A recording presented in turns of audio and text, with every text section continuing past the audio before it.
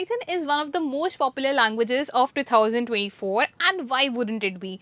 When it is being used by companies like Google, NASA, and Netflix to solve their complex queries with the help of Python in this world. So hello everyone and a very warm welcome to WsCube Tech. My name is Ayushi Jain, and in this video I bring you the part 1 to this foundational course of Python, where we will be learning the basic concepts of Python and why should we learn basic concepts of Python. Guys, if you want to enter into any of these fields, whether it is data science, machine learning, artificial intelligence, web development, data analytics, or even data engineering as well, Python can be the key to your success. And that's why in this video we will be covering a lot of concepts, including how we can create variables, conditional statements, loops, lists, tuples, sets, dictionaries, and even file handling as well. And not just that, we'll also be covering questions related to these topics so that you can apply those questions and also build some logics. Not just that, we will also be covering some projects as well that can help you enhance your practical learning as well. So whether you are someone who is a beginner or someone who wants to learn Python programming, this course can be a head start for you. Now before we start the video, if you want to become a successful data analyst with WsCube's premium data analytics mentorship program, then its cohort 2 is launching in September. The applications for this cohort has started already. So if you want to be a part of this journey, which is led by top industry experts coming from Amazon, Rapido, KPMG, Microsoft, and WsCube Tech itself, where we will be training you for entire 5 months, covering more than 20 projects to help you get placed easily. And don't worry about the placement, because WsCube Tech has got you covered with that. So to join us in this program, apply now. Now let's get started with the video, guys.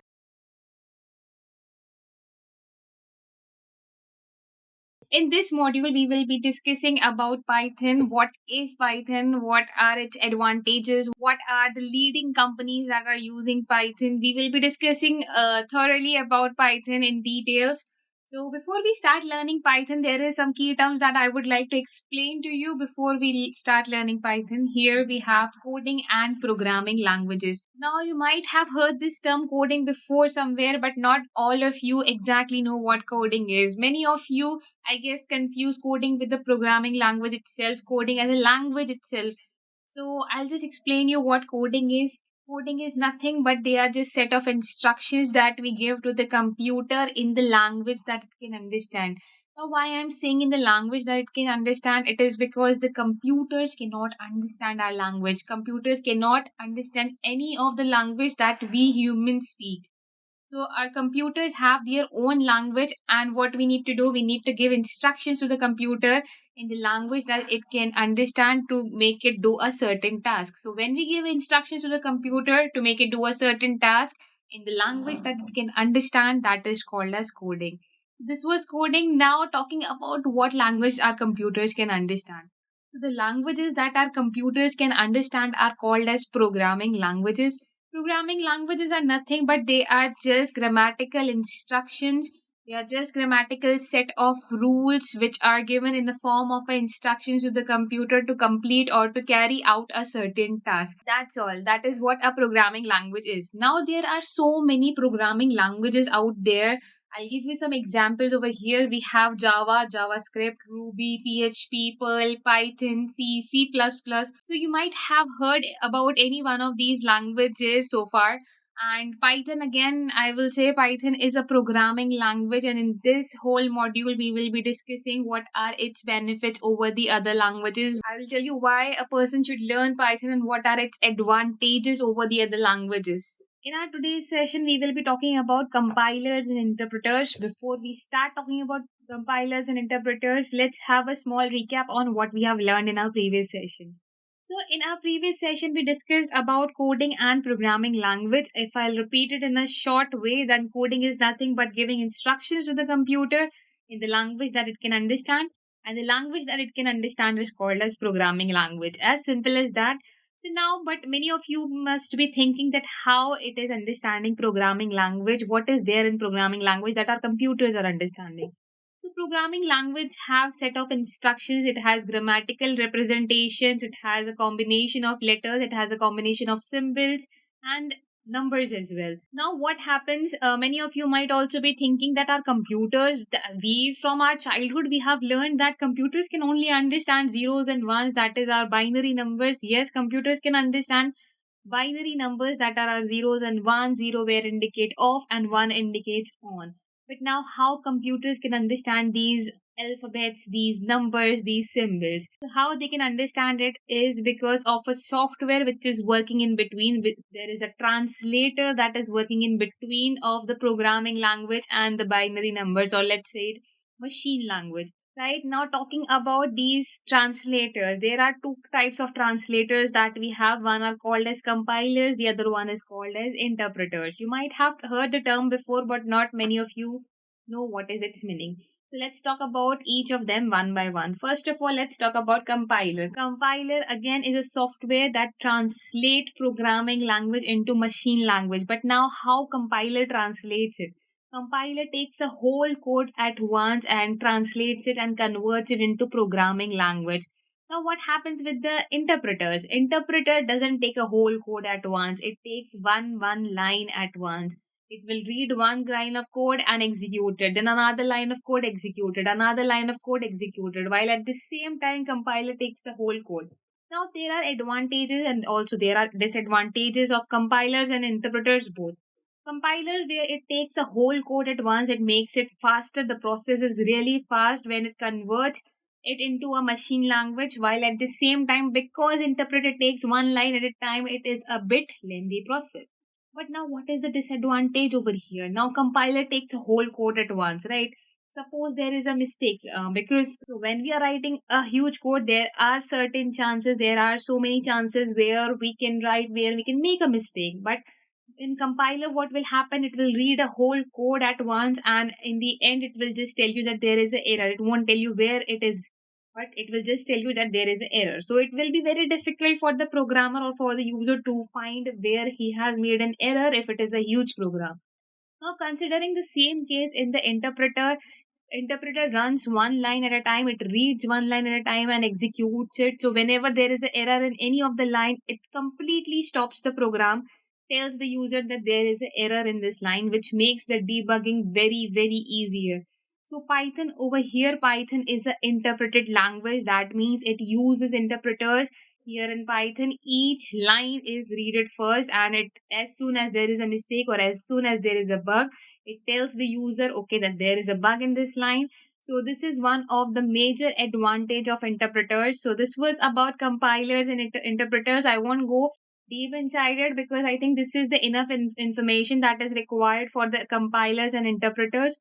Now, in our next session, we will be discussing about what is Python, what are its advantages, what are its advantages over the other languages, what platforms it is compatible for. Then we will be also learning how it can be downloaded and used. In our today's session, we will be discussing about Python, that what is Python, why it is important, what are the advantages, what are the leading companies that are using Python, what are its advantages over the other languages. So before we start that, let's have a small recap on what we have learned before. So in our previous session, we discussed what is coding, what is programming language, what is a compiler, and what is an interpreter. So I hope you had no doubt and no questions from our previous sessions. And let's get started now. So talking about what is Python, here we have Python is a high level interpreted language. It is highly readable, and it uses very few syntactic constructions than the other languages. So in the last session also we discussed that Python is an interpreted language. So interpreted language means that it reads each line of code at a time, right? Now let's discuss its advantages over the other languages. So before we discuss its advantages over the other languages, I would like to tell you a fun fact about Python.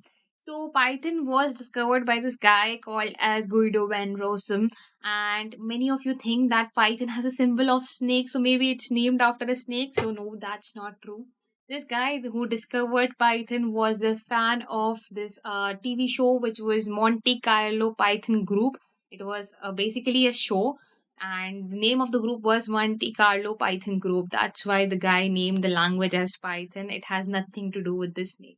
Now, talking back about its advantages, we have here since so our first advantage, it has a simple syntax that means most of the keywords that are used in Python, they come from the English language.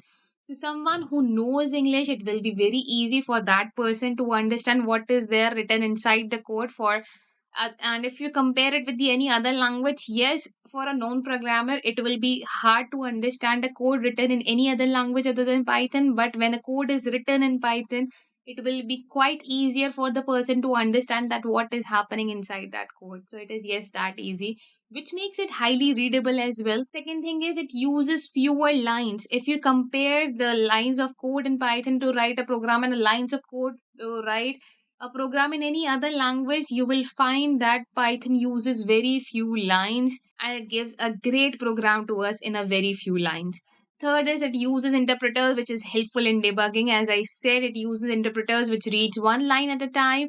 And whenever there is a mistake, it tells us, it stops the program over there and tells us that, okay, you have a mistake in this line and stops the program. So it makes it easy for the programmer to understand that where is the mistake and debug it quickly. Fourth is it is compatible with various platforms. So it can be used, it is compatible with various platforms. Not all the languages are compatible with all the platforms, but here it is compatible with Mac, Linux, Raspberry, etc. So yes, it has so many advantages. Talking about the scope in Python, like where Python can be used, Python has a vast scope. It can be used in most of the fields nowadays. It can be used in web development, in developing an application, developing mobile application, developing desktop application. It is also used in our mathematical operations, plus also it can be used in the software development. Here are some leading companies that are using Python. You might have heard of them, you might have seen them. We have Netflix, whole Instagram is made up of Python. So yes, it has a vast scope and it has a vast application. So as told in our previous session, in this session we will be downloading Python software, that is Python idle. In this session we will be learning how we can download it, how we can use it. So I'll be teaching you that. So before we start that, let's have a small recap on what we have learned in our previous session. So far from the starting session, we have covered what is coding, what is programming language, what is compiler and interpreters, and what is Python and its advantages and its scope. So in this session, we will be installing idle. Let's have a look on how we can install idle. There are few simple steps that you need to follow in order to install idle in your Windows, desktop or laptop or computer. So let's have a look on how it can be done. I'll be giving you a practical representation on how it can be done. So all you need to do is you need to go to your browser and all you need to write over there is www.python.org. As soon as you'll click on that, you will be redirected to a page like this. Here, if you'll scroll down, there are so many things given. All the latest news, upcoming events about Python, everything is provided over here. But our main agenda over here is to download Python. So we won't do anything. We will just go to downloads. Here we will find all the releases. In the all the releases option, we have the latest version over here. You don't have to do anything. You just have to click on download Python 3.10.2. 3.10.2. As soon as I click on that, it gives me an option that where I can save it. As soon as you click on save, it will be installed in your computer. Once it is installed, once we have the setup with us, all you need to do is add Python 3.10 to path. It is very important. Please do remember to check this box written over here that add Python 3.10 to path.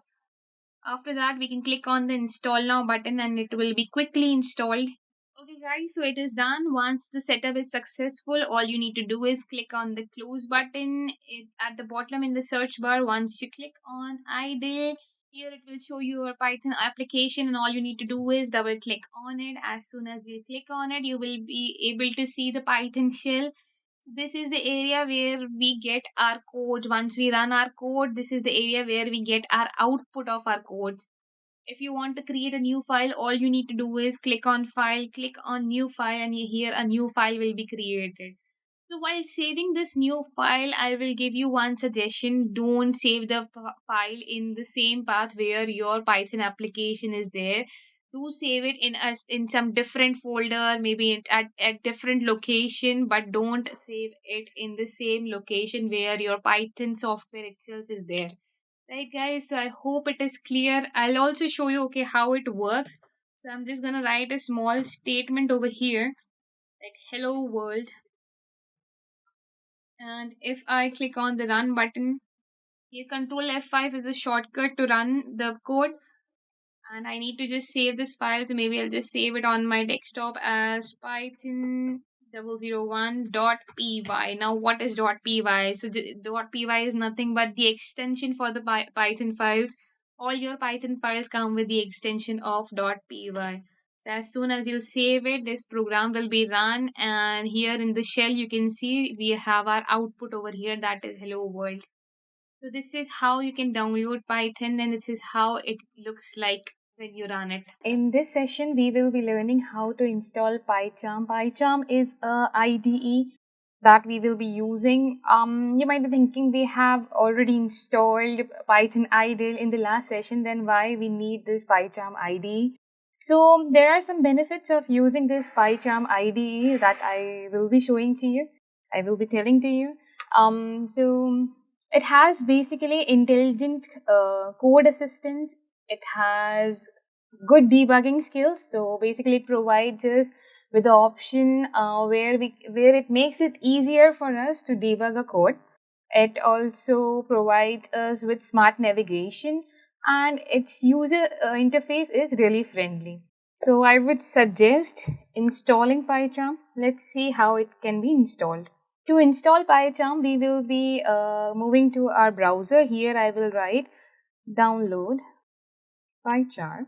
It gives you the first option says download PyCharm Python IDE for professional developers. Although we are not going to download it for the professional developers because it gives you a free trial of only 30 days.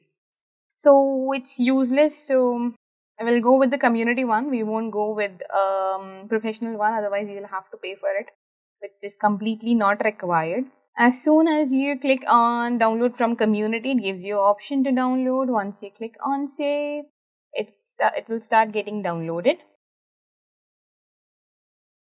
Okay, so here I have downloaded my PyCharm, and once I click on it, it gives me an option to allow it to make changes to the device. I'll click on yes, you do the same. Once we click on this, we get an option here. We'll click on next. We'll click on next. We will check all the boxes over here. Select JetBrains. Here we will be select the smart menu folder in which you would like to create a program shortcut. So we'll be going with Python 3.10 and install. So Python 3.10 is our IDE that we have installed in our last session. It takes a while to install, to do the setup basically. Once we're done with this, it gives you an option reboot now or I want to manually reboot later. So we'll pick I want to reboot manually later. Then we'll click on the finish button. So here it is done. Now in the search option, I'll go for Python Community Edition, PyCharm Community Edition. So I'll click on this. It gives you an option to configure our installation directory, do not import settings. I'll click on OK. So here our PyCharm has been installed. We'll click on new project. On the top it gives us the location that where this project will be saved, creating in our virtual environment. I'll click on the create button.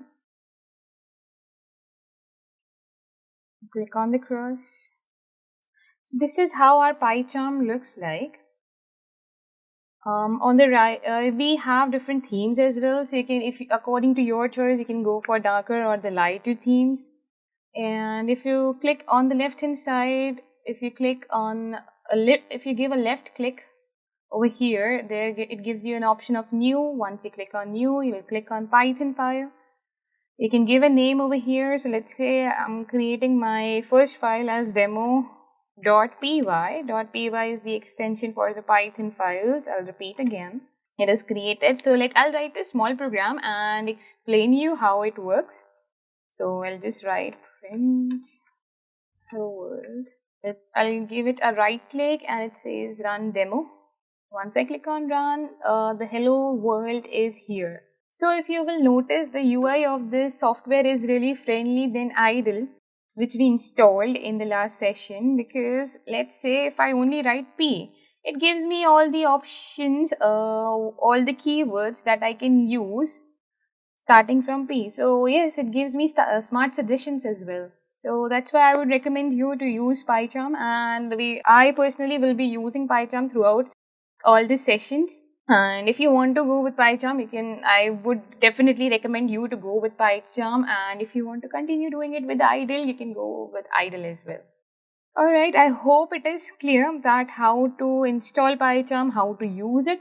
And in the next session, we will be learning how to create your first program in Python. So we will be starting that in the next session.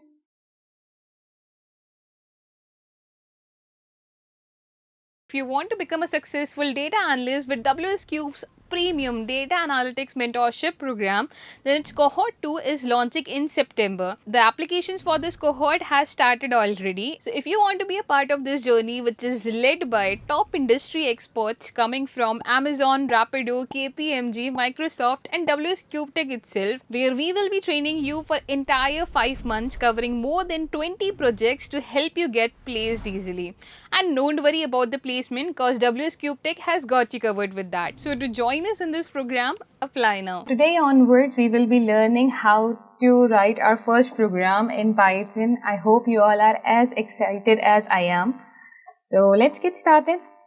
So print statement would be our first program in Python. What is print statement? Let's understand that first. Print statement allows us to write any message that we want to display on our output screen. So how to write this print statement? Let's have a look on that. Okay, so in the last session we learned how to create a file. I have already created a file called as demo.py. I'll be using the same file. Now how to write a print statement? I will just write print. If you even write print, the PyCharm gives you the suggestions that what are all the possible keywords that could come with P. I'll be writing print. Open parentheses. Parentheses are the curved brackets. Then open double quotations. You can use single or double quotations according to your choice. There is a drawback of using single quotations that we will be discussing later. For now, let's understand with the double quotations. I'll be writing my message inside it. Let's say I'm writing hello world. And for the run button, you can right click and it gives you the option to run the code, or on the right hand side on the top we have the run button as well. It's a green color button with the arrow, and if you click on this, it runs the code, and as you can see, the hello world is printed over here. Similarly, if you want to write anything else, let's say instead of hello world, I will be writing I love Python, and I hope that after this course, even you guys will fall in love with Python. And if I run it, it prints I love Python for us, right? So this is our first program. I would like you guys to try this and quickly open your PyCharm and give it a try. Write print, give space. Space is anyways not required, but it makes our code look neat and clean, so that's why I prefer using space, but totally up to you. So you can use a print statement, give it space, open parentheses. I'll repeat, parentheses are nothing but the curved brackets. And then we will be using double quotations, and inside it you can write any message that you want to write, and the Python will print it for you. It will give it to you in your output screen. Now let's say I want to write multiple lines. I will say print this is my first Python program. Okay. Again, if I want to write print I hope you all like it. So if I run the code, okay, you can see it gives me 3 lines of I love Python. This is my first Python program and I hope you all like it. But what if I don't want to use this print statement again and again? So to avoid using print statement again and again, we have a method where we can write multiple lines at one time. Let's see how it is done. So to use print statement to write multiple lines in one single print statement, there are two methods. We will see both of them one by one. First method is to write it inside the triple quotations, triple double quotations or triple single quotations. And the another method is \n, that whenever you want to go to the next line, you use a backslash. I'll repeat, not slash, but the backslash. Backslash and n, it is used to insert something in the next line. Let's see how it is done. Okay, so let's have a look on how it is done. So I'll just remove all this and probably start with parentheses, triple double quotations. It automatically gives me the n triple double quotations, and inside it I can write I love Python. It allows me to go to the next line, while if you will use a single quotation, it won't allow you to go to the next line. It will throw an error for you. But double quotations is allowing me to go to the next line. So I love Python. This is my first program. And lastly, hope you all like it. So once I click on run, you can see it's again printing the similar 3 lines, but this time we are using only one print statement. So this is one method. The another method would be backslash and n. So let's say I'm using single print statement with only single quotations. What I can do whenever I want to go to the next line, I'll use a backspace over here, a backslash and n, and whatever I want to next line will be followed inside it, and again backslash and n, and whatever needs to be written in the next line will be followed by it. So let's see how it works. Once I click on the run button, it again gives me the same output. So here we can see two different methods of writing multiple lines in single one print statement. So you can use it with the triple quotations, or you can use it with double quotations as well. Okay, as I was saying that there is a drawback of using single quotation in print statement that would come when you are writing something in apostrophe. So let's say I'm writing it's going to rain today. I'm making a prediction here that it's going to rain today and closing with a quotation. And if I run it, it will throw me an error. Why this error is coming? Because the Python is, yes, Python is smart, but not that smart to understand that where we are using an apostrophe or where we are closing the single quotations. So that's why I would recommend you to use double quotations, but still if someone is very stubborn to use single quotations, they can use a backslash in front of apostrophe. So now if I use a backslash and apostrophe and click on run button, it will work. It will write it's going to rain today. So yes, there is a drawback, but there is a solution for this drawback as well. That is backslash and apostrophe. Okay. So I hope everything that I taught in this session is clear to you. How to write a print statement, how to display a message in output, how to display a multi-line message in output using a single print statement. We learned two methods, and one method is to use triple quotation, another method is to use backslash and n. Now in today's session, we will be learning to write comments in Python. Now first of all, what are these comments in Python? Comments are something that are completely ignored by the Python. It is not something that is need to be executed by the Python. Comments are completely for the use of the user or the programmer. So when we write, let's take example that when we write, huge code where we have certain different steps that, okay, in step 1 we have to do this, step 2 we have to do that. Just like how we create a timetable where we can, describe, okay, in this hour of time I'm going to do this, in that hour of time I'm going to do that. Similarly, we write comments to make our programs look neater, clearer, and if we are showing it to someone else, it's easy for them to understand, okay, that in this part of the program they have done this. So it's basically not for the use of computer or not for the use of the Python, but it is totally for our use. Now let's see how to write these comments in Python. To write a comment in Python, we can simply put a hash over here and write anything inside it. In the next line, I am going to print hello world. Okay, and if I write print hello world and run this code, so you will see it only prints hello world and completely ignores the part where I have written in the next line I am going to print hello world. Right? Let's see what happens if I remove this hash from here and run it. So now it's throwing an error. It says invalid syntax. Why it's throwing an error? Because there is no hash. Python thinks that a person has tried writing some things because it involves the print thing as well. Because it involves some key terms from Python. So all we need to do is put a hash in front of it, and then Python will completely ignore everything written after the hash. So in the next line, I'm going to print hello world is written inside the hashtag, followed by print hello world. Now suppose if I want to write another comment, let's say this is my first, I'm just writing something randomly. So this is my first program. I hope you all like it.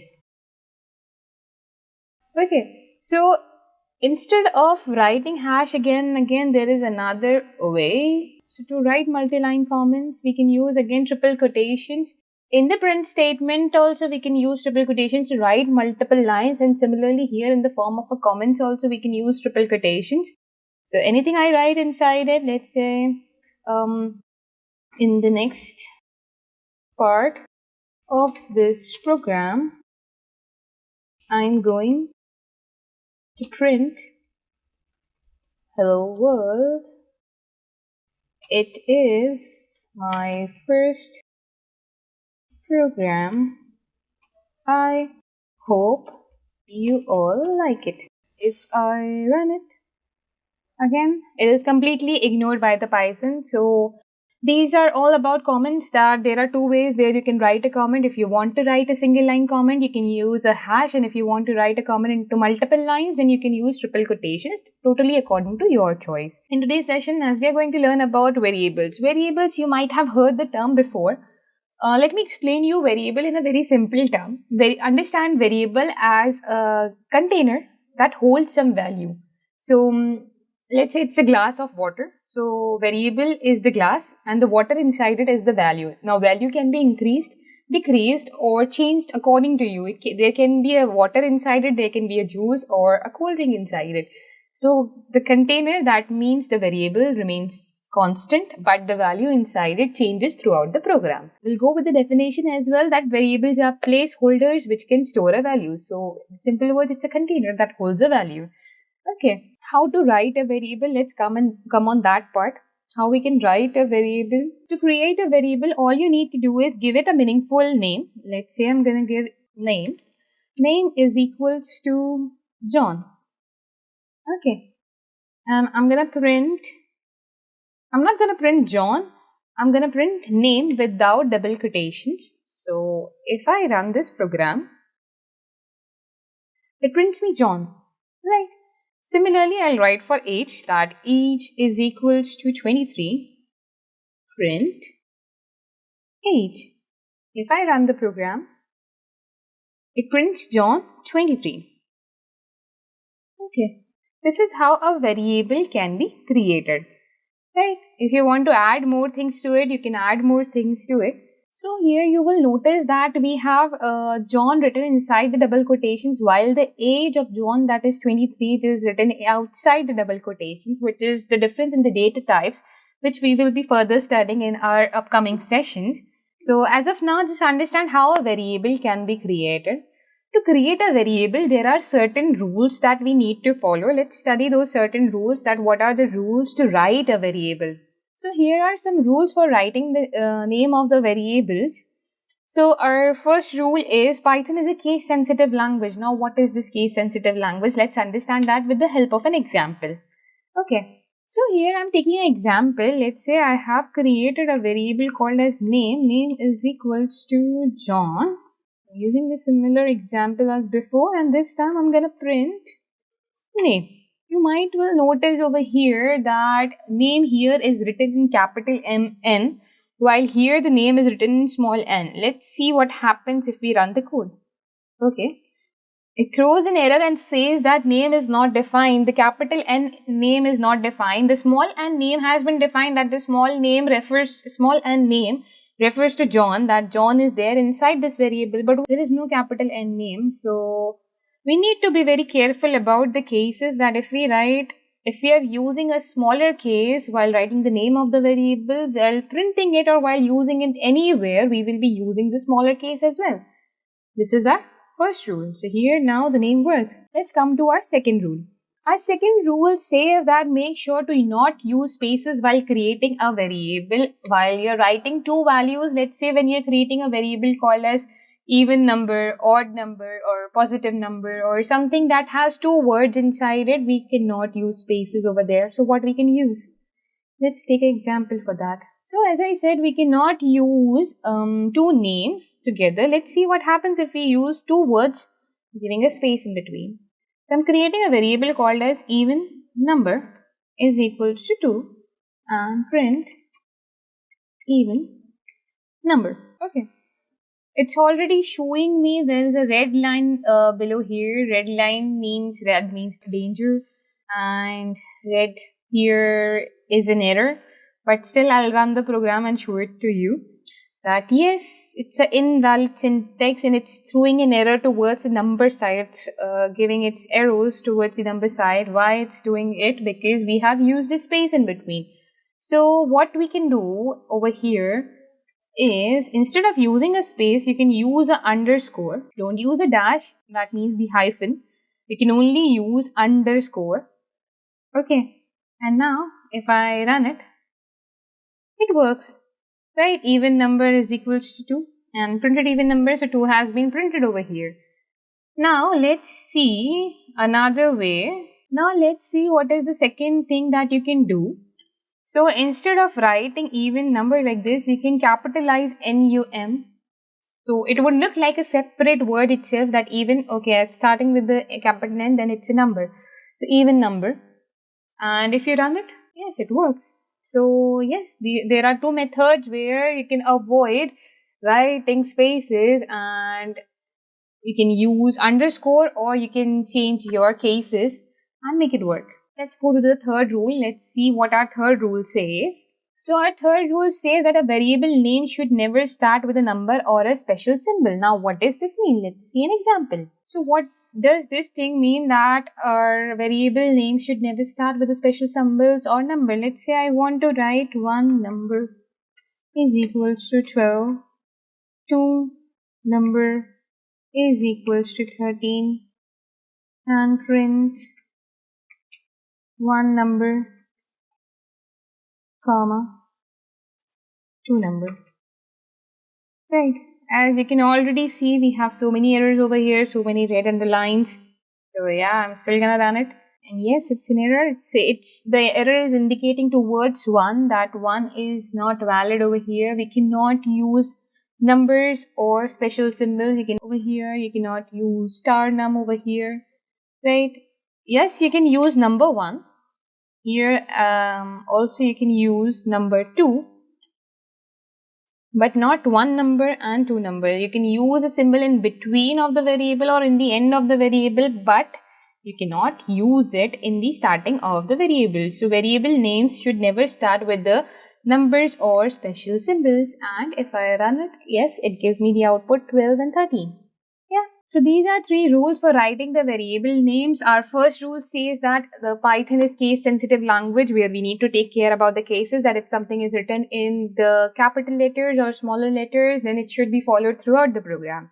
Second thing says that there should not be use of spaces in between. We cannot use spaces between two words while creating a variable.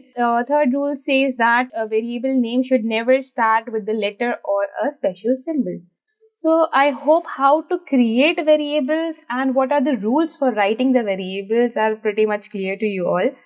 And in our next session, we will be learning about data types, what are data types, and how to take inputs from the users. So what are data types? You might have heard this term before, data. Yes, data and types you might have heard as 2 different words before. Together, it's a data type. Data type are the values, the type of data that we can store inside a variable, whether we are writing a combination of characters inside it, whether we are using a numbers inside it, a decimal numbers inside it, whatever we are using inside it, those are called as data types. That what type of data we are inserting inside a variable. So Python has many data types. Let's have a look on them. Python has a text type data type, which is strings. Inside a string, you can write the combination of letters, numbers, and special symbols. In the numeric types, we have integers, floating point, complex. There might be some terms that are really new to you. So as of now, just understand that these are the types of data, but then we will be covering all the topics in our upcoming sessions. So we have sequence types, that is list, tuples, and range. We have mapping types, that are dictionaries, short form is DICT. Set type, we have set and frozen set. Boolean type, Boolean gives us true or false for a particular condition. So bool. Binary types, we have bytes, byte array, and memory view. So here are some example of data types. You can once go through them. But yes, we will be discussing them in details in our upcoming session. So these are some data types that you can use inside the variable names. We have learned in our previous session how to write a variable. In our today's session, we will be learning how to take user inputs. Now, what is a user input? User input is nothing but taking an input from the user about their basic details, any details that you want to take from the user. Suppose you are creating a sign-in form. You want to take details from the user like what is your name, what is your age, what is your date of birth, and what is your gender. So you're taking an input from the user, just like how we go to a new website and when they ask us to sign in, they ask us for the details like enter your name here, or maybe enter your username here, enter your age here, enter your gender here, enter your password here. So they are asking details for us. Similarly, here also we will be asking details from the user. We will be learning how to ask for these details. Let's have a look at the example. Okay. So let's have a look on how to write a user input, how to take an input from the user. So I'm creating a variable over here called as name.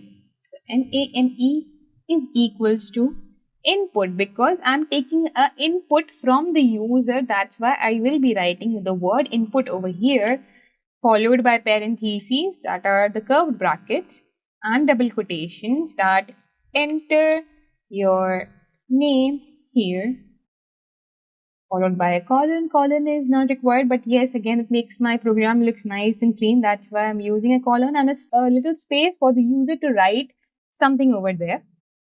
And then I'm going to print it. So print name. Let's see what happens when we run the program. It says enter your name here. So I'll write, it prints down. Whatever name you will write over there, it will automatically print over there. If I write Lisa, it prints Lisa for me. So it's taking the input from the user and printing it right away. Also, you can ask for different things. Age. Now, age uses integer. Integer. Okay, so there are some important data types that we will be discussing here. The first one was string. String was the one where you can use a combination of letters, numbers, and symbols. Everything written inside the double quotations comes in a part of a string.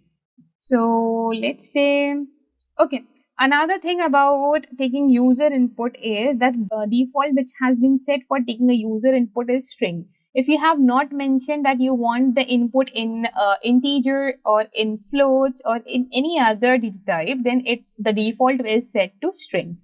Let's say I want to take an input in integer. So I'll add a comment over here, taking input in integer, right? How to take an input in integer? I'll write age. Age obviously is a number. Integers are all the numbers, positive, negative, all the numbers comes in the category of integers, but not the decimal ones. Those comes in the category of floats, which we will be discussing right after this. So let's understand integers. For integers, I'll be writing int. Int is the short form that we will be using. Int input. Enter your age here and print age. Now, if I run the program, It asks me enter your name here. So in the name, let's say I have written John. In the age, I'll write John is 23 years old. It turns 23 for me. So this is how it works. If I would have not written int over here and I would have used a string over here, like not written anything, it would have given me the age in 23. Here, in the terms of age, it is fine that if it prints it in a string. But let's say if you're doing a mathematical operation, in mathematical operation, if you're taking a user input in string, it won't work. Let's have a look on that as well. Let's say here I'm writing number 1 is equals to input, enter a number here, and number 2 is equals to input, enter another number here.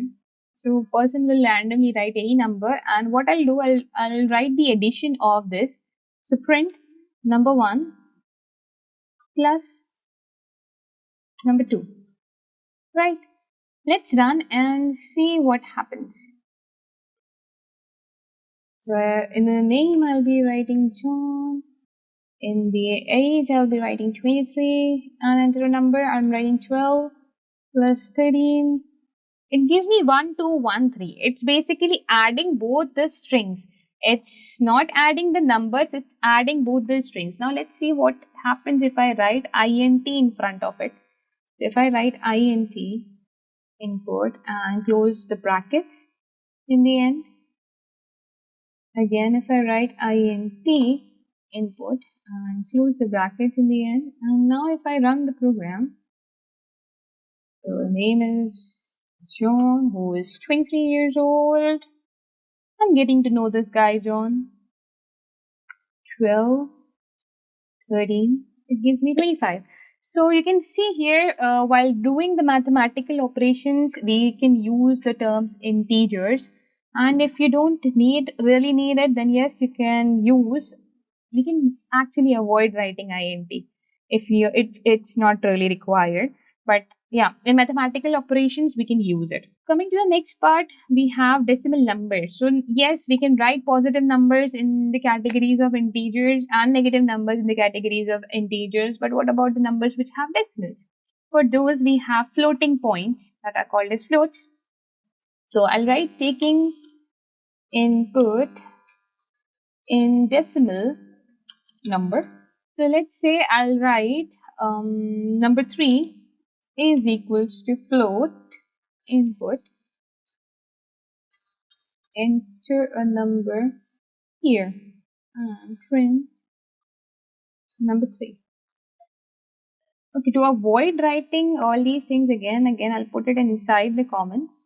And if I run the program, let's say I write over here 23. Even though I'm writing 23, even though it's an integer, it's converting it into a floating point. And while it's not the same when we are writing an integer, if you're asking a user input an integer and you end up writing something float, or even after addition, multiplication, division, or subtraction by applying any of the operators, if you get the output in float, that would be an error. So yes, for the decimals, we need to remember using float. The short form is float and the complete is floating points. They are called as floating points. The short form is float. So float input, enter a number here. So these are 3 majors. One more is there that is called as, the next thing is that eval. Eval stands for evaluate. When you want to evaluate any algebraic expression or you want to solve any equation, you can use evaluate. Let's see how it is done. Evaluating an equation. To evaluate an equation, I'm creating a variable called as number 4. Number 4 is equal to eval input. Eval is the short form for evaluating, and write an expression here. I'll be enclosing it inside double quotations. Now print number 4. Let's see what happens when we run it. I'll enter a number here, let's say 23, print it. Let's write an expression over here, or maybe an equation over here. So I'll write 12 plus 13. Okay, it gives me the output as 25. Let's say I'll run it again and I'll tell it to print hello world. It will print me hello world. So you can see over here that not just with the equations, but anything that you write in a Python statement, it can evaluate it and give you the output over here. That is what evaluate is used for. The short form is eval. So in this session, we learned what are data types and what are the different types of data types we have, how we can take the input from the user, how we can take the user input in a name, in an integer, in a float, in how we can evaluate an equation or an expression given by the user. In our today's session, we will be learning about typecasting and its subtypes. So I hope that video was clear to you and you have no doubts and no questions. So we will be moving ahead with our new topic, that is typecasting and subtypes. First of all, we will be discussing what is typecasting. Typecasting is nothing but converting one data type into another data type. When you convert one data type, that let's say it could be anything, it could be integer, float, string, or evaluate, or any data type into another data type, it is called as typecasting. Now, typecasting can be of two types, that is implicit type conversion and explicit type conversion. Let's talk about each of them one by one. Implicit type conversion. Implicit type conversion is a conversion where the where the Python automatically converts one data type into another data type. While explicit type of conversion is a conversion where we users or programmers have to convert one data type into another data type by ourselves. So when the Python does it automatically, it's called as implicit typecasting. When we do it, when we users do it, it is called as explicit typecasting. Now, how this conversion is done, it is very simple. Let's have a look on it. So here I'll add our topic, typecasting. First of all, we will be talking about implicit typecasting. So implicit typecasting is the one where the Python itself converts one data type into another. First of all, how to find this type of data that we are using. So suppose if I write a is equals to 23 and if I print type a inside the bracket and if I run this code, here I'll get my output that it belongs to the classes of integers. So this is an integer type data type. At the same time, if I write instead of 23, if I convert it to 23.98 and run the program again, it will tell me it belongs to the classes of float. So there are different data types over here, and depending on what we are writing, it tells us that what type of data type it is. Right? So yes, coming back to our topic, that implicit typecasting. What is implicit typecasting? Let's understand implicit typecasting with the help of this example. I'm going to create a variable over here called as A. A is equals to 23 and B is equals to, let's say, 1.23. Okay. If we check the data types for both of them, let's write print A, print type A, and print type B. And if I run the code, it tells me that the first one, the A belongs to the classes of integers, while the B, that is 1.23, belongs to the classes of floats, which is true. Because A is a whole number and comes in the category of integer, while B is a decimal number, that is 1.23, and comes in the category of floating points. Right? Let's write print A plus B.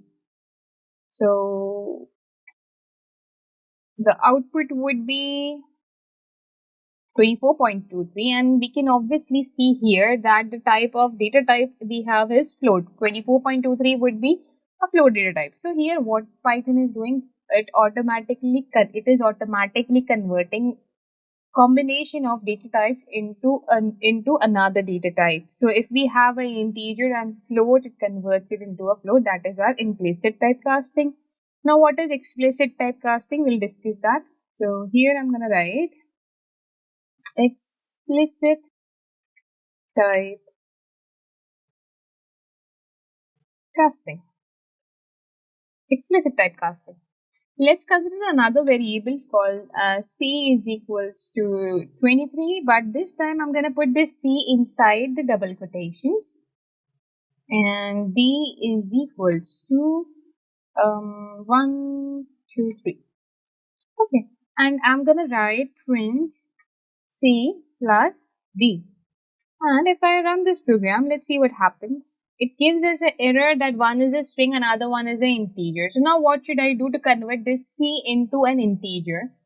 So what I'll do, I'll write c is equals to int c. Now if I print c plus d and remove this statement from here, so now it gives me the output 146, that is the addition of both c and d. So even though if it was a string, if we write it in this way that c is equals to int c, that converts the c into an integer. Similarly, if you want to convert it to another data type, you can write c is equals to float c.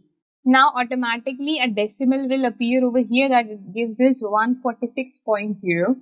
So this is how explicit conversion is done, where you can convert the one data type into another data type by yourself. This was the difference between implicit and explicit. I hope the difference is clear to you, and I hope what is typecasting, that is also clear to you. In our today's session, we will be solving problems related to the topics that we have covered so far in this module. So one by one, we will be starting solving problems. We have 5 problems in front of us. We will be solving all of them. First of all, we'll start with the problem number 1.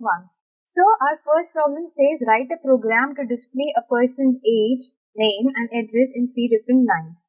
Okay, let's create variables over here. We know that, okay, we have to write a person's name, age and address. So we can take a variable, plus we can do it with a simple print statement as well, like print. Let's say the person's name is John. Print, we can write over here the age, so 23. Print address, let's say the John lives somewhere near street 25, house number 678. 325, house number 678. Now if I run this program,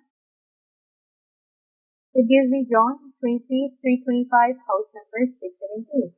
There's this way to do it. Other ways, when we take a variable, so we can take a variable called as name. Name is equals to John. Age is equals to 23. Address is equals to street 25, house number 678. And then we can print all of them. So print name, print age, and lastly print our address.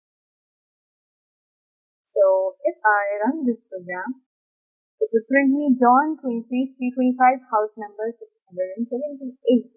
So there are 2 methods of doing it. One with simply writing the print statement. Second one is you create a variables and print those variables. You can go ahead with any of these methods. It's totally up to you. Now we'll start with our question number 2. So our problem is to write a program to swap 2 variables over here. Let's create any 2 variables. So I'm creating a variable A whose value is 23 and variable B whose value is, let's say, 46. Now what I'll do, I'll write A, comma, B is equals to B, comma, A. What it will do, it will assign the A's value to B and B's value to A. Now let's say I'll write print the value of variable A is, I'll put a comma.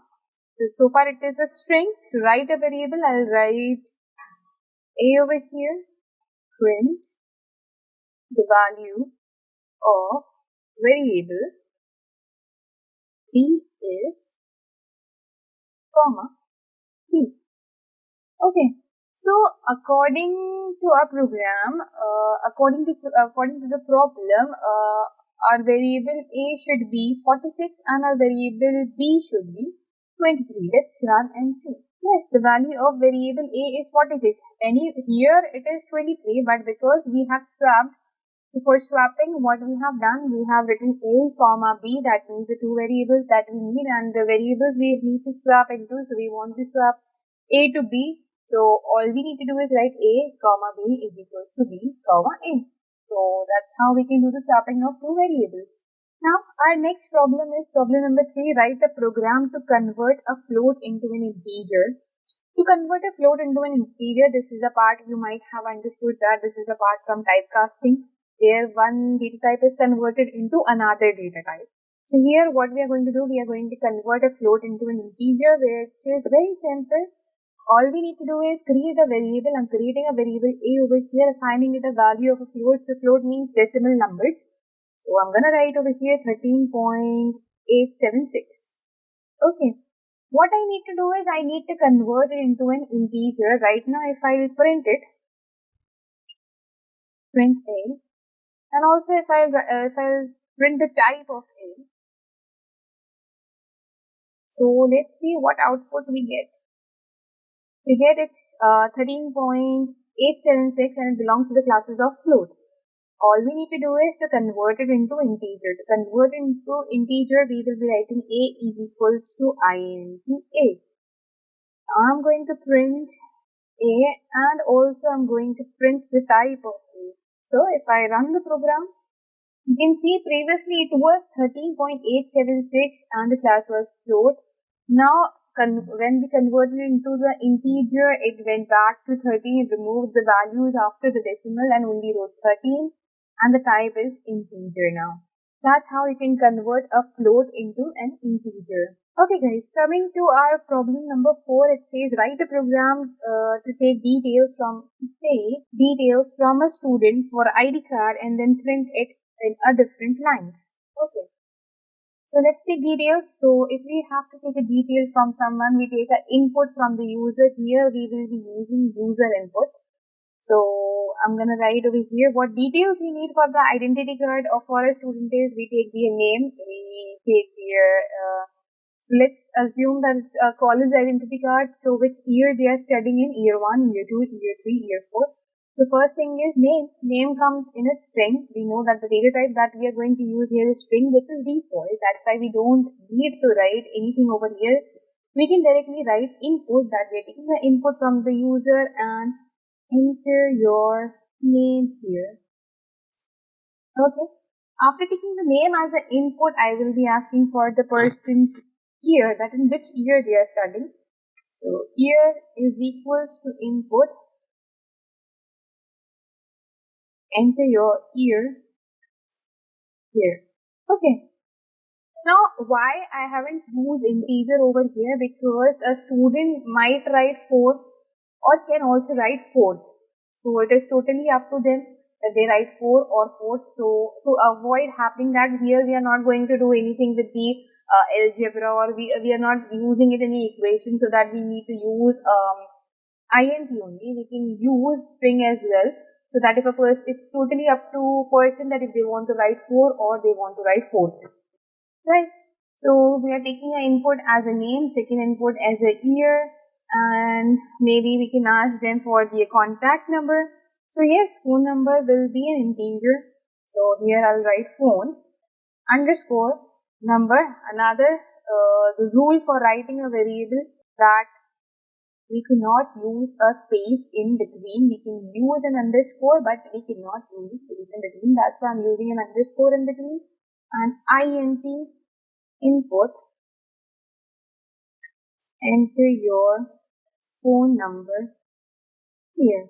So I guess these 3 details would be enough for a student ID card as of now. So let's print it. Print. We are going to print name. Next thing we are going to print, as we are told to print it in different lines. If we were told to do it in the same line, I would have written it name, comma, year, comma, phone number. I would have done it like this. But because we have been asked to do it in different lines, so in the first, I'll take a print statement, write name in it, another print statement, write year in it, and then another print statement where I will be adding the phone number. So phone number here. Let's run and see what happens. It's asking for the name. So let's say name is John. John is now younger because he is in college now. So let's say he is 19 years old and his phone number is, I'm just giving any random number. So John, who is 19 years old, and this is his contact details. It can get printed in the student ID card. So we have taken the details for the student ID card. If you want to make our program look more aesthetic, then you can also add, some modifications to it. That on the top you can write student identity card, right? And here with the name, we can add student name beside the quotations and put a comma. You can add a colon to make it look nice. Student year, student, and I'll put a comma in between. And lastly, contact details. And I'll put a comma in between. So now let's run and see what happens. So I'll write over here John, who is 19 years old, and I'll write a random number. So it says student identity card, student name is John, student year is 19, and contact details are given. So this is how you can create an identity card for anyone. This kind of a program can be used when you want to take different kinds of inputs from the user, maybe a sign-in form or any kind of details when you want to take from the user. This kind of programs can be used. Okay. Coming to our last question of this problem solving, after this, I guess this module will be completely clear to you that what we have studied in this module and how we can solve different problems related to this module. So our last question is to write a program to take a user input as an integer. We will be asking the input from the user as an integer, and then we will be converting it back to a float. So let's do that. I'll create a variable called as a is equals to int input, and enter a number here. We will be asking the user to enter a number here. We will print this number, whatever this number is. Let's print it so that we'll come to know, okay, it's working properly or not. Print. We will also print the type of this number to check. Now what we will be doing, we will be converting this a to an float. So a is equals to float a, and print the type of a as well. So let's run and see what happens. Enter a number here. So I'm gonna add, let's say, I need to write user input as integer. So let's say I'll write 24. It tells me 24, then gives me that it belongs to the classes of integer. After conversion, it converts it to 24.0 and tells me that it belongs to the classes of float. So this was before conversion, this is after conversion. 24.4 and belongs to the classes of float is after conversion, after we have converted the integer to the float. Alright guys, so I guess these questions are pretty much clear to you. I think you will be able to solve questions like these. I hope this problem solving would have been much more helpful to you, because I think the theory is, yes, easy to understand, but until and unless we do it practically, we are not able to do it properly. We're not able to understand certain things properly. So yes, encoding practical is really, really important.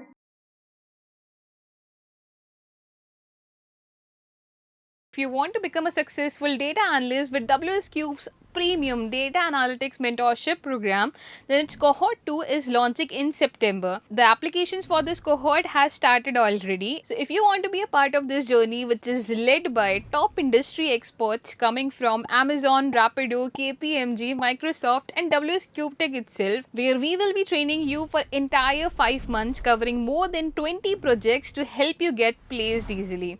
And don't worry about the placement replacement because WsCube Tech has got you covered with that. So to join us in this program, apply now. In our today's session, we will be talking about operators and operands. Operators are nothing. Operators are the actions that needs to be performed, and operands are the ones on which this action will be performed.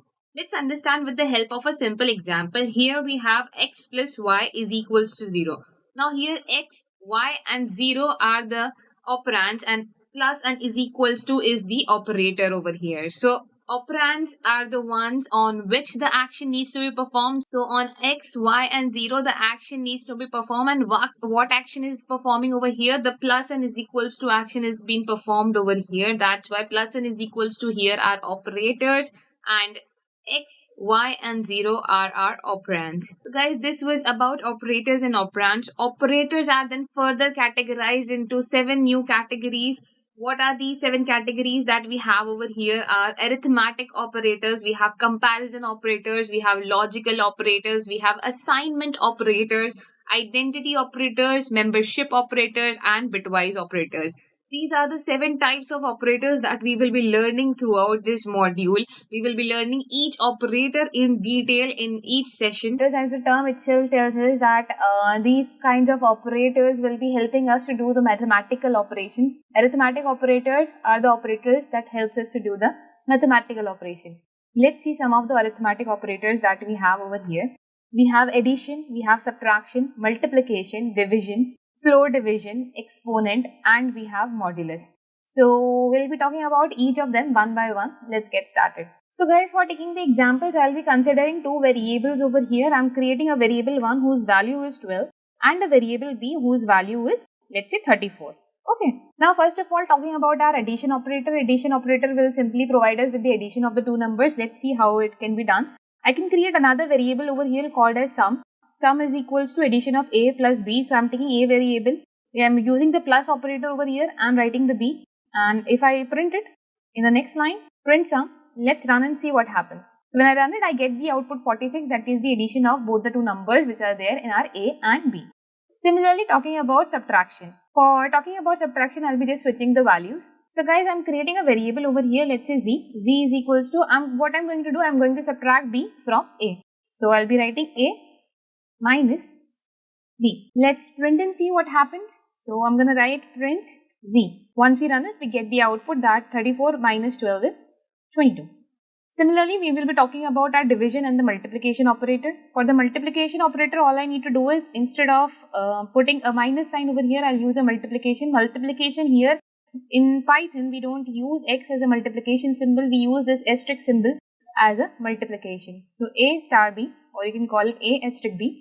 And as soon as I run it, it gives me the output 408, which is the multiplication of both the numbers. Talking about division, for division all you need to do is put a slash over here, not a backslash, just a normal simple slash.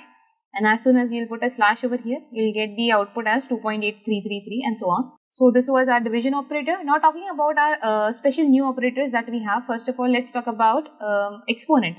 What exponent do? Exponent helps us to find a number with the powers. When you write 10 raised to the power 2 or 2 raised to the power 45 or any number raised to the power anything, that time we use exponents over here. So basically, if you want to find the square or cubes or maybe a number with more powers, then what you can do, you can use our exponent symbol over here. Let's see how it can be done. So I'm considering a case where a is equals to 2 and I'll be writing b is equals to 5. So what I need to do, I need to write 2 raised to the power 5. So 2 raised to the power 5 means 2. For the exponent symbol, all we need to do is we need to put 2 asterisk symbols, that is 2 star sign, and whatever the number I want as a power of it, I'll be writing that. So 2 power 5. Now we will be considering the cases of variable, that a star star b. A 2 asterisks and b over here. Let's run and see what happens. It gives me 32, that 2 raised to the power 5 is 32. Similarly, next we will be considering the case of modulus. Now what is modulus over here? Modulus gives us a remainder of a number. When a number is divided by another number, whatever the remainder comes, that is what modulus gives us. Now modulus doesn't give us the value in decimal, it gives us a round of values. So let's have a look on how it works. So I'm considering a case over here where my a is equals to 5 and b is equals to 2.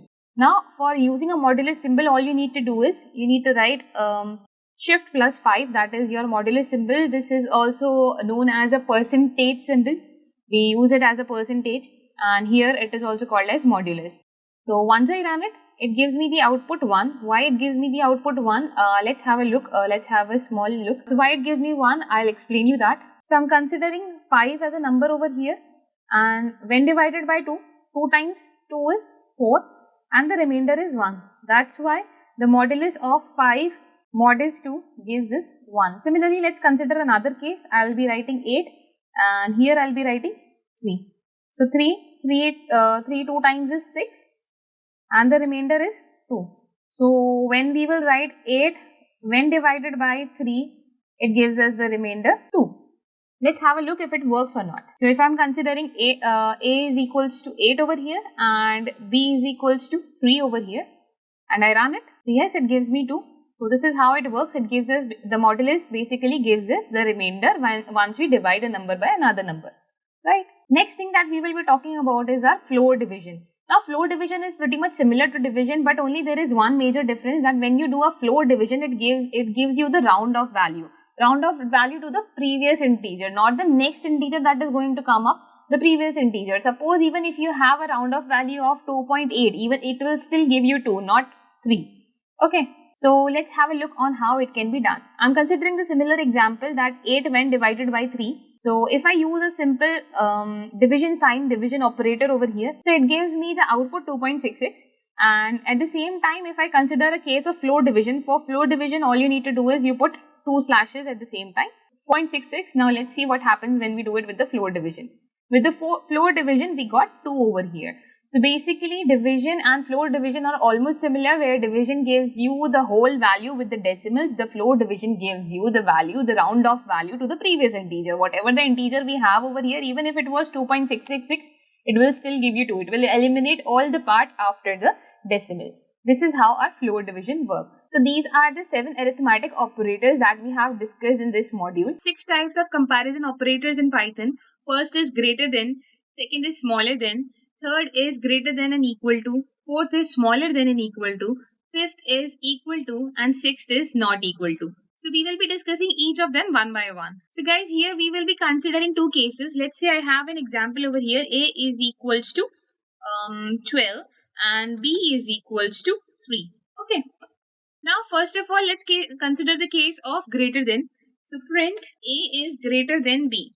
Let's run and see what output it gives us. It gives us true that yes, A is greater than B. Similarly, if we consider the case of smaller than, if I print A is smaller than B, it gives me false because A is a 12 and 12 is not smaller than C. That's why it gives me false. Talking about our third scenario, we have greater than and equal to. So A is greater than and equal to. In this case, suppose if I change the condition over here, that in both the variables I will write 12. And if I run it, it gives me true. Why? Because A is greater than and equal to 2. Now, greater than and equal to means it also counts the values which are greater than 12 and including the 12 itself. When we were using only greater than 12, it will not count 12 in that condition. But at the same time, if we consider the case of greater than and equal to 12, it will also count the 12 over here. That means that the number is, if the number is equivalent to the other number or greater than the other number. Similarly, smaller than also works like this. So if we write A is smaller than and equal to 12, it again gives us true. I'm putting it back to 3 now. Talking about equal to and not equal to. Now next 2 operators that we have are equal to and not equal to. Let's first consider the case of equal to. If I want to check that the value inside A is equal to the value inside B, all I need to do is I write A double equal B. Here we are not assigning A the value B. We are saying that the value inside A is equal to the value inside B. If it is yes, it will give us true. If it is false, if it is a no, then it will give us false. So if I run it, then we can clearly see that in both the variables we have 12, that the values of both the variables are 12. That's why it gives us true. At the same time, if I would have written 13 over here and would have run it, it would have given me false because the values are not similar. Here we are not talking about the data types, the both has integer. We are talking about the values over here. That here we have 12, at the other side we have 13. So 12 and 13 are not equal to each other. Similarly, we will be using our not equal sign. For not equal sign, all you need to do is put an exclamation mark followed by equal to sign. So we will be checking if A is not equal to B. So yes, A is not equal to B, that's why it's giving us true. As we can clearly see that the A's value is 12 and the B's value is 13 and they are not equal to each other. Here that is AND, OR and NOT. AND operator gives us true if both the conditions that we have given are satisfied. Whatever two conditions that we have given, if they are satisfied, it gives us true. Okay. Second is we have OR operator. OR gives us true if either one of the operands is true. Whatever conditions that we have provided, if any one of them condition also satisfied, then too it will give us true. Third is not. Not gives us the reverse of both of these operators. So if AND is giving us true and we have used not with it, then it will give us false. Similarly, if OR is giving us false, but at the same time if we have used not with it, then it will give us true. This is what AND, OR and NOT do. So let's understand it with the help of an example over here. So first of all, we will be talking about AND operators. So I'll be considering a case of a variable A is equals to 25. So I'll be printing over here that A should be greater than, let's say, 12 and A should be smaller than 35. Now let's run and see what happens. It gives us true. Why? Because here A is satisfying both the conditions that A is also greater than 12 and at the same time A is also smaller than 35. Let's consider a case where A is not satisfying any one of the conditions. So let's take an example that I am writing 45 over here. So 45 here is satisfying that A should be greater than 12, but it is not satisfying that A should be smaller than 35. So let's run and see. It gives us false. So if only one of the condition is satisfied, then too it will give us false. So AND will only give us true if it satisfies both the conditions. Now let's consider a case of OR operator. For OR again I am using 25 as a variable. So I'm gonna print over here that A should be greater than 12. And because we are using OR operator, I will use a OR in between, that A should be smaller than 14. Now, what is happening over here? The A is satisfying only one of the condition, that A is greater than 12. A is not smaller than 14, but it is greater than 12. So this was our OR operator, where even if one of the condition is also satisfied, it gives us true. Now let's talk about our NOT operator. So here again I am taking an example. A is equals to 25. So I'm gonna print NOT. And here I will be using our AND condition, because what NOT does, it reverses the output for AND and reverses the output for OR. So let's see, I'm writing A is greater than 12 and A is smaller than 35. Yes, it is satisfying both the condition. Not considering the NOT part, but this part is satisfying both the conditions. So according to AND, it should give us true. But because we have used NOT over here, that means it will give us false. Right? If at the same time I would have written over here 26, that A should be greater than 26 and A should be smaller than 35, it would have given me true, because it is not satisfying. AND means that it should satisfy both the conditions. So it is not satisfying both the condition. It would have given false for only AND part of it. But because we have used NOT over here, it is giving us true. Discussing about the assignment operators. So here assignment operators are used in Python to assign a value to a variable. For example, if I have written A is equals to 6, so A's value is 6. I'm assigning that 6 value to A. So that is called as assignment operator. So that is equal to over there is called as assignment operator. Now there are 4 types of operators over here that we have. First one is equals to, second is plus is equals to, third one is minus is equals to, and fourth one is multiply is equals to.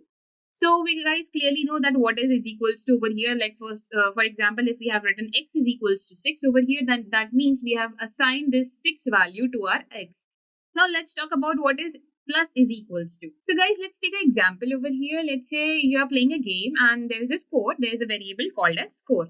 Okay, and we have this thing inside the game that every time we touch a coin, our score increases by 2 points. So what we will do, guys, let's say our score is initially 0 and we want to increment it every time it touches the coin. So what we will be writing? We will be writing score is equals to score plus 2. That means every time it touches the coin, the score increases by 2. Now there is one way of writing this. Okay, then there is our assignment operator plus is equals to, where we don't have to write it over and over again. All we can do is write score plus is equals to 2. These both things are the same. What this thing will do, what this equation will do, the second equation will do the same thing over here. So when we write score is equals to score plus 2, all we can do over here is we can write score plus is equals to 2. Similarly, if we have minus, suppose we touched an obstacle, we write it in this way that score is equals to score minus 2, right? So instead of writing score is equals to score minus 2, that means instead of decreasing it in this way, all you can do is you can write score minus is equals to 2. So it will do the same thing what this one is doing, but what it will do, it will just reduce your time. We can use a shorter statement instead of writing score is equals to score minus 2. Similarly, we have multiplication is equals to operator, where every time let's say you have touched a life or you have touched anything that comes once or twice in a game and your score gets multiplied by 2. Suppose your score is 100 right now, it gets multiplied by 2, it becomes 200 by touching that particular one thing. So in that case, what you instead of writing score is equals to score times 2, all you can do is you can write score multiply is equals to 2. So again here it will do the same thing that the first statement is doing, just it's a short method. So guys, these are our 4 assignment operators. First is equal to, second is plus is equal to, third is minus is equals to, and fourth one is multiplication is equal to. We'll be talking about identity operators. Items we have provided, it compares it and checks if they are from the same object type or if they have a same memory address. There are two types of identity operators that we have over here, that is and is not. Let's have a look on how it can be used in Python. So guys, to understand identity operators, I'm considering an example over here where I'm creating a one variable a is equals to 1 to 3 inside a string, while at the same time I'm considering a b variable which is equals to 4, 5, 6. Now we clearly know that first one is a string and the second one is an integer. If I'll write over here that print a is b, that A's data type is similar to B's data type. If it is same, it will give us true. If it is not same, it will give us false. Let's run and see. It is giving us false. Why? Because we clearly can see over here that A is a string and B is an integer, right? At the same time, if I write B is not, A is not B, which is true, right? Because A is a string and B is an integer, so A's data type is not similar to B's data type. So that's why it gives us with true.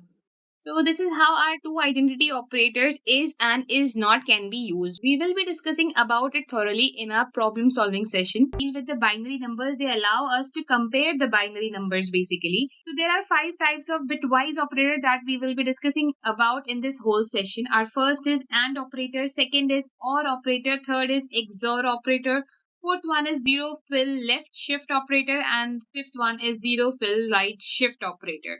Now let's understand what is AND operator. AND operator works like the AND gate over here, which gives the binary result of two zeros as 0, 1 0 as 0, 1 0 1 as also 0, but when it's 1 1, when there is a 1 1 in a binary number, it gives us 1. Let's guys, first of all, let's understand binary numbers to understand this method over here. So guys, first of all, talking about binary numbers, we all know there are two binary numbers, 1 and 0, where 0 indicates off and 1 indicates on. Correct. To find a binary number of any decimal number, we have a very simple method. We have a very simple formula over here. We will see what this formula is. For example, we have a binary number 8 over here. What we will do, we will keep taking an LCM over here with 2. Why with 2? Because binary itself means 2. That's why every time we will be taking an LCM from 2. Okay. So I'll create a small table like this. 2 when 8 when divided by 2 gives us 4 and the remainder is 0. Again I'll write 2 over here, that 4 when divided by 2 gives us the remainder 0, and here also we will be writing 2. Again I'll be writing 2 over here. 2 when divided by 2 gives us the remainder 0 and gives us the output 1. So we have 0 0 0 1 over here. This 1 will also come back to here. Now about binary number, that is one interesting thing, that we count the binary numbers from bottom to top. So we will not be writing 0 0 0 1 as 8. This will be wrong.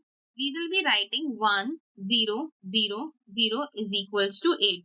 That means it goes from all the way downside to up. This is how we find a binary number of any number. So I'll be considering another example over here, that is 15. Again, I'll be creating this table. I'll be writing 2 over here. Okay.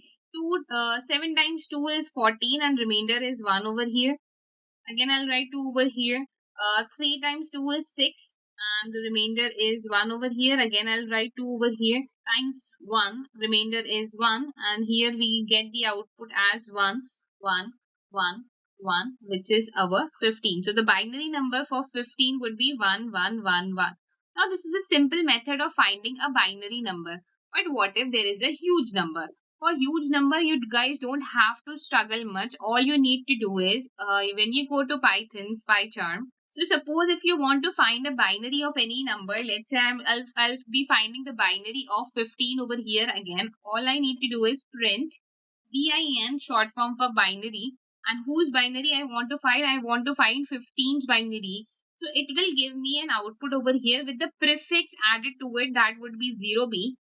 So 0b 1 1 1 1. So as we also calculated, it gave us 1 1 1 1, and here also it is 1 1 1 1. So if you want to find the binary of any number over here, let's say if I write it for 150, it gives me 0b 100 10110. This is how by this method you can find a binary of any number. You don't have to struggle much. But now you know what is the method also and how you can do it on Python as well. Similarly, if you want to reverse it, like till now what we were doing, we were converting the decimal numbers to binary. Now what if we want to convert binary number to decimal? For that also we have a very simple method over here. Let's have a look. So here I'll be writing conversion of binary to decimal numbers. Okay, so converting binary to decimal number is very simple. We'll start with 1. 1 when multiplied by 2 gives us 2. 2 when multiplied by 2 gives us 4. Why I'm multiplying it by 2 every time? Because we are finding it for the binary number, and binary, the word binary itself means 2. So every time we will be multiplying it by 2. Next is 8. 8 times 2 is 16. 16 times 2 is 32. 30 times 2 is 64. Let's consider it till here. Now suppose we have any binary over here. Let's say I have a binary 1110. Okay, I have this binary. I want to convert it to decimal. All I need to do is I'll start putting this below them. So 0 goes over here, 1 comes over here, 1 comes over here, and 1 comes over here. So what I will be doing, I'll be writing 8 multiplied by 1 as 8 over here, 4 multiplied by 1 as 4 over here, 2 multiplied by 1 as 2 over here, and 1 multiplied by 0 as 0 over here. So 4 plus 8 plus 2 will give us 14, and this will be the 1110 will be our binary for 14. And if you want to check, you can go and check with the help of the bin method as well to what is the binary of 1110, and you will get the output over there like this. Okay, so this is how we can convert binary to decimals and decimals to binary as well, right? Now let's understand with the AND method that how AND method works over here in Bitwise operator. So how AND method works over here, that whenever there is a binary, let's take example, I have one binary over here that is 1010, that is the binary of number 10, and I am taking another binary over here that is binary of 8, which will be 1000. Okay, I know this already, but you can also find it with the help of the bin method as well. Now what I will be doing, I will be comparing it over here. So it says that 0 0 operation gives us a 0. It will give us a 0.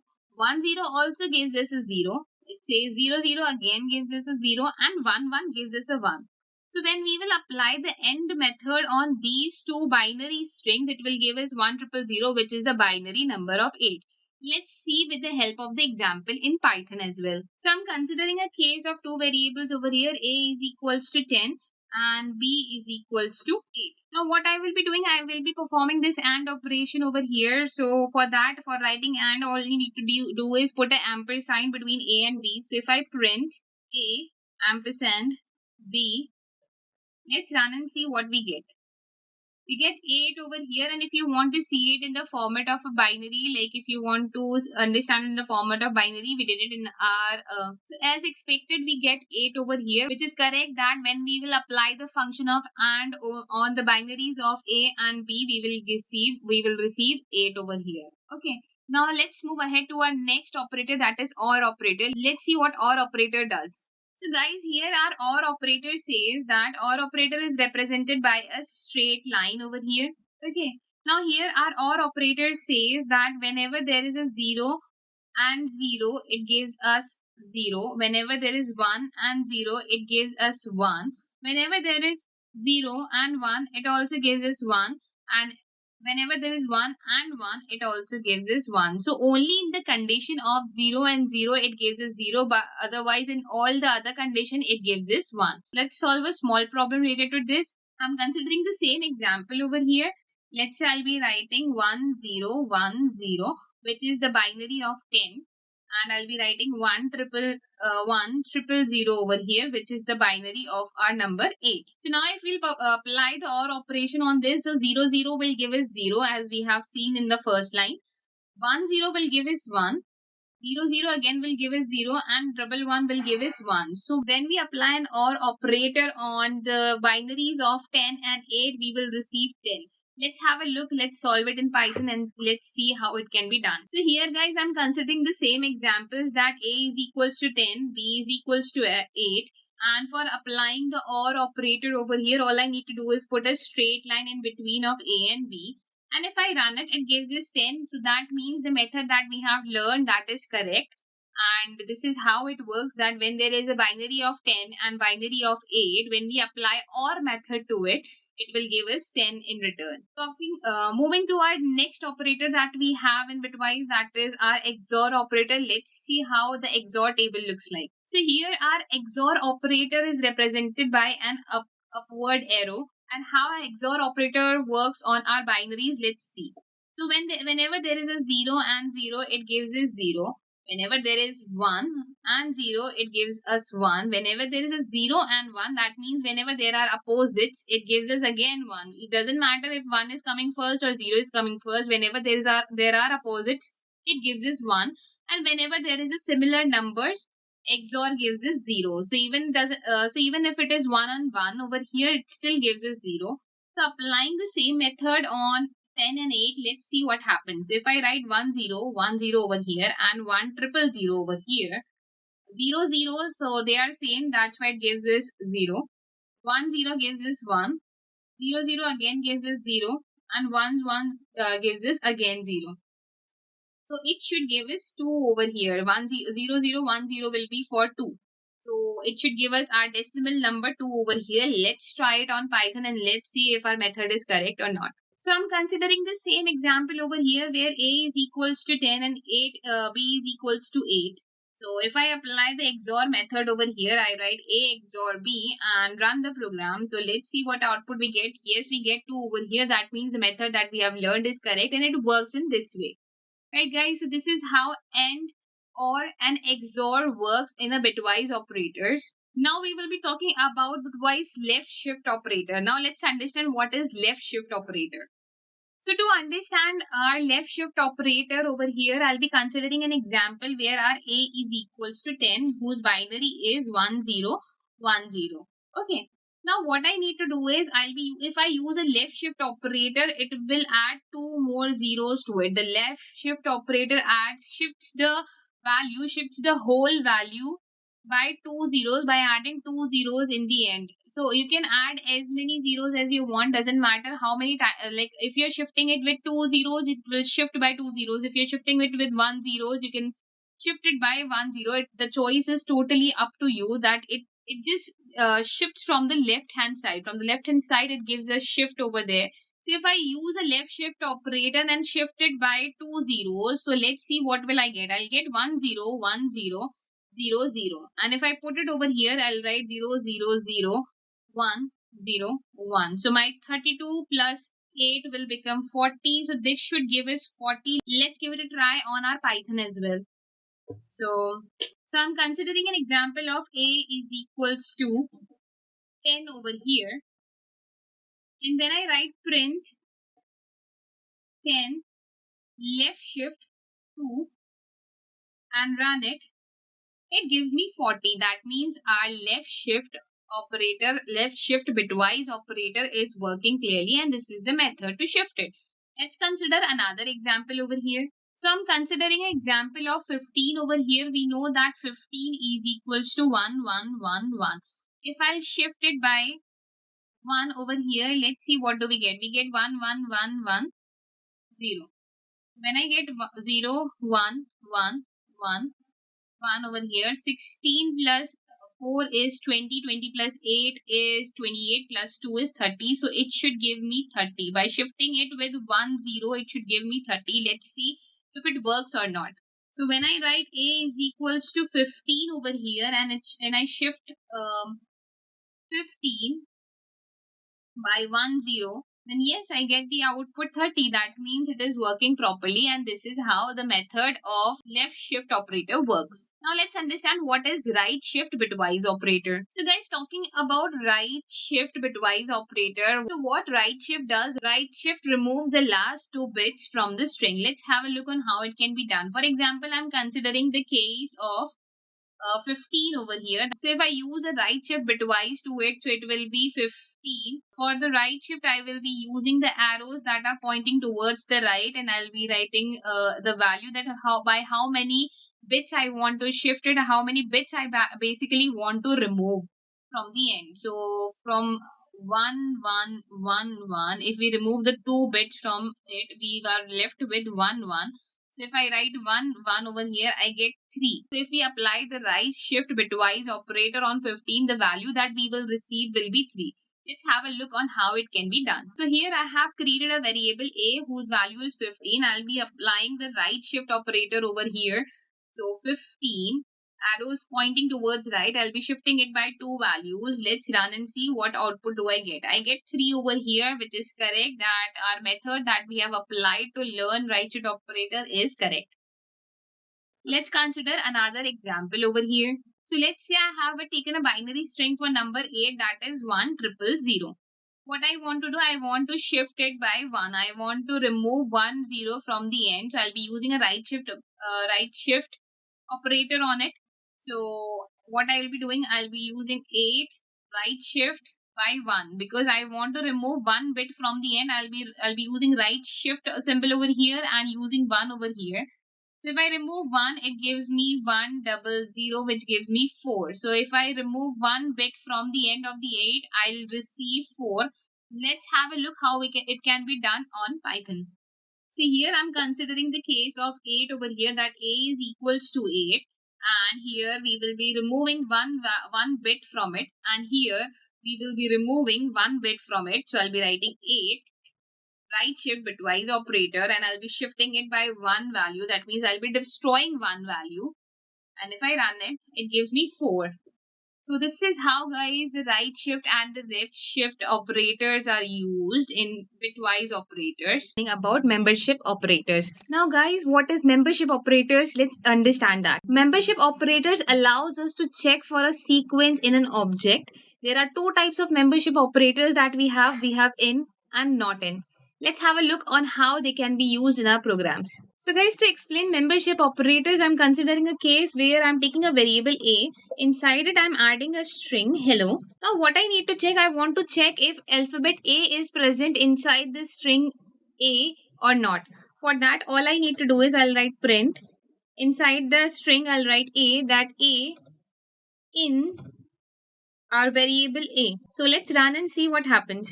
If I run it, it gives us false. Why it gives us false? Because we can clearly see that in the word hello, we don't have alphabet A. At the same time, if I would have written O over here and would have run it, it would have given me true. Why? Because yes, O is present inside A. Now considering the case of not in over here, I'm taking the same example. Here I will be checking O not in. That means if it is not there inside A.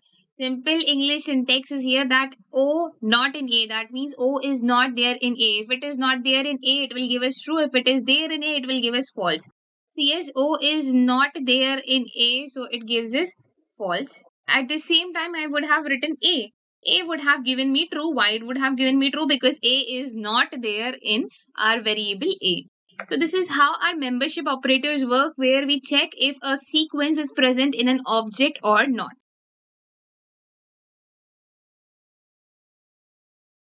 If you want to become a successful data analyst with WsCube's premium data analytics mentorship program. Then its cohort 2 is launching in September. The applications for this cohort has started already. So if you want to be a part of this journey, which is led by top industry experts coming from Amazon, Rapido, KPMG, Microsoft and WsCube Tech itself, where we will be training you for entire 5 months covering more than 20 projects to help you get placed easily. And don't worry about the placement because WsCube Tech has got you covered with that. So to join us in this program, apply now. Starting with a new topic that is called as conditional statement. Conditional statements here allows our computer to execute a program only if a condition is true. If it is not true, what does it do? It comes out of the body of that condition and executes the next part of the program. So here we have enlisted six types of conditional statement. We have if the statement, we have if else statement, we have if else statement, we have nested statement, we have shorthand if statement and shorthand if else statement. Of conditional statements we will be talking about its first type, that is if the statement. Now what is if the statement? If the statement is a very simple one line statement where you write a if, we give a condition and if it is true, the computer executes it. If it is not true, the computer can't do anything at all. Now talking about conditional statements. And inside conditional statements, we are talking about if this statement. Now, what is this if the statement? How it is written down? Let's consider an example. I am taking a variable called as marks. Let's say someone has scored 75 marks. Okay. I'll give a condition over here that if marks are greater than 80, in that condition, friends, you can buy a new phone. So only if a person is getting more marks than 80, then only is getting a new phone, else, okay, use your old phone. So I'm gonna run this code and let's see what happens. It's not doing anything. Why? Because the marks are 75. Let's see what if the marks are 90. Let's say a student has now studied for this exam very hard and scored 90 marks. And once I run it, it gives me the output, you can buy a new phone. So it is only executing it when the given condition is that if marks are greater than 80. If it is true, then only it will execute what is there inside the body of if. If it is not true, if it is not satisfied, it won't do anything at all. If I would have written anything inside the print statement at the bottom, let's say thank you, and I have changed the marks bar to 75 and I'll run the code, it only prints thank you because whatever the given condition was, it was not satisfied. So Python automatically moved out of the body of if and came back to thank you. And if it was again back to 90, so if I run it, I get the output, you can buy a new phone, thank you. Right? So this condition is only working if whatever condition we have given is satisfied. This is called as if the statement, where we only give one condition to our Python to execute. Okay, now what is if else statement? If else statement is used when we have two conditions, when we want to give two conditions to the computer, that in this, when we know key any one of these conditions will be satisfied. If not this, then definitely this will be satisfied. Let's talk about a number being positive or negative. So if a number is not positive, then definitely it's negative, or if a number is not negative, then definitely it's positive. Same goes for odd and even. If a number is even, it is not odd, and if a number is odd, it is not even. So we know that it will be either this or either that. So here we are giving two conditions to the computer, and if one of our given condition is false, the computer automatically executes the another condition. Right. Now let's see how to write it down. So in our conditional statements, I will be adding this new topic, that is if else statement. How to write an if else statement? Let's say I'm considering the same example which I took in the previous session, that is marks. Let's say someone has scored 75 marks. I'll give a condition over here that if marks are greater than 80, in that condition, print, again we are presenting the person with a new phone. So we'll write, you will get a new phone But what if a person is not getting more than 80? So either it can be more than 80 or less than 80. There is nothing in between, right? So else, one thing to remember about else, that with else we never write any condition. It is a rule. If you will write any condition with the else, it will throw an error. Suppose even if I try to write if else marks are smaller than 80, you can see there is a red line which is completely telling me, okay, this is the error. We don't have to give any condition with the else. And in the context of English language also, if and with the else we never give any condition. So yes, if and else. So if a person is not getting good marks, that is maybe he's getting less than 80, then we will snatch the phone that he already has. So you will not use your phone for a week. Okay, that's a good punishment, it seems. So if I run the code, it says you will not use your phone for a week because the person has scored 75. At the same time, if a person has scored 82. In that condition, if I run the code, it gives me you will get a new phone. So this is how conditional statement, if else statement is written, where you provide the two conditions. One which if not happens, then the second one definitely happens. That where we have two choices, that if one is not there, then the second one is definitely there. If the second is not there, the first is definitely there. Right. This was the example of if-else statement. I hope it is clear to you and you have no doubts, no questions. We will be doing more of these questions in our problem solving section. Then I guess if you even have a small doubt, then those will be cleared in the problem solving section. If-else statement, in this case, that if condition is evaluated first, if it is not satisfied, it goes to elif. If the elif is not satisfied, it goes to the next elif. It checks for the next elif, and if it is also not satisfied, it goes to next, and it keeps going on until the else. So you can increase the number of time of elifs you want to increase in your program depending on how many conditions you have to give. Okay, let's have a look how if elif else statement is written down. So here we will be starting with if elif else statement. So if elif else statements. Let's have a look on how they are performed. First of all, I'm considering the similar example that I have been using since session 1 of this module, which is our marks. So let's say someone has scored marks is equals to 75. Now I want to give a multiple conditions over here, that if marks are greater than 90, in that condition we will print 90 are really good marks, so a person can go to a trip for that. You can award a trip for that.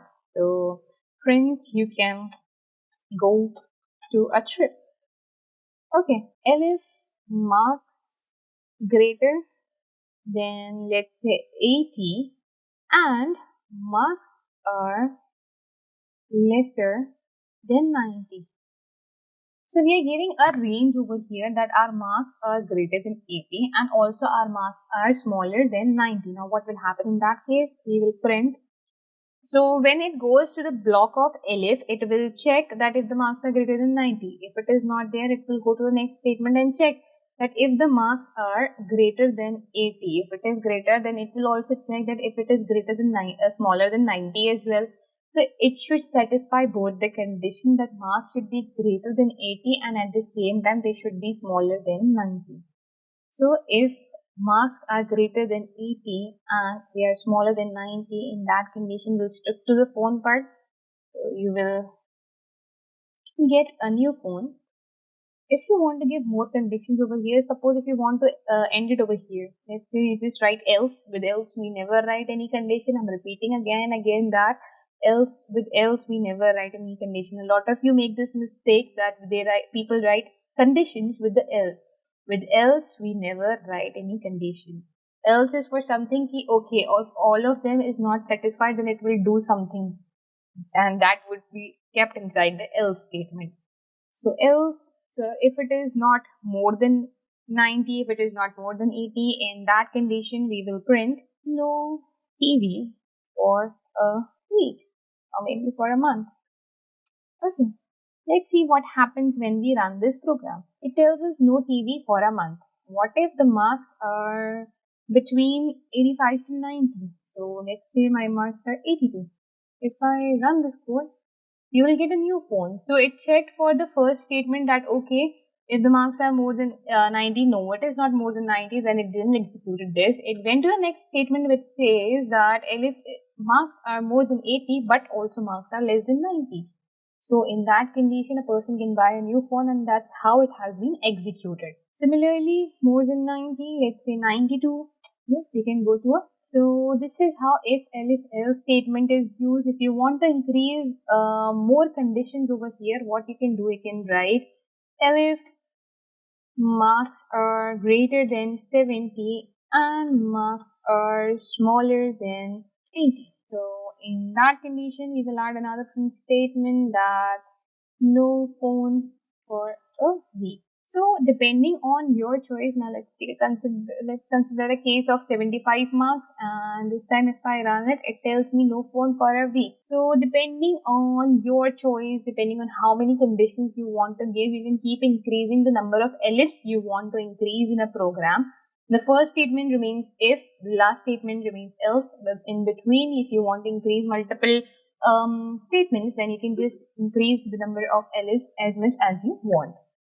So I hope this if, elif, else statement is clear to you and you have no doubts and no questions. We will be learning about nested if statement. What is nested if statement in the terms of definition? Here we have the whole definition on what is nested if statement, where if I explain it in a simple terms, it is that easy, that where computer executes one thing, but also if we give another condition that okay, if this thing also happened, we have another condition here which needs to be satisfied. So that is nested if statement, where we give condition inside a condition. Let's have a look at the example, that what example we can use as a nested if statement. So here we are going to discuss about nested if statement. So I'm going to write down nested if statement. Okay. So here I'll consider a condition. Again, the similar condition I'm going to use, that marks are is equals to 75. I'll give a if condition that if marks are greater than 80, in that condition print you will, or maybe we can just write good job this time, that good job. Okay, followed by some explanation to make it like a good job. Okay. Now I want to give another condition here, that what if a person has scored more than 80 and scored more than, like not just 80 but also scored more than 90, like a good job for 80, but if it is more than 90, I'll say something else as well. If it is not more than 90, then I'll just stick to something else. So let's say I'm gonna write over here that if marks are greater than 90, in that condition we will print excellent work. Okay. Else print you can do better next time. This is for this if, that if it is more than 90, we will say excellent work. If it is in the case of 80 only, we are still sticking to 80, that the marks are 80. But inside the 80, if it is more than 90, we will tell them excellent work. If it is not more than 90, we will tell them you can do better next time. But what if marks are not 80 as well? So for that, we will write another else condition, where we can print please do better next time. So let's run and see what happens when we run this code. It says please do better next time. Let's say my marks are more than 80 this time. So I'll write over here 82. So that means it will satisfy the first condition, that is if marks are more than 80, but it won't satisfy the second condition, that is if marks are more than 90. So it will say you can do better next time, because we have given a condition that even if it is more than 80, if they are greater than 90, we will say excellent work. If they are not greater than 90, we will say you can do better next time. Right? So good job and you can do better next time. So if it is satisfying 80, then good job. And if it is not satisfying 90, it says you can do better next time. If it satisfied both the ifs, that means both the ifs we are using inside the nested loop, then let's say I have 95. And if I run it, It gives me good job and also excellent because it is satisfying our first condition, that is the marks should be more than 80. Also, it is satisfying the another condition that we have given in if, that if it is more than 80, is it more than 90 as well?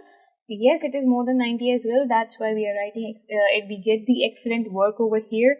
And if it is not more than 90, we can do better next time. Yeah. So this was the example of nested if statement where we have one if statement, inside that if statement we have another if statement. Shorthand if statement is used when we only have one if statement to be executed. Then we don't have to write in two different lines. We can also use this method, shorthand if statement, where we can write our condition in the single line and also our print statement in the single line. Let's have a look on it, that how it is done. So here we will be talking about shorthand if statement. I'll write it over here, shorthand if statement. Okay. Shorthand if statement, I'll consider the similar example that we have been using before, that is marks is equal to 75. Now, we will write a condition over here that if marks are greater than 80, in that condition print good job. Now let me run this code. So, okay, marks are not more than 75. Let's see with 85. It says good job. So here we can write the condition in one line. So we have two things. One is simple if statement where we can write the condition in the two different lines. It will also do the same thing, that good job. And this thing will also do the same thing, that after writing if marks are more than 80, we put a colon and write print good job. So this is called as shorthand if statement. It is just one another short method to write a single line condition. We will be also learning how we can write shorthand if else. If you want to become a successful data analyst or want to become a Python developer, and if you want to learn from our industry experts, then you can call on the given number or fill the form provided in our description. Not just that, with our every batch you will be getting 2 demo classes for free.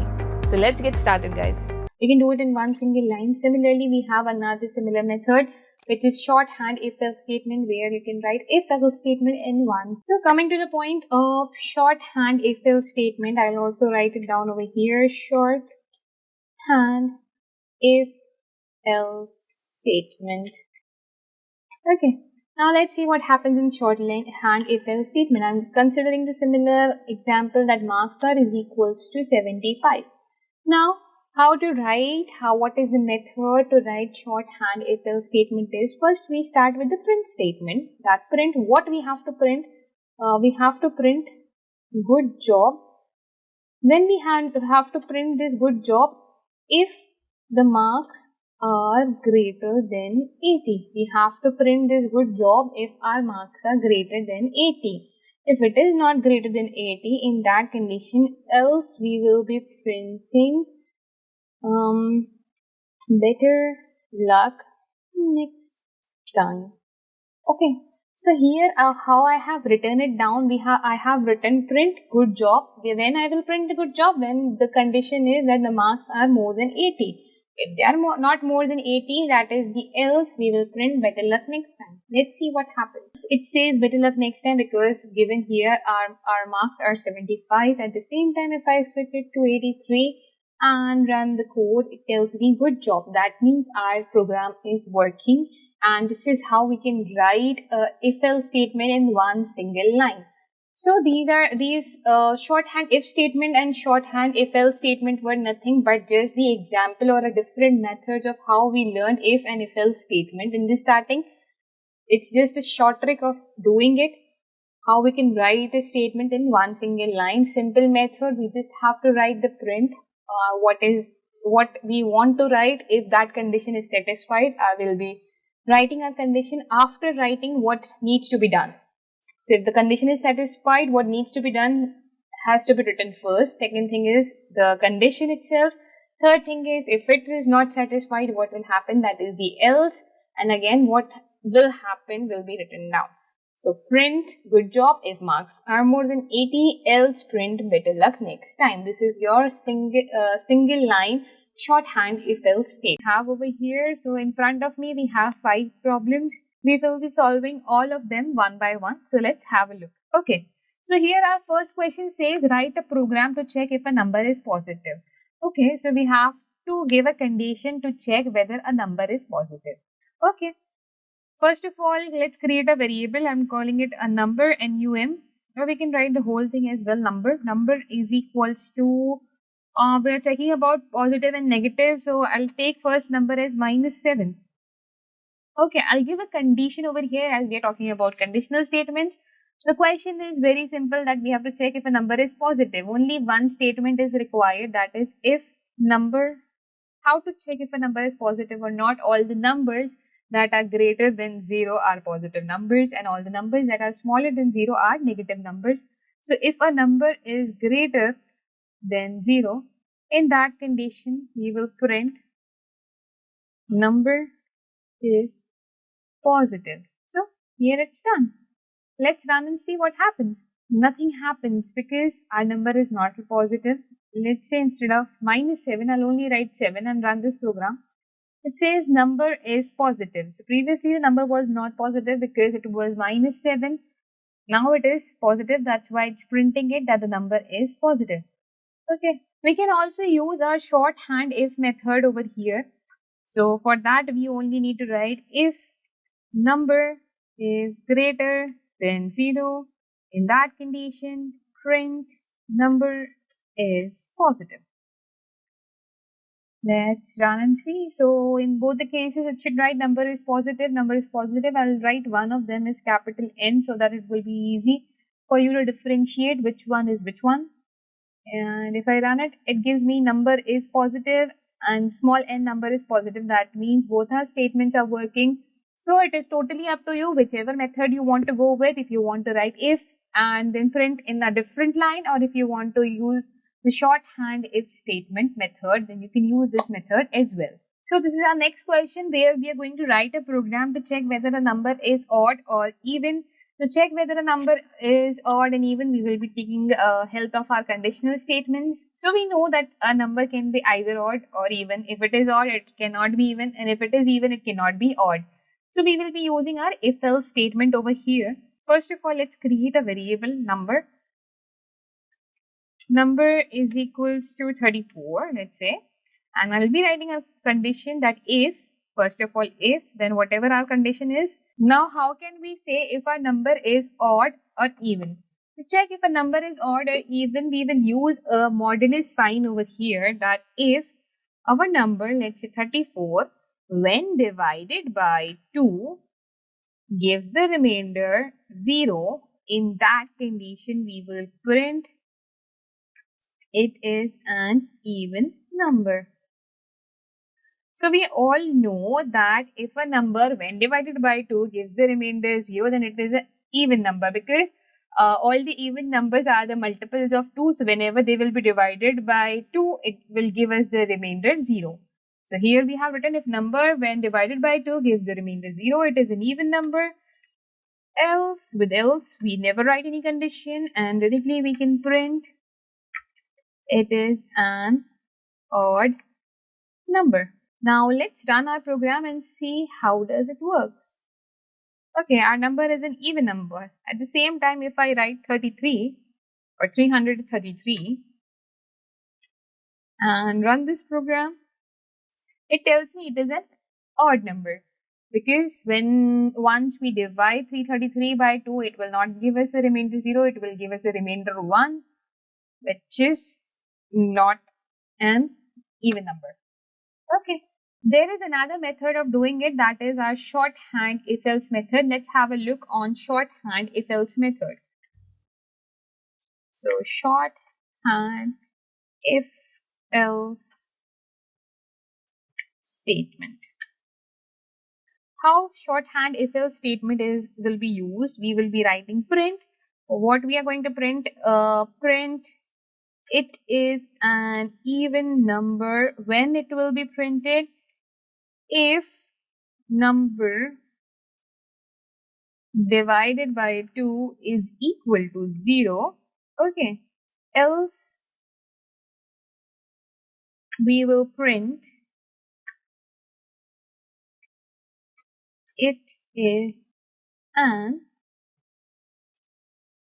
odd number. Now let's run and see. So for the shorthand method, I will also print over here that this is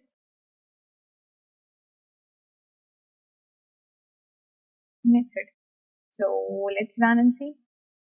This is shorthand method. Our shorthand method also says that it is an odd number, and our method that we normally use also says that it is an odd number. At the same time, if I switch it to any even number, let's say 56, and run it, both our methods will tell us that it is an even number. With the shorthand if else statement method, it also tells us that it is an even number. So we have solved this problem with both the methods. Now let's hop on to next problem. So this is our question number 3, which says to write a program to create a mini calculator. So let's create a mini calculator. To create a mini calculator, we need two numbers over here, one number 1 and another number 2, and we will be applying mathematical operations like addition, subtraction, multiplication, and division onto those two numbers. Okay.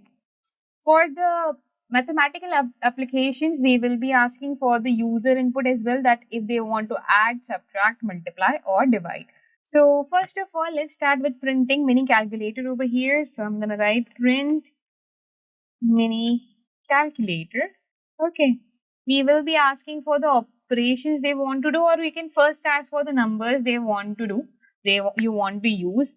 Okay. So number 1 is equals to, you can take the input in integer or float according to your choice. I will be taking it in float because while dividing it throws in errors.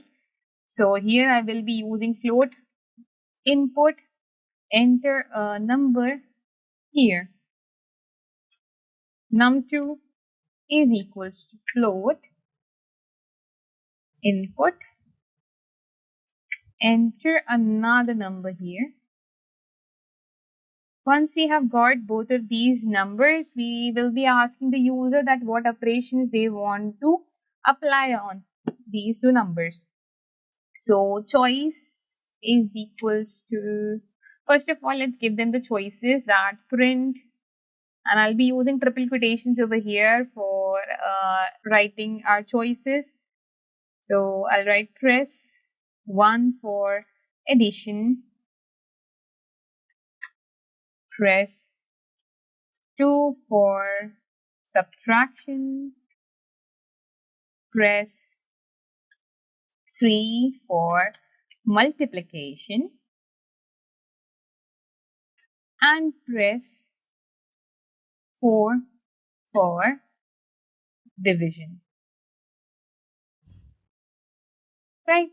Once we have given these 4 choices to the user, we will be asking for the input. So choice is equals to int. Now the choices is 1, 2, 3, 4. Very clear, it's an integer. So I'll be writing int. Input, enter your choice from 1 to 4. Right? We have used integer over here because choices are from 1 to 4. We don't need a float over here. That's why we are using integers over here. Now, depending on the choice of the user, whether they want to use addition, they want to do subtraction, multiplication, and division, depending on their choice, we will be giving this conditional statement. That what happens if they choose 1, what happens if they choose 2, what happens if they choose 3 and 4. Right? So let's start with if statement. Here it is, I guess it is very, very clear to you all that here we will be using if, elif, else statement. So if choice is equal to 1, that if a person chooses 1, in that condition, what we will do, we will print the addition of number 1 and number 2. So print number, or we can also write over here the addition of two numbers is, and I'll put a comma in between and write over here number 1 plus number 2. You can store it in a variable and then use it as well. Totally choice is up to you. So if you want to do it in this way, that sum is equals to number 1 plus number 2, and instead of writing whole thing over here,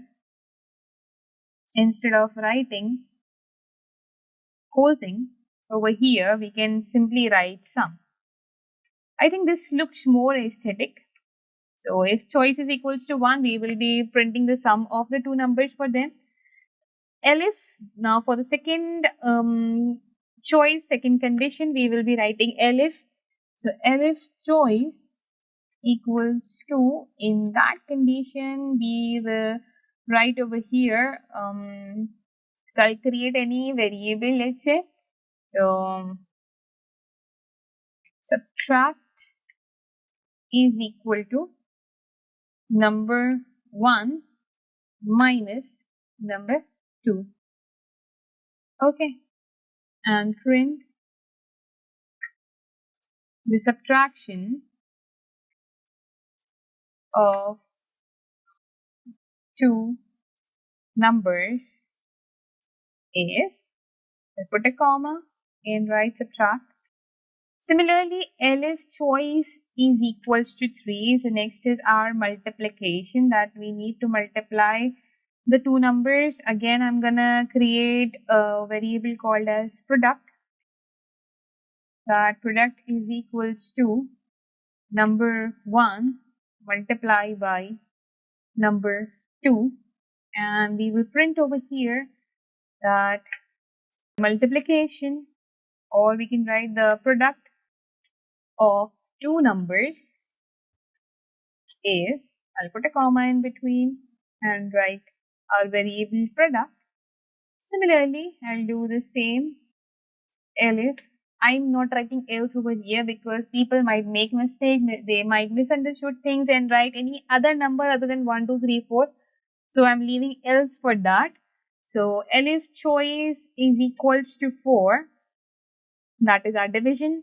So division is equals to number 1 divided by number 2. So here we will be writing print the division of the two numbers is, I'll put a comma in between and write division here. And lastly, the else, that if someone writes anything other than 1, 2 and 3, 1, 2, 3 and 4, so in that condition we will print for them invalid input. Now I guess my program is done, and let's run it and have a look on it. It says enter a number here. Let's say I'm writing 24. I want to subtract it, so I'll remove 4 from it. And what are the operators that I want to use on it? So I want to subtract, and I'll write 2. It gives me the subtraction of two numbers is 20.0, 20.0. Why? Because we have used a float. Yes, it's giving us the correct output. Let's try it with another number. I'll run the code, enter a number here, 3. Enter another number here, let's say 5. 3 times 5 is 15. We know that. Let's see if our program also knows that. Yes, 3 times 5 is 15. Next, I'll run the code once again, and this time I'm going to divide. So 10, and 10 when divided by 2 give the quotient 5. So let's write 4 over here. And yes, the division of the two numbers is 5. And lastly, let's check for addition as well. My number is, let's say 12, another number is 8. We know that 12 plus 8 is 20. Let's see if our computer knows it as well. Yes, so our program is working perfectly fine. This is how we can create a mini calculator. You can ask for the user input from the for the numbers from the user. Then you can ask them what operation they want to apply on it. You can switch the places of these things. You can, if you want, you can ask for the operations first, then ask for the user input. So it is totally up to you what operations you want to do on it and where you want to put on. And we can use multiple statements over here like if, elif, and else.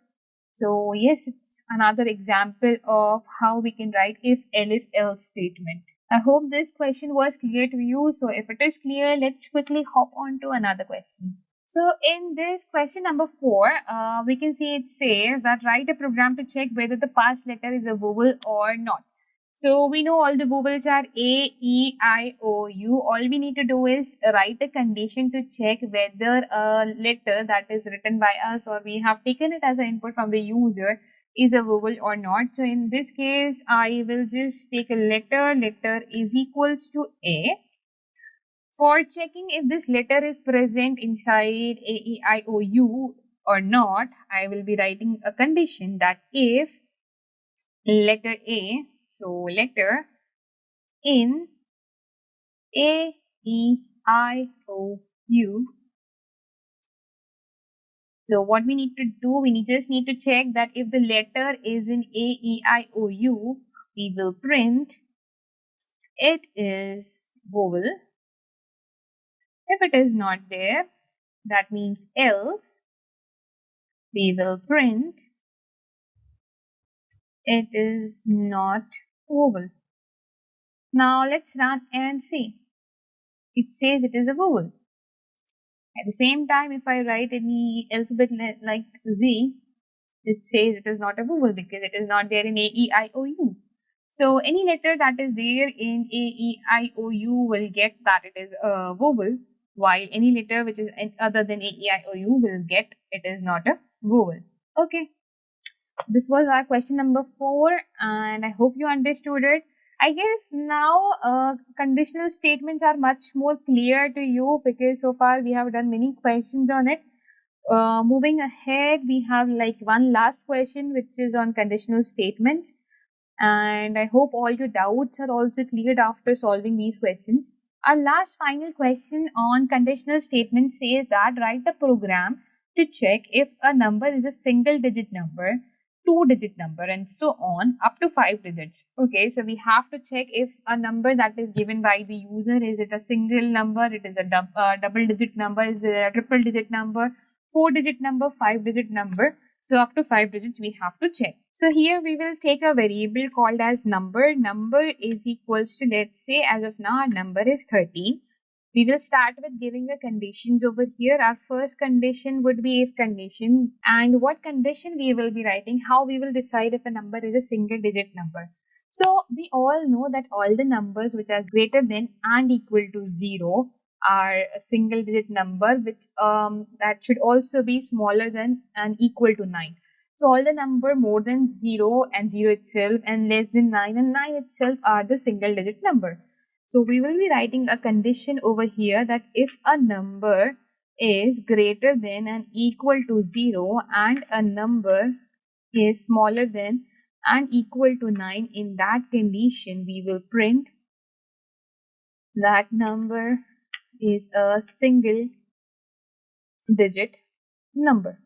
And if our next condition would be for the 2-digit numbers, we all know all the 2-digit numbers starts from 10 and ends on 99. So if our number is greater than and equal to 10 and our number is smaller than and equal to 99, in that condition we will print number is a double digit number. Similarly, if, so we have to do it up to 5 digits. 3-digit numbers are starts from 100, ends on 999. So number is greater than and equal to 100 and our number is smaller than and equal to 999. In that condition, we will be printing number is a 3-digit number, right? Similarly, we'll be doing for the 4-digit number that if number is greater than and equal to 1000 and so end here indicates that it should satisfy both the condition. The number should also be greater than 1000 and should be smaller than 9999. So it should be smaller than and equal to 9999. Okay, in that condition we will print number is a 4-digit number. And lastly, our else.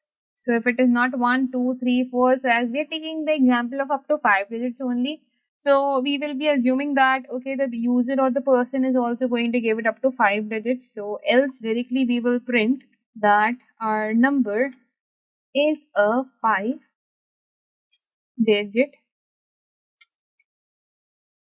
number.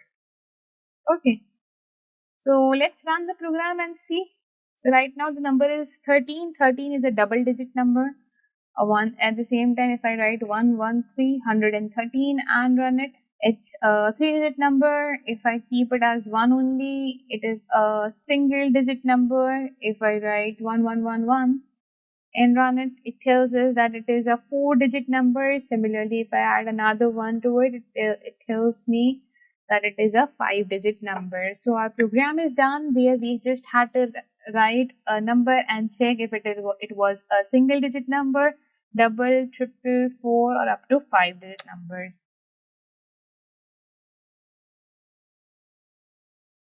If you want to become a successful data analyst with WsCube's premium data analytics mentorship program, then its cohort 2 is launching in September. The applications for this cohort has started already. So if you want to be a part of this journey, which is led by top industry experts coming from Amazon, Rapido, KPMG, Microsoft and WsCube Tech itself, where we will be training you for entire 5 months covering more than 20 projects to help you get placed easily. And don't worry about the placement because WsCube Tech has got you covered with that. So to join us in this program, apply now. Now, what is loop? You might have heard the term before, loop. Loop means something round, something, something which is round and repeating. So here also in Python, loop means to repeat something. Loop means to repeat something in the exact same way. For example, let's say if you want to write something and I'll give you a real life example. Let's first go for the real life example. Let's say you want to exercise, right? And a person tells you that you have to do some push-ups 10 times. Okay, so what you will be doing, you will be doing the exact same step, you will be repeating the exact same step, exact same method 10 times, right? Same thing is over here. Loop means to repeat something in the exact same way. Now in Python, there are different kinds of loops. Why different kinds are required here? Because we don't know how many times we have to repeat it. We don't know how much gap we have to give in between while we are repeating it. We don't know how long we have to repeat it. We don't know if we have to repeat it one time or we have to repeat multiple kinds of things multiple times. So that's why we have different kinds of loops over here. So we have a for loop, we have a while loop, we have a while true loop, we have a nested loop. Nested loop is a similar term. Like nested is a similar term. We it is quite pretty much similar to if conditional statement, but those were conditional statements and here it is loop. So yes, we will be discussing about the different kinds of loops in the upcoming session, starting with the for loop in our next session. So let's see what this for loop is. For loop is a loop that repeats something in a given range. That means in for loop we need to define a range. Now what is a range? Range is something that has a starting point, that from where we want to start this loop, it has the ending point, that where we have to end this loop, and then we have a step in between. For example, let's say there are stairs and you want to climb the stairs. Okay, so if your starting value would be 1. If let's say there are 20 stairs, then your ending value would be 21, because according to the loop syntax, whatever the ending point is, we will be adding 1 to it. So if the stairs are ending on 20, we will be writing 21 over there. And lastly, this step in between. Suppose if you're climbing the stairs by 1, 2, 3, 4, 5, 6, 7, 8, 9, 10, and so on, or if you're climbing the stairs like kids, like how kids do, like they skip the steps in between. Not just kids, we adults also do it sometimes. We skip the steps. So they going like 1, 3, 5, 7. So what is the gap in between? The gap is of 2 stairs, the gap is of 3 stairs. So that gap also we will be defining over here. So for loop basically has three things. It has a range in which we have a starting point, we have an ending point, and then we have a gap in between. If we don't need any gap in between, we don't have to define it. Now let's have a look on how we can write the for loop. So our topic is loop, and inside loop we are learning for loop today. So for writing for loop, the syntax is very simple. First of all, you write for. You create any variable over here. The variable name could be anything. I personally use I, that for I in range. Now don't confuse I with anything. I is nothing but just a variable over here. So for I in range, we can write anything. For a in range, for number in range, for any variable name you can insert over here. So I'm writing for I in range. Now we will be defining a range over here. Let's say I want to write all the numbers up to 10, right? So I will be defining a range over here, that for I in range 1, comma, I am not going to write 10 over here. I will be writing 11 over here, because as I said, the for loop follows the syntax where you have to add +1 to the ending number. So instead, if I want it to end on 10, I will be writing 11. I don't want any gap in between. I want to write all the numbers 1, 2, 3, 4, 5, 6, 7, 8, 9, 10. That's it. I'll put a colon over here, and inside this body of for loop, I will be printing this I. So let's run and see what happens. So it will print me all the numbers starting from 1, ending on 10. Because if I would have written over here 10 instead of 11 and would have run the program would have stopped on 9. It executes only up to 9 because +1 has not been added over here. So if I wanted to execute up to 10, I need to write 11 over here. Similarly, if you want your program to start from 0, you can just replace the starting value from 1 to 0. So your program will start from 0 and goes up to 10.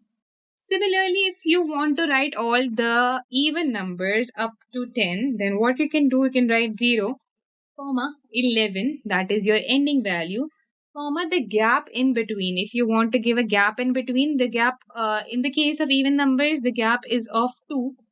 So yes, let's see what happens. So it's starting from 0 up to 10, it's writing all the even numbers. Same goes for odd numbers. For the odd numbers, the gap is of 2. The ending point will also remain the 11, but the starting point will change from 0 to 1 because 0 does not come in the category of odd numbers. The first odd number is 1. That's why we will be writing 1, 11, and 2.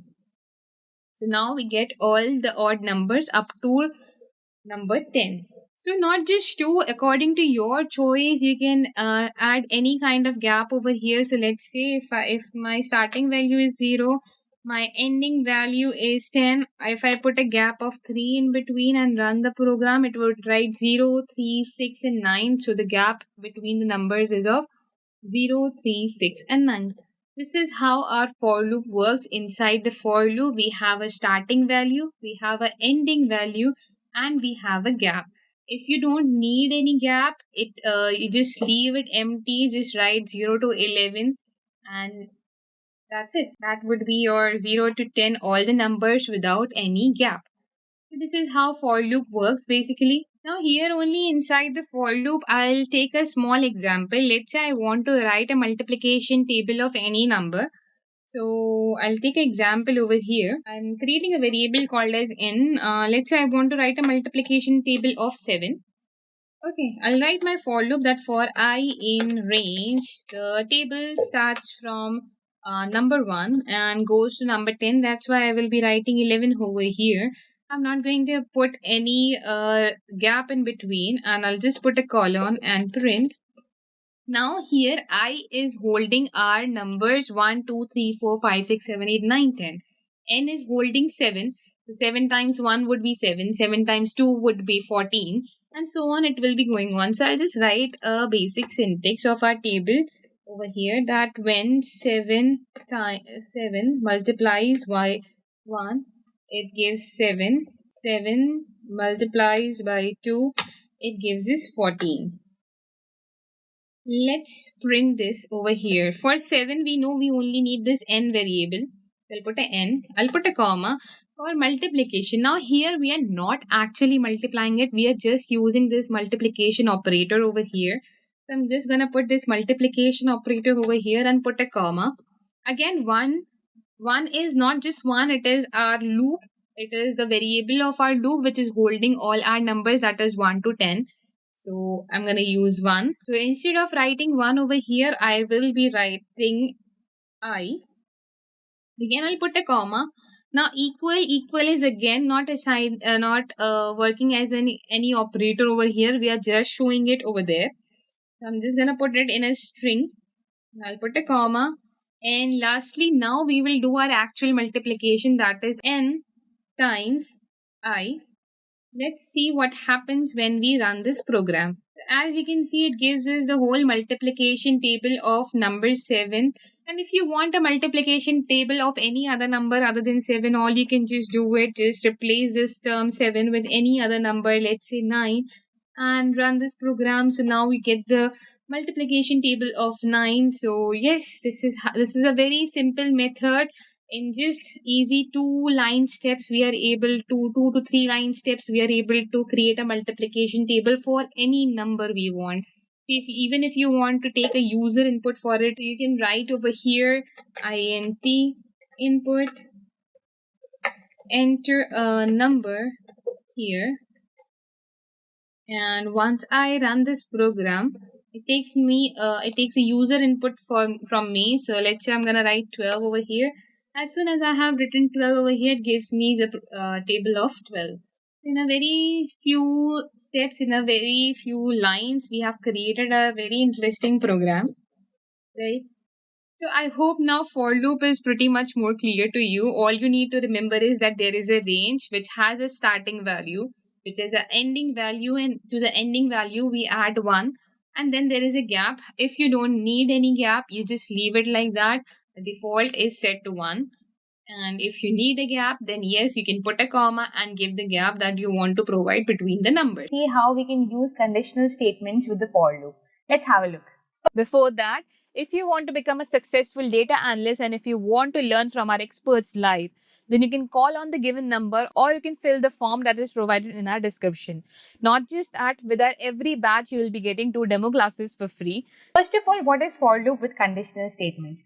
The use of if-else statement increases the ability of the loop to complete the task effectively. For example, so what we can do, when we are using a loop, we can provide conditional statement to use it for a special conditions that are there inside the loop. Let's have a look how it can be done practically. So here I'm gonna write for loop with conditional statements, right? For loop with conditional statements. Now first of all, how we write for loop, I'll be writing a for loop. Let's say I'll take a range up to 50.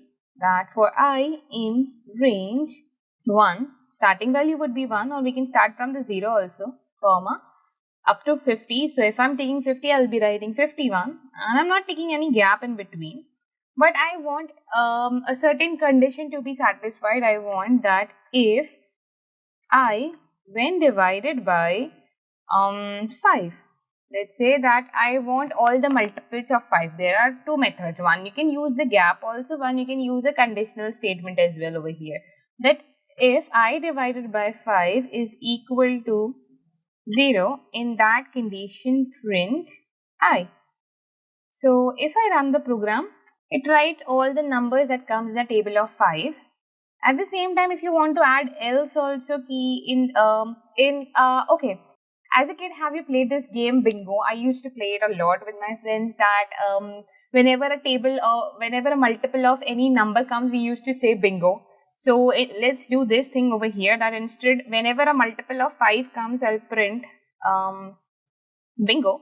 And whenever it's any other number other than 5, like other than a multiple of 5, in that condition, we will write that number. Like we used to say it in this way: 1, 2, 3, 4, and Bingo. So instead of saying again 5, we will be just saying bingo, and then 6, 7, 8, 9, bingo, right? So else print I. Now let's have a look how does this looks like. Okay, so it's writing 1, 2, 3, 4 on the multiple of 5, bingo. 6, 7, 8, 9 on the multiple of 5, bingo. 11, 12, 13, 14 on the multiple of 5, bingo. So here along with the for loop, we can provide for a special conditions that whatever conditions we want to give, we can give over here and it will execute that. Also, let's say I'm writing a program to enter multiples of 3 and 5 up to number 50. So let's see how we can do that. So for I in range 0, 51, we can use 1 also over here. So I'll go with 1, 51. And if I when divided by 3 gives the remainder 0 and I when divided by 5 gives the remainder 0, in that condition we will print I. Now let's run and see what happens. I'll put the previous one inside the multi-line comments and let's run it. Okay, so it gives me 15, 30 and 45. So up to 50 there are only 3 numbers in which are the multiples of both 3 and 5, which is 15, 30 and 45. So here you can see we can use a for loop and provide with the special conditions that we want to use, and it makes our program more effective. Conditional statement has a vast application and we will be using it with various types of functions. I hope the for loop with conditional statements is now pretty much clear to you. Starting with the while loop. Now, what is while loop? Let's talk about that. While loop is a kind of a loop that executes till the given condition is true. Now, what does this thing mean? Okay, let's give you an example. Let's say I will tell you that eat food until you are hungry. So what you will do, you will keep repeating the same method. You will keep eating the food in the same way until you are hungry. As soon as you're not feeling hungry anymore, you will stop eating food. That means same thing happens with the while loop as well, that whatever condition is given to the while loop, whatever condition is given to the while loop, till the time that condition is true, it will keep executing it, it will keep repeating it. But as soon as the condition is false, it will stop repeating it. In the for loop, you notice that the increment was done outside the loop. That means in the body, inside, it was not there inside the body of the loop. It was there when we are writing the loop itself. Here in while loop, it is a bit different that increment is done inside the body of while loop. Let's have a look first at how to write a while loop. So we will be talking about while loop over here. We will see how to write a while loop. For that, we will first give any variable. Let's say n is equals to 0. Okay. So I'm providing a condition over here that while n is smaller than and equal to 10, in that condition print n. So very simple syntax over here, that while n is smaller than and equal to 10, in that condition, that means we'll put a colon over there and print n. We will be keep printing n. Now, as you remember, I told you that the increment over here is done inside the loop.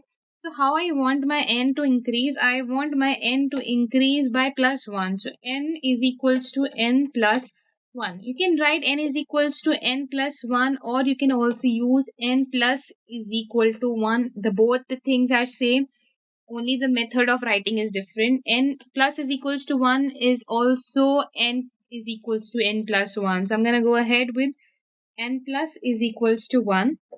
Now let's run and see what happens. If I run this code, it starts from 0, that is our starting value 0, and it ends on 10 because the condition we have given here is that while n is smaller than and equal to 10, we have to repeat it as soon as this condition is false. That means when as soon as the number will become 11, so the next number would be 11. In that case, the condition will become false and it will stop executing, so it will only execute up to 10. And here increment is done inside the loop. So if you want to increase it by 2 every time, then starting value is 0 and you want to obtain all the even numbers up to 10, we can do this. So it gives us 0, 2, 4, 6, 8 and 10, which are all the numbers up to 10. Similarly, if you want odd numbers, all you need to do is replace this 0 with 1. And if I run this program, we get all the odd numbers, that is 1, 3, 5, 7, 9. So these are some examples of while loop. Another very useful method of using while loop is, let's say I'm creating a variable called as k. K is equals to yes. Okay. Now if I give a condition that while k is equal to yes, in that condition ask for a user input that number 1 is equals to int input, enter a number here. Similarly, I'll write number 2 is equals to integer input, enter another number here. Let's say we want to add these numbers, so I'll print number 1 plus number 2. Okay, now what I want to do, let's say once I'm done with adding one numbers, I want to add more numbers. So what can I do? I can use the while loop to repeat it as many times as I want. So I'll ask for a choice that k is equals to input. Do you want to add more numbers? And as we can see, we have given a condition over here that k, if the value of k is yes, it will repeat it all over again. Now let's run and see what happens. So it gives me okay 1 to 9 numbers from our previous program, and here it asks me for a number. Enter the number here. Let's say I'll write 23. I write 45. It gives me 68. Do you want to repeat again? Yes. It again asks me enter a number here. So 45 plus 78 gives me the output 123. So as many times as I will write yes, even if I write yes again, it will keep repeating. It won't stop because we have provided it with the condition that if k is equals to yes, it will keep repeating. If it is anything other than yes, so let's say this time I'll write no. So here our loop stopped. So it was only executing till whatever the condition that we gave was true, and the condition was that k should be equal to yes. So these are two kinds of ways where we can use while loop. While loop, yes, again has a vast applications. While loop is a loop that executes till the condition is true. Whatever condition you have given, till the time the condition is true, it executes it, and as soon as the condition is false, it stops executing it. That was our while loop. Now this while true seems similar to our while loop, but there is a small difference over here. Here while true is an infinite loop. Infinite loop means this loop never stops. Now what does this mean by a loop that never stops? Let's have a look on that. So how to write a while loop is really very simple. All you need to do is you need to write while and capital T true. Remember guys, don't write small t true, you have to write capital T true, that while the condition is true, it will keep doing it. Let's say I'm just gonna write while condition is true, print n. Let's create a variable on the top, that there is a variable n. So I'm gonna create a variable n whose value is 0, and this n, increment of this n will be by +1, so n plus is equals to 1. Let's have a look what happens when I run this program. As you can see at the bottom over here that this loop is not stopping. It keeps increasing, and it's not stopping, and it won't stop because it is a infinite loop.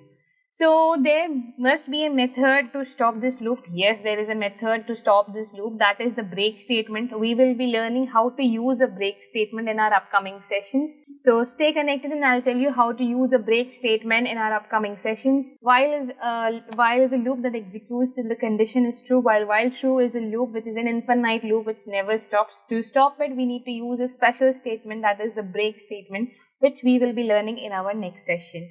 So here in today's session, we will be learning about nested loops. Nested loop, I think the term seems a bit familiar to you. In our module with conditional statement, we learned nested conditional statements, where there was a condition inside a condition. So when there is a condition inside a condition, that is called as nested conditional statement.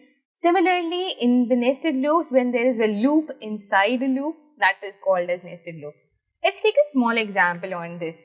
Okay, let's say a person is exercising and a person comes and tells them that you have to do a 10 push-ups. Okay, so 10 push-ups. So a person will count to 10. That means a loop will be used over there that from 1 to 10 he needs to do a push-up. So 1 to 10 is like one loop. But what if a person comes and tells that you have to do 3 sets of 10 push-ups? So how it will go? For like first set 10 times, again second set, again 10 times, again third set, again 10 times. So here two loops are working at the same time. One is counting 1 to 10 3 times, one is counting the 3 times, that okay 1 to 10 1 time, 1 to 10 2 time, 1 to 10 3 time, and one is counting 1 2 3 4 5 6 7 8 9 10. Again 1 2 3 4 5 6 7 8 9 10. Again 1 2 3 4 5 6 7 8 9 10. So two loops are working over here at the same time. That is our nested loop. That is our example of nested loop. That when there is a loop inside a loop, that is called as nested loop. Now let's have a look how nested loop looks like. For nested loop, you can use any kind of loop. A for loop can also be converted into nested loop, and a while loop can also be converted into nested loop. Let's first take example of our for loop. Okay, suppose I'm writing here for I in range 1, 6, that I'm taking a range up to 5 numbers. Starting value would be 1 and ending value would be 5. What I need to do is, as we are talking about nested loop, I'll create another loop inside it, that for, let's keep its name as j. So for j in range, this range will be starting from 1 and ending on, let's say, 10. So that's why I'll be writing 11 over here. I'll put a colon, print j, and for I, I'm not gonna print anything. So print I will basically count how many times this j will come. So j is counting our 1 to 10 numbers, and how many times this j is coming, that I will be counting. So let's run it and have a look on it. So as you can see, okay, it's writing 1 to 10 5 times. So let's say someone is doing 5 sets of 10 push-ups. 1 to 10, 1 time, 1 to 10, 2 times, 1 to 10, 3 times, 1 to 10, 4, and 1 to 10, 5 times. So this is how a nested loop is written down. And if you want to write it in a row, there is a method that after j you can put a comma, write end, that is the end, is equals to open quotations, close quotations, and leave it. Now, if I run and show it to you, this is how it looks like. So, end is equals to open quotations, close quotations will shift your whole loop in one line, whole j loop in one line. Okay. So, basically, you will notice over here that I here is counting our rows, while j here is counting our columns. So, we have rows and columns over here. With the help of nested loop, guys, we can also solve pattern problems. Let's have a look at one of the pattern problem we have. So all I want is, I want to create a right angle triangle with asterisk symbol. So let's see how it can be done. So I'll be creating first of all my rows, that for I in range, starting from 1 ending on, let's say, 10, that I need 10 rows. So I'll be writing 11 over here. I'll put a colon, and for j in range 1 comma. Now how I'm going to solve it? Because it is a right angle triangle, every time a new column will be added. In first time there will be 1 star, second time there will be 2 stars, then 3, then 4, then it keeps going on, so on, right? So every time one new row will be added. So what I'll do, I'll write I plus 1 for the ending one over here, that every time a new row will be added. And I'm going to print not j, but here, as I told you, I'm going to create a right angle pattern with the help of a star, that is this asterisk symbol. So I'm gonna use a asterisk symbol inside the double quotations, put a comma, write end is equals to open quotations, close quotations, give a space in between, and for print statement, I'm just leaving it like that because I is just counting how many times j will occur. It's not printing anything. We are not going to print the I. I is only used over here to count how many times the j will occur. So let's run the program and have a look what it creates. Okay, so it has created a nice pattern of asterisk symbol in a right angle triangle formation. There are so many patterns that we can create with the help of the nested loop. We can solve so many pattern problems with the help of the nested loop. We will be having a look on some of them in our problem solving section, and we will be solving problems related to them. And the continue statements which are used with the loops. I repeat, break and continue statements are only used with the loops. Without the loops, you cannot use the break and continue statement. So first of all, before we start understanding what is break and continue statement, let's have a small recap on what we have learned in our previous session. So in our previous session, we covered the nested loops and how we can solve pattern problems with the help of the nested loop. We tried solving one problem. We will be solving more problems in our problem solving section. So stay connected and make sure you watch the problem solving section. And here, coming back to break and continue statement, let's first understand what is break and continue statement. So continue statement is a special statement which is used when you want to skip a particular condition inside a loop. Okay. Let's take an example for this. I'll give you an example, and plus at the same time I'll be executing it in a practical method as well. So talking about the continuous statement. Yes, as I said, continuous statement is a statement which skips a particular condition. Let's take an example that you are on a road trip and you are controlling your playlist. You have a playlist of, let's say, 20 songs. So first of all, let's write that much, that we have a playlist. So for I in range, so let's say you have a range of 20 songs. That means you have a playlist of 20 songs. So I'll be writing 1 comma 21 over here. And I like all the 21 songs, but let's say one of a friend who is with me or one of my family member who is with me, they don't like the song number 15. So I want to give a special condition that play all the songs but don't play song number 15. Okay. So what will happen whenever the song 15 comes, it should skip the song number 15 and directly move to 16. Let's see how it can be done with the help of a program. So here we have a special condition that if our I is equal to 15, in that condition we will write continue statement. The continue statement will skip this particular condition, that when I is equal to 15, it will continue. Continue means it will skip the step and continue with the loop. It won't break the loop over there, that the loop will not stop working after 15. It will just skip that particular statement and continue with the next part of the loop, that is number 16.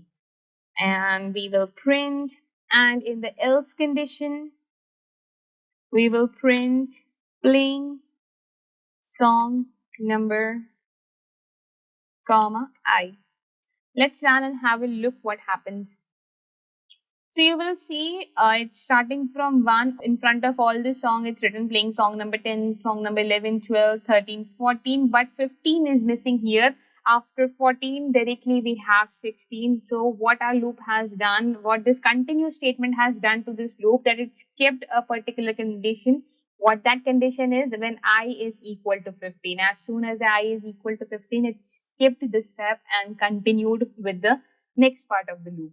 This is our continue statement. Let's take another example with the continue statement. For example, let's say I'm taking a string over here, that A is equals to any string, let's say Python. Okay. Now for I in A. We are not taking a range over here because we have Python itself as a string. So we are not taking a range. We don't need numbers over here. We here have a string A. So for I in A. So what I need to do is, if I want to skip any of the alphabet over here, that I want to, let's say, skip alphabet H. So I'll give a condition over here that if I is equals to capital H over here, we will continue, else we will print I. Let's run it and have a look. So it's writing Python. It's not writing H over here. It completely skipped the H and moved to the next letter, that is O. So this is how our continue statement works. It skips a particular condition given by the user and continues with the next part of the loop. I hope the continue statement is now clear to you. Now we will be moving towards our break statement. So let's understand first what is break statement. The break statement is used when you want to completely destroy a loop after reaching a certain condition. We provide it with the condition, and once it comes to that condition, it completely breaks the loop. That means the loop will not execute anymore at that particular condition. The loop will be destroyed. So let's have a look how to write a break statement.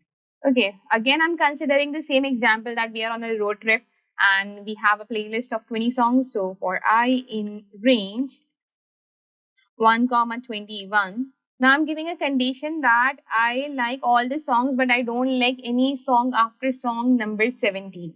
17 itself, and after song number 17 I don't like any song, or any of my friend doesn't like any of the songs after song number 17. For that, what we will do, we'll give a condition over here that if I is equals to 17, in that condition break the loop, else print, and I write over here playing song number I. So if I run this program, let's see what happens. So as you can see, it started from 1 and it goes all the way to the song number 16, but it's not writing song number 17, 18, 19 and 20. Why? Because we have given a special condition over here that if I is equal to 17, when it comes to the point when I is equal to 17, you have to break the loop. Break the loop means completely destroy the loop. You don't have to execute it anymore. Now here you can see that okay, why it is required that if you want to skip a particular whole condition, like destroy the whole loop at a certain condition, why it is here in the for loop. Let's have a look at its application in while loop. As I explained you in our while true loop, that to break the while true loop there is only one method. We use the break statement. So let's have a look how we can break a while true loop. So I'm gonna write over here break statement. So here I have written, guys, break statement. With the help of break statement, we will be breaking our while true, that is our infinite loop. Let's have a look on how it can be done. So here I'm writing while capital T true. So while true, what we are going to do, we are going to add two numbers and then we are going to break this loop. Okay. So here I'll be asking for a user input for number 1. Number 1 is equals to int input. Enter a number here. Another input I'm taking, number 2 is equals to integer input. Enter another number here, right? After this, what I'm going to do, I'm going to add both the numbers. So I'm creating a variable called as sum is equals to number 1 plus number 2, and we are going to print this sum. So this is some basic program. Now what I'm going to do over here, I'm going to ask for a condition that if they want to repeat it or not. If a person wants to add more numbers, let's say you have added 4 plus 5, now you want to add more numbers. So I'm going to ask user for a condition that choice is equals to input. Do you want to add more numbers? Question mark, and give your answer in yes slash no. I'm telling the user that give your answer in yes or no. Okay.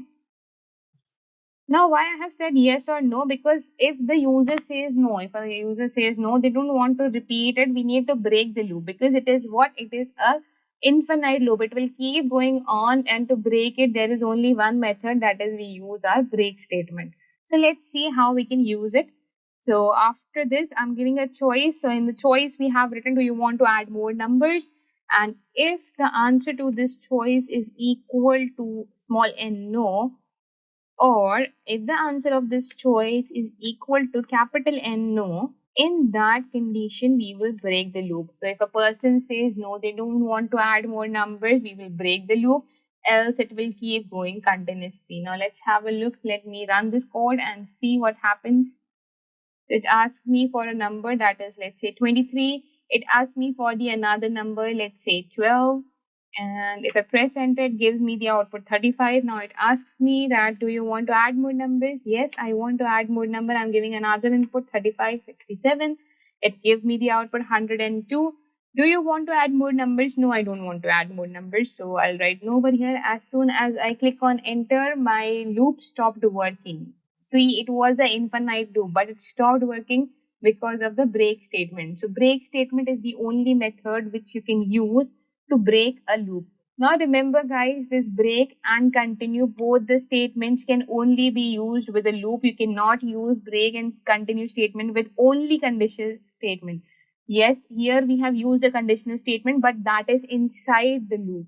Okay. So only when there is an involvement of a loop, then only we can use the break and continue statement. Alone with the conditional statement, you cannot use break and continue statement.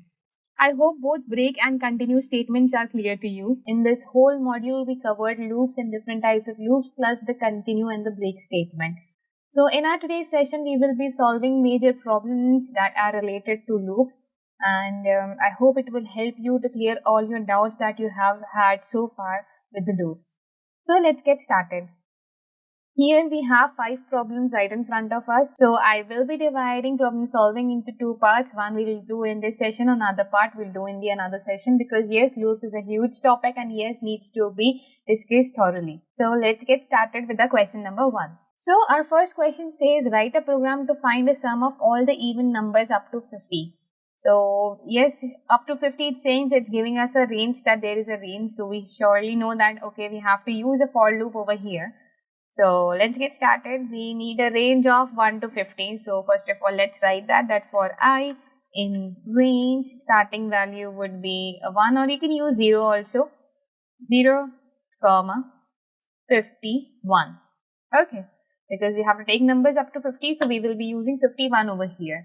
Now what we need to do is we need to find the sum of all the even numbers. First of all, we have to find the sum. So let's create a variable on the top. So I'm creating a variable over here, sum, whose value is 0 right now. Right now the sum is 0.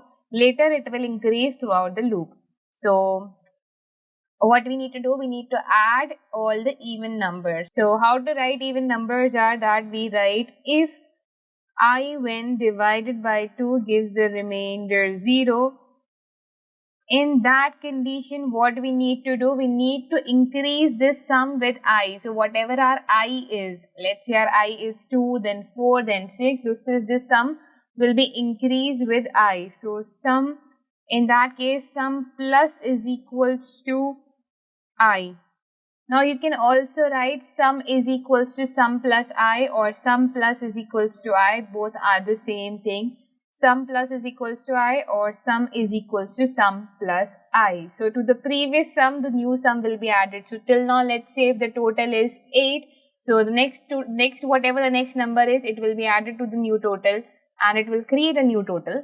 So now we have a new total. Now new number will be added to it. Again, it will create a new total, and with the previous total, it will keep adding the new numbers.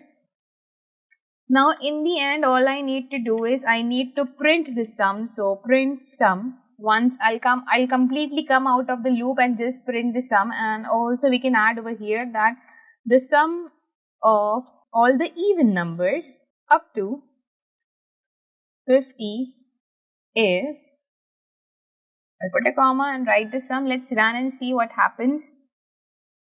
So if you even check on the internet, the sum of all the even numbers up to 50 would be 650. So this is how it works. This is how you can solve our first program, where we just had to create a variable called as sum, whose value was 0, whose value was initially 0, but then in throughout the loop, every time when there is a even number occurring over there, this whatever the even number would be, it will get added to the sum. This is how you can find the sum of all the even numbers up to the range of 50. This was our first problem. Now moving ahead to our second problem. So guys, here we have our second problem. Our second problem says that write a program to write first 20 numbers and their squared numbers.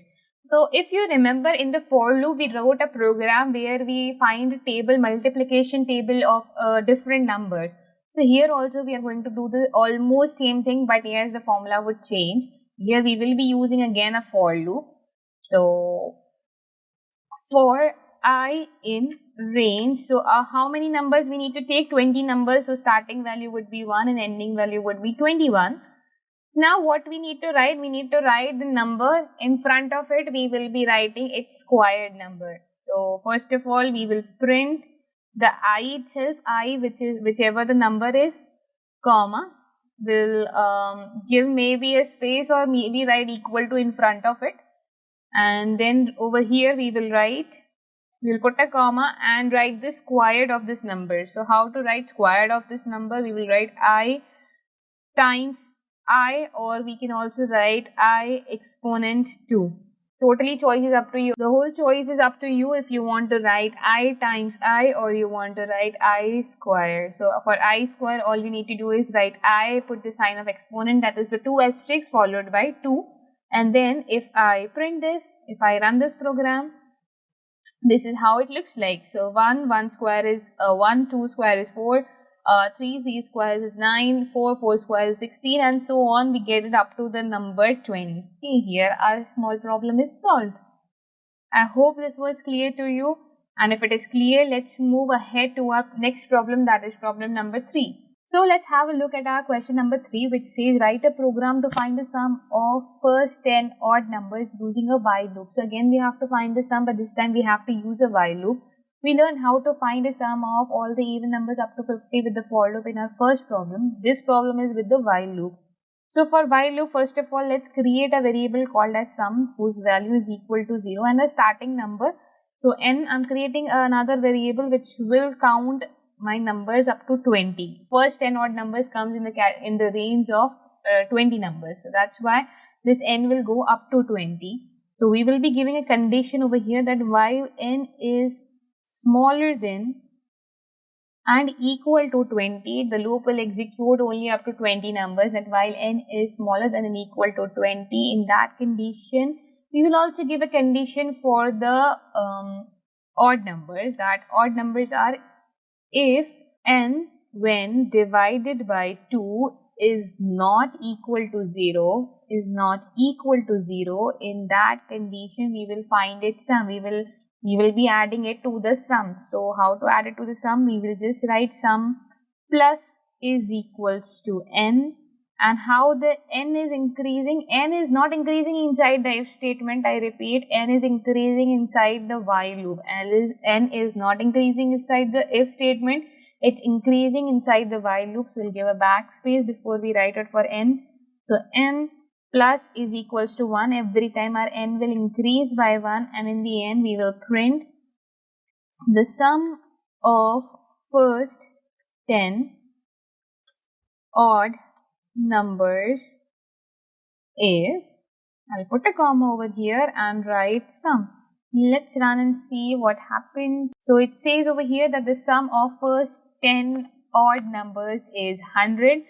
And we can confirm it as well. If you want to look over it on the web, you can confirm it as well. That how we did it, I'll just repeat it once again. First of all, we created a variable that is sum, whose value we set to 0.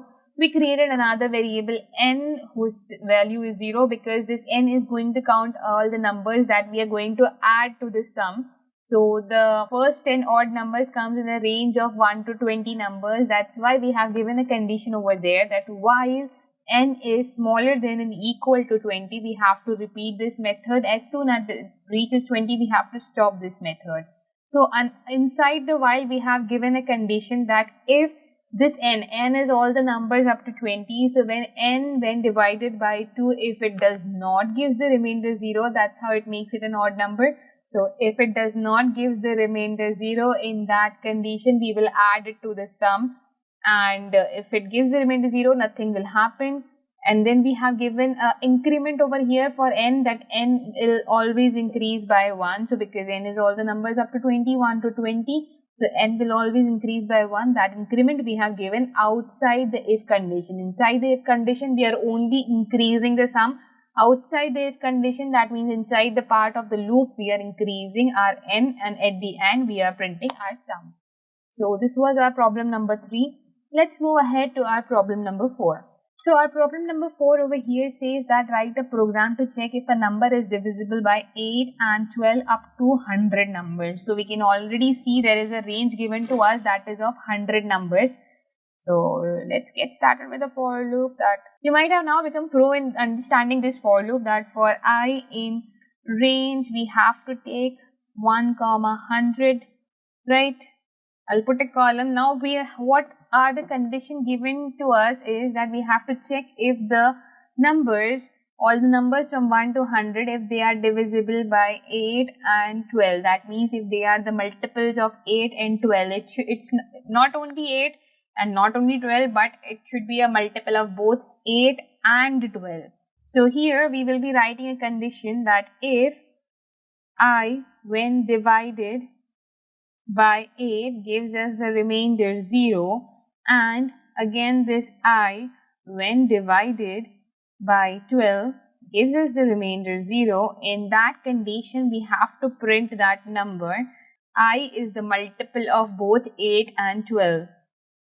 So I'll put a comma, in a string I'll write is a multiple of both 8 and 12. Let's run and see what happens. So here it gives us 24 as a number. That 24 is a multiple of both 8 and 12, 48, 72 and 96. So up to the range of 100, these 4 are the numbers that comes in the table of both 8 and 12. So here our question is solved, and I hope you understand it clearly. Now we will be moving ahead to our next question, that is our question number 5. That is the last question of this part. Then we will be moving to the next part where we will be having more questions to solve. So here is our question number 5. Our question number 5 looks very interesting to me. That write a program to create a billing system at a supermarket. Okay. So let's get started. It looks like a small project as well, along with being a problem itself. So here in this question, I will be using a infinite loop, that is our while true, and I'll be combining it with a nested loop. So it will be a combination of while true and nested loops over here. So I hope you are as excited as I am to write this program.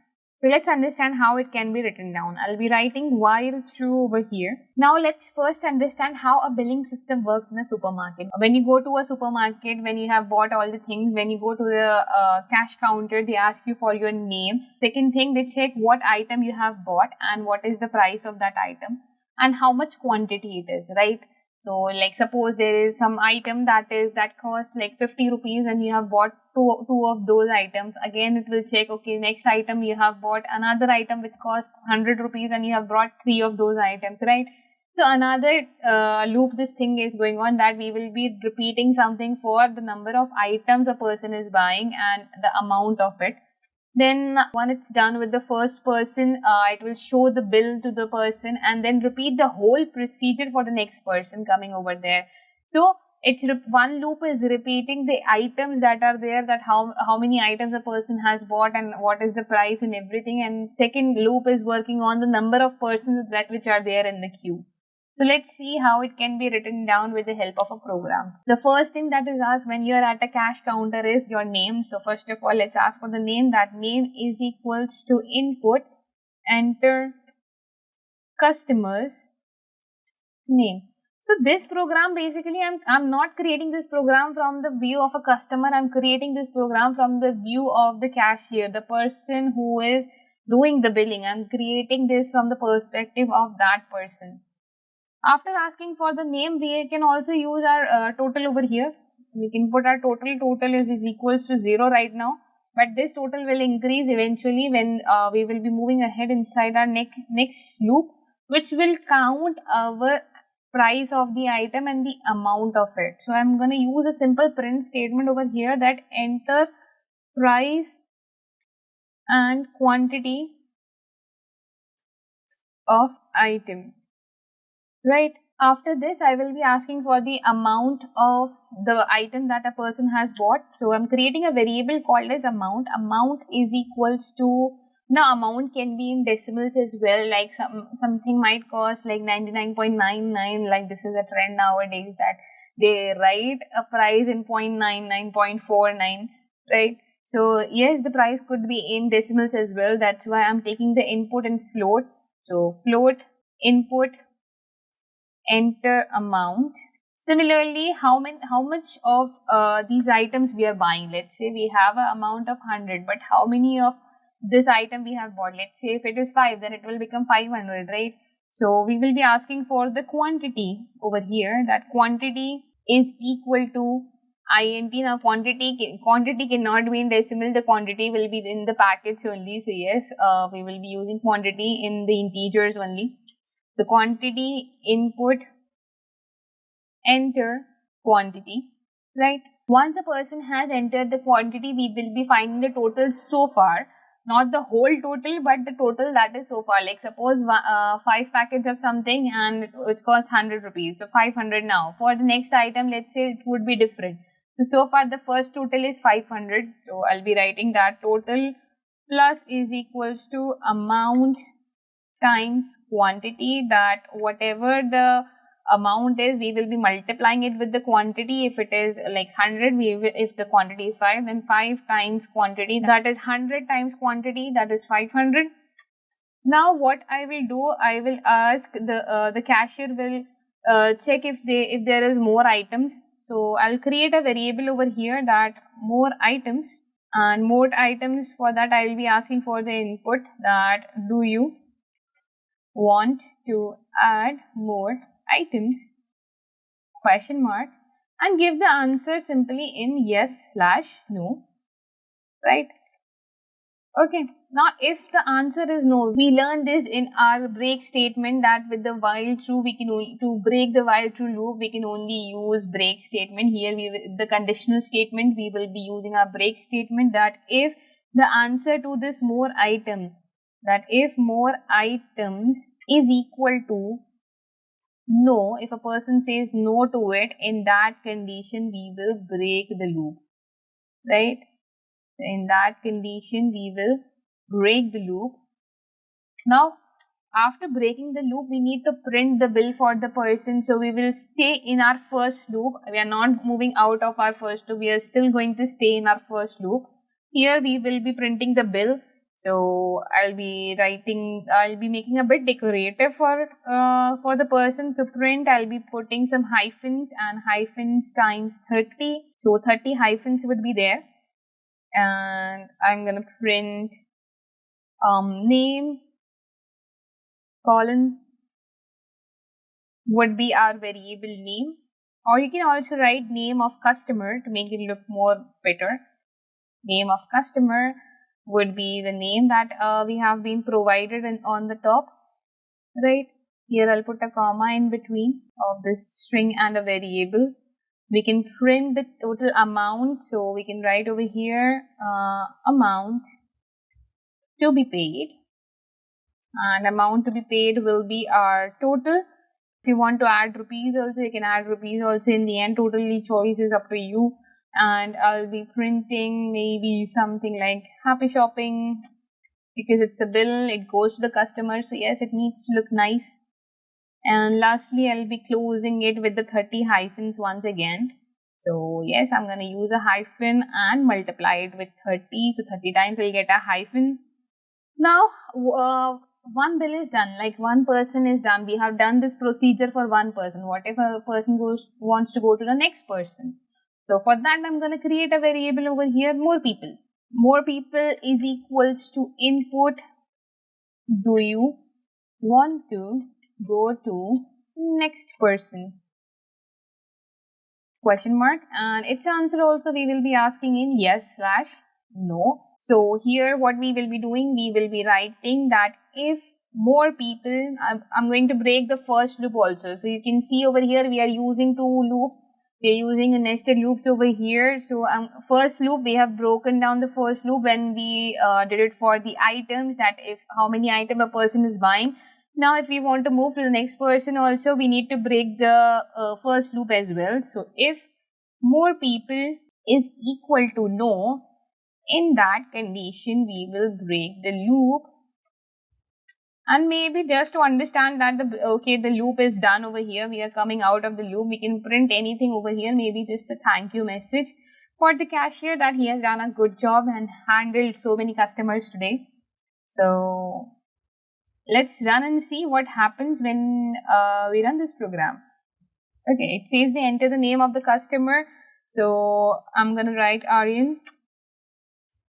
Aryan enter the enter prince and quantity of item. Okay, I'll be just changing it to price.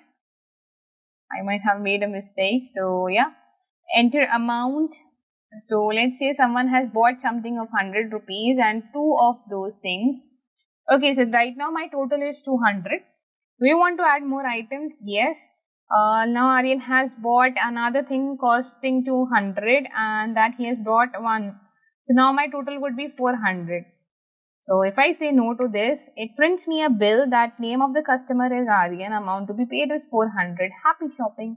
Now, do you want to go to the next person? It asks, yes, I want to go to the next person. Again, it asks the same thing that, okay, enter the name of the customer.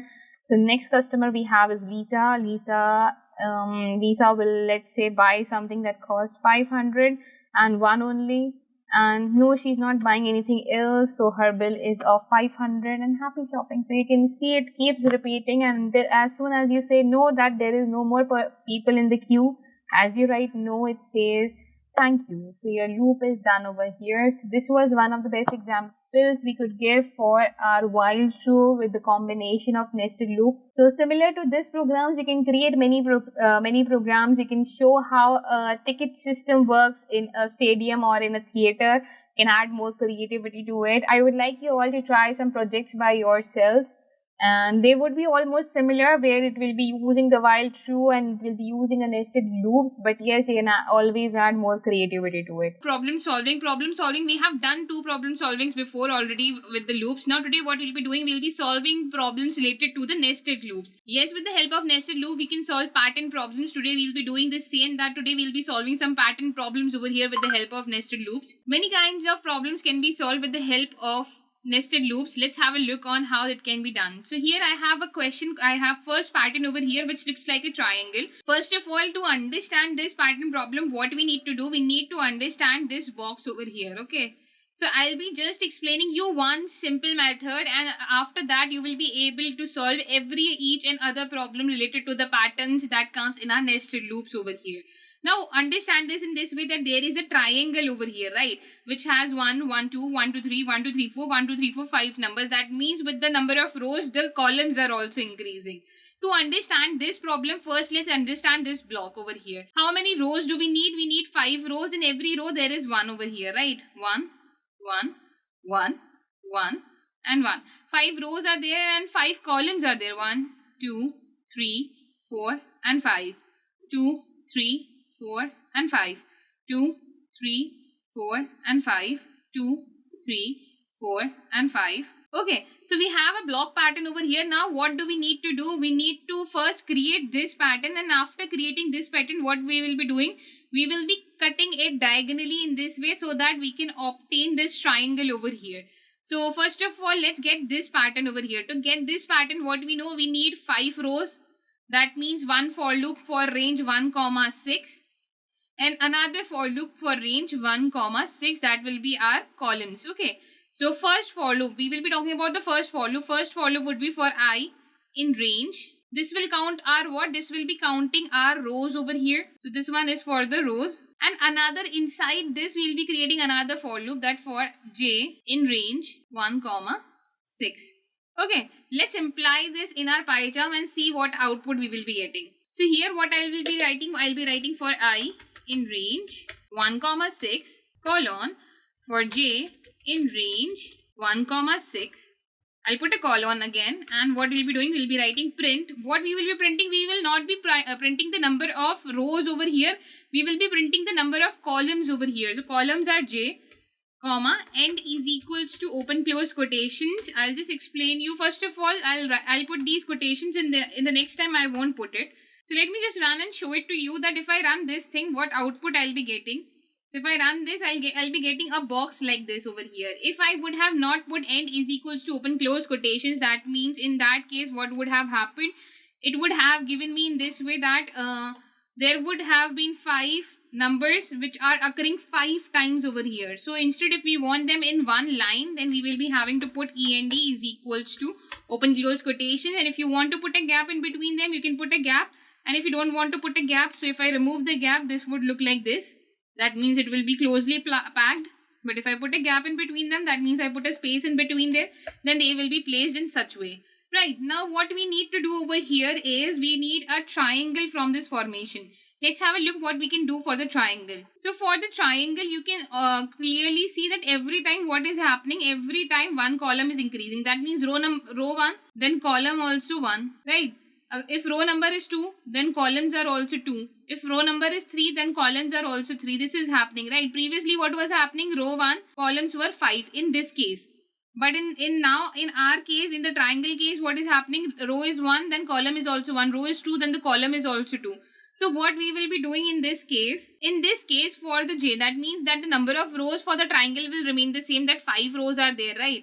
But for the j, that means for the columns, what will happen? I'll just put a comment and write row over here. And for here, I'll be putting a comment and I'll be writing column. That every time a column will increase. Now how the column will increase? It will increase with the I. So what I'll be writing? I plus 1. So initially it will be 1. So I, and it will go up to 2. That means so it will be writing only 1 star.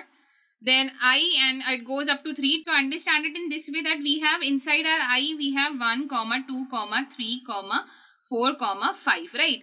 For j, what we have written? For j, we have written 1, I plus 1. That means when the iteration will happen, it will start from 1. That means one number will get printed, and I plus 1 is 2. So when they're inside a loop, second number never gets counted over here. So that means it will execute from 1, 2. This is how the loop will be executed. Then next time it will be executed as 1, 3. That means it will go 1 and 2. Then in case of 1, 4, it will go 1, 2 and 3. In case of 1, 5, it will go 1, 2, 3 and 4, and so on as 1, 2, 3, 4 and 5. So let's put this concept over there in our PyCharm and let's see what happens. If I go to PyCharm and in here I have written 1, I plus 1, and if I run this, what outcome we will be getting? We will be getting the exact same pattern that we had over there. This is here we have 1, then 1, 2, 1, 2, 3, 1, 2, 3, 4 and 1, 2, 3, 4, 5. If you have seen nested loop pattern problems, then you might have also seen some star patterns over here. Similarly, one star pattern is also created. For creating that similar star over here, what you need to do, replace this j with a star over here and close the quotations. And if you run it, instead of the numbers over there, that means 1, 1, 2, 1, 2, 3, 1, 2, 3, 4. So j is holding what? J is holding our numbers that we need to get printed over there, right?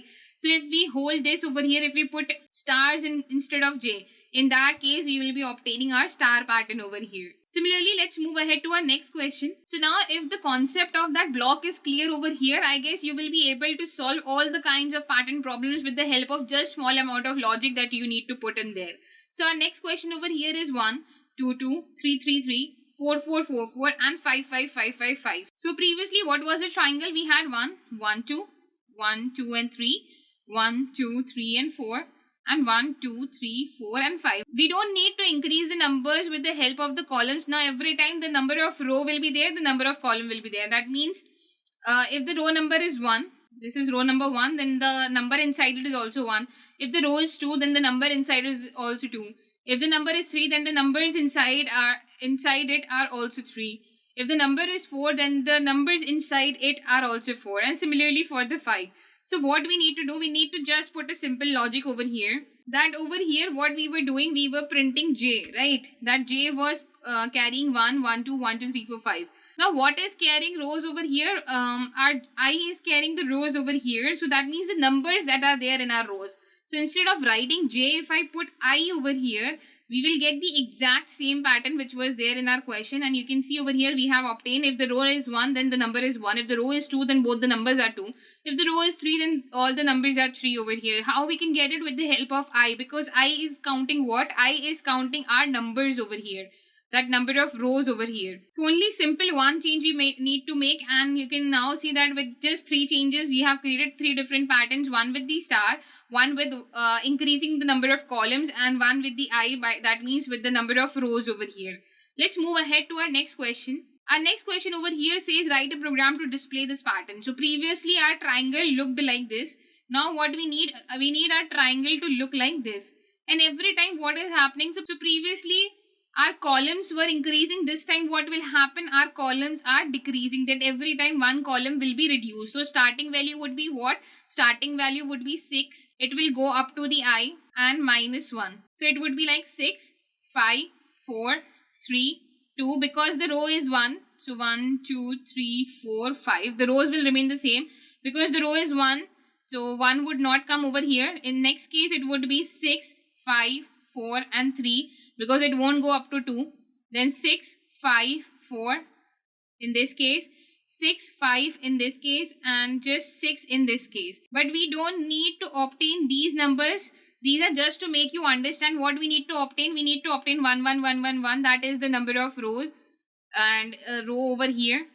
In this case, here this. In this case, we have this. In this case, we have this. And in this case, we have this number. So we need to work on the rows and columns both as well. So for the rows, in the first case over here, what will happen? The rows will remain the same. So for the rows, if we are talking about just rows, what will happen? The number of rows will remain the same. That means we will not do any changes with the I. That means over here, if I talk about the same program, the I will remain the same. That means the number of rows are same, right? But for the J, what is happening? The J is starting from 6. That means in the first line, it's starting from 6. It's going up to I. And then the decrement is of minus 1, that every time one column is getting reduced over here. And we don't have to print J, we have to print I. So let's run and see. So you can now see the pattern that we wanted over here. We have received it just by doing a simple changes over here with our columns. What changes we have made? We have written for J in range. Starting value is 6. That means now it has been reversed. It's going up to I. That means firstly it will go from 6 to 1, then 6 to 2, then 6 to 3, 6 to 4, and from 6 to 5, and lastly there will be just 6, and every time it will be reduced by minus 1 over here. And what we need to print? If we print J over here, we will get the pattern that I am saying, that is 6. That is 6, 5, 4, 3, 2, 6, 5, 4, 3, 6, 5, 4, 6, 5, and lastly 5. When we are obtaining this, we are obtaining this when we print J. But we don't have to print J over here, we have to print I. So we'll be getting this pattern over here. And for the same, if you want a star pattern, then you just need to put a star over here.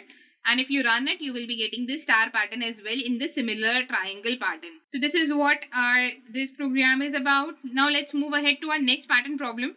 So now what we have done, we have created a triangle like this. Also, we have created a triangle like this, but now this triangle is like this, right? That means in the previous two triangle, it was starting from the corner of the line, right? But now what is happening, that it is starting from the other side. Now what we need to do, we need to focus in this box again, that okay, this is our triangle, but what are these things? These are the spaces. Let me put some @ symbols over here. So there will be some @ symbols over here, which are representing the number of spaces in front of it. That means 1, 2, 3, 4 @, that means 1 star will be there, 2 star in the second row, 3 stars in the third row, 4 stars in the fourth row, and 5 stars in the fifth row. Again, the number of rows are same. That means there are 5 rows, so we will not do any changes with the I, but with the J we will be making changes. What 2 changes we will be making? We'll be making changes with the spaces and changes with the stars. That means 2 more loops will be working over here. One outer loop for the I for counting the rows, and 2 rows for counting the columns will be working over here. That means one will count the number of spaces, the other one will print the stars over here. Okay. So we need to work on 2 rows over here. First of all, talking about the spaces over here, what I will be putting in the first one, we will be going in this way, that we have starting value 5.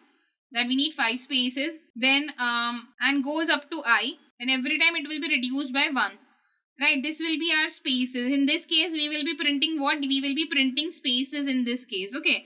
And in the second case would be about our stars. So starting value would be what? It will be starting from the I only. That means our rows only, that how many number of rows are there. So if I say 0 to 6, then it will do the same thing, or instead of this I can put I also over here.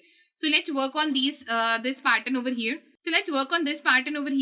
So for this pattern, what I'll be doing, I'll be writing for I in range.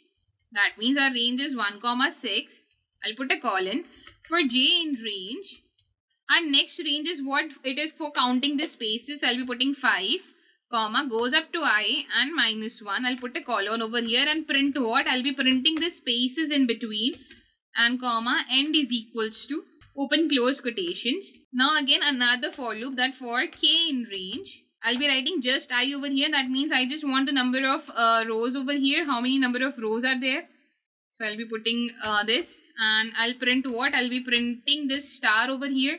So star pattern would come, and I'll be writing end is equals to open close quotations, and lastly print statement. So if I run this program over here, let's see what output we will get. You can now see that we have obtained the output that we wanted there previously. That means starting we have 5 4 3 2 4 spaces, 5 4 3 3 spaces, 5 4 2 spaces, and 5. That means only one space is over here, right? And the next loop is making the star pattern over here for us by just writing what? For k in range I print star and end is equals to open close quotations. So this is how we have obtained our pattern. Now guys, if you want to see a small magic, that what I'll do in this print open close space is, if I remove this space over here, if I just don't print this space and if I just run it like this, you will now see that we have obtained a pyramid like structure. So just by one program and making a simple one change, you can obtain two kinds of patterns over here. Over here, what is happening, that now the spaces are over here in this side and it has been reduced. Now let's move ahead to our next pattern problem. So our next pattern problem over here says the same kind of triangle that we have been making, but this time what is happening, the numbers are changing over here. Previously we were writing 1 1 2 1 2 and 3, 1 2 3 and 4 in this way. But now what we want, that if the row is 1, it will be 1. If the row is 2, it will start from 2 and 1. If the row is 3, it will start from 3, 2 and 1. If the row is 4, it will start from 4, 3, 2 and 1. So this is how it is decreasing. So simple method over here as well, that what we will be doing, that from the I we will be going up to 0 and the decrement will be of -1 over here. So now if I run this program and print j over here, and then if I run it, so you will now see that what pattern we have obtained. We have obtained 1 2 1 3 2 1 4 3 2 1 and 5 4 3 2 1. What we need to do, just the number of rows that we are using, that would be the starting value. It will go up to the 0 and the decrement will be of -1. So by putting one simple logic in the column, we have obtained this another pattern over here. Moving ahead to our next pattern. Okay, our next pattern over here looks like this. First of all, to obtain this pattern, we need to make a triangle like this, which we already know how to make it. And then what we need to do, we need to make another triangle that goes like this, right? But with not the similar number of rows. This time what will happen, this triangle is in this pattern, that here it is coming and the next triangle is coming in this way, right? That means they have one common row in between, right? So what we'll be doing, we will be first focusing on this triangle. So let's first create this triangle. So for that triangle, what do we need over here? We have created that kind of pattern before also in our first pattern problem. That was our 1 comma I plus 1, right? Now if I run it, I'll get my first triangle over here. And if I print instead of j, I'll put a star over here. So my first triangle would be obtained. That first part of the triangle is done. Now what I need to do, I need to go reverse. That means another loop will be working over here. So for I in range, again talking about the number of rows over here. So how many rows will be there? The number of rows will be reduced by 1 over here. So number of rows will be 1 to 5. Okay. And inside this we'll be writing for k in range. Now how it is going, 5 4 3 2 1. So 5 would be the starting value. Every time I will be reduced and by -1 it will be going. That means every time the column will be reduced, right? Firstly it will be 5. That means 5 4 3 2. Then 5 4 3. 5 4 and lastly 5. This is how it will be going. And if we'll be printing what, again the stars over here, I'll put a comma and write end is equals to open close quotations and print statement. So if I run it, you can now see that we are getting the pattern. If here over here also I would have used similar number of rows, like if I would have written 6 over here, here also I would have written 6, it would have given me a pattern like this, that it would have created another triangle. That means one triangle, this one, another triangle, this one. But we want one row in common. So what we need to do over here, we need to reduce one row. That's why we'll be writing 5 over here. And just like how we have done the decrementation previously before, just similarly we will be doing the decrementation over here, and we'll be decreasing the number of columns over here. So this is how our pattern will be obtained. Moving ahead to our last pattern over here. So our last pattern over here is a multiplication kind of a table that goes 1 to 8 numbers, and with the number of rows, the columns are over there. That means if the row is 1, then the multiplication is up to 2 and 4. That means if the row is 1, then only one element is there. If the row is 2, then the multiples of 2 are there up to 2 numbers only. If the row is 3, then the multiples of 3 are there up to row 3 only. So for understanding this also, what we will be doing, first we will be obtaining a whole multiplication table from 1 to 8 and on both the sides. That means again what we will be doing, again we will be creating that block over here, and after that we will be cutting this triangle over here. Okay, so first of all let's obtain that block over here. Now to obtain this block, what I'll be doing, I'll be writing for I in range 1 comma 10, or we can say 1 comma 11. I'll put a colon and I'll write for j in range 1 comma 11. I'll put another column. That means both the sides it will be going up to 10 over here. That means 10 rows and 10 columns. So I'll be reprinting what? I'll be printing the, you can see over here the multiplication of rows is happening with the columns. So I multiply by j, we will be writing comma, end is equals to open close quotations, and lastly we will just leave one print statement over there. So if I run it, I'll get a box over here of all the numbers 1 to 10, 1 and 2 to up to 20, 3 to up to 30, 4 to up to 40. Now what I need to obtain? I need to obtain a triangle over here. To obtain the triangle, we know that there is one simple trick, that every time to the column one row will be added.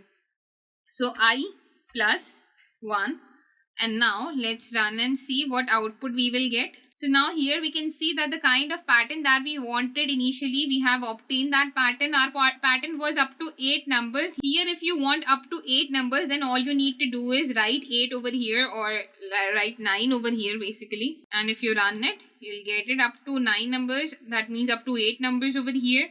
And if you wanted up to 10 numbers, then you just have to write 11 over there, and simply you'll get a multiplication table pattern problem over here.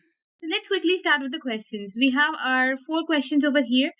First question says that write a program to get Fibonacci series up to 10 numbers. Let's have a look on how it can be solved. So guys, first of all, what is Fibonacci series? Fibonacci series is a special series in which the first 2 numbers are 0 and 1. The third number would be the addition of previous 2 numbers, that is 0 and 1. Then the next number would be the addition of previous 2 number, and again the next number would be the addition of previous 2 number. So I'll give you an example over here. So as I said, the first value should be 0, second value should be 1. Now the third value will be the addition of these 2. So it will be our 1. Now 1 plus 1 will be 2 plus 1 will be 3. 2 plus 3 will be 5. 3 plus 5 will be 8, and it keeps going so on. This is called as Fibonacci series, where the next number is the addition of previous 2 numbers, then again the next number is the addition of previous 2 numbers. Now once it is clear what is Fibonacci series, let's understand how we can write a program to obtain a Fibonacci series up to 10 numbers. So guys, here we are talking about Fibonacci series up to 10 numbers. So here we will be considering a case where number is equals to 10. Also, if you want, you can take a user input as a number, and if the user wants to take more or less number in a Fibonacci series, all you need to do is you can take a user input as a number. Here we already know that we have given a case where we need to obtain a Fibonacci series up to 10 numbers. Now next thing that I need to do is, we know that the first 2 numbers of a Fibonacci series are 0 and 1. So I'm creating a variable called as number 1, whose value I'm inserting as 0. And I'm creating another value called as number 2, whose value I'm inserting as 1. Okay. Now what I'm going to do, I'm going to write over here print Fibonacci series up to 10 numbers is, in the next line what we will be doing, we will be printing. So as we know that the first 2 values are number 1 and number 2, so I'll be writing it number 1, comma, number 2, comma. Now what I want next value to come in this same line, so I'll be writing end is equals to open close the quotations. Now here our for loop will start. We will be using the for loop for obtaining the rest of the Fibonacci series. How we will be using for loop, we will be simply writing over here for I in range, the starting value is 1, comma, the ending value is our number plus 1. So because we are ending it at number 10, we know that in the for loop, the ending number should be number plus 1. So directly, if you want, you can write 11 over here, or you can also write number plus 1. Right? After this, what we need to do, we know that the first number becomes the second number, and the second number now becomes the addition of previous two number. So what we will be doing, I'm creating another variable over here called as number 3. So what we will be doing here, I'm going to create a variable called as number 3, which will be equal to addition of number 1 plus number 2. Now our number 1, in the Fibonacci series, what will happen, our number 1 will be replaced by number 2. So I'll be writing number 1 is equals to number 2, and number 2 will be replaced with the addition of previous two number, that is number 2 is equals to number 3. So what I'm going to do next is print number 3 comma end is equals to open quotations, close quotations, give a space in between. And if I run the program, you will see we have obtained a Fibonacci series up to 10 numbers over here, where 0 and 1 are the first two number.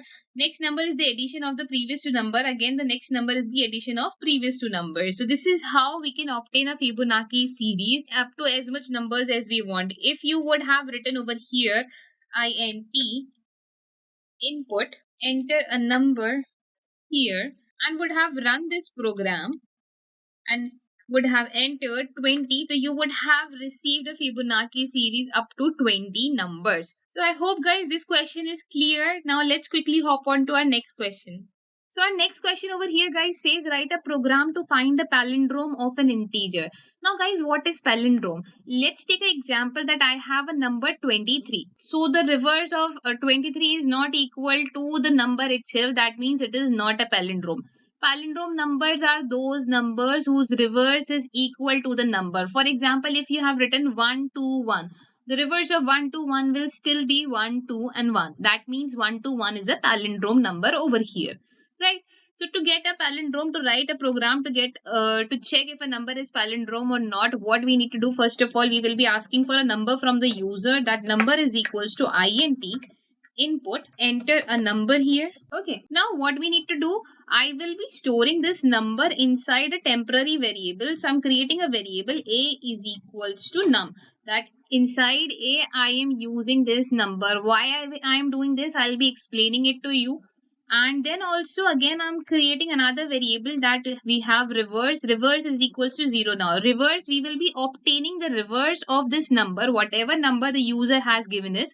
We will be obtaining the reverse of this number, and then we will be comparing both the values to check if the values are equal, it is a palindrome. If it is not equal, it is not a palindrome. Now to use a logic over here, I'll explain how the logic works over here. So I'm considering a case that my number right now is equals to, let's say, 33. Okay, and we have stored it inside a temporary variable, that is a is equals to 33. Okay, we know our reverse value right now is 0. To obtain a reverse of this number, we will be using a simple logic that while I will be using a condition with a loop that while this number 33 is greater than 0, keep repeating. So we will be repeating this loop while the number is greater than 0. As soon as it is smaller than 0, this loop will stop executing. Okay, I'm creating reverse. I'm using this variable reverse. Reverse is equals to reverse multiply by 10. Right now reverse is 0, which will be multiplied by 10, plus our number when divided by 10, what remainders it gives will be added to this reverse. So let's say we have reverse right now as 0. 0 when multiplied by 10 gives us a 0, plus our number when divided by 10. So number is 33. 33 when divided by 10 gives us the remainder 3. So plus 3 right now, what is the value of this reverse? Reverse is equals to 3. Okay. Second thing, what I'm going to do with the number, as we have obtained one number over here inside our reverse variable, inside the reverse variable, as we have obtained 3 as of now, I will be eliminating 1, 3 over from here.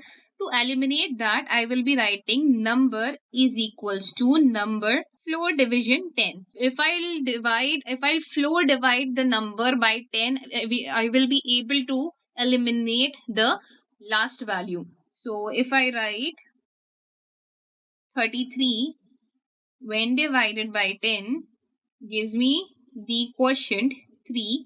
So 1 3 will be removed from here. That means it will be eliminated from here. Okay. It gives me the quotient 3. That means from this 1 3 has been eliminated. Okay. So now inside our number 1 3 has been eliminated and it is only left with 3. Okay. Next thing, now still our number is 3 which is greater than 0. So what we need to do, we need to again repeat the same method, that reverse is equals to, so I will be writing reverse is equals to, right now our reverse is 3, 3 multiply by what? 3 multiply by 10 plus right now our number is 3. On the top we have 3 because 1 3 has been eliminated. 3 when divided by 10, what remainder does it gives? Okay. So here we have 10 multiplied by 3 is 30 plus 3 when divided by 10 over here, guys.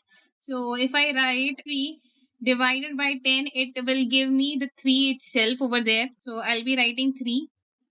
So 30 plus 3 makes our 33 and we have obtained our reverse as 33. And for the number, if we do, now number is 3. 3 floor division 10 will give 0. So here our loop will stop and we have also received our reverse number, that is 33. Now what we need to do, we need to compare this 33 with A. That if this reverse is equal to A, then the number is palindrome, else it is not palindrome. Now what we will be doing, if you have understood this, we will be using this logic inside our program. Okay, so I'll be writing over here while number is greater than 0. In that condition, what we will be writing, reverse is equals to reverse multiply by 10 plus number when divided by 10, what remainder does it gives? At the same time, the decrement of number will be there. One number will be eliminated from the number itself. So number is equals to number floor division 10. By the use of this method, we will be able to eliminate the last digit from the number. Okay.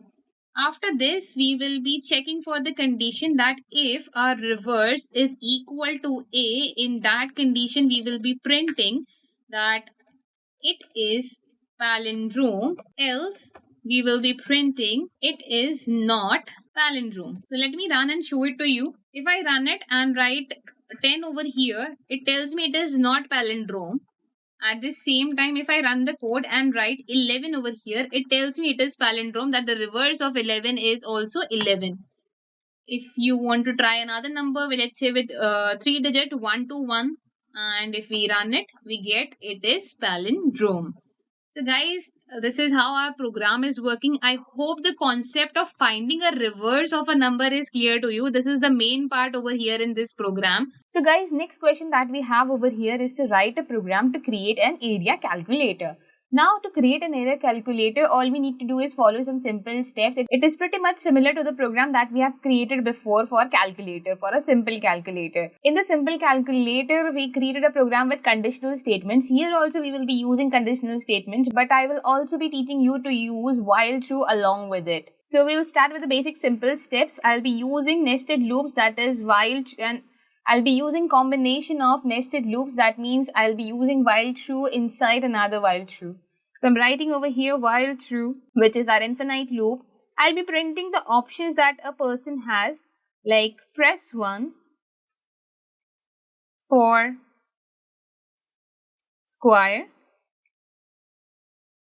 press 2 for rectangle, press 3 for circle, and press 4 for triangle. Right?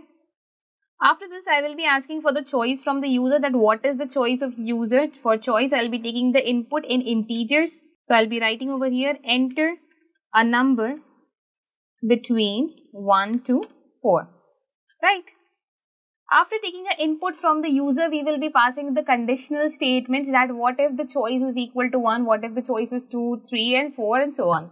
Right? So first of all, I'll be going with the choice number 1, that if the choice of the user is 1, in that condition, what we are going to do. So if the choice matches to 1, in that condition, I'm creating another while true. Why I'm creating another while true? Because let's say a person has calculated the area of square. Now again, if they want to calculate more area of the square, they don't have to see the list all over again and repeat the same method. We can ask them that do you want to repeat again, and they can say yes to it and they can repeat it. So what I'm going to do after writing while true over here, I'll be taking the input from the user. So as we have it for square we need a side. Side is equals to float. I'm taking the input from in float. Why I'm taking it in float? Because yes, the length of one side of a square can also be in decimals. So enter the side of square, or we can write enter the side length of square. And after taking it, I'll be writing the formula over here. So the formula for calculating the area of square would be side square. So I'll be writing side exponent 2, and I'll print it that the area of square is, I'll put a comma over here and write area. Okay. Now after this comes the important method where I will be taking the input from the user for the choice that so choice we have already created before, so I'll be using it as choice 1. Choice 1 is equals to input that do you want to repeat this process again, question mark. And if they say yes to it, it will repeat it again, else. And if they say yes to it, it will repeat it again. So if choice is equals to no, in that condition we will be breaking the loop, right? This was for our while true first part. Now what we have broken the first while true loop over here. Now we will be going for the choice number 2 that we have over here, that elif choice is equals to 2. So choice 2 will be for rectangle. Again I'm creating while true over here and asking for the length of the rectangle. So length is equals to float input, enter the length of rectangle. And similarly, I will be asking for the width of it, that width is equals to float, input, enter the width of the rectangle, right? After doing this, we will be taking the area over here, that area is equals to length times width, and we will be printing it again. So, the area of rectangle is, I'll put a comma over here, area. After this, again I'll be asking for choice 1, that choice 1 is equals to input. Do you want to repeat again? Question mark. And if choice 1 is equals to no, in that condition we will break the loop. Similarly, we'll go for elif choice is equals to 3 for our circle. So elif choice is 3, in that condition while true, we'll be asking for the radius of the circle, or do we have third as it is? Yeah, we have a circle only. So we'll be asking for the radius of the circle over here. So radius is equals to float, input, enter the radius of the circle. And we will be writing the area of the circle. So area of the circle is pi radius square. For pi, I'll be writing 3.14 the value times radius square. So radius would be our radius and its square. I'm also mentioning it inside the brackets. Okay.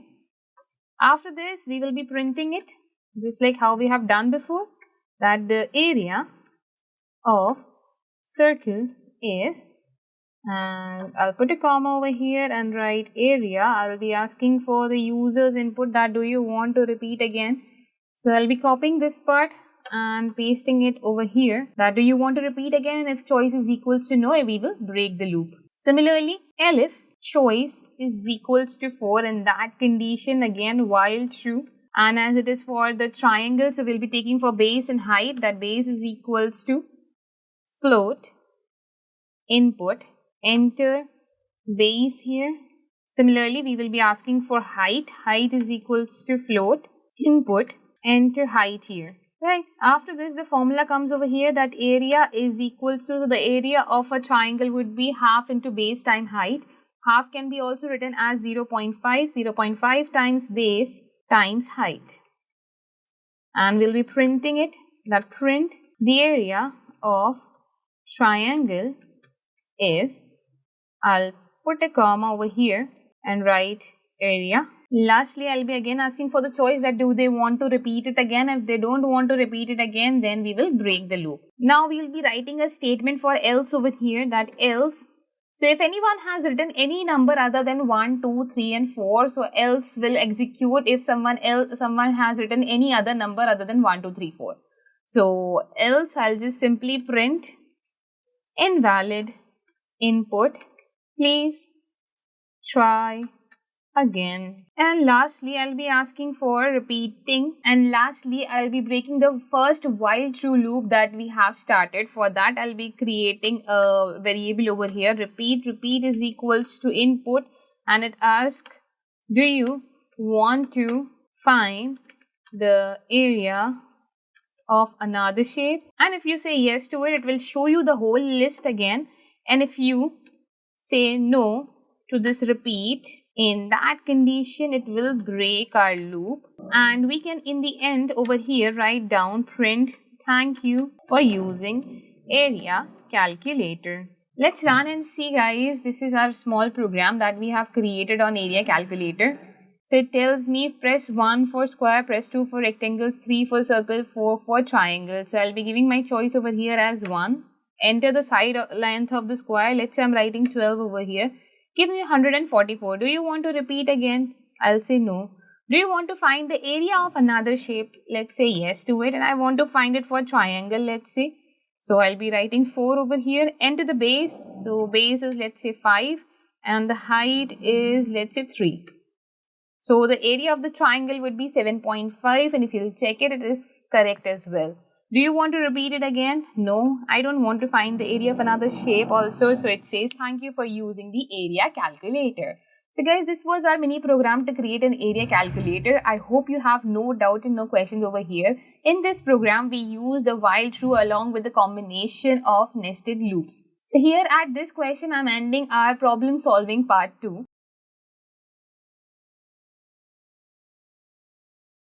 If you want to become a successful data analyst with WsCube's premium data analytics mentorship program, then its cohort 2 is launching in September. The applications for this cohort has started already. So if you want to be a part of this journey, which is led by top industry experts coming from Amazon, Rapido, KPMG, Microsoft and WsCube Tech itself, where we will be training you for entire 5 months covering more than 20 projects to help you get placed easily.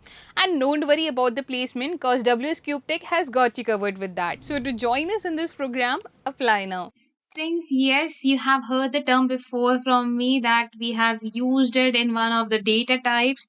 String is one of the data types, but now today we will be learning about strings in a detailed manner.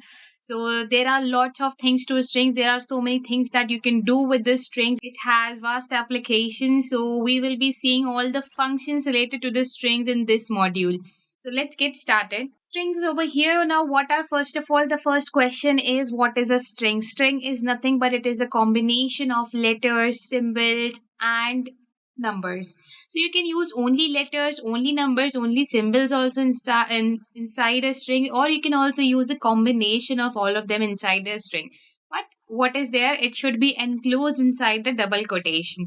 So creation of a string is really very simple. All you need to do is you write a, and you write any variable name, and inside it just put a double quotations and write your name, write whatever you want to write inside your string, and you can print it. Let's have a practical example of how we can do it. So here, first of all, our first thing is creation of a string, creating a string, right? Now, how a string is created, you can create any variable over here. For example, I'm just creating a is equals to Charlie and the chocolate factory, right?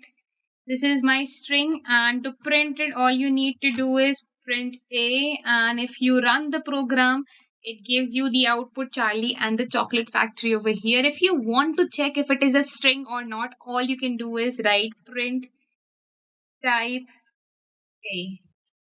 It will give you the data type, that what data type it is, and as soon as I run it, it tells me it belongs to the classes of strings. So yes, any enclosed data inside the double quotations is a string. It can be a combination of numbers, symbols, and letters. Now today what we will be discussing functions related to the strings. There are so many things that we can do with the strings. We can play with the strings. So here are some functions that I will be enlisting today. Our first function would be finding the length of the string. So I'll write over here length to find length of a string. To find length of a string. To find the length of a string, there is a very simple method. We am using the same string that I have been using. That is the first one, A, Charlie and the Chocolate Factory. To find its length, that how many total characters are there. Remember, when it finds the length, it also counts the spaces in between. So here we can see we have 5 spaces in between. Our length also counts the spaces in between. So for finding the length, all you need to do is you have to write print len is nothing but the length, short form for the length, whose length we have to find. We want to find the length of A, and if I run the program over here, it gives me 33, that there are total 33 characters inside this along with 5 spaces in between. Right, guys, this is how you can find the length of a string. All you need to do is you need to write len. You can put it inside a variable also. All you can do is you can write over here b is equals to len of A, and then instead of printing it, you can just write print b, and if you run it, it gives you the same output. So yes, you can do with both the methods. Either you can directly print length of A, or you can put it inside a variable and then print it. Totally, choice is totally up to you. I rather prefer doing it in this way, that I'll write it print length of A. So yes, we'll be continuing with this method. Now after finding the length of a string, let's try our next function, that is counting any element inside a string. So to count a particular element. Now what does this mean, to count a particular element? If you want to count how many times any letter is occurring or any number is occurring inside a string, all you need to do is use the count method over here, for which we will be writing print A, that is the name of our string, dot count. What we want to count, let's say I'll check how many times alphabet C is occurring here. So if I run this, it says 2 times, although you can see that 2 more times alphabet C is occurring, which is but small c in the chocolate and small c in the factory. Why it is not getting counted? Because here inside the line number 12 we have written we want capital C. We are counting how many times capital C is occurring. So yes, Python is a case sensitive language, and it takes care of the cases that where we are writing small c and capital C. Because we have written capital C, it's only counting capital C, it's completely neglecting small c. So this is how you can count. All you can do is a dot count C. If you want to count anything else, let's say I want to count how many times alphabet O is occurring, all I need to do is a dot count inside the quotations.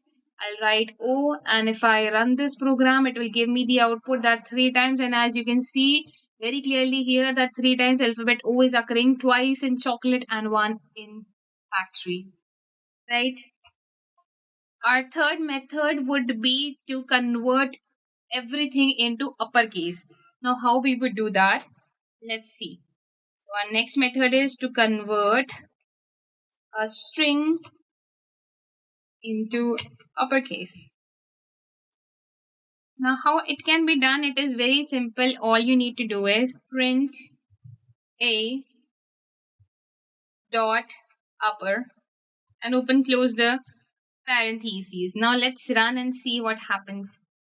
You will notice over here that all the letters which were written inside the strings, they are all converted into capital letters. So what dot upper will do over here, it will convert all the letters.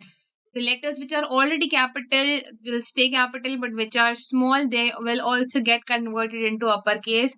For this, we have a very simple method. All you need to do is write the name of the string, that is here in our case, that is A, and dot upper and open close the parentheses. That is a very simple method. Now what if we want to convert it into a lowercase? So for the lowercase, yes, I guess you might have guessed it clearly that if for uppercase we have to write dot upper, then yes, for lower we have to write dot lower. But just have a look on the example. So to convert a string into lowercase, all we need to do is we need to write over here print A dot lower and open close the bracket. Once I run this program, let's see what happens. So now here you will notice that all the cases, even on the top In my string, I have written capital C in the first word and also capital C in the fourth word, but still again it has been converted back all into lower. So lower cases are also lower and the upper cases are also lower now. So dot lower will convert all the letters, all the things inside your strings into a lower case. Right guys, this was our fourth method. Let's move on to our next method, that is the index. Let's discuss it briefly first of all, that what index is. So index means what happens inside the computer when you create anything. Let's say you create a list of integers, or you create strings also, a list also, whatever you create inside a Python, what computer does, computer provides it with a position, that each number or each letter holds a position, each element or each character holds a position. Now, how this positioning start? This positioning is of two types. We have positive indexing and we have negative indexing. The positive indexing starts from 0 and the negative indexing starts from -1. So here, to understand in a better way, here we have Charlie and the chocolate factory. So as I said, positive indexing starts from 0. So C will be on position 0, H will be on position 1, A will be on position 2, and so on. It will keep going on. Right, guys? So this is positive indexing. Remember that positive indexing, or let's say just indexing, starts from 0. And negative indexing means, suppose if you want to access any element which is in the last word or very close to last, so you're not going to count each and every element, right? So for that, we have a negative indexing over here. Negative indexing starts from -1. So let's say we found the length, and where we found out there are total 33 elements. So last y will be on number 32 because it starts from 0. So y will be on 32. But we know it because we found the length. But suppose if a person wants to access y, what he can do, he can directly write -1. So negative indexing starts from -1. A person can directly write -1 over here and can get the alphabet Y. So let's see how it is written down. For index, all you need to do is you need to write print, you need to write A, that is the name of your string, inside the squared bracket, not inside the parentheses. I'm talking about the squared bracket. Inside the square bracket, we will write the index number. So let's say I want index number 0. As soon as I run it, I'll ask you guys to make a guess over here, that once I run it, which alphabet I'm going to get. So let's run it. And if guys, if you have guessed it capital C, then yes, it is correct. It's capital C because on index number 0, we have capital C over here, because 0 position represents the first element of the string, that is C, capital C. At the same time, if I print A inside the square bracket, if I write -1, it would provide me with Y, that is the Y of our factory. At the same time, if I use print A and 32, you guys will notice it will again provide me with Y. So from the perspective of the positive indexing, Y is on number 32, and from the perspective of the negative indexing, Y is on -1. That is the first element from the negative side. So yes, you can do indexing from both the sides. We can do it positive indexing, we can do negative indexing as well. So with the help of this index, you can find any element, you can access any element from the string with the help of their position. I guess indexing is clear to you all. Moving ahead with our next topic, we have now capitalize. Capitalize a string. For capitalizing a string, again, there is a very simple method. All you need to write is print. Now, which one, what you want to capitalize? Let's take example over here. I'm creating another string over here. Let's call it B. B is equals to I love Python. You will now notice over here that I have written I love Python, and every letter over here is a small letter. Let's capitalize it. Let's capitalize this whole string. So what I'll do, I'll write B over here. B dot capitalize and open close the parentheses. Let's run and see what happens. So you will now notice that the first letter of the sentence has been capitalized and it has been converted from small I to the capital I. So guys, you have seen how capitalize can convert a whole string's first alphabet into a capital letter. So similarly, we have a case fold function over here. Let's have a look on what case fold functions does. So what does here case fold function will do? Let's have a look on that. So to convert upper cases in a string to lower cases, right?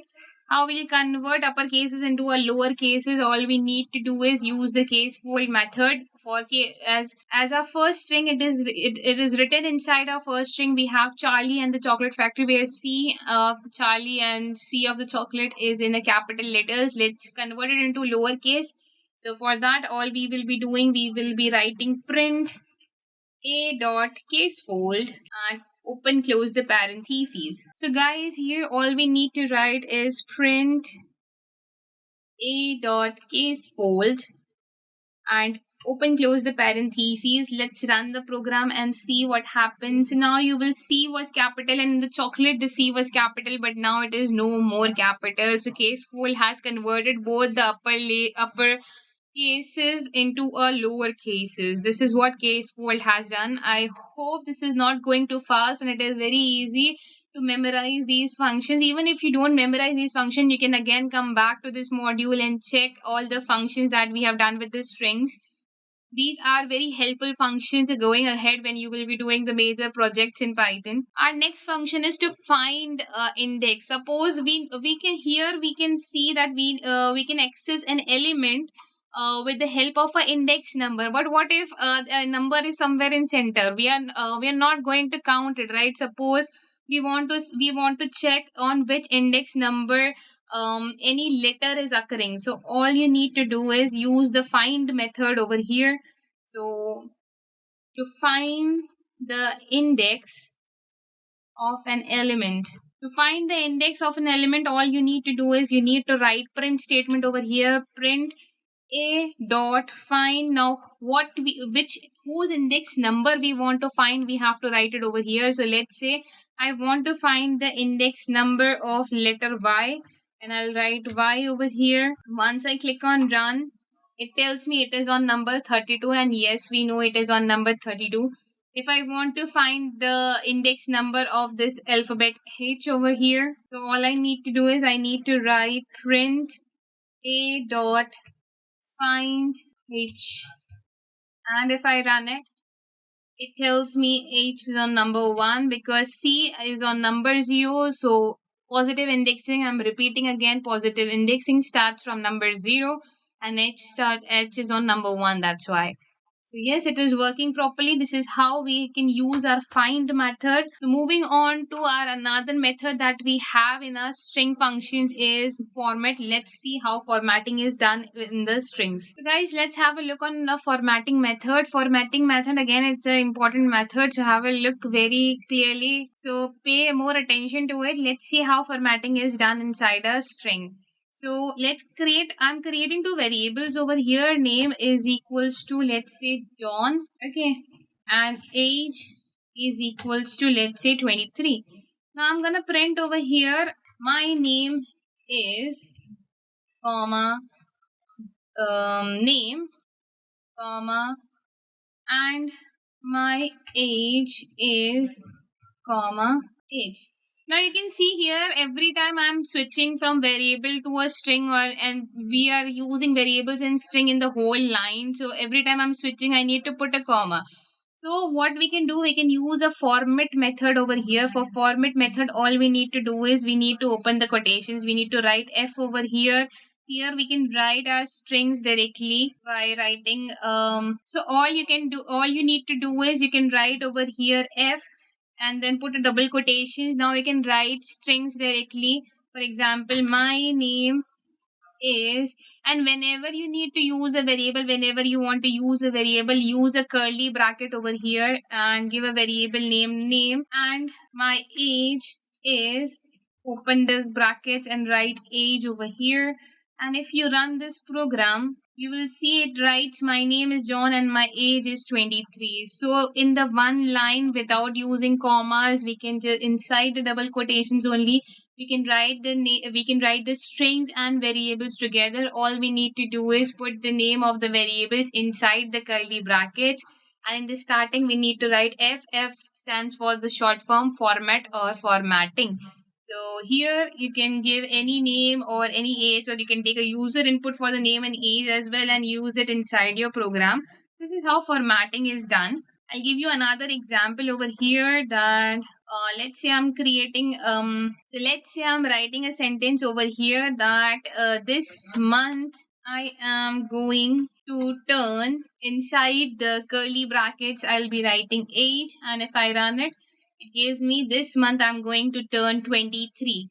Okay, guys, so you have seen over here how we can write variables and strings in the same line with the help of formatting. In the formatting, all you need to do is write F in front of it, open quotations, and inside it, whenever you want to write string, you can simply write the string, but just make sure whenever you're writing a name of a variable, or even you're writing anything else also like list, dictionaries, which we will be discussing later.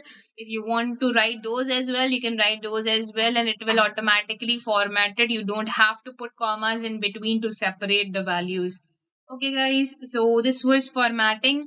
Moving ahead with the next topic, we have center method. So in our center method, what we need to do is we need to just write center over here. First of all, let's give it the heading center method in strings.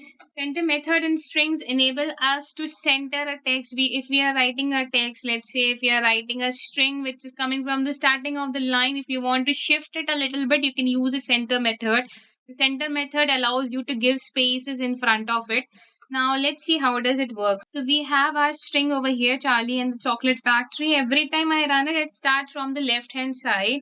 Now if I want it to come in the center, what I'll do, I'll write over here print A, that is the name of our string, dot center by, let's say, 50 spaces. I want to put 50 spaces in front of it. Let's run and see what happens when I put a 50 spaces in front of it. You can see it has been shifted by the 50 spaces in front of it. At the same time, if you want to increase the number, let's say I want to shift it by 100 spaces, you will see now it will get shifted by 100 spaces. According to you, according to your choice, you can increase the number of spaces in front of it.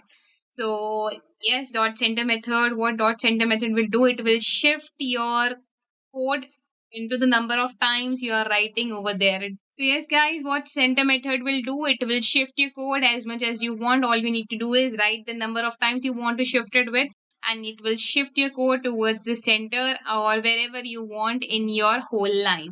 This is what a center method do. So here in this module, guys, we discussed the 10 methods, which first of all we learned how to create a string, which is not a part of a method. This is just how we create a string. Second method we learned was how to find the length of a string. To find the length of a string, it is a very simple method. All you need to do is write len. Next method is to count any element inside a string, where we just count how many times any element inside a string is occurring. Third method is to convert a string into uppercase. Then we learned how to convert it into a lowercase. We learned how to do indexing. Indexing is of two types. We have a positive indexing plus we have a negative indexing. Positive indexing, remember, positive indexing starts from 0, negative indexing starts from -1. They are nothing but the positions given by the computer itself. And yes, we can access these position as well by the use of find method. After that, we did capitalize, where we capitalize the first letter of the string. We have the case fold method, which allowed us to convert capital letters into small letters inside a string. Find method, we use find method to find the index of a particular letter we were looking for. Formatting in a string, we learned how we can avoid using commas while we are writing a variable name and a string in one line. Variables then can be replaced with the other terms as well. We can use lists over here, and we can use dictionary sets, anything that we want to use over here inside this format method. All you need to do is write F in front of it, put it inside the double quotations. You can write strings directly, and you can, whenever there is a name of a variable or list or a dictionary, all you need to do is you need to put it inside the curly brackets.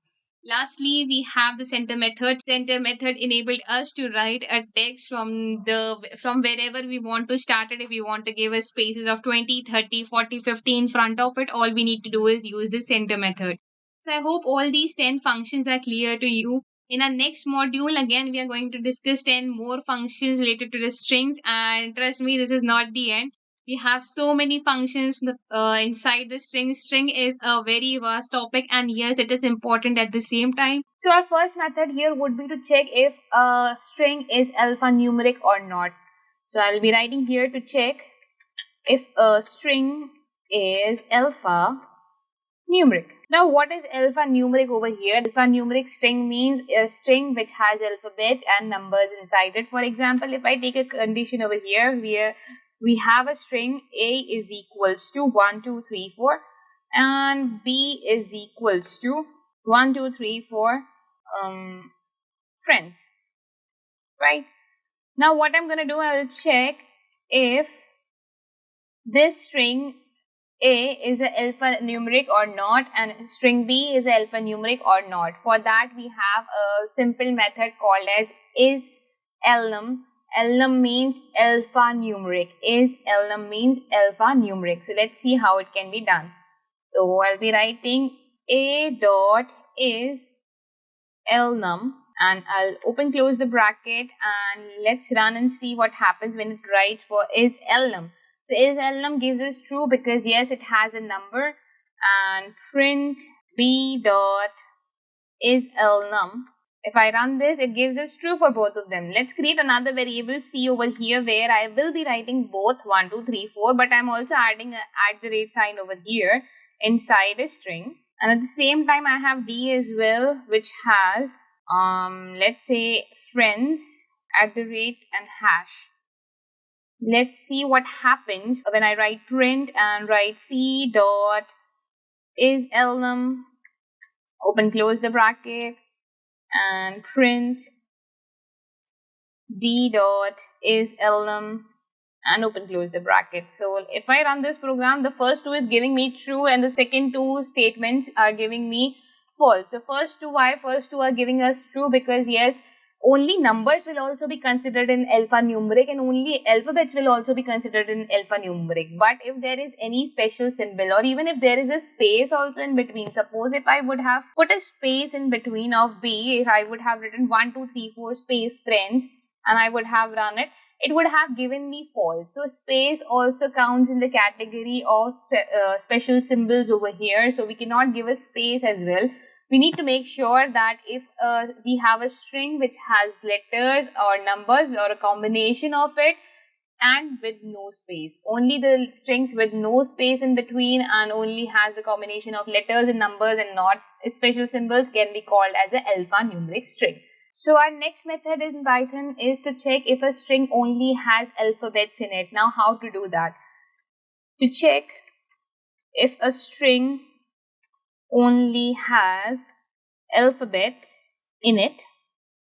So how it can be done? I'm creating a variable called as A over here. Inside A, I'm writing 1, 2, 3, 4, 5 friends. Okay. I'm creating another variable over here, B, where I'm just writing friends. I'm creating another variable called as C, where I'm writing hello friends. And D, where I'm creating a string where I have hello only @ let's say. I'm not using the combination of numbers over here. So I'll be checking it for all of them that print A dot isAlpha. IsAlpha means not any alphabet if the A string only has alphabets in it. So if it is there, it will give us true. If it is not there, it will give us false. Print B dot isAlpha. Print C dot isAlpha. And print d dot isAlpha. Right, let me run and show it to you what happens. It only gives true in the case of B. Why it's only giving true in the case of B? Because if you'll notice in the first one, in the A string, we have numbers over there, which is again not alphabets. Second string, yes, we only have alphabets. That's why it's giving us true.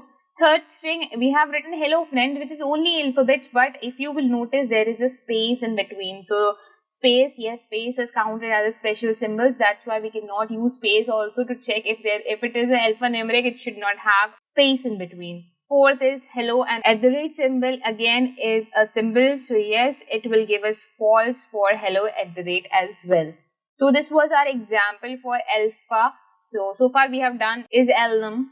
That means if it is an alphabet and numbers. So moving ahead, we have our next method that is called as isDigit. So we will be checking if any string is a digit string or not. So for that, I'll be creating a variable called as A is equals to 1, 2, 3, 4. I'm creating another variable B is equals to 1.234. Another variable, let's say C is equals to. So in this string C, we have used a Unicode. The Unicode is nothing but it is a universal character set. Let's see if I check for them if they are a digit or not. So if I check for the first one, that A dot is digit, I'll do the same, that print B dot is digit, and lastly print C dot is digit. If I run this program, let's see what happens. It gives me true for the first one, false for the second one, and true again for the third one. So here see where the Unicode that I have written is, it is a Unicode of number 0. So because it is a Unicode of number 0, that's why it is giving a true. Yes, it is a digit again, even though if it is a Unicode, but still it is a Unicode of a digit. So yes, that works over here. First one is true because yes, there are all digits over here, and the second one is false because there is a decimal among them. That's why it gives us a false. So this is how you can use isDigit over here with the help of this string function. Moving towards our next function we have. So next we will be talking about isNumeric. Let's check if a string is a numeric or not. So here I will be writing to check if a string is numeric or not. So I'll be taking the previous examples only, and all I'm going to do is, so I'm taking another example also over here. I'm writing D over here. D is equals to, I'm writing minus 123. Okay.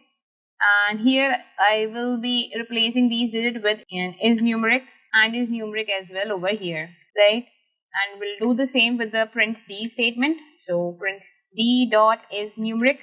Let's see what happens when I run this program. So it gives us true for the first one, that is 1, 2, 3, 4, which we can clearly see our numbers. B, it gives us false because decimal numbers are also not counted in the case of numeric numbers. It does not come in the category of numeric. Third thing, we have a Unicode of number 0. Yes, again it counts in the category of numbers. So yes. D also gives us false because there is a minus in front of it. It's not minus, it's not considering it as a minus, it's considering it as a hyphen. Hyphen is a symbol, so symbol cannot be used over here. That's why it's showing us false over here.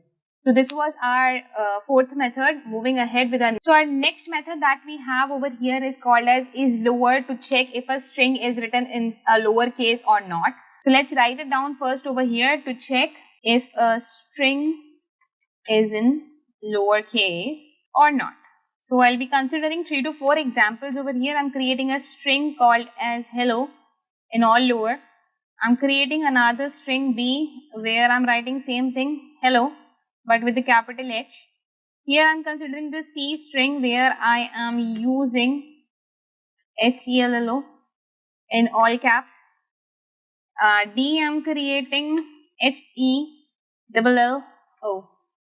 Okay, let's check for all of them that if they are in lowercase or not. So if I'll write print A dot is lower and open close the quotations, and I'll repeat the similar method for all of them, and here I'll be adding B, C and D. Let's run and see what happens when we run this program. So it's giving us true only for the first one, not for the second one, not for the third one, not for the fourth one. It's false for all three of them. Why?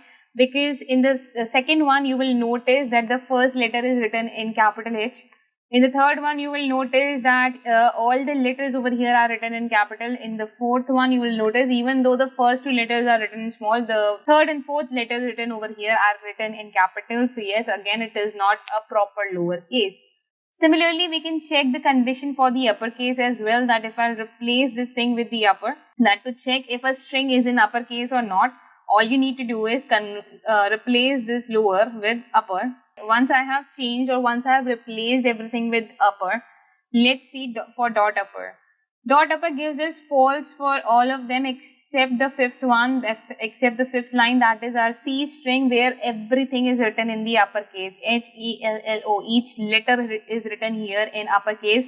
All the other three strings, in the first string it's all in lowercase, even though in B the first letter is in uppercase but all the rest remaining letters are in lowercase. While in the D you can clearly see that the first two letters are in lowercase, while the third, even though if third and fourth letters are in uppercase, still the other letters are in lowercase. That's why it will not consider it as a whole upper string.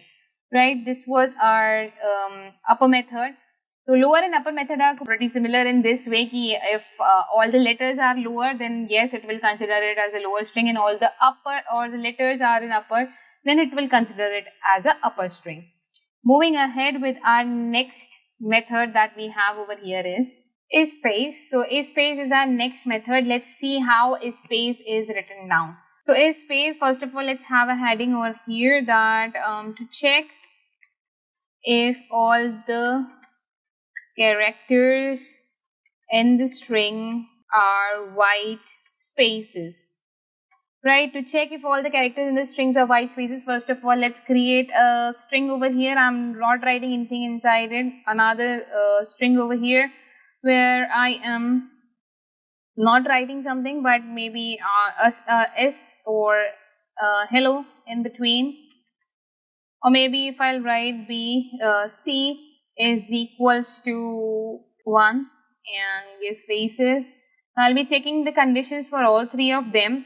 That print A dot, so we are checking it for the white spaces, so that's why we will write A is space.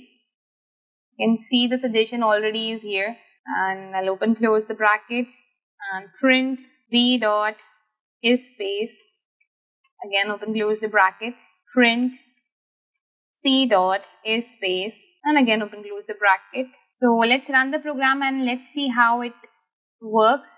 It gives true only for the first one. Why it's giving true only for the first one? Because first string is the only string that has all blank spaces. In the second string we have the word hello in between. Even though we have blank spaces in front and in the end, still we have a word written over there. That's why even if there is a letter also, that will also be not counted in the category of space.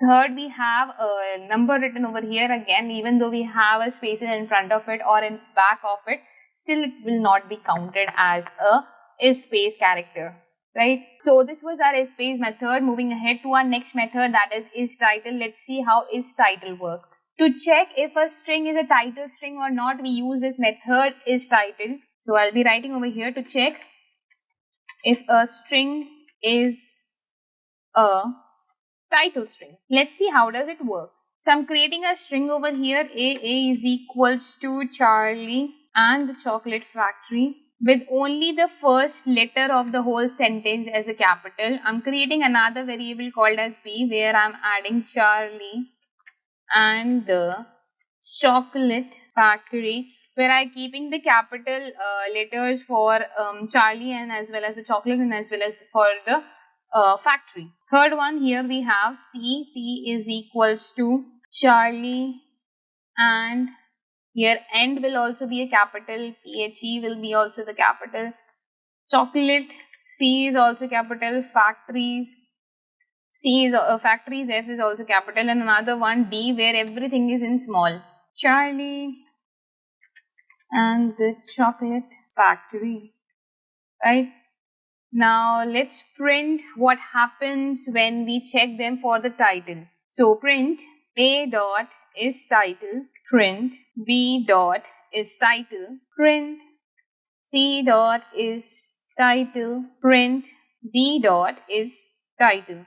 Let's run and see what happens when I run this program. It gives me false for the first one, where the first letter was capital. Even though first letter was capital, it is not a title, because in the title all the letters of each and every word should be capital. So it gives me false for the first one. It gives me false for the second one, because only two words or three words here has a capital letter in front of it. C gives me true. Why? Because Charlie and the chocolate factory, all the words which are used over here are in capital letters. At the same time, the fourth one also gives me false. Why? Because everything is in small letters. So this is how our is title works. Its is title only gives us true when all the first letters of each element inside a string is a capital. So guys, in our this module, we learned 8 different methods for the string functions. I would just once repeat what were those 8 methods. First one was lnum, where we checked for if a string is an alphanumeric string. Second one was isAlpha, where we checked if a string has only alphabets inside it. Third was isDigit, where we checked if a number was a digit, even though if it is a Unicode, if it is a digit or not. The fourth one was isNumeric also, where we checked if a number is a numeric or not. Here negative numbers are also not considered because the minus symbol here inside the strings is a hyphen, not a minus over there. And then we came to isLower and isUpper, where we checked if the string is whole in a lowercase or whole in a uppercase. So string has so many functions. We have so far covered 18 functions on string. So let's see these methods, how we can play with the strings with these methods. So first of all, we will start with our first method over here, that is our ends with method. Let's see what is ends with method. So ends with method over here allows us to check that if our string is ending with a certain element that we have mentioned or not. Let's see how it can be done. Suppose I have created a string over here, A is equals to Harry Potter and the goblet of fire, full stop. What I need to do is I need to check over here that if this string is ending with a full stop or not. So how we can do that over here is we will write print. We will write the name of our string, that is a dot ends with, open the brackets, and write our full stop over here inside the quotation. And if it ends with a full stop, it will give us true. If it does not end with a full stop, it will give us false. So let's run and see what happens when I run this program. It gives us true because yes, this string ends with a full stop. At the same time, if I would have written if it ends with fire, full stop, and then I run it, again it will give us a true. So yes, not just only one element, if you write the whole word, also whole one word that is written inside in the end of the string, that would also give you a true if it is there in the end. So here guys, ends with method also allows us to check in the certain range that we have provided. It checks within the range we have given of the indexes. We can give a start value of the index and the ending value of the index, and we can check that if whatever value we have given, it ends within the particular range or not. Let's have a look on how it can be done. So here I'm taking the example of the same string. I'll be writing print. Inside I'm writing a dot ends with. I want to check if that fire full stop is ending within a range of, let's say, so I'll put a comma over here. For writing a range, all you need to do is first you write the value that what it should end with. Second, you write the starting value. Third, you write the ending value. That's all. You can define the starting value and you can define the ending value right after the value you have written, that which value you want to find. So here we have written fire, that fire we need to check if fire is ending within this range. So let's say I'm taking any range over here. Let's say I'm taking the starting value as 16 and let's say the ending value would be 23. Let's see. Once I run this program, what happens? It tells me false because I don't think, yeah, fire is ending between 16 to 23. So it's just a method and it's just for the explanation that yes, it can be done in this method as well. You can give a particular range and between that range you can check if something is ending with this word or this alphabet or this number. So this is the use of our ends with method. In our next method, we will be learning about starts with method, which is pretty much similar to our ends with method. But only here in our ends with method, we need to check that our string is ending with a particular value that we have provided. And in the starts with method, we have to check that if our value is starting with the particular value we have provided. So let's have a look on how starts with method works. So guys, let's take an example over here. I'm taking the similar example, like I'm a fan of a Harry Potter. So yeah, Harry Potter and the Goblet of Fire, right? Now what I need to do, I need to check if this string starts with the word Harry or not. So for that, it's a very simple thing. What all we need to do is we'll be writing print over here. Print and the name of your string, that is a dot starts with. So what we need to check, it starts with Harry or not. So I'm gonna write HARRY over here. And if I run this program, let's see what happens. It gives me true because yes, our string starts with Harry. At the same time, if I write small h Harry, then it will give me false. Why? Because I'll repeat again. Why? Because here our h is starting with the small h and not with the capital H. Small h here is representing that it is a lowercase. And Python is, yes, again a case sensitive language. So yes, you need to be very careful about the cases. So you have to write over here uppercase h, and then yes, it will again give you true. In the start with method also works with the same way, that if you want to write a starting value and the ending value, you have to check within a particular range, that if it is starting with something like this, it gives you true or false. So let's have a look on that as well. Let's say I'm taking over here. So let's take this example where I'm writing print, and here I'll be writing a dot starts with. Inside the parentheses, I'll be writing my value. I will be still checking for Harry, so I'll be writing Harry over here. I know that the starting value would be 6, and let's say I'm taking any random ending value. Now if I run the program, it gives me false. Why it's giving me false? Because it's Harry. Harry over here is starting from 0, but at the same time, if I would have written Potter over here and would have run the program, it would have given me true. Why? Because it falls in the range that we have given over here, that is our 6 to 19. So yes, 6 is the starting value, and Potter's P is also starting from 6. That's why it's giving us true. So this is our ends with and starts with method. I hope it is clear to you. Now let's quickly move ahead to our next method. Our next method over here is swap case. What is swap case? Swap case allows you to convert lowercase into uppercase and uppercase into lowercase. Let's just have a look how it can be done. So I'm taking the similar example. A is equals to Harry Potter and the goblet of fire, right? Now for the swap case, all you need to do is you need to write print over here, print a dot swap case, open close the quotations, and if I run it, you will see everything that was written in lowercase is now converted into uppercase, and everything written in the uppercase is now converted into lowercase. The swap case allows you to convert the lowercase data into uppercase and uppercase data into lowercase. That is the use of swap case. Now let's move ahead to our next method, that is the strip method. Let's see what is the strip method. Guys, strip method is very useful method. Strip methods allows you to strip the blank spaces, or even if you want to strip anything from your string, it allows you to strip it. That means remove it from the string. Let's just have a look how strip method works over here. So I will be considering 3 strings over here. First of all, I'm writing A is equals to, with some spaces over here, I'll be writing Harry Potter, right? And I'll give some spaces in the end as well. And again, I'm creating another variable B. B is equals to, let's say I'm writing Harry Potter normally with one space in between. C is equals to Harry Potter and hash hash hash and more dots, right? Now let's use our strip method onto all these 3 strings. First of all, let's start with the string number 1, that is our A string. So for that, we will be doing print A dot strip. What we want to strip? We want to strip the space, so that's why we will be just writing like this. And if I run the code, we will just receive Harry Potter over here without any spaces. If I would have printed it normally, let's just print A and run the program. The normal print would have looked like this, but because we have stripped the spaces from here, that's why it looks like this.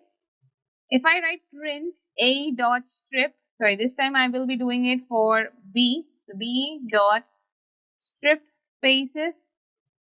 If I run, I get the same thing because there is no spaces in the end or in the starting of Harry Potter. So for the third one, what I'm going to do, I'm going to remove the dots and the hashes from here. So all I need to do is write C dot strip, and inside the brackets, inside the quotations, I'll be writing my full stop and my hash.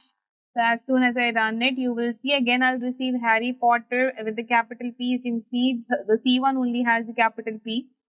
So Harry Potter and all the dots which were there in the starting and in the ending and all the hashes which were there inside it has been removed. So this is how strip method is used. With the strip method, you can remove the spaces, you can remove any element that you want to remove from the string. Now guys, moving ahead, we have our split method. Let's have a look at a split method, that how split method works. So guys, split method over here, split method allows us to break a string into a list with the comma separated values. Let's just have a look with a few examples and I guess then it will be more clear to you.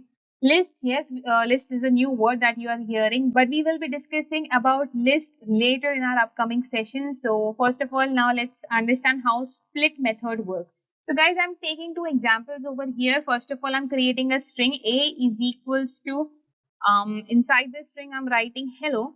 My name is John. I am 23 years old. Full stop. So this is one sentence that I'm taking. So next example that I'm taking over here is with the hashes. So there are so many trending hashtags we have. So let's start with hashtag InstaLive and hashtag new look, and we have hashtag outfit of the day. We have hashtag YOLO. So I guess these much would be enough for now. Now what I need to do, I want to separate them in the comma separated values inside a list. To separate them in the comma separated values inside a list, all we need to do is use our split method over here. For that, I will be writing print a dot split.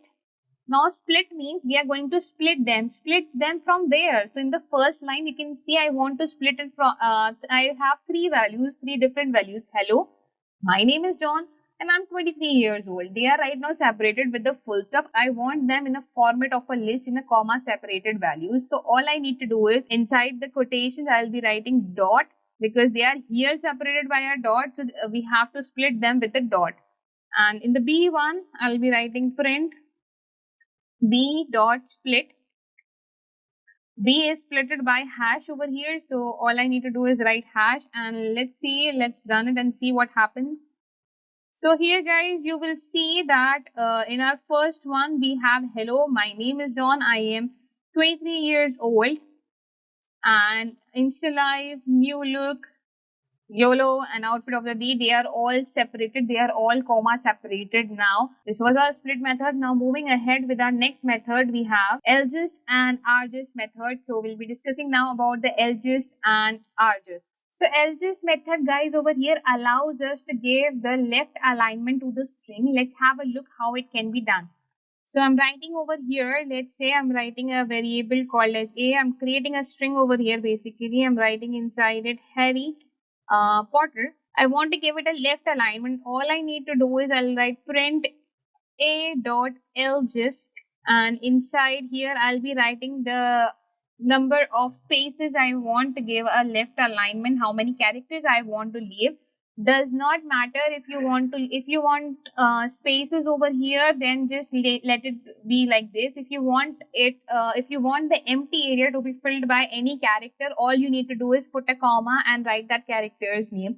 So right now, first of all, let's see an example of this one. See here, to give a Harry Potter a left alignment, all I'm going to do is create another variable. Let's say x is equals to a dot lgist, and I'm gonna use 20 spaces over here, and I'm gonna write over here x comma, and so it's a Harry Potter is my favorite movie. Let's run and see what happens. So you can see after Harry Potter there are 20 spaces over here. If you want to remove these spaces, if you want to fill it with any other character instead of spaces, all you need to do is after 20 put a comma over here and write any character that you want to add inside the quotation. So I'm going to add a star over here or asterisk sign. As soon as I run it, yes, the space has been filled by the asterisk signs over here, and we have got a left alignment for the Harry Potter. right? Same method we can use for our args. Let's have a look on how we can do it for the args. For args method, I'm going to take the same example of the same string, that A is our Harry Potter, but here I'm going to create another variable y is equals to a dot args, and it also gives you, let's say, 20 spaces, but this time on the it gives you the right alignment. The LGIST is giving you the left alignment and filling the left side of space with whatever thing you want, whatever character you want. And here RGIS will give you a right alignment and fill the empty space with whatever character you want. So I'm going to write over here 20 comma. So this, first of all, let's go with the 20 only. And I'm going to write print y comma is my favorite movie. So let's run and see what happens over here. So as you can see here, it gives us the right alignment. In front of Harry Potter, we have spaces, 20 spaces. And if you want to replace these 20 blank spaces with something, all you need to do is you put a comma and you just put any sign inside or any symbol or anything. You can write a letter also, you can write a number also. And as soon as you run it, see the empty space is filled by any character that you insert over there. So this is how our LGIS method and the RGIS method work. LGIS method and RGIS method are nothing, just provides a string, just provides our strings a left and a right alignment. That's it. So I hope this is clear to you, and we'll quickly move ahead to our next function. So guys, our next method over here is replace method. Replace method allows us to replace one value from another, one value to another. So let's have a look on how it can be done. I'm creating a variable over here. Here I'm writing my favorite movie is Batman. Okay, now what I need to do, then I suddenly changed my mind, and instead of DC, I became a fan of Marvel. So now my favorite movie is Iron Man. All I need to do is replace this Batman with Iron Man. For that, what we have to do, we have to write print a dot replace. Now what I want to replace, I want to replace Batman. With which value I want to replace? I want to replace it with Iron Man. And let's run and see what happens. It says my favorite movie is Iron Man. Even though here in our string it's written my favorite movie is Batman, because we have used the replace method over here, which has replaced the word Batman with Iron Man. That's why here in the output it's showing my favorite movie is Iron Man. It allows us to replace any value inside the string with the new value that we are providing. All we need to do is use the replace and put the first value that we want to remove and put the second value that we want to replace it with. So our index, guys, here gives us the last occurrence of any element that is there in a string within a given range. You can also provide a range, or you can give the whole string as well, and it gives you when is the last time that it is occurring. It gives you the index number of when it is the last time that this element is occurring. Let's have a look with the help of an example. I'm writing over here A is equals to, if you have watched Cinderella, then yes, you might have heard this magical line over there, bibbidi bobbidi boo, bibbidi bobbidi boo. So I want to check over here that at what is the last occurrence of dy in here. So because dy is also coming in bibbidi, it is also coming in bobbidi. So let's see what is the last occurrence over here. So all I need to do is write print a dot r index. In the bracket, I will be writing dy. If I run this, it gives me, it comes on the 11th index, as it is very clear that 11 could not be here, 11 could be here only. So yes, it is giving us a correct output, that it is giving us the last occurrence of dy in our whole string. If you want to check it for I, you can check it for I as well. Instead of this, I will be writing I, and yes, it is on 10th number, which is correct. If you want to check it for a particular range, that in this particular range where it is occurring for the last time, so let's take I'll be starting from the starting value 1 0, and from 0 to 0 1 2 3 4 5, I'll be taking it up to 5. So if I write print a dot r index, I'll be looking for B, that when B is occurring for the last time in this. So I'll be writing B, and the starting value is 0, comma, the ending value is, let's say, 5. So B occurring last time will be on index number 2, which is true. The first time it is occurring on number 0 and the last time it is occurring in this particular given range is 2. So yes, it is giving us a correct output. This is our R index method, which gives us a position of a particular element we want, which is occurring for the last time in a given string. That is our R index method. Similarly, we have our R find method, which is almost similar to our R index method, but just let's have a look on our R find method as well. So guys, just like our R index method, R find method also allows us to check at which time our element is occurring for the last time in a particular given string. Let's have a look how it can be done. So I'm creating a string over here called as Harry Potter and called as Harry Potter and the Goblet of Fire. So guys, here I want to check on which number at which index R is occurring for the last time in the whole string. So all I need to do is write print a dot R find, and what we need to find over here, we need to find R when is our R occurring for the last time in this whole string. As soon as we run it, it tells us that it's occurring on the number 33 over here, which is correct. If you also want to give a particular range, let's say I want to take a range of first few numbers. So I'll be giving a starting value of 0, comma, ending value of, let's say, 15. Within 15, let's see on which number our R is occurring. So yes, it is occurring on 11th number, which is the end of Harry Potter R over here. So it gives us an index of a particular value that we have provided within a particular range that we have given. It's the last occurring element that is coming in that particular range. So guys, here we have completed 10 string methods in this session. So far we have completed 28 string methods. Harry Potter and the Goblet of Fire. Okay, I'm creating another string over here where I'm just putting numbers. So B is equals to, I'll put all the numbers from 0 to 9. Now what we will be doing, we will be using our slicing methods on these two strings. Let's see how it can be done. So what slicing means, slicing requires three values over here. One, we need a starting value. So first we need a start value, and which is divided by a colon. Then next thing we need our ending value. To the ending value, guys, we will remember one thing, that to the ending value we will add 1 to it, and then again another column, and lastly we'll give a gap in between. That we want a small part of it without any gap, or we want something with a gap in it, like if you want to give a gap of 2 letters in between, 3 letters in between, or if you want to give a gap of 2 numbers in between, 3 numbers in between. That gap, that step will be defined in our third part. So I'll be writing it as a step. Now here our syntax says that it is written inside the squared bracket. So we'll put it inside the square bracket. The start value, ending value plus 1, and step. So let's consider our first scenario over here. From our string A, I don't want the whole string A. I only want a small part of it. Let's say I only want Potter. So how I will print only that much? Let's see. All I need to do is I'll write print over here, write the name of the string. In the square bracket, I'll write the starting value. So as you can see, Harry 0, 1, 2, 3, 4, 5. On number 6, our P is starting, and I'll put a colon 6, 7, 8, 9, 10, 11.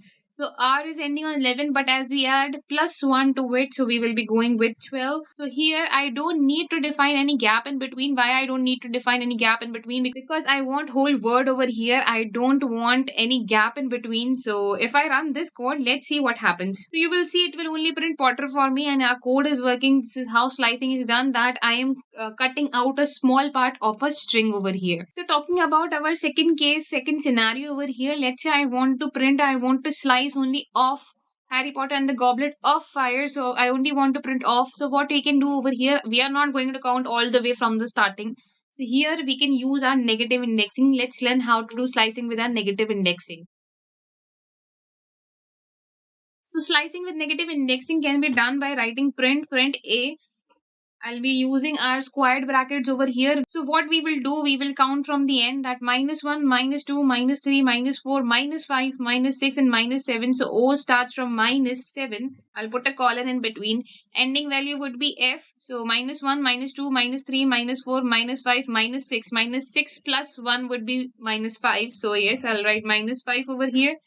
and let's run and see what happens. So if I run it, you can see off is already written over here. That means our program is working. So we can do slicing from both positive and from the negative end. Similarly, let's consider the part where we want a gap in between. So what I need to do is I'll write print. I'll write the name of our string. I'll open the square brackets. Let's say I'm taking all the way from start. So let's say I'm taking it from 0. If okay, one more thing guys over here, if you don't want to define a starting value, if you want to start it from all the way from start, you don't have to write anything. You can just put a colon and this will be your starting value. Your starting value will automatically start from 0. It will be the default is set to 0. So all you need to do is put a column. That means you don't have to define it. Second, if you don't want to define the ending value as well, all you need to do is put another column. That means the ending value is also not defined. It will go all the way towards the end. Okay. So I'm considering the case of, let's say, string B over here. So colon, colon, and here, so let's say over here I want a gap of two numbers. So all I need to do is I'll write 2. If I run it, you will see 0, 2, 4, 6, 8. Instead of writing 0, 1, 2, 3, 4, 5, 6, 7, 8, 9, it gives a gap in between and write 0, 2, 4, 6, 8. Similarly, if you want to give another gap, you can write B, or we can try it with our string A as well. That A in the brackets, if you want to define a range over here, let's say I want to define first range. I don't want to define the starting value. I want to define the ending value over here. So all I can do is write any ending value. Suppose I want to end it on 16, and let's say I want a gap of 2, and if I run it, I'll be getting Harry PTR, so space. So I'll get something like this. Doesn't make sense though, but yeah, this is how slicing can be done when you want to eliminate a letter in between. All you can do is give a space of 2, give a gap of 2. Right? If you want to write anything from the starting but stop somewhere in between, all you can do is you can write print A inside the square bracket. Don't define starting point because we want something from starting of the string, and we can define our ending point over here. So let's say considering this case, I want it to end over only at Harry Potter. So 0, 1, 2, 3, 4, 5, 6, 7, 8, 9, 10, 11. So I'll be writing 12 over here. I'll put, and because I don't want any gap in between, so if I run it, I get whole Harry Potter over here. Similarly, it comes with all the way towards the end also. For that, let's have a look at the example. So I'm going to take same A. This time I'm defining the starting point. This time I want to define a starting point. So let's say I want goblet of fire only. So goblet of fire, let's go for negative indexing for this one. -1, -2, -3, -4, -5, -6, 7, 8, 9, 10, 11, 12, 13, 14. So it starts from -14. So -14 I'll be mentioning over here, and I'll leave the ending point, and no gap needs to be defined. So if I run it, you will see goblet of fire will be printed over here. So now guys, what we will be doing, we will be learning how to reverse the whole string. If you want a reverse of whole string, so what method we have over here is very simple. Let's have a look at that. So all I need to write over here is print the name of our string. Let's say we will do it for the string number 1 first, so string A, and I don't want to define any starting value and any ending value. I want the reverse of whole string. So all I need to do is put two colons, and I'll write -1 over here. -1. Why -1 over here? Because I want the reverse of whole string. So it should go, the gap should go by -1. So if I run this program, let's see what happens, and you can see the reverse of whole string has been received over here. Similarly, if you want to check it for B1, all you need to do is write print statement, do it for B, open the squared brackets over here, put two colons, and put -1 over here. If I run this program, let's see what happens. Yes, it gets giving me 9876543210. So guys, if you want to reverse a small part of a string, that method is also there with us. So what are we going to do is we are going to write print over here. Print the starting value. Let's say I'm considering the case of string 1 only from the Harry Potter and the Goblet of Fire. And here I want to reverse only Potter, and we will be taking the starting value. We know that the starting value here was 6, but this time because we are going all the way negative, we are reversing it. So what we will be doing, we will be taking R as the starting value. So R we know stands on number 11, and P we know that stands on number 6. So 11 and 6 we have over here. What I'm going to write, I'm going to write A inside the square bracket. The starting value would be 11. 6 would be the ending value, but because we use +1 over here, in the case of reverse, it will be -1 and it will become 5. I'll put a colon and write -1 over here. Let's run and see what happens. So you can see we are receiving the opposite of Potter, the reverse of Potter over here. That means our method is working. Let's give it another try. Let's say I'm taking a negative value for it. I want to write reverse of fire. So here let's assume I want to write the reverse of fire. So our starting value would be E, that is -1, -2, -3, -4, and -5 would be our ending value. So -1 to -5, I'll be writing print A -1 as a starting value inside the squared bracket, -5 as our ending value. And because we want to reverse it, I'll be writing -1, and as soon as I run it, you will see you will get a reverse of fire over here. So I hope this method is clear, and what we have learned in this module is also clear. We have also understood that if we don't want to define the starting value and we don't want to define the ending value, what we can do about it. We have learned how to reverse a string. We have learned how to reverse a small part of a string. We have learned reversing a string with the positive and the negative aspect as well. So I hope this was clear to you. So let's get started, and here we have our question. We have a string over here and we have to apply different methods to it. The first method says to write a program to find the length of the following string. So let's take this string and use it in Python and find it. So guys, I have taken this string over here. We have A is equals to Y fit in when you're born to stand out. We have a very nice quotation over here. All we need to do is our first method says, our first question over here says to find the length of this string. We know that to find the length of a string, we have a very simple method in string functions. We have length method. So all we need to do is write print len of a, and if I run this, I will get the output as 43. That means the length of this string is 43. There are total 43 characters in this strings along with the spaces. Now our second part of this question says to write a program to check how many times alphabet O is occurring. So we will be checking over here how many times alphabet O is occurring. To find how many times alphabet O is occurring, we will be using the count method in our string functions.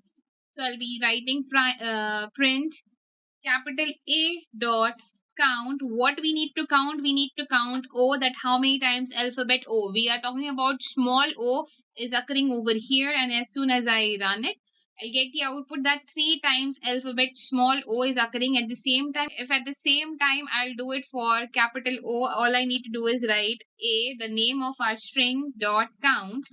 And what I need to count is capital O, and if I run it, I'll get the output 1. Why? Because only one capital O is over here with us. Right? Let's see the third part of this question. So the third part of this question says to write a program to convert the whole string into lower and uppercase. So all we need to do is to convert this whole string once for the lowercase and another time for the uppercase. Let's have a look on how it can be done. So to convert it into a lowercase, all we need to write is print a dot lower, and I'll open close the parentheses. As soon as I run it, you will notice that here capital W is here. We have capital W in when, capital B in born, and capital S in stand, and capital O in out. Everything over here has been converted into a lowercase with the help of our lower method. Similarly, we will be applying the upper method to it. So what I will be doing, I'll be writing print A dot upper and open close the parentheses, and as soon as I run it, I will receive a string over here where all the cases, all the letters are written in upper cases. Let's have a look on what is the next part of this question. So our next part of this question says to write a program to convert the lower cases into upper cases. So what we need to do, we need to convert, we need to use our swap case over here, which will convert the lower cases into the upper cases and upper cases into the lower cases. So all we need to do is write print a dot swap case. So swap case over here allows us to convert the lower case into the upper case and upper case into the lower case. Here W is in capital, W in when is also capital, and B, S and O is capital. If I run this program, all these capital letters will be converted into the small letters, and all the small lower cases letters are converted into the uppercase letters. So by the method of swap case, you can convert the cases. Now let's have a look on the last part of this question. So here our last part of this question says to write a program to find the index number of fit-in. So we inside this whole string. So guys, all we need to do is inside this whole string, we need to find where fit-in is coming. What is the index number of f over here? So guys, in this question, all we need to do is we need to find the index number of fit-in. That means where this f over here is coming. What is the index position of f over here? So we will be finding it with our string method. To find the index of a particular string or particular part of a string, all we need to write a dot find. What we need to find? We need to find its index number. Whose index number we need to find? Fit-in's index number we have to find, and as soon as I run it, I get 4. That f over here lies on number 4. That the index position of this part of the string is starting from number 4. Today again we will be covering 5 methods related to the string functions. Let's have a look at the questions that we have today. First of all, our first question says to take an input from a user as a string, then reverse it. So all we need to do is take an input from the user as any word or a sentence, and we have to then reverse it. Let's have a look on how it can be done. So first of all, let's take a user input. So I'm taking string is equals to input, enter a word or sentence. Okay. So now what I need to do, whatever the input user gives, whatever word or input user gives, I need to reverse it. To reverse it, we have a very simple method from our slicing that all we need to do is write print name of the string, that is string. Inside the square brackets, I'll not take any starting value, not take any ending value. I'll be keeping both as default, and then I'll be using -1 to reverse whole thing. So to reverse a string, all we need to do is not define the first value, not define the ending value if you're reversing the whole string, and use -1 as a gap in between. So it will not go all the way from left to right, it will go all the way from right to left and reverse the whole string. So let's run and see what happens. Let's say I have written hello over here. So it reversed my string OLLEH, right? This is how we can take our input from the user and reverse it. Let's see what we have in our next question. In our next question over here, we have write a program to check if a string contains only digit. So let's see if a string contains only digit or not. So guys, here also I'm considering the same example over here that I used before. I'm taking the input from the user as a string, and on this string I will be using the isDigit method to check if there are digits inside this string or not, if there are numbers inside this strings or not. So all I need to do is write print string, the name of the string, dot isDigit, and open close the parentheses. So if I run it, if I'll write hello, it will give me false because there are no digits inside it. At the same time, if I'll write, let's say 1, 2, 3, 4, 5, it gives me true because yes, there are digits inside it. But what if there is a string which has numbers and alphabets inside it? For that, what we can do, we can use our lnum function over here, which tells us that even if there are letters over there are also digits inside it. So by the help of this isDigit method, we can find out if there are numbers inside our string or not. Let's see what we have in our next question. So our next question over here says that write a program to check if a string is palindrome.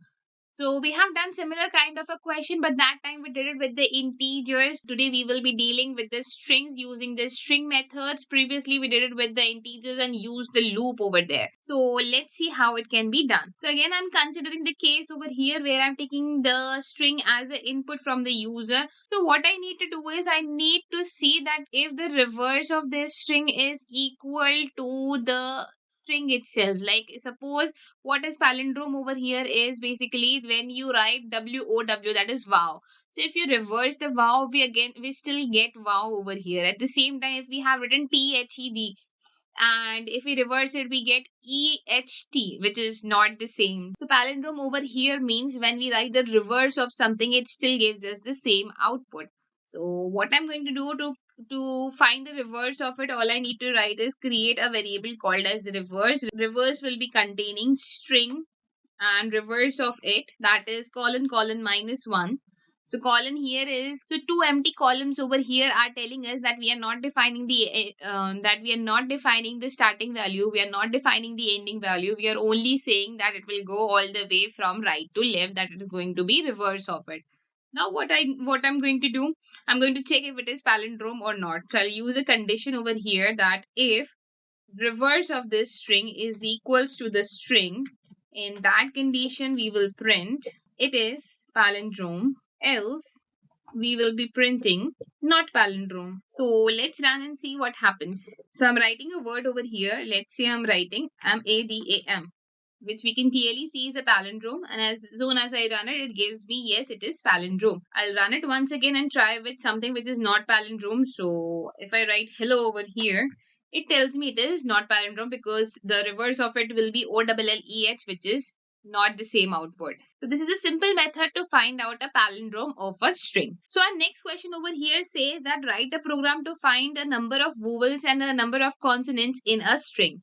Let's see how it can be done. So I'm considering a case over here where I'm creating a string whose value inside it is hello everyone. What I need to do, I need to check how many vowels are there and how many consonants are there. So vowels, we already know that or the vowels we have in our alphabets, in our 26 alphabets, are A, E, I, O, U, and remaining rest of them are consonants. So I'll be checking for a condition over here, and plus every time there is a occurrence of a vowel, every time there is a vowel over here, the counter will increase. The counter of vowels and the counter of consonants will increase. So I'll be using a for loop to iterate the whole string, and I'll be checking the each element inside the string, that if it is a vowel or a consonant. So first of all, let's create two variables over here. I'll be creating a variable called as VC. VC will be the vowels count, which I'm setting to 0. And I'm also creating another variable CC, that is the consonants count, which I'm setting to 0. Now I'll be taking a for loop over here, that for I in A.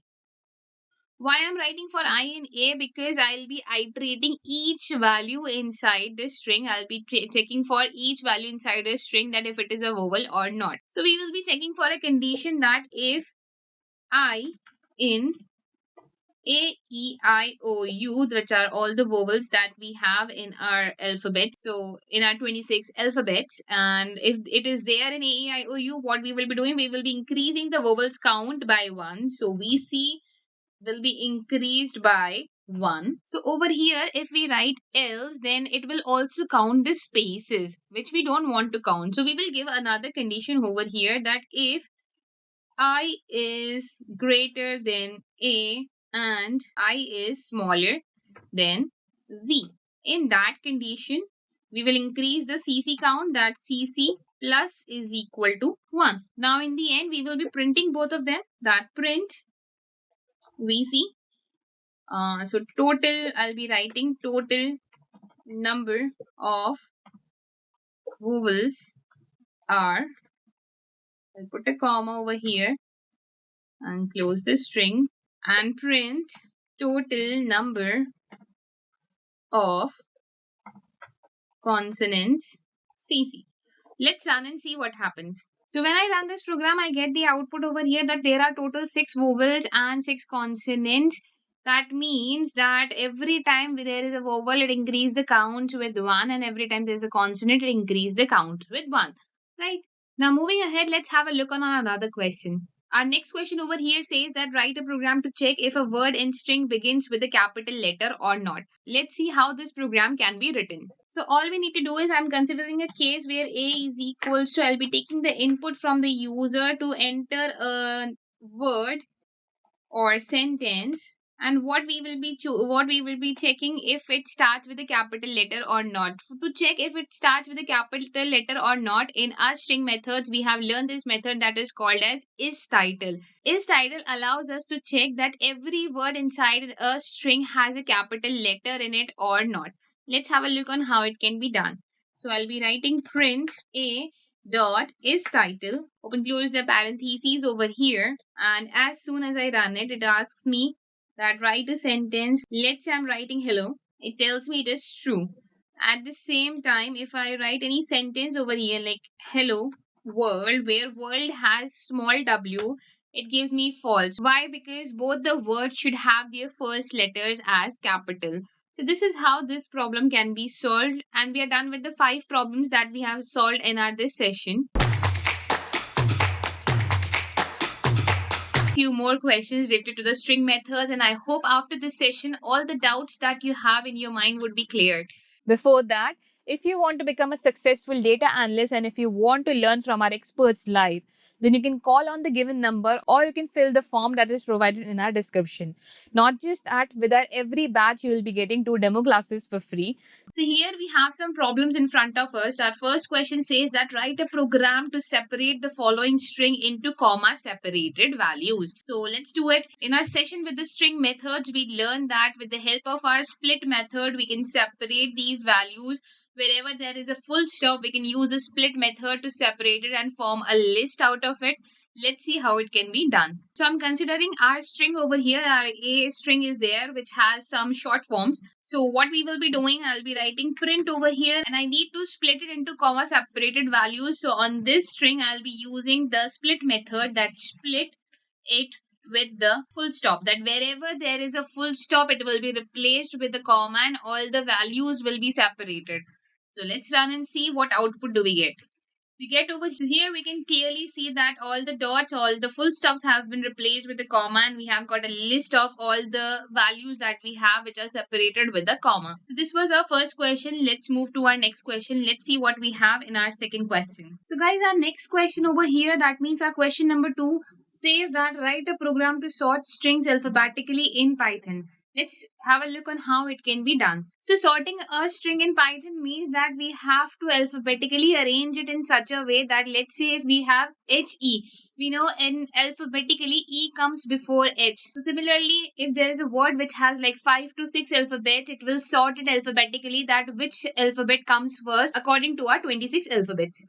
Let's see how it can be done. So I'm considering a string over here. A is equals to hello world. Now what I need to do is I need to sort it alphabetically. For that, I will be creating another variable over here. B is equals to sorted A. There is this simple method that we will be using, that B is equals to sorted A. All I need to do is now print this B. So it will be converted into a list of sorted alphabets. So let's run and see what happens. As soon as I run it, it has been converted into alphabet. Here we also have a space in between.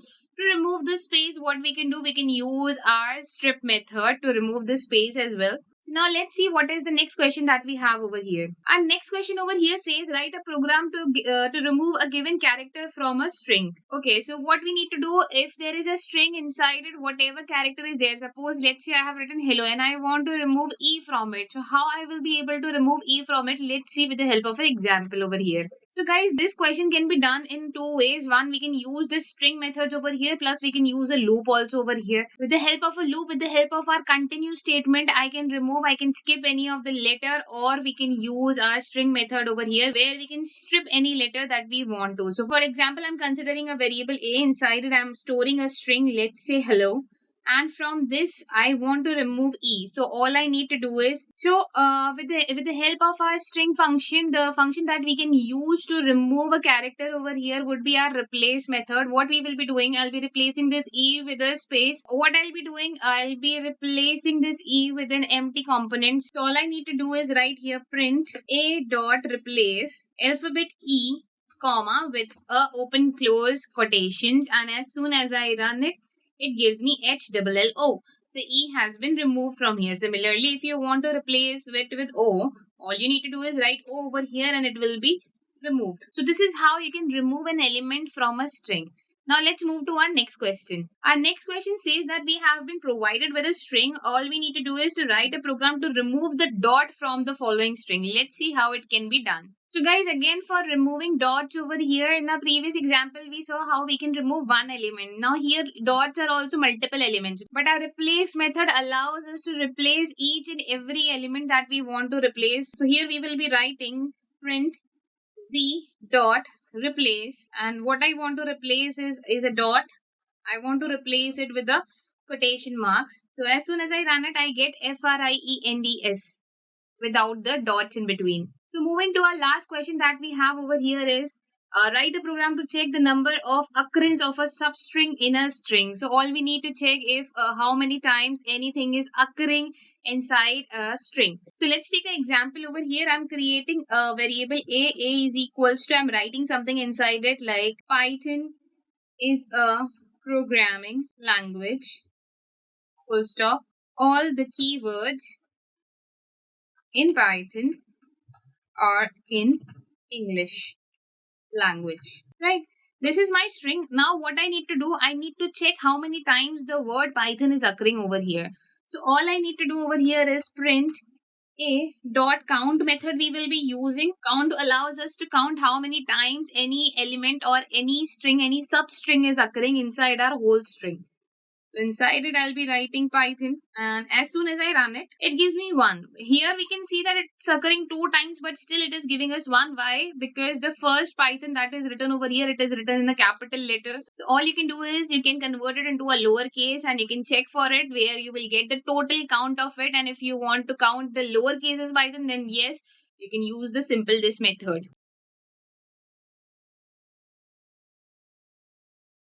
If you want to become a successful data analyst with WsCube's premium data analytics mentorship program, then its cohort 2 is launching in September. The applications for this cohort has started already. So if you want to be a part of this journey, which is led by top industry experts coming from Amazon, Rapido, KPMG, Microsoft and WsCube Tech itself, where we will be training you for entire 5 months covering more than 20 projects to help you get placed easily.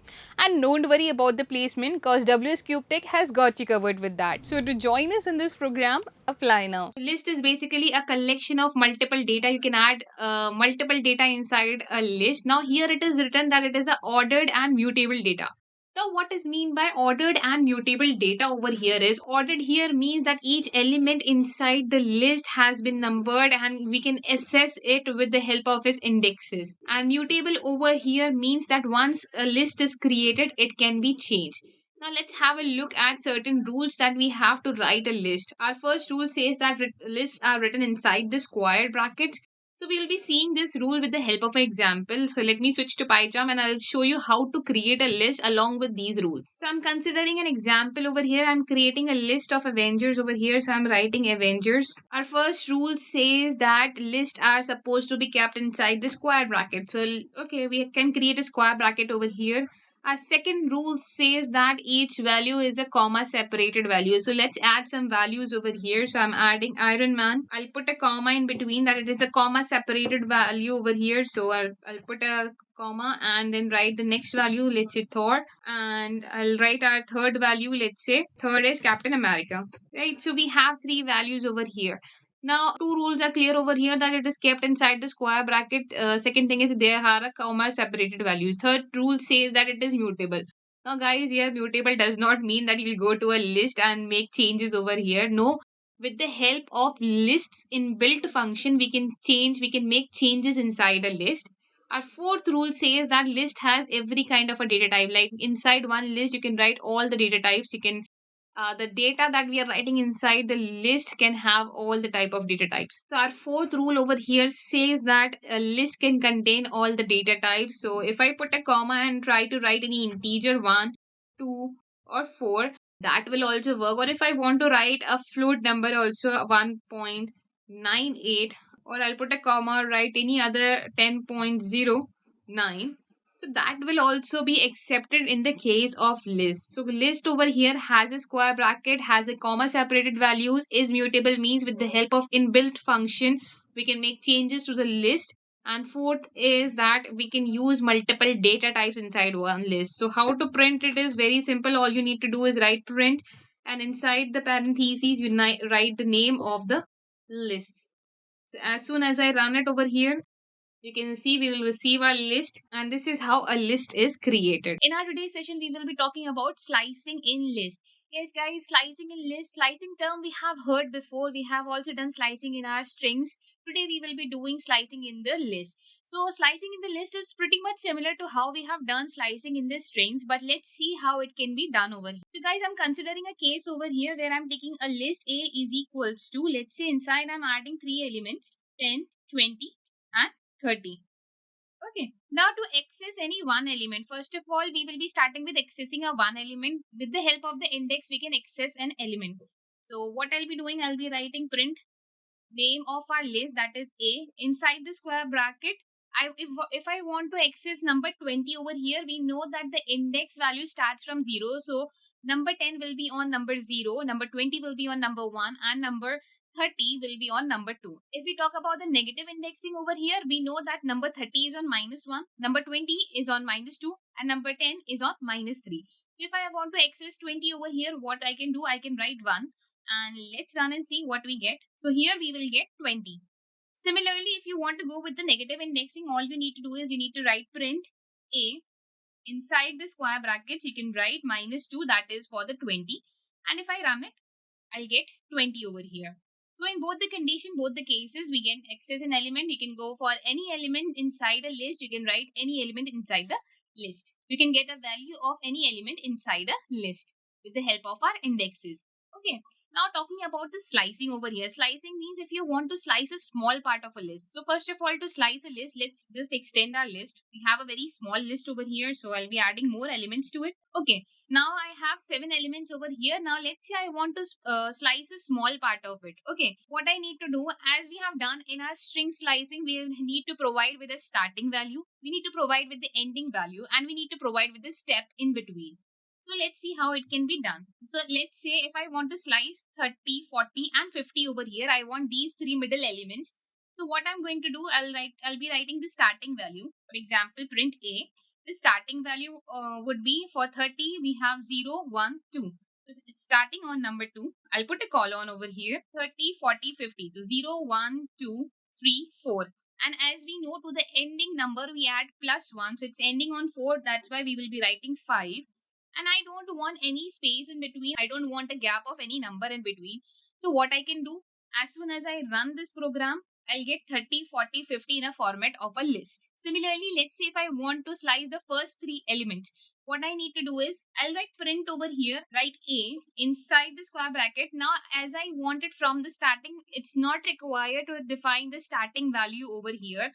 All I can do is put a colon, and we can define the ending value over here, that okay, we are starting from a default value, that is our number 0, and we are ending it on, let's say, number 4.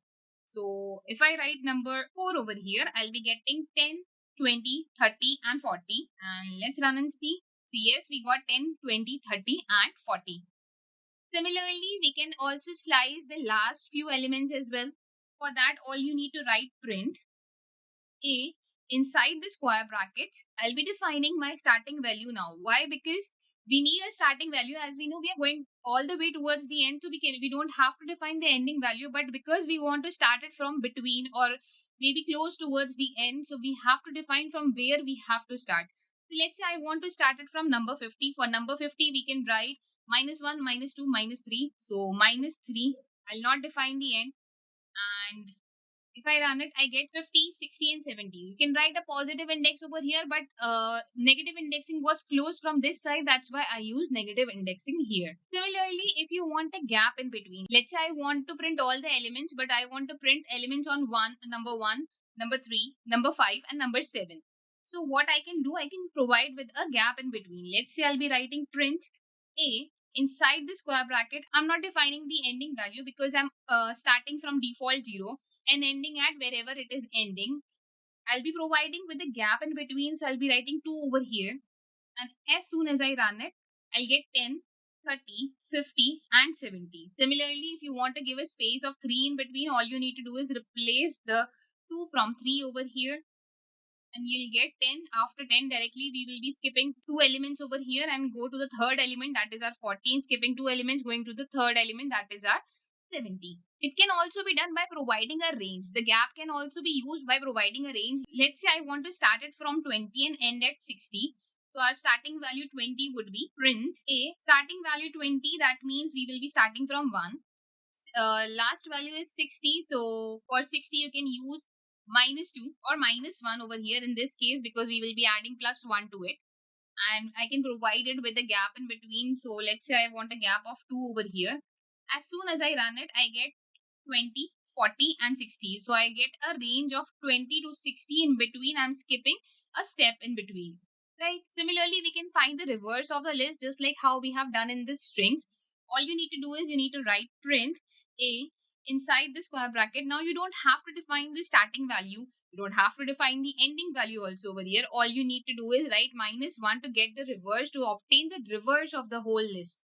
So I'll be writing colon, -1, and as soon as I run it, you will see I will receive the reverse of whole list, that is 70, 60, 50, 40, 30, 20 and 10. So guys, this is how slicing in list can be done. Slicing simple means to obtain a small part of a list, or if you want to reverse it, or if you want to obtain one part of it, or if you want to obtain a list with the gaps in between, that is where our slicing can be used. That means we are obtaining a small part of a list. Have a look on what are these 4 methods. Our first method over here is for loop, but in for loop we will be directly using a list, direct use of list. Second method is again for loop, but this time we will be using a range method. Third method would be our while loop, so we will be iterating with the help of while loop. And lastly, we will be iterating with the shorthand for loop. So guys, just like how we have conditional statement, shorthand conditional statement, similarly we have a method of shorthand loop as well, shorthand for loop as well. We will have a look on how it can be done. So first of all, we will be considering a case of for loop with the direct use of list. So I'll be creating a list over here that A is equals to, inside it I'm adding few elements 10, 20, 30 and 40. Okay. Now iteration means what? That our loop will go to each value one by one and print it. Right. So to iterate it, all I need to do is I need to use a for loop, that for I in A colon print I. So what I will do, I will go to each index, that it will start from 0, print the first element, it will go to next index, that is our number 20, it will print it, then it will go to the next index, that is number 30, then print it, then it will go to the next index 40. So let's run and see what happens. So as you can see over here, with the help of a for loop, we have iterated the values inside the list. This is one method. Now guys, let's talk about the range method, that how it can be done with the help of a range method. For the range method, let's create a variable over here. I'm creating a variable which will have the length of list, that is len of A. Okay. Let's understand with the help of a small example over here. So guys, I'll be writing our list over here, that is A is equals to 10, 20, 30 and 40. Length of A, we know that length of A will give us 4 because there are 4 elements over here. When we will be defining a range, what we will do, we will be writing our first index number, that is 0, comma, and the length of it. So I'll be putting it inside the variable. Let's say I'm using a k variable over here. K variable holds the length of A, that is our 4. So we can write k over here. This will be our range. Now how the for loop will iterate, it will start from index number 0. It will go to the first element. It will print it. And then how we will print it, we will be printing, I'll be writing print over here. We will be printing A and I index over here, the element of A on the I index. So I starts from 0 because we have written 0. So 0 index we have 10. Then it goes to next number, that is our 20. Then next number, that is our 30. And lastly on number 3. Okay. So this is how it will be iterating. Let's put it inside our program now. So let's take the list over here. I'll be using the same list. Okay.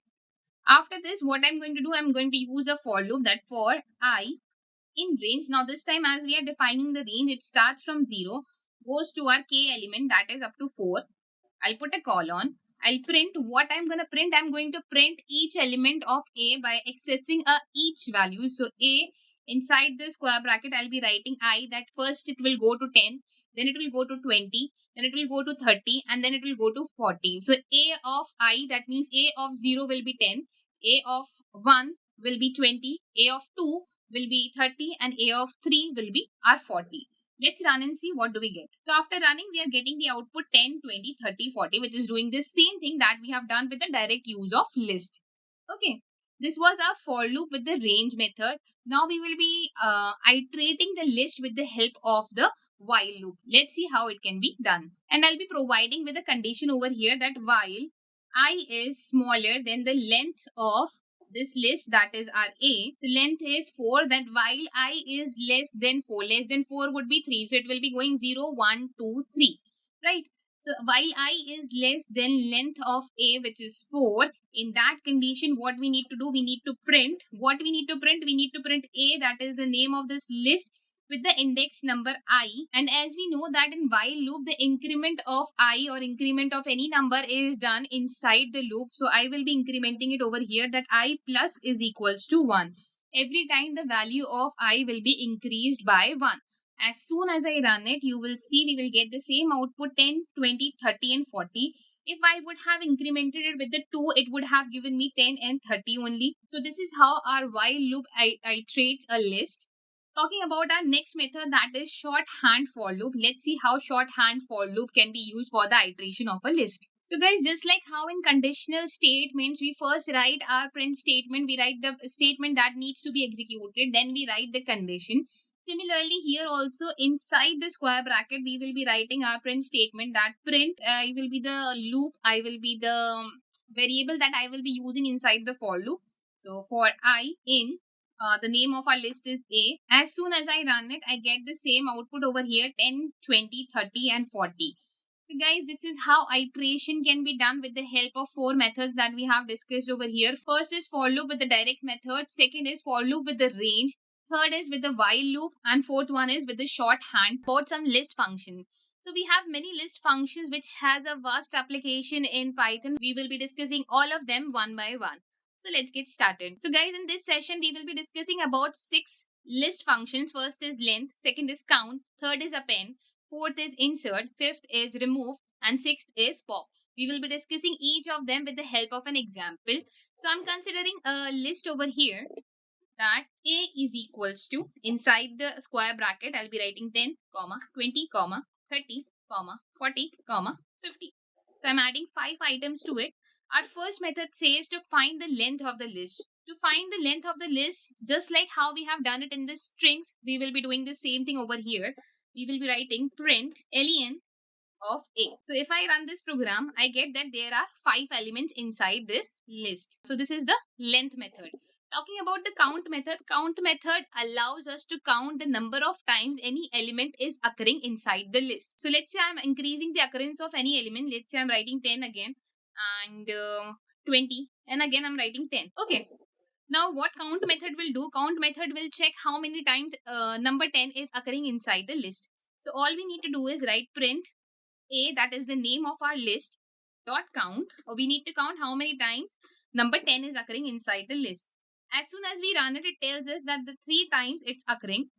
Similarly, if you want to check it for any other number, let's say if I want to check it for 50, all you need to do is write print A dot count, let's say 50. So as soon as I run it, it gives me 1 over here. Right. Nextly, we are talking about the append method. So guys, append method over here allows us to make changes to the list. So in our first session with list, I told you that lists are mutable. Mutable means once a list is created, it can be changed. Now changing here does not mean that I go to the list and directly added it. We can use a inbuilt function of the list to add more items to it. How it can be done? Let's have a look. So let's say I want to add an element to it. All I need to do is I'll write a dot append. Append means to add, and whatever I want to add, let's say I want to add 60 inside this list. So a dot append 60, and if I print A now and run the program, you will see that to our list 60 has been added. But there is one thing with this append method, that whatever element we will be appending, it will directly go towards the end of the list. What if we want to insert something, if we want to add something in the middle of the list or in the starting of the list? For that, we have our insert method over here, will allow us to add any element at any particular position that we want to add it to. So all we need to do is write a dot insert. Now where I want to add it on position. Let's say I want to add it between 10 and 20. So I will be adding it at position number 1. comma, what I will be adding, let's say I want to add 100 number over here, and after this I'll be printing my A, and as soon as I run it, you will see that on number 1, that means on number 1 position we have 100. So this is how, with the help of insert method, you can insert any element inside the list at any particular position you want to insert it as. With the append method, we can add an element towards the end of the list. With the insert method, we can add it wherever we want to add it inside the list. Now let's talk about the remove method over here. Now remove method is used, as the word itself says, remove. Remove method here helps us to remove an element from the list. Let's see how it can be done. So we had 100 over here, where 100 does not make any sense. So I'll be removing 100 from here. All I need to do is write a dot remove, and I want to remove 100. So if I print a over here, let's run and see what happens. You will now see that the new list that we have obtained from this list, the 100 has been removed. Right? What if I want to remove an element from a particular position? Let's say I don't know which element is at which position. All I know is whatever is position number 2, I want to remove whatever element is there at the position number 2. For that, we have a pop method. Pop method allows us to remove an element with the help of an index number. So how to use a pop method is very simple. All we need to do is write a dot pop, and inside the brackets we can add whichever index number we want to remove. So let's say whatever element is there on index number 2, I want to remove it. And if I print the list after this and run the program, so now you will see on number 2 index we had 30, and in the new list that we have obtained over here, the 30 has been removed. This is how pop method is used. The difference between the remove method and the pop method over here is remove removes the particular value that you are telling the list that, okay, I want to remove a value, and you have to provide it with the value that which value you want to remove. While pop method allow us to remove it from an index number. You can use an index number, give a value of an index number, and you can remove whatever element is there on that particular index. So guys, these were our 6 list functions. In the next session also, we will be discussing about 6 more list functions. So guys, here we have our 6 list functions. We have copy, extend, index, reverse, sort, and clear. We will be discussing each of them one by one. First of all, let's talk about copy. For copy, I'll be creating a list over here that a is equals to 10, 20, 30. So if I want to copy this in any other variable, let's say I want to copy it in b. So what I'll be writing, b is equals to a dot copy, open close the bracket. Now if I print b over here and run our program, so you will see that I am printing b, still it's giving me the elements of a. Why it is happening? Because b has copied all the elements which is present there inside the a list. So this was our copy method. So our next method over here is extend method. Let's first understand what extend method does. Extend method allows us to extend our list. So let's say we have 2 lists and I want to add the element of second list to our first list. So extend method over here will help us to add the elements of list B inside the list A. Let's see with the help of an example. I'm creating a list over here. A is equals to, inside this list I'm adding 3 elements, 10, 20, 30. Right? I'm creating another list over here, B, in which I'm adding 2 elements, that is 40, 50. Now what I need to do, I need to write a dot extend b, that I am extending a by b. To the a list I'm adding b list, and after this, before we do this, I'll be also printing it. So print a to see that if it is working properly or not, and here also I'll be writing print b. Okay. Now after that, after doing the extension over here, I'll be writing print a again. So let's run and see what happens. If I run the program, you will notice when I printed a, it gave me the list a.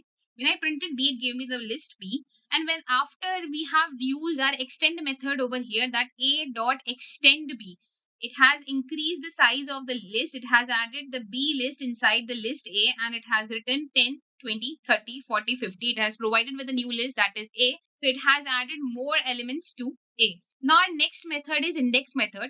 Talking about the index method over here, index method is very simple. It is used to find the index of any element. All you need to do is, first of all, let's take an example over here of a list. So I'm creating a list A over here. and inside it I have added 3 elements, that is 10, 20 and 30. Now if I want to know the index number of 30, so all I need to do over here to find the index of, let's say, number 30 is, I'll write print a, that is the name of our list, dot index, and I want to know the index of number 30. That's why I'll be writing number 30 over here. As soon as I run it, I get it number 2. So as we know that element 1, that is number 10, is on index 0. The second element is on number 1 and the third element is on number 2. Similarly, if you want to check it for number 10, it will give us with 0. So let's run and see. Yes, it is giving us with number 0, that the index value of the number 10 element is 0. This was our index method. Now let's move ahead to our next method, that we have reverse. So guys, reverse method over here allows us to reverse the whole list over here. Let's see how it can be done. So to reverse it, all we need to do is write a dot reverse, open close the parentheses, and now if I print a over here and run our program, so now you will see that the A list has been reversed. Firstly we had 10, 20 and 30. Now after the reverse of it, we have received with the 3 values, that is 30, 20 and 10. It has reversed the values of indexes over here. Now let's move to our next method, that is our sort method. Guys, what is sort method? Sort method allows us to sort a list alphabetically or numerically. For example, if I have created a list over here, let's say A is equals to, inside the list I'm writing 30, 60, 10, 20. So we can see that the order of the elements inside the list is random. If we want to put it in a proper ascending order, all we need to do is write A dot sort, and when I print A over here and run it, you will see it has been now arranged in the ascending order, that first we had 10, then 20, then 30 and then 60. Similarly, this sort method can also be used in the list when we have a string. So let's consider another example. I have B. B is equals to, I'm adding multiple elements over here. Let's say I'll be writing hello and comma, hi, and here I'll be adding good morning, comma, bye. Right. Now what I need to do, I need to arrange it alphabetically. So here the sort method will be talking about the first letter of each element over here. So let's see how it can be done. B dot sort, open close the parentheses and print B.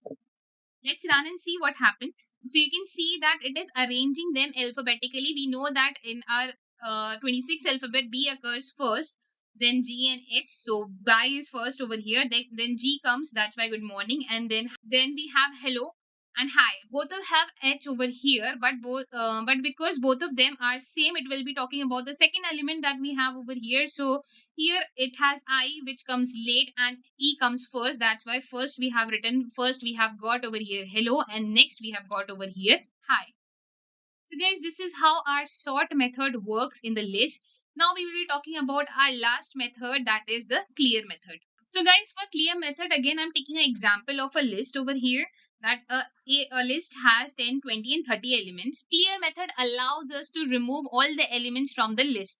Let's see how it can be done. For this, all I need to do is write A dot clear and open close the parentheses. Now if I print A, let's see what happens. We will also print A before using the clear method. So if I print A before using the clear method, it gives me with the values 10, 20 and 30. And after applying the clear method to it, it has given me with the empty list. That means it has removed all the elements from inside of a list. So guys, these were our 6 more methods that we have learned in our list functions. So let's get started. Let's see what questions do we have over here in front of us. So we have a list over here, A, and inside some names are written. And our first question says to write a program to swap the first and the fourth element over here. So all we need to do is replace the first element with the fourth element and replace the fourth element with the first element from this list. So first of all, let's understand the logic, that what logic will be used to solve this problem. So for example, I have a list A. Inside I have 4 elements, 10, 20, 30, 40. Okay, just like how we have 4 elements inside our list that is there in the question. Similarly, we have 4 elements over here. What we need to do, we need to replace both these elements, that we need to store the value of 40 in 10 and the value of 10 into 40. Now how it can be done? So what we can do over here is we can use a temporary variable over here. I can create a temporary variable, store the value of 10 over here. For storing the value of 10, that means 10 resides on our index number 0. So I'll be writing a of 0. Now a of 0 is the value of this temporary variable. Okay, so now we will be discussing about this actual a of 10 position. So a of 10 position, that means a of 0 will be replaced with what? A of minus 1 position. So what we will be doing, we will be writing a of minus 1. So that means this 40 has gone in this place. So now the new list that we have is 40 comma 20 comma 30 comma 40. So this will be the new list that will be obtained after this operation. Now this is not what we want. We want at number 40 that 10 number should be there at number 40. For that, what we will be doing, we will be writing a of minus 1. That will be our last element of our list, and we will be replacing it with the temporary variable. That will be our a of 0. But if we will write a of 0 over here, a of 0 right now is 40. But if you remember, we did in the starting, we did this procedure that inside the temporary variable, we have stored the value of a of 0. That means this temporary variable holds our 10 over here. That's why we use this temporary variable. So instead of writing a of 0 over here, we will be writing temporary variable that will give us a of 0 over here, which will present us with a list which looks like this: 40 comma 20 comma 30 and 10. So this is a small example over here. Let's try to put it in our Python. So our motive over here is to replace the first element with the last element. So we'll be creating a temporary variable over here. Inside this temporary variable, I'll be adding the value rows over here. How I'll be writing it? By writing a inside the square bracket, I'll be writing 0, which tells me that inside this temporary variable, now the rows has been stored. Okay.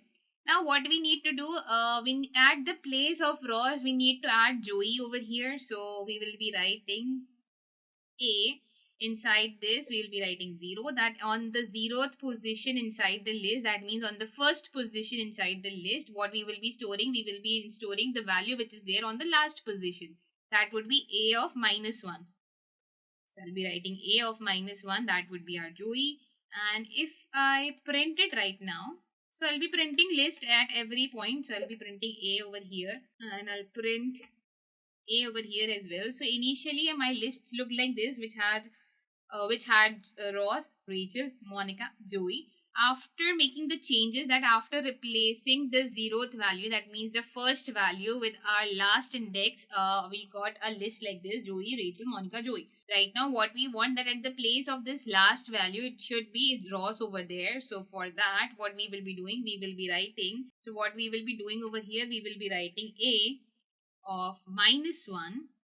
That means our last value will be replaced by our temporary variable. It won't be replaced by a of 0, because a of 0 right now is Joey. So it will take Joey again. But what we need to do, we need to replace it with a temporary variable which was holding the value of Ross. So we will be replacing it with the temporary variable. And now if I print my list A and run it, you will now see that the first element is there at last, and the last element over here is now at first. If I remove this center print and run it, so now you can see that the first element has been replaced by the last element, and the last element has been replaced by the first element. So our question is done over here. Our next question over here says, write a program to add a new value at a second position. We know very clearly that our append method allows us to store a value, but it adds at a last of the list. It never adds at a center of a list or at a specified value. It adds at the last of the list. So here we have another method in our list which we have learned in our list methods, that is insert. Insert allows us to insert a value at whatever position we want to insert it at. So let's see how it can be done. So considering the same example over here, I'll be first printing a and getting the output like this. Now at the second position, that means at the place of Rachel, over here what we will be adding, we will be adding a new value. Let it be anything. So what I'll be writing a dot insert Now insert over here comes with the two parameters. What two things we will be providing, that it with what position we want to add and what thing we want to add. Suppose we want to add on position 1, because on 0 we already have a rows. We want it on second position index number would be 1.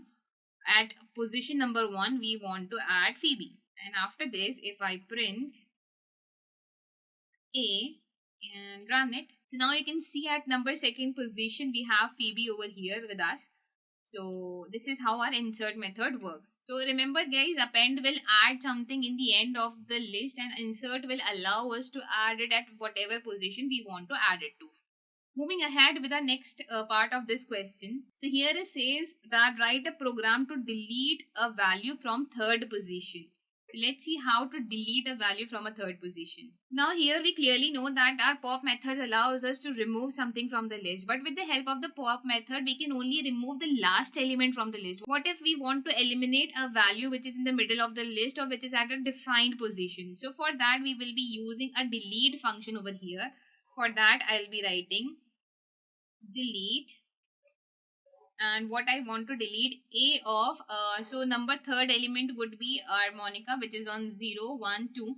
So I'll be writing 2 over here, and if I print a after this and run it, so you will see that on the third position we first had Monica, but in our new list that has been provided to us, the Monica is not there anymore. So our this question had three parts which we have solved, and I hope you guys have no doubts and no questions. Let's see what do we have in our next question. Our next question over here says write a program to multiply all the numbers in the list. Now as the question says that we have to go to the each element inside the list. So yes, we have to iterate through the list, and yes, for loop will be used over here. So let's see how a for loop will be used over here. So I'm creating a list over here called as A. Inside I'll be writing some elements 10, 20, 30 and 40. So I have to find a multiplication of all these four numbers. So I'll be iterating to each element. First I'll be going to this one, then second this one, then third this one, and this fourth one. For that I will also be needing a total over here, but right now what I'll be doing, I will not be keeping, because we want to multiply these numbers, and if I put total is equals to 0, the multiplication will give me automatically 0, because yes, total will be multiplied, right? So 0, if I put 0 over here, the all the numbers after multiplication, they will also become 0. So I'll be keeping this totals value over here as 1. I hope you have understood what is the logic of keeping the total value of as 1. Because if I had to find the sum of all the numbers, then I would have written 0 over here, because we were adding it. But multiplication with 0 will give us a 0. That's why I'm putting the totals value 1 over here. After this, we will be going in the range of this list. So for I in range of len of a, so we'll be going from 0 to length of a, and what we will be doing, we will be adding the total over here. So total would be multiplication is equals to I. That means each element will be multiplied with this total. So initially it will be 1. After multiplication with the 10, it will become 10. After multiplication with the 20, it will become 200. After multiplication with the 30, it will become 6,000. After multiplication with the 40, it will become 2,40,000. Okay, let's see if it works in this way or not. So I've taken this list over here. Now what I'm going to do, I'm going to find the length of it. So for finding the length of it, I'm creating a small a variable over here. Inside a, I'll be writing len of a, or we can do with the directly. So here what we'll be doing, we can use the direct method as well by writing for I in a, that is the name of our list. We'll be iterating to the elements of this list, and what we will be doing, we will be creating a variable called as total over here. So total will be is equals to 1 as this is, because if we'll put it as 0 after multiplication, it will give us the whole value as 0 over here. And then after iterating to each element, we will be incrementing this total, that total multiply is equals to by I. So every time with the total I will be multiplied, and lastly we will print the multiplication, or we can write the product of all the numbers in the list if, I'll put a comma over here and write total. So as soon as I run it, you will see we will get the output 10920, and if you will try to multiply it, yes, you will get the same output. So I hope it is clear how we have solved this problem. Next, we will be moving ahead with our next problem over here. So our next problem over here says write a program to get the largest number from the list. So we already have a list over here. It's written in a format of a string. Don't confuse it with the format of a string. It's all the integers over here.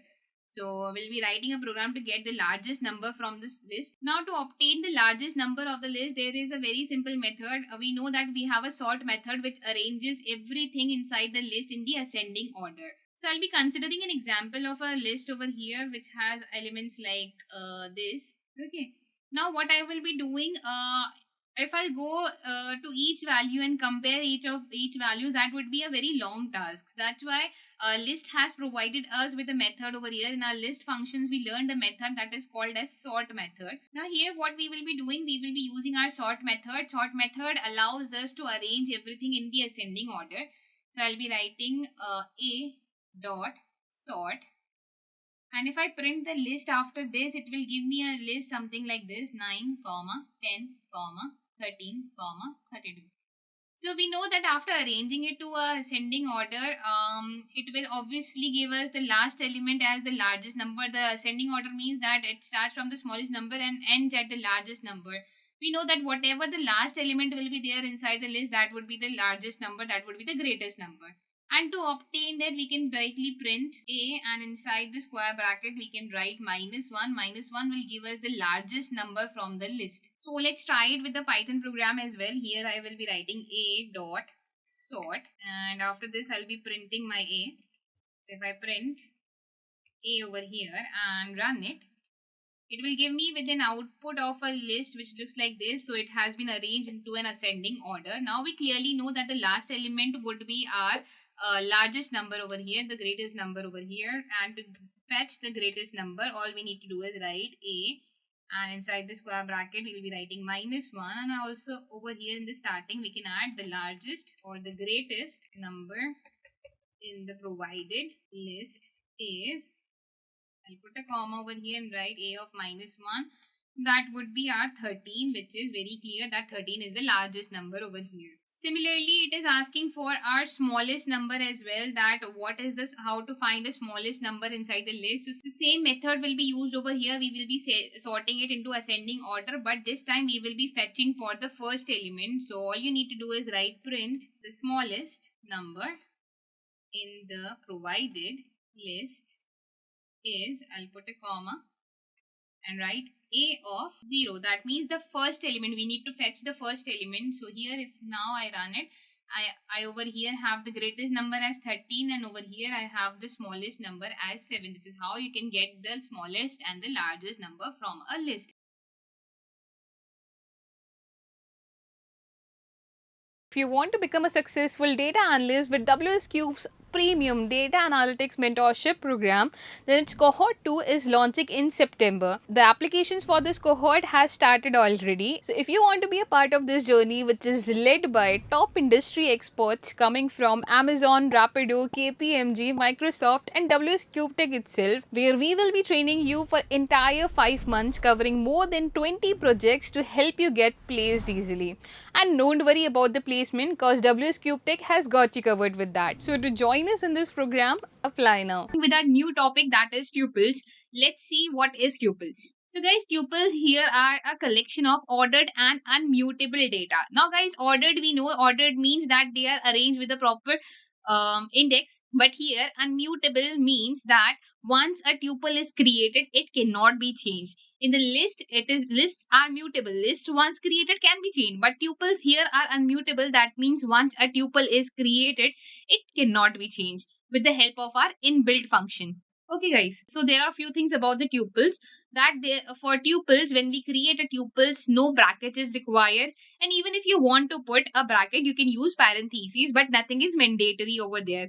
Tuples are again a comma separated values. You can use multiple data types inside the tuples, just like how you can do it in a list. So let's have a look on how tuples are created. So to create a tuple, all you need to do is write a is equals to, you can directly write the values inside it. Let's say 12, 30, 1.45, hello, comma, bye. And if I will check the type of it, if I write print type A, it will give me a tuple, that it belongs to the classes of tuple. Right. So in the example, I have also used multiple data types, which means that tuples can have a multiple data type. If I print it, we will get the output as well. To print a tuple, all we need to do is write print and the name of the tuple. So if I print A over here and run it, it will give me all the elements of the tuple. But when we receive it as an output, the brackets are added over here. If we want to add a brackets over here, yes, we can add a bracket over here as well, but it is not mandatory. Another thing about tuple, we discussed that no inbuilt functions can be worked on tuple. For example, let's say if I try to add something, I'm just showing you as an example that if I try to a dot append, let's say I want to add 23 in it, and if I try to print it, it will throw me an error that attribute tuple has no object. It says attribute error that tuple object has no attribute append. That means tuple has no function as append, or even if you try to add something to it, remove. If I write add over here, that thing will also not work. Why? Because tuples once created, they cannot be changed with any of the inbuilt functions. So guys, there is one more thing about tuples. Let's say I'm creating a list over here that I have a list of one number 12. If I print a type of it and run it, it will tell me that it belongs to the classes of list. At the same time, if I create a tuple over here with one element inside it, so even if I put it inside a comma and I'll write 12 over here, I'll close it, and if I try to print type of B and run it, so you will notice over here that here it is writing string, that it belongs to the classes of string. So now what can be done when we have a tuple, when inside a tuple we only have a one element? So to call it as a tuple, all you need to do is, whenever this condition is only for when you have a one element inside a tuple, that you can put a comma in the end. So now if I run it, I will get it as a tuple. So guys, if you don't put a comma over there and if you have only one element inside the tuple, it will be called as a string.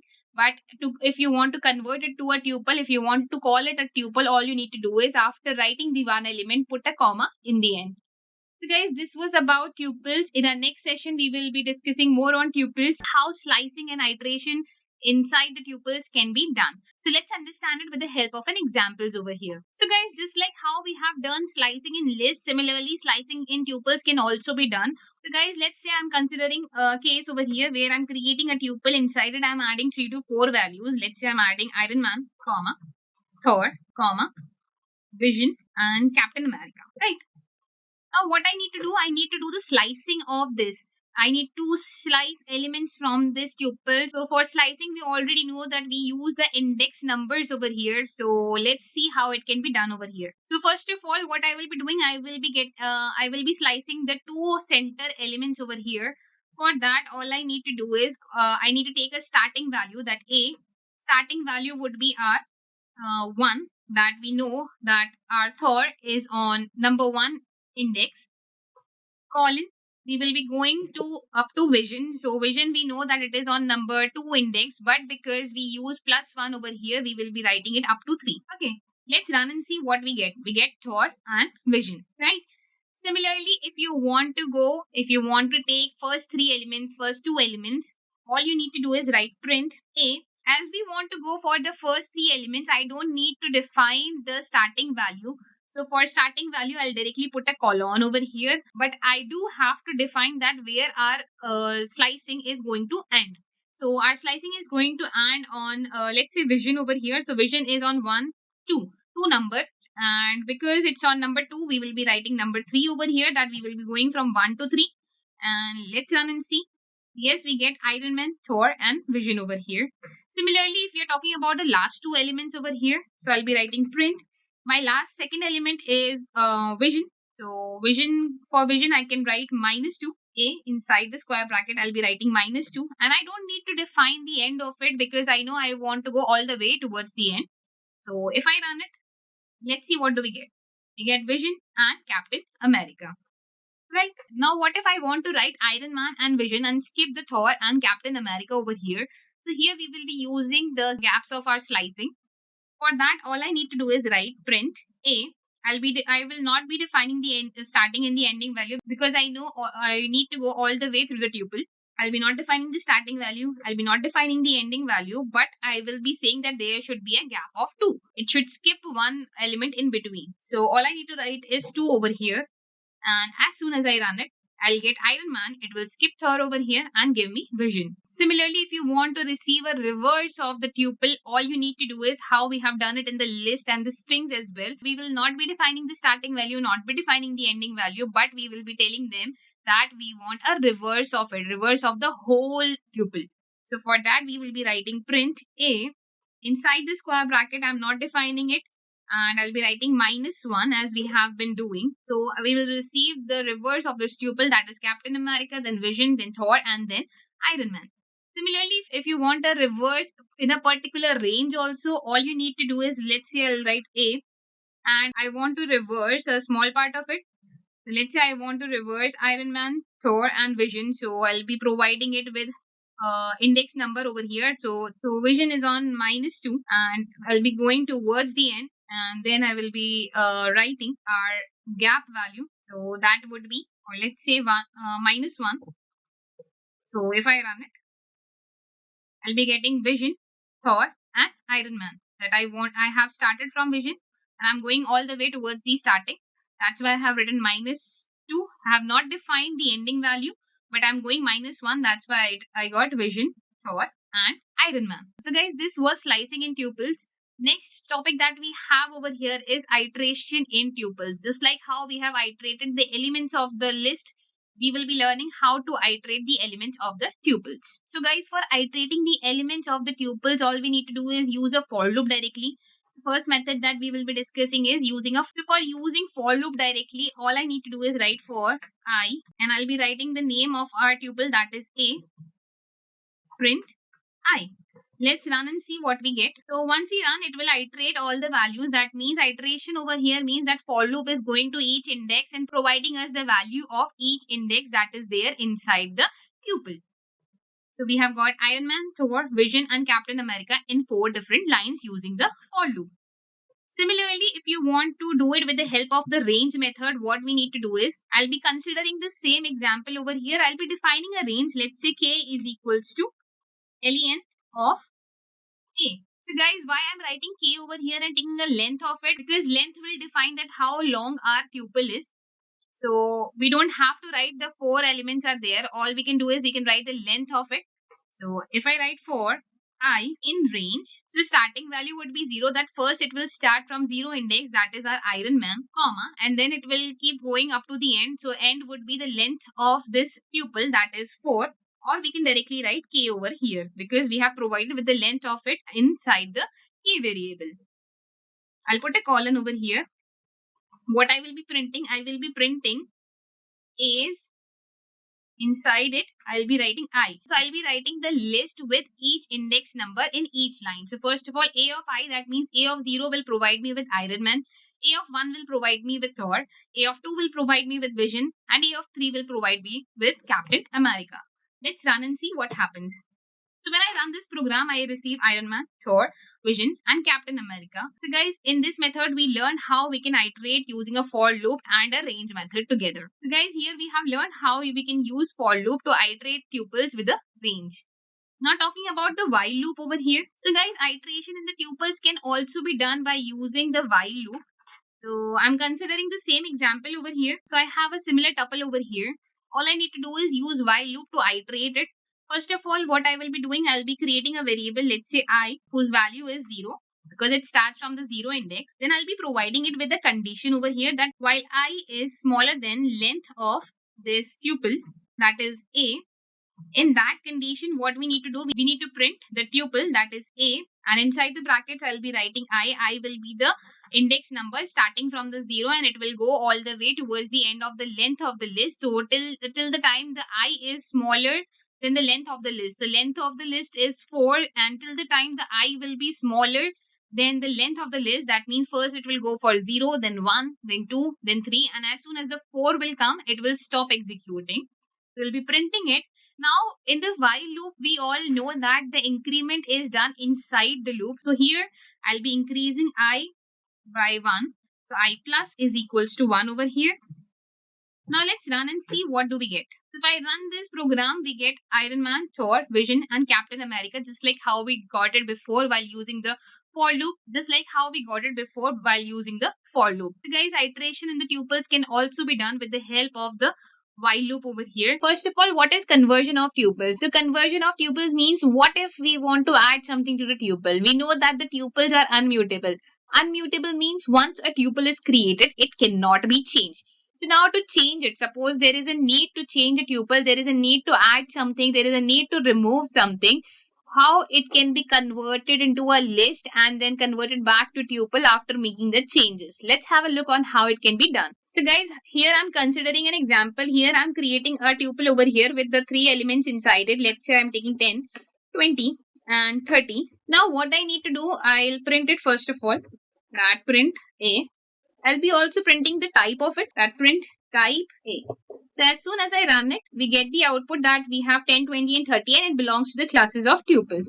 Now let's say I want to make a change to a tuple. I want to add something to a tuple.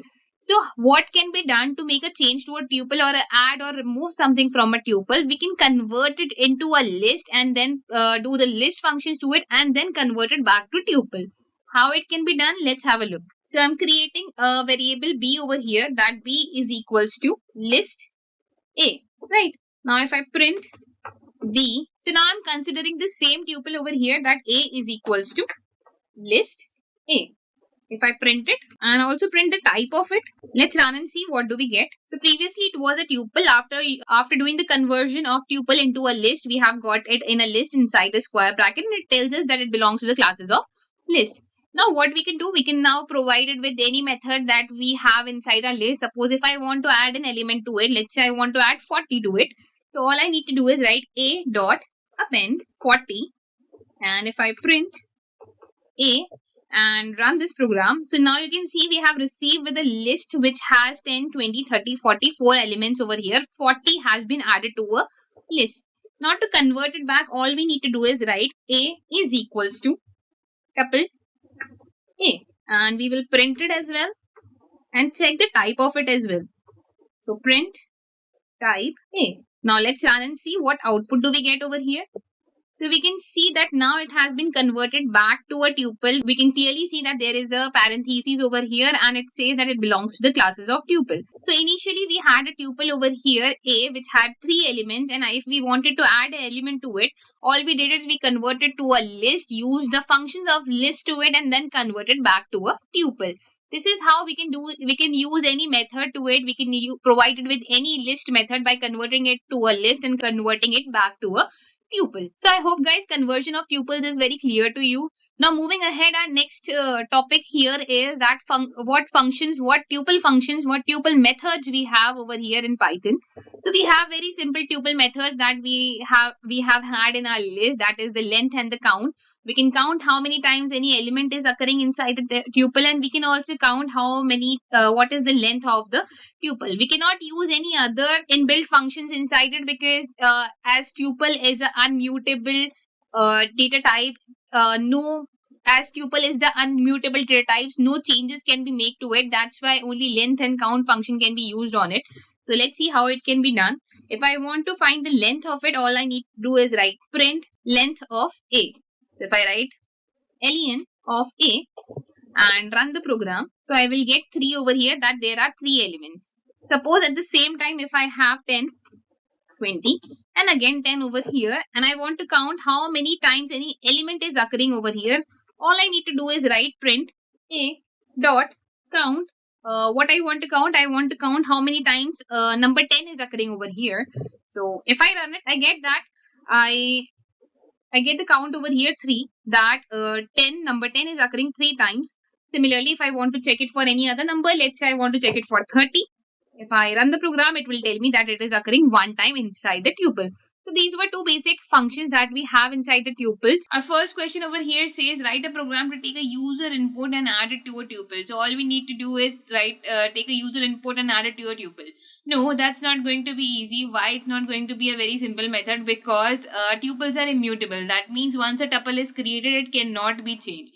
Now how to add something to it? So all we need to do is we need to convert it to a list and then convert it back to a tuple. When we are adding it, we will be adding it to a list and then we will be converting it back to the tuple. So let's have a look on how it can be done. So for this, all I'm going to do is I'll be creating a tuple over here, an empty tuple over here, that is a is equals to tuple, and I'll put an open close parentheses over here. After that, I need to take a user input for any certain number or any certain letter or word they want to write over here. So I'll be taking a user input. Let's take it for number. That number is equals to int input, enter a number here. Now our task over here is that whatever number this person gives to us, we need to add it to our tuple, right? So for that, first of all, let's convert this tuple into a list. To convert it into a list, I'll be writing a is equals to list a. So once I have converted it to the list, what I will be doing, I will be adding this element to our list. So for adding it, we need to write a dot append. That means inside this list, we will be appending our number and we will print the list as well to see if it is working properly or not. So if I run it over here, let's say I'll write 12. So 12 gets printed over here in a list. Now what I need to do is I need to add it to a tuple. That means I need to convert it back to a tuple. So here all I need to do is write a is equals to tuple a. And after this, if I print a over here and run it. So if I write 12 over here again, then it has been converted to a list, and then after that with our conversion over here, that converting back to a tuple, we have converted over here in this way. Now there is a single element over here, that's why there is a comma in over there. If the comma was not there, then it would have considered it as a string, but because there is a comma, then it will be considered as a tuple, because tuple says that if there is a single element inside a tuple, then we need to add a comma in the end. That is the rule of writing a tuple with a single element. Now moving ahead to our next question. In our next question, it says write a program to find the length of a tuple. So to find the length of a tuple is very simple. We will be using our length method over here. So I'm considering a case of tuple over here. We have a tuple A. All I need to do is find its length. So to find its length, all I need to write is print len of A. Or we can also write it in this way, that the length of the tuple is, and I'll be putting a comma in between, an len of a. So if I write over here, it tells me that the length of the tuple is 3. So that is our question over here. Last question that we have over here with us. Let's have a look on it. So our next question, that means our last question over here, says that I write a program to count the number of elements in a tuple. Like suppose if there is a reoccurring element inside a tuple, then we have to write a program to the count of that reoccurring element. So to solve this question, what I'll be doing, I'll be taking example of a tuple over here. I have created a tuple which has few elements, and there are few elements that are reoccurring as well inside our tuple. So what we will be doing, we will be writing a program to count, let's say number 10 over here, and how many times number 10 is occurring over here. For that, all I need to do is write print the number of times 10 is occurring here is, I'll put a comma over here, and then I'll write a dot count, and inside the count I'll be writing what I have to count, that how many times number 10 is occurring over here. So if I run this program, it gives me that the number of times 10 is occurring here is 2 times. So we can clearly see 1 and 2 times our number 10 is occurring in our following tuple. So guys, over here our third question is also done. So these were some basic questions related to the tuples. Now with tuples you don't have much questions. Just understand that tuple is a kind of a data that is not mutable. That means once a tuple is created, it cannot be changed.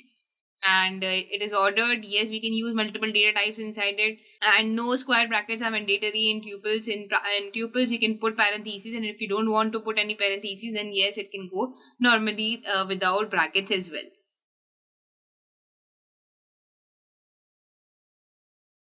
If you want to become a successful data analyst with WsCube's premium data analytics mentorship program, then its cohort 2 is launching in September. The applications for this cohort has started already. So if you want to be a part of this journey, which is led by top industry experts coming from Amazon, Rapido, KPMG, Microsoft and WsCube Tech itself, where we will be training you for entire 5 months, covering more than 20 projects to help you get placed easily.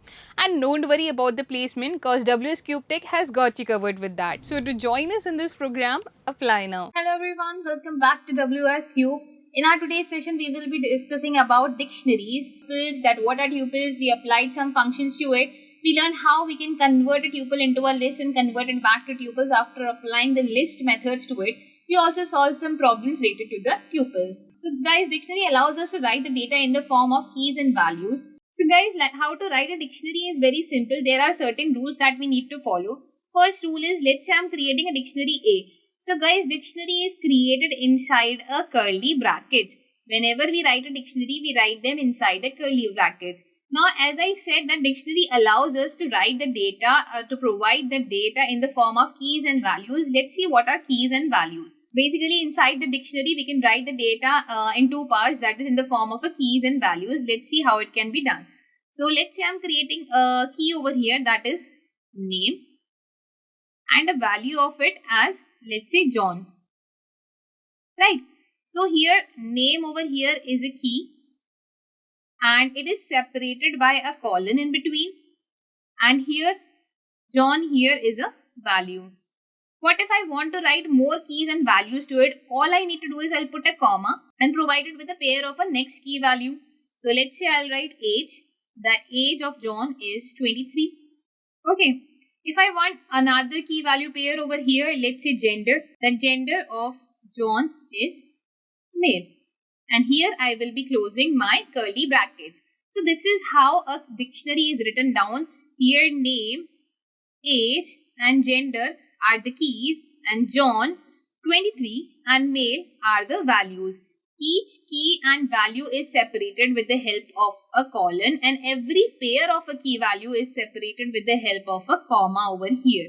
These are some rules of writing a dictionary. Now let's see how it can be written in a Python, and let's print it as well. So guys, I'll be using the same example over here, that A is equals to, inside the curly brackets over here, I'll be providing with the keys and value pairs. So my first key would be name, comma, and its value would be, let's say, John. Right? Each key value pair is separated by a comma, so I'll provide it with a comma and write the next key, that is, let's say, age. I'll put a colon in between and write its value. So if it's an integer, I can directly write it. One more thing about the dictionary, guys, the dictionary can also hold different kinds of data types. Inside the dictionary, you can provide with numerous kinds of data types. Right? I'll put a comma and write gender over here. The gender column is male. Now, if I want to print this dictionary, all I need to do is write print A, and as soon as I run this program, it will print the dictionary for me in with the comma separated values, exactly the same way I have written it. So guys, this is how a dictionary is created. In our next session, we will be learning how looping can be done inside the dictionary, how iteration can be done, how we can iterate each element inside the dictionary. I have created a dictionary with the name, age and gender as keys, and John, 23 and male as the values. What I will be doing, I will be looping the key names over here. So how that can be done, all I need to do is use a for loop, that for x in a colon print x. Let's run and see what output do we get. We will get the key values over here, that we will get the key names over here, that is the name, age and gender. So our next method over here is use of keys and values as a terms itself inside the for loop. So if I'll be writing for x in a dot keys, and I'll be putting a colon over here, print x. So let's run and see what output do we get. So we will be getting the names of the keys over here, which is there in this dictionary, that is the name, age and gender. Similarly, if you want to do it for the values, all you need to do is replace the term keys with the values. So I'll be writing values over here, and as soon as I run it, it will be looping within the values of the dictionary. All you need to do is use the keys and values as a term inside the for loop. Our next method over here is, with the help of use of term items, we can get both keys and values of a dictionary. Let's see how it can be done. So what I will be writing for, I'll be using two variables over here, that for a comma b in a dot items, that is the name of the dictionary, dot items, and I'll be putting a colon over here, printing what? We will be printing both a and b. So a comma b. Now if I run it, you will see I'll get the values over here like name, John, age, 23, gender, male. If you want to make it look more better, all you need to do is you can put double quotations over here. Inside it, you can put a colon and close the double quotation and put a comma in between.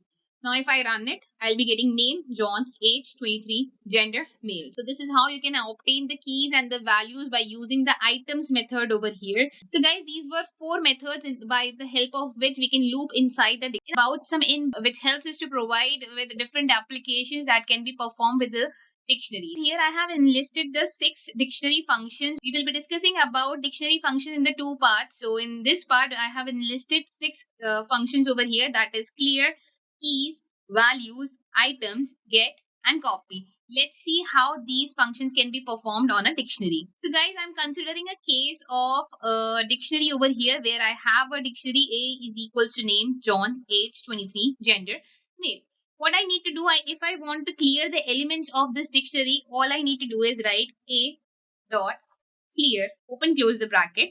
Now if I print A over here, let's run and see what happens.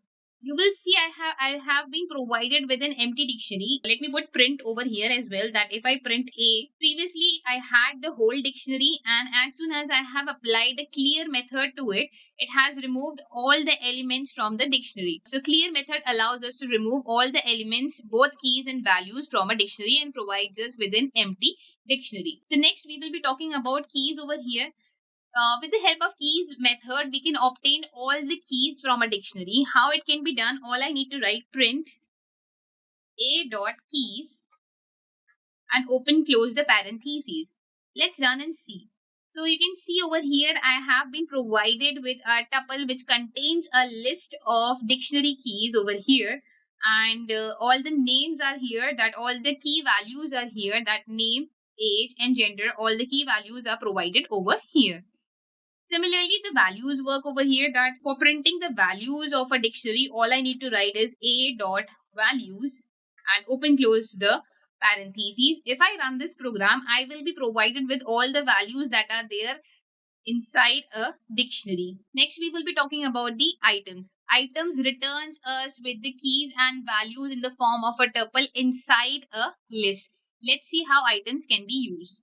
So all I need to do is write print a dot items and open close the bracket. If I run it, so I will be provided with a dictionary items which has a list in it, and inside the list I have been provided with the tuples over here which has name John, age 23, gender male. This is how our items method is used. Next method we have over here is get method. Get method allows us to get the value of a particular key over here. So if I write print a dot get, if I want to get a value of, let's say, age over here, so I'll be writing age inside the double quotations as it is a string. If I run it, I'll get the value 23. Similarly, instead of age, if I want a name over here, all I need to do is replace it with a name, and as soon as I run it, I get the value over here, John. Right? Next is creating a copy of a dictionary. If we already have a dictionary and we want to create a copy of it, all I need to do is create a variable called as b.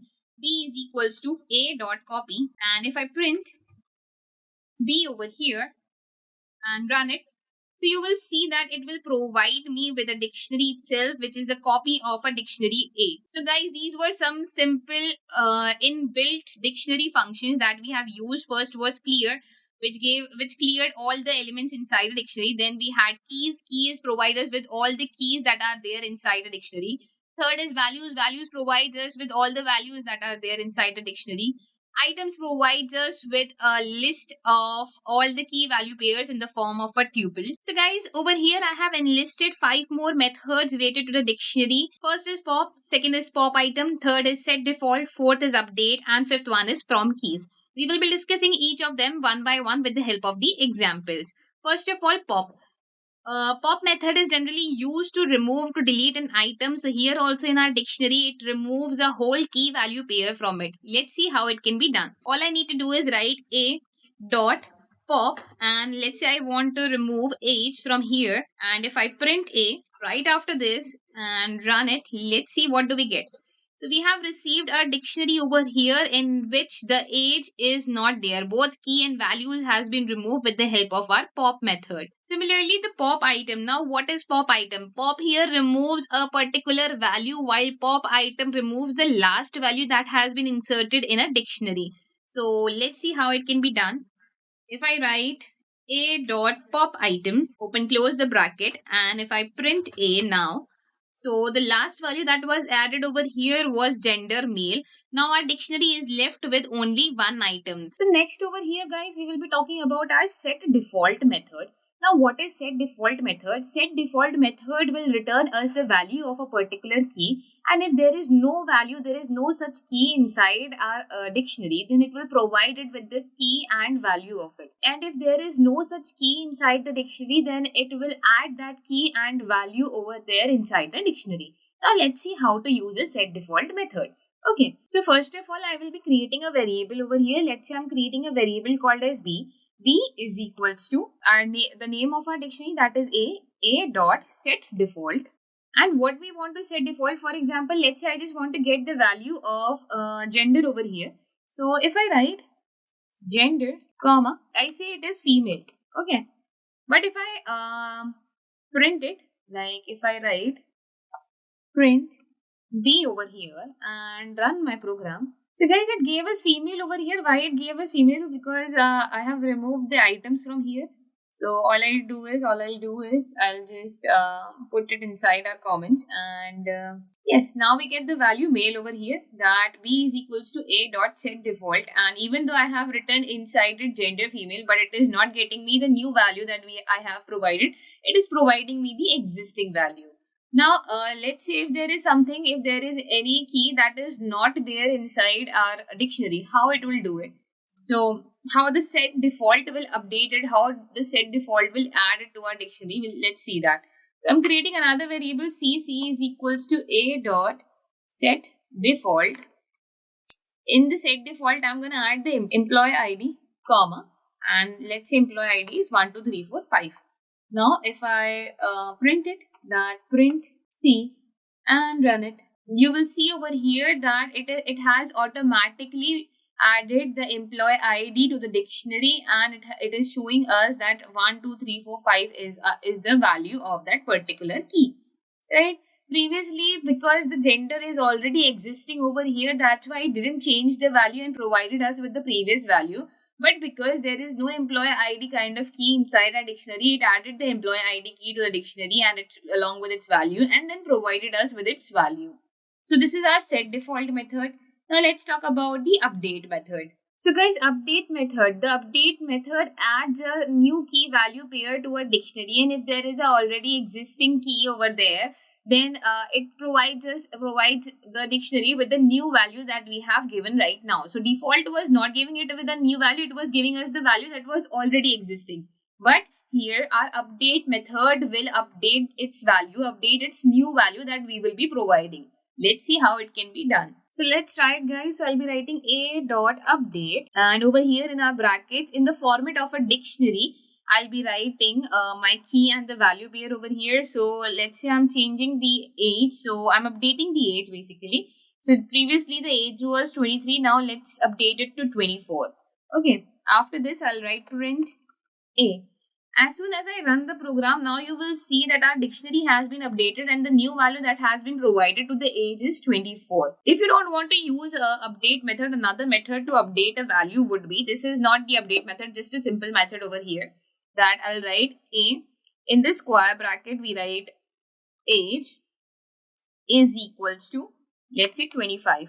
Now if I print A, let's run and see what do we get. So now without using the update method, all you need to do is you can put the key inside the squared brackets and the value directly without any brackets. And if you want to provide it with the parentheses also, you can provide it with the parentheses, but it is not very important. So there are two ways by which we can update a dictionary value. One with using the inbuilt function update, and second one by using this method where we have written the key value inside a squared bracket and provided with the value over here. Now this method, the second method that I taught you, this method also is useful when we want to add a new value to it. So let's say I want to add employee ID to it. So all I need to do is inside the square bracket, I'll be writing employee ID and is equals to 1, 2, 3, 4, 5. And after this, if I print A, So it will provide me with a new dictionary over here whose employee ID is 1, 2, 3, 4 and 5. So guys, this is our update method, and moving ahead with our next method, we have from keys. So guys, talking about this method from keys method allows us to create a new dictionary. It returns us a whole new dictionary with a specified keys, and we can provide it with the value as well. If you don't provide it with the value, then it gives us none in return. But let's see how it can be done. So I'm creating a variable x over here. Inside the x, I'm adding three values. Let's say hello 1, comma, hello 2, comma, hello 3. Right. And in the keys, I will be just adding hi 1. Hi 1, 2, 3 for all three of them. Okay. Now what I'm going to do, I'm going to apply from keys method over here. So z is equals to dictionary dot from keys, and from keys I'll be using x comma y over here and printing z. Let's see what this printing z would give me. So printing z would give me with a dictionary whose key is hello 1 and the value is hi 1, 2, 3. Next is hello 2 whose value is again 1, 2, 3. Third is hello 3 and whose value is again hi 1, 2, 3. This is how our from keys method. See how these nested dictionaries are created. These nested dictionaries are very helpful. These nested dictionaries are highly used for keeping a track of records. So let's see how it can be created. So I'm creating a nested dictionary over here. I'm gonna keep its name as employee, where I'll be adding the employee details to it, and employee is equals to, inside it I'm creating one dictionary. So my first dictionary will be about the employee one. So I'll be writing employee. Inside the employee one, I will be adding the details of my employee one. So here I'm adding name colon John, our permanent employee, age colon 23. Right.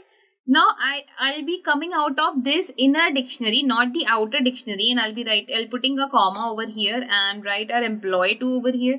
So employee 2, and after the colon I'll be again creating another mini dictionary. So again the name is, let's say our Lisa is 25 years old. I'll put a comma and add another value, that is for our employee 3 colon. Inside it, I'll be adding the name, and here after the colon, I'll be adding the name, actual name, and I'll put a comma and write age colon. I'll be adding the age, let's say 28. Okay. After this, I will be closing it. So here our dictionary started, and here I'm closing it, and then the mini dictionaries were closes within the part of those employees, right? So if I want to print it, all I need to do is print employee. And as soon as I run it, I get the output over here in the form of our dictionary elements, nested dictionary elements. What if I want to access an element over here? What if I want to know what is there inside the database and what is the name of employee 2? Okay, so all I need to do is write print the name of the dictionary, and from it I want employee 2's details. So I will be writing employee 2. And what details I want, that also I'll be mentioning over here, that the details that I want is, let's say it's her name. So the employee's name I need basically. And if I run it, you will see I will get the output over here as Lisa. Similarly, let's take another example over here. If I write print and write the name of our dictionary over here, and inside the square brackets, I will be going to which part of employees I'm talking about. I am talking about with employee 1, employee 2 or employee 3. That means the outer dictionary. So I'll be, let's say I'm talking about the employee 1. So I'll be writing employee 1 inside the string that I'm talking about employee 1. And what details I want of employee 1? I want his age. So I'll be writing age over here. And as soon as I run it, I'll get the age of our employee 1, that is 23.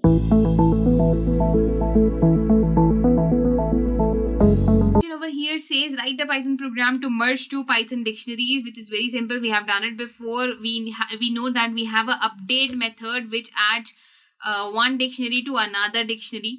So let's have a look on how it can be done. Before that, If you want to become a successful data analyst and if you want to learn from our experts live, then you can call on the given number or you can fill the form that is provided in our description. Not just that, with our every batch, you will be getting 2 demo classes for free. So guys, here I will be taking the example of 2 dictionaries. I'll be creating 2 dictionaries over here. A1 is equals to, inside this I'll be creating a dictionary A and setting its value to, let's say, 200, comma. I'll be having another key over here, that is B, and setting its value to 300. I'll be having another value over here, that is C, and I'll be setting its value to, let's say, 450.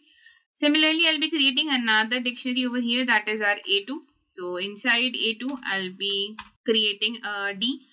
D will have 500 and E will have 550. So these are 2 dictionaries. What our motive over here is to merge both of them. To merge both of them, what we cannot directly merge them basically. So we will be creating a new dictionary over here. Let's say I'll be creating a dictionary A12, which will be the merge of both A1 and 2. And A12 will be the copy of our A1. So A12 is equals to A1 dot copy and open close the bracket. Now inside A12 we have elements of A1, that is A200, B300 and C450. What we need to do, we need to add the elements of B also. For that we will be using our update method, that A12 dot update with the elements of A2, and if I print A12 over here and run it, so now you will see that A12 gets updated with the merge of both the dictionaries, that is A is 200, B is 300, C is 450, D is 500 and E is 550. So basically update method over here, what update method is doing, first of all it's taking the copy of A and then updating it with the values of B. So this is how merging of 2 dictionaries can happen. Now let's have a look on our next question. Let's see what we have in our next question. Our next question over here says, write a program to sum all the items in the dictionary. So now here we don't have to sum all the items. All the items does not mean that we have to sum keys and values and keys and values. So we'll be having values in the form of numbers and keys in the form of, let's say, any string. And we have to add all the values together. So let's have a look on how it can be done. To find the sum of all the values over here, we have a very easy method, that is our sum method over here. All we need to do is we need to create a variable that total is equals to sum of what, sum of all the values that we have over here. So we'll be writing A1 dot values and I'll open close the bracket, and if I print over here that the sum of all the items in the dictionary is, I'll put a comma and write total over here. Now as soon as I run it, I will get an output over here, that is 950, which will be the sum of these 3 values. So we can clearly see 200 plus 300 is 500 and 500 plus 450 is 950. We get the correct output over here. So this is how our problem 2 can be solved, which is very simple. All we need to do is use our simple sum method over here, and with the values we have to sum it. Similarly, we can do it with the keys as well. So if there were keys in terms of this, then we can find it sum of that. We can, if we want to find a total of them, then we can add both of them in the end. So yes, that thing can also be possible. And if we have keys and values both in the form of integers here or maybe floats over here, so that thing can also be possible. Our next question over here says, write a program to check if a dictionary is empty or not. Let's have a look on how it can be done. So I'm considering a same example over here. Right now I have a dictionary A1 which we can clearly see is not empty. We need to check if this dictionary is empty or not. So what we will be doing, we will be writing over here that if len of A1 is equals to 0, in that condition print dictionary is empty. So if I run it, I don't get any output over here. Why? Because dictionary is not empty over here. But at the same time, if I do it in this way, I remove all the elements from there inside. If I remove all the elements from inside of the dictionary and then if I try to run it, it tells me that dictionary is empty over here. So this is how we can solve our simple question where we can check if a dictionary is empty or not. So basically the questions are very simple and short. All we need to do is we need to put logics over here, that what are the topics that we have covered so far, what are all the methods that we have learned so far. If you put all of them, then yes, all the problem solving will become really very easy. Now let's move on ahead with our next question over here. Says write a program to print a dictionary line by line. So line by line means obviously we will be using our for loop over here. So iteration comes over here. We learned 4 methods of iteration in dictionaries. So we'll be using one of them which involve the items, that means which involve both keys and values. So we'll be putting keys and values in different lines over here. So let's have a look on how it can be done. So guys, if you remember, we learned iteration in which we used for loop, and with the items we did it for getting both our keys and values over here. So here also we'll be doing same thing, that for, let's take a variable as x and y. So for x and y in a1 dot items, I'll put a colon over here, print x comma, I'll be putting a colon in between, and y. So let's run and see what output do we get. So we can see that we are getting the dictionary in one line, that is A 200, B 300, C 450. If I would have not written this in this way, if I would have written it directly in X and Y, then the colon would have not come in between. So just to add a colon in between, just to make it look much more better, I'll be just using a colon over here, and I'll put a comma, and as soon as I run it, I get the output like this. So this question is also very clear that all you need to do is iterate it with the help of a for loop, where we will be, instead of using just keys or just values, we will be iterating it with the items over here. Moving ahead to our last question. Our last question over here says write a Python program to check if a given key already exists in a dictionary or not. So what we will be doing, we will be creating a dictionary. We'll be asking a user to give an input for any key, and we need to check that whatever input the user has given, whatever key name the user has given, we need to check if it is there inside our dictionary or not. So let's have a look on that how it can be done. So I'm considering a same example over here. All I need to do is I have created a dictionary already, and I need to take a user input for entering a key name. So I'll be asking for key name is equals to input. We can see the key name is in string, so that's why I'll be taking the input in the string only, that enter any key name here. We will print it for them as well, so that they will be able to see that what is the key, what are the keys that are available inside the dictionaries. And now what we need to check, that if this key name that a user has provided, if it is there inside our dictionary or not. So to check that, all I need to do is write a conditional statement which says if key name in A1, in that condition print key exists inside the dictionary, else we will be printing the key does not exist inside the dictionary. Now as soon as I run this program, it prints me a dictionary over here and tells me that enter any key name over here. Let's say I have, instead of writing key name, I have written a value over here, that is 200. So it says the key does not exist inside the dictionary, which is true, that it is not a key and it does not exist over there. But at the same time, if I would have written any key name over here, let's say I have written C, and if I press enter, it says the key exists inside the dictionary. So now this is how our question can be. We have 4 questions. First question says write a Python program to sort a dictionary by values. Our second question says write a Python script to print a dictionary where the keys are numbers between 1 to 15 and the values are the square of those keys. So write a program to multiply all the items in a dictionary, and write a Python program to sort a dictionary. So they all seem very familiar.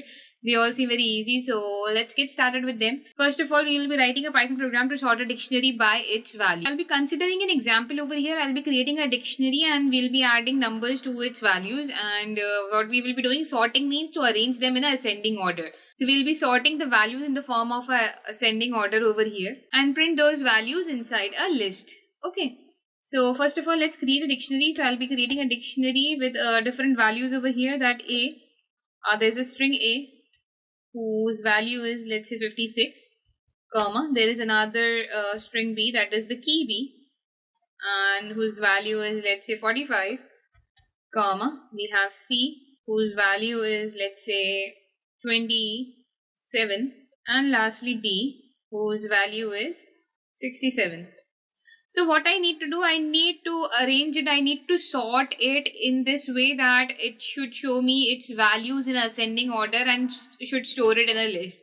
So here what I will be doing, I will be creating a variable called as SV. SV is equals to, SV here stands for sorted values. So SV stands for sorted values over here. So what we need to do, we need to sort what? We need to sort the values over here. So whose values? A's values we have to sort over here. That means we need to arrange them in the ascending order. So I'll be writing A over here and writing dot values, open close the bracket. Now what I need to do, we need to print our SV. Let's run and see what will happen. So as you can see, I have received a value over here which says 27, 45, 56, 67 in the form of ascending order. Even though I mentioned it like 56, 45, 27, 67, still it's coming in ascending order. So that means it was previously mixed up. Now it is sorted by using our sorted method over here. Okay, talking about our next question over here, which says write a Python script to print a dictionary where the keys and numbers are between 1 to 15 and the values are square of these keys. So what we basically need to do is we need to create a dictionary whose keys will be 1 to 15, and in front of it their values will be their squares. Okay, so basically in the end your dictionary should look like 1 colon 1. So square of 1 would be 1. So next would be the number 2. So 2 colon 2 square is 4. And 3 square is 9. Next would be 4. 4 square would be 16, and so on. So how it will be going? It will be going in this way, that we will be writing the keys. Keys will be 1 to 15 numbers, and then the values would be square of these numbers only. So we'll be creating this dictionary. So here we clearly know that we need to go all the way from 1 to 15. So we are not going to do it for each and every step. Here we can use a loop as well over here. So what we will be doing, we will be using a for loop over here to iterate between the values up to 1 to 15. And then we will be providing with its square over here. So for that, first of all, let's create an empty dictionary that will keep the square of all the numbers. So SQ, I'm keeping it in SQ. And dictionary, it's an empty dictionary over here. Now I'll be using my for loop over here, that for I in range. Now how we need to define the range, because we have 1 to 15 numbers over here, we will be writing 1 to 15. And as in for loop, we know that the 15 number is not written directly. If you want to iterate it up to 15, then you need to write plus 1, that would be your 16. So I'll be writing 16 over here. And what we need to do, we need to add the values, we need to add the keys and the values to the dictionary for it. So to add it, we will be writing the name of the dictionary, that is SQ. In the square bracket, I'll be mentioning the variable I, that how it will be increasing. That means the key will be having 1 to 15 numbers, and the values will have the square of it. So for writing the square of it, I'll be writing. So for writing the square of it, I'll be using I times. So for writing the square of it, I'll be writing I, and its exponent would be 2. That means the square would be like this. You can write I times I as well, or you can use I exponent 2. And lastly, we will be printing this dictionary. So if I print SQ over here, then you put the previous one inside the comments. So if I print SQ over here and run the program, so now you will see, first of all, we have 1, 1, then 2, 4, then 3 square is 9, 4 square is 16, 5 square is 25, 6 square is 36, and so on up to the 15 numbers over here. So basically all we did over here was use a for loop, and we gave a range of 1 to 15 numbers because we wanted to do it for the 15 numbers. If you wanted to do it for more numbers, then we can increase the range over here and simply provide it with the update formula, like how you can update, you can write the values inside the dictionary by writing the name of the dictionary inside the square bracket, providing the variable is equal to multiplying that variable by itself. So that means if the first value is 2 over here, then it will be 2 times 2, that will be your 4. So this is how your dictionary will get updated.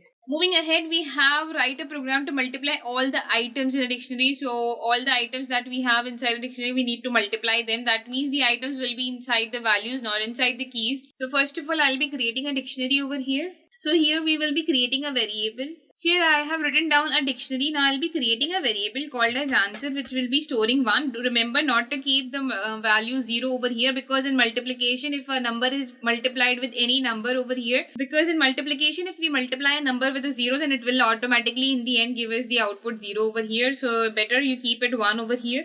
We are not using addition, so 1 will not get added over here. It's a multiplication, so 1 can be used over here. Now what we need to do next over here is, yes, we will be iterating through the values over here. That means we will be using our for loop. So I'll be writing for I in A. that means our dictionary, what we need to do, we need to multiply the answers over here. That means we need to multiply the value over here inside the answers, right, and keep adding to it. So I'll be writing answer is equals to answer multiply with a of I. That means with the value of that dictionary. That means a times I over here is representing the values over here, and answer will be every time multiply with it. And lastly, what we will be doing, we will be printing the answer, that the sum of all the items in a dictionary is, and I'll be putting a comma over here, and that would be your answer. So as soon as I run it, I get the output over here. The sum of all the items in the dictionary is 1080. That means when all the numbers that are written over here are multiplied, we get the output 1080. So very simple thing we did over here, that we first of all considered a dictionary over here. We created a variable called as answer whose values was 1. And then we used a for loop over here, that for I in A, that means for a variable in A, we have to iterate to the values inside a dictionary. That's why we will be writing for I in A, and answer is equals to answer multiplied by A times I. And then we have written answer is equals to answer multiplied by, that means suppose if the value is 1 over here, 1 will be multiplied by A square bracket I. That means it will first go to this number. Then next time whatever the output would be, like right now it would be 12. So 12 multiplied by, in the next round, 12 multiplied by 3. Then in the next round, whatever the value would be, that will be multiplied with 2. Then again in the next loop round, we will have whatever value, and whatever value will be multiplied by 15 over here. And that's how we'll get the output in the end, that the sum of all the items in the dictionary is whatever our value, that means whatever our variable is. Now talking about last question over here, write a Python program to sort a dictionary by key. So what we need to do, we need to sort a dictionary by key. We have seen how to sort it by values, but it cannot be done. So we have done this similar kind of a question before, that write a Python program to sort a dictionary by value. So we did it by writing a dot values. Similarly, if you will be using a dot keys over here, then you will be getting the similar kind of an output. So here what we need to do, we need to put a dot keys over here, plus we need to assign some numbers over here. So let's say I'll be writing 12. Here I'll be writing 34. Here I'll be writing 48. And here I'll be writing 2. Let me just comment it. And here what we need, because we need keys over here, so if I run it, I get the output like this, that it is sorted in this way, ascending order.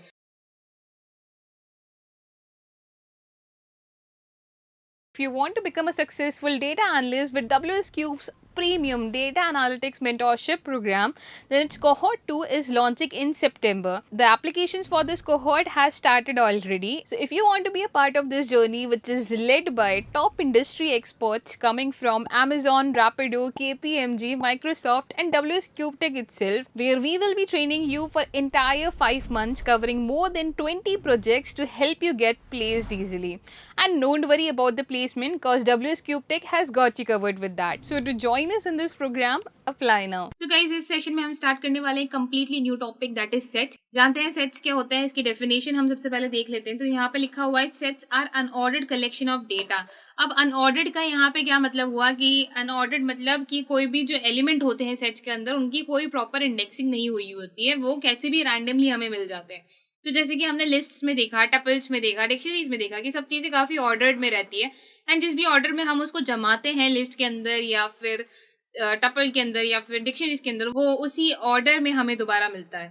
But यहाँ पे sets में क्या है, sets जो है वो unordered collection of data है. हर element जो होता है सेट के इनसाइड का वो यूनिक होता है. यूनिक का मतलब यहाँ पे हो गया कि कोई भी एलिमेंट 2 बार रिपीट नहीं होगा, एक एलिमेंट एक ही बार आ सकता है पूरे एक सेट के अंदर. तीसरी चीज ये होते हैं म्यूटेबल. म्यूटेबल मतलब अगर इनको एक बार क्रिएट कर दिया जाए तो उसके अंदर हम चेंजेस कर सकते हैं, हम कोई भी वैल्यू ऐड कर सकते हैं, डिलीट कर सकते हैं.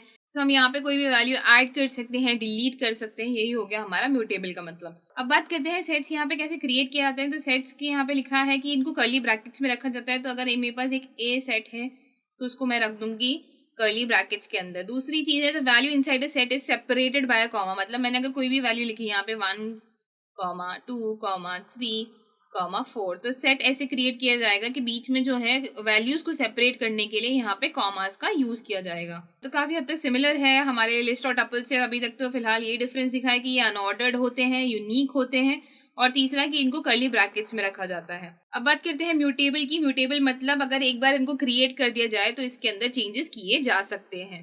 अच्छा, यूनिक मतलब यहाँ पे दोबारा मैं एक्सप्लेन कर देती हूँ। अगर मैं यहाँ पे 4 एलिमेंट को दोबारा लिखूं, यानी कि 4 नंबर को मैं दोबारा लिखूं, तो प्रिंट कराते टाइम ये वाला जो 4 है ये प्रिंट ही नहीं होगा, या क्योंकि यहाँ पे जो एलिमेंट्स है सारे वो सारे यूनिक हैं हमारे। एक बार अगर वो क्रिएट हो चुके हैं तो उसके बाद वो उसकी कॉपी जो है वो सेम सेट के अंदर नहीं क्रिएट हो सकती। तो आई होप गाइस सेट्स क्या होते हैं वो क्लियर हो गया होगा। अब एक बार इनको पाइथन में भी हम देख लेते हैं कि कैसे सेट्स का क्रिएशन होता है। तो गाइस यहाँ पे मैं एक सेट क्रिएट कर रही हूँ, सेट ए, और उसके अंदर मैं कुछ वैल्यूज दे रही हूँ जैसे कि आयरन मैन, हल्क और कैप्टन अमेरिका। ओके, अब अगर हमें कोई इसको सेट को प्रिंट कराना है तो सिंपल सा मेथड है कि हम यूज करें प्रिंट ए एंड इसको रन करा दें। सो हमारे पास यहाँ पे आ जाएगा हमारा set A, Iron Man, Thor, Captain America and Hulk.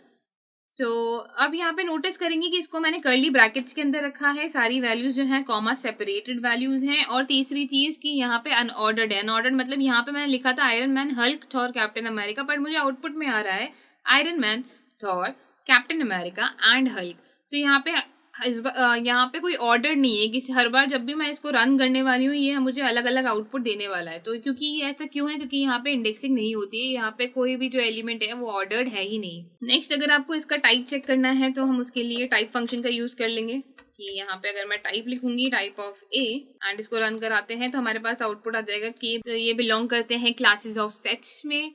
तीसरी चीज अगर हमें इसका आइट्रेशन करना है, आइट्रेशन करने का बहुत ही सिंपल सा मेथड है यहाँ पे कि मैं अगर लिखूं for x in A colon print x and इसको मैं अगर रन करा दूं तो यहाँ पे मुझे सीधा सा आइट्रेशन मुझे मिल जाएगा अपना कि यहाँ पे जितनी भी वैल्यूज थी मेरी वो आइट्रेट होके आ चुकी हैं। आइट्रेशन का एक ही मेथड है, इसमें tuples and list and dictionaries की तरह मल्टीपल मेथड्स नहीं है। यहाँ पे आप एक ही तरह से आइट्रेट करा सकते हैं। करने वाले सेट्स के कुछ फंक्शंस के, तो सेट्स के काफी फंक्शंस होते हैं जो कि काफी यूजफुल होते हैं।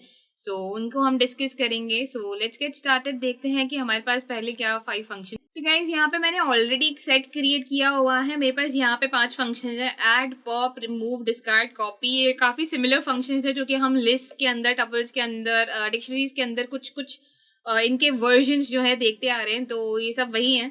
सो फिर भी एक बार इनका एग्जाम्पल देख लेते हैं हम यहाँ पे कि सबसे पहला है ऐड। तो अगर ऐड कुछ कराना है सेट के अंदर तो हम लिखेंगे ए डॉट ऐड एंड क्या वैल्यू ऐड करानी है। सो लेट्स से मुझे यहाँ पे स्पाइडरमैन ऐड कराना है एंड उसके बाद मैं अगर प्रिंट कराऊंगी ए को एंड इसको अगर हम रन करते हैं तो हमारे पास यहाँ पे स्पाइडरमैन ऐड होके आ जाएगा। अब ये जो स्पाइडरमैन ऐड होके आएगा ये हर बार रैंडम जगह पे भी आ सकता है, जरूरी नहीं है कि ये स्टार्टिंग में ही आए, ये कहीं पे भी आ सकता है, ये कहीं पे भी ऐड हो सकता है। क्योंकि हमने बात की थी, हमने डिस्कस किया था कि इसका कोई ऑर्डर नहीं होता है, तो ये कहीं पे भी रैंडमली ऐड हो सकता है। नेक्स्ट हम बात करेंगे पॉप की। पॉप का काम यहाँ पे होता है, ये कोई पर्टिकुलर वैल्यू यहाँ से पॉप नहीं करता है, जो लास्ट वैल्यू एडेड होती है उसको पॉप करता है। तो नेक्स्ट हम पॉप की बात करेंगे। पॉप यहाँ पे कोई पर्टिकुलर वैल्यू नहीं रिमूव करता है। पॉप का काम होता है कोई भी रैंडमली कोई सी भी वैल्यू उठा के उसने पॉप कर दी। तो अगर मैं यहाँ पे लिखती हूँ ए डॉट पॉप एंड प्रिंट कराते हैं हम ए को एंड इसको मैं रन कराती हूँ तो यहाँ पे मुझे पॉप हो जाएगा।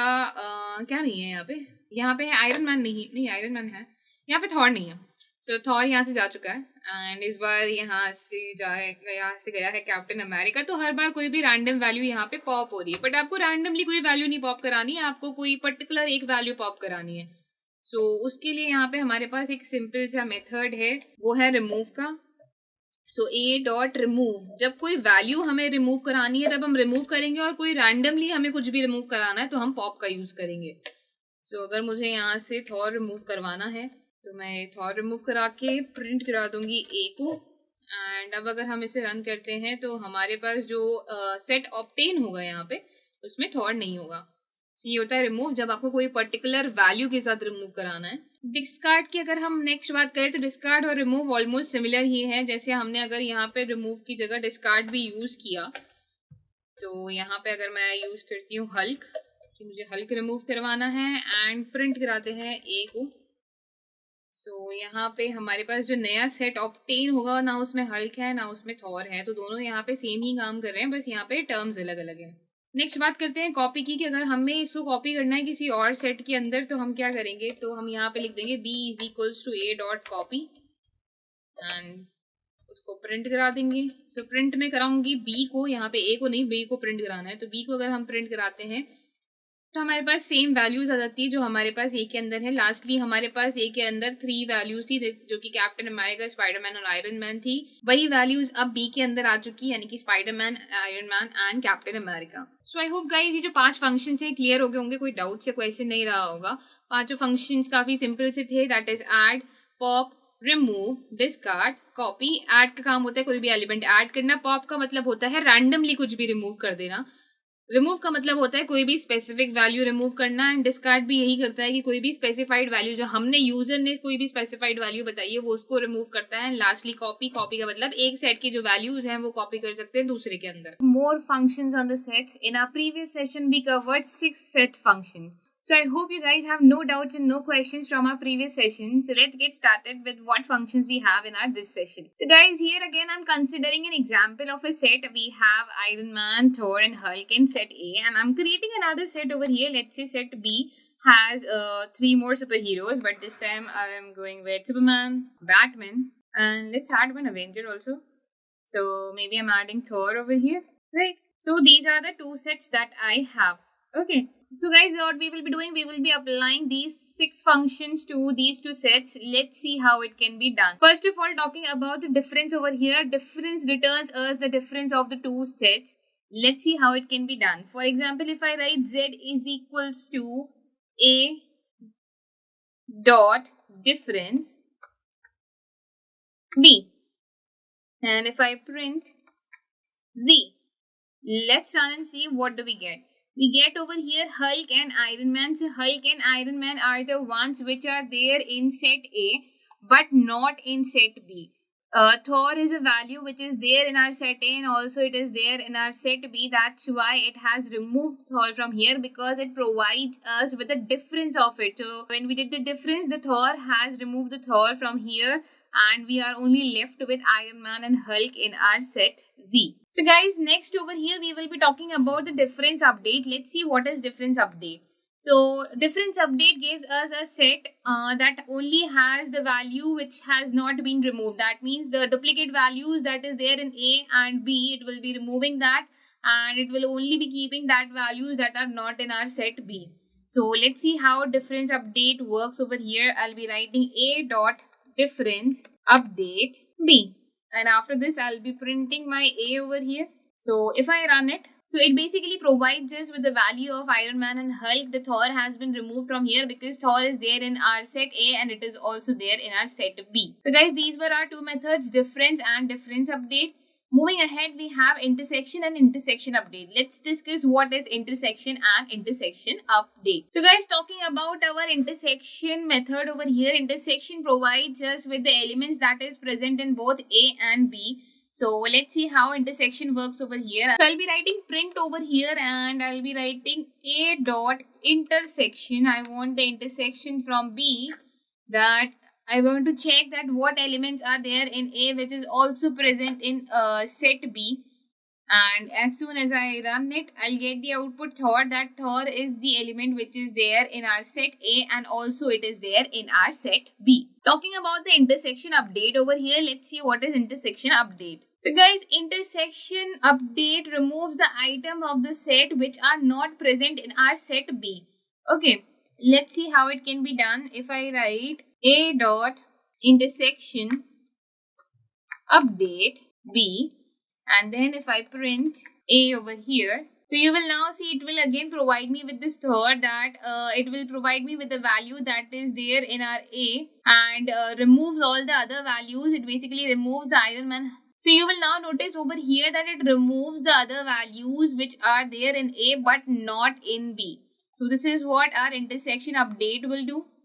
Intersection provides us with the common value, while intersection updates remove the other values that are there in A but not in our next set which we are comparing it with. Next, moving ahead, we have symmetric. And so guys, symmetric difference provides us with all the values which are not common in our A and B. So let's see over here how it can be written. I'm creating a variable z. Z is equals to A dot symmetric difference, and here I'll be adding B over here, and if I print Z, let's run and see what output do we get. We get Batman and Superman over here, that Batman and Superman are the elements which are present in our set B, but it is not there in our set A. So let's take an example over here that I'll be writing Z is equals to A dot symmetric difference B, and when I print my Z over here, it provides me with a value Iron Man, Superman, Hulk and Batman. Why it's providing me with these four values? Because Thor is common in both the sets. That's why it's removing the Thor and providing us with all the remaining values over here. Guys, symmetric difference update method updates our set in such a way that it removes the items which are there in A and B and updates the values of B to inside the A. It removes the common items and updates the value of B inside A. Let's see how it can be done. If I write A dot symmetric difference update B over here and print A. So let's run and see what output do we get. So with this, it is giving me the same output: Batman, Superman, Iron Man and Hulk. It has basically the symmetric difference update has removed the common items from both the sets and updated the set A with the B's item over here. So guys, these were our 6 methods that we have learned today in our set functions part 3. So guys, in our previous 2 sessions, in total we have covered 12 functions with the sets. There are 12 methods that we have learned. In our today's session, we will be covering 5 more methods, and after this we will be moving to our problem solving session. So let's quickly get started that what 5 functions we have in our this session. So guys, here again I have considered the example of 2 sets over here. Set A has Iron Man, Thor and Hulk, and set B has Superman, Batman and Thor.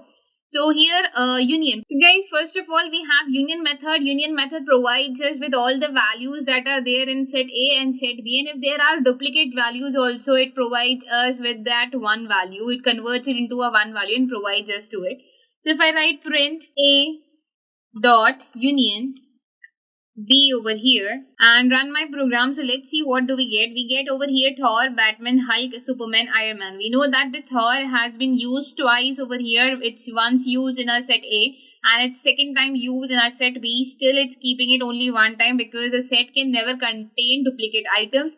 It contains only unique items. So that's why over here in set A and set B, we have got all the items, and plus if there were any common items, it has reduced it to 1. Talking about our next method over here, that is the update method. What update method does over here? Update method adds the item of B inside the A but not the duplicate items. It only adds the items which are not there inside A but it is there inside B. So guys, update method over here provides us with a set with all the elements which are there in B. It shifts all the elements of B inside our set A. Let's see how it can be done. If I write A dot update B and if I print A over here, let's run and see what output do we get. So we get all the elements which are there in A, that is Iron Man, Thor and Hulk. Along with it, I got the elements of B inside it, but not the elements which are duplicate. So it basically provides us with the elements which are there in B but not the duplicate ones which are already there in A. It only provides us with the elements that are not there in A. So guys, update over here is adding all the elements of B inside A except the ones which are the common elements. So it's removing the common elements and updating it with the elements which are there in B but not in A. Next method that we have over here is disjoint method. Let's see what is disjoint method. So guys, disjoint method over here gives us true if no items of set A are present in set B. So I'll be writing print A dot disjoint B. So I'll be writing over here print A dot is disjoint B, and as soon as I run this program, I get the value false because disjoint means that no items of A should be in B. But here Thor is there inside the B. That's why it's giving us with the false. So false over here means that an item of set A is also there in set B. So guys, our next method is subset. Checks that all the elements which are there in A, are they all present inside B or not, that A is a subset, that A is a part of B or not, that all the elements which are there in A is in B or not. So if I write print A dot, I'll be writing is subset B, and if I run it, so it gives me false because A is not a subset of B over here. Similarly, talking about is superset over here, the last method over here with us is superset. So guys, is superset returns us true if all the elements of B is present inside A. The subset was checking that if all the elements of A is present inside the B, but the superset over here is checking that if all the elements of B is present inside the superset A, that is if B's elements are there in A. So if I write over here print A dot is superset B, so it will give me false. Why it's giving me false? Because not all the elements of B are there inside our set A. So if it would have had over here, let's say Superman as well, in that condition it would have given me true. Why it would have given me true? Because all the elements which are there in B are now present in A. So for finding a maximum and minimum in a set, let's create an example of a set over here. Let's consider an example of a set over here. So I'll be writing A is equals to a set, and inside I'll be entering some values. So what I need to do is over here I need to find what is the maximum value and what is the minimum value over here. To find maximum and minimum values over here inside the sets, we have some set functions, that is the minimum and the maximum functions over here in the set. We will be using both of them to find the values over here. First of all, I'll be writing print the minimum value in the given set is, and I'll be enclosing it inside a string. Put a comma, and then here we will be passing a variable. Again, I'll be writing the maximum value set is, and I'll be putting a comma over here and passing a variable. For that, let's create variables over here that will store our values of the maximum value in the set and the minimum value of the set. So if I call it min is equals to, or let me call it as minimum itself. So minimum is equals to minimum of A, and maximum is equals to maximum, that is max, that would be a short form of A. And then what we will be doing, we will be copy pasting these variables over here. So now let's run and see. So I get the minimum value over here is 4 and the maximum value over here is 89, which is true that the minimum value in this set we can clearly see is 4 and the maximum value which we can clearly see over here is 89. So that means our program is working perfectly fine, and this is how it can be solved. So there was just a very simple method of using our set functions over here, which provides us with a minimum and a maximum values over here. Moving ahead to our next question. Our next question over here says write a program to find common elements in 3 lists using sets. So what we need to do, we need 3 lists over here. First of all, so I'll be creating 3 lists. A is equals to, and adding some numbers to it, some random numbers basically. B is equals to, and C is equals to. Now these are lists over here. What we need to do, we need to convert them into a set. To apply set operations, that means to use our intersection method over here, we need to convert them into a set. So what I will be doing, I will be converting them in a format of a set by writing set A, and because we want to imply intersection on this, so I'll be writing and set B, and again intersection of set C. So what we have basically done in this line, we have converted them into the sets. We have converted A, B, C into a set, plus also we have applied the method of intersection in between them, and after that we will be printing it. So print, so we'll be writing print over here, that print, and then close it over here. Now as soon as I run it, I get the output 4 and 5. That 4 and 5 are the common numbers in all the 3 sets, which we can clearly see over here as well. So first of all, it was a list. We converted them into the sets, and then we applied the intersection method over here to find the common elements which were present inside these lists. If you want, you can add over here that the common elements in the given lists are, I'll put a comma, and then again if I now run it, so it says that the common elements in the given list are, and it provides us with a set over here which has the common element, that is 4 and 5. So I hope guys this question is also clear. Moving ahead to our next question over here says write a program to find the difference between two sets. So here again we need to consider the condition. So here again we need to consider two sets over here. I'll be creating set A. A is equals to, inside I'll be putting some values, and I'll be considering a set B over here. Again inside I'll be adding some values.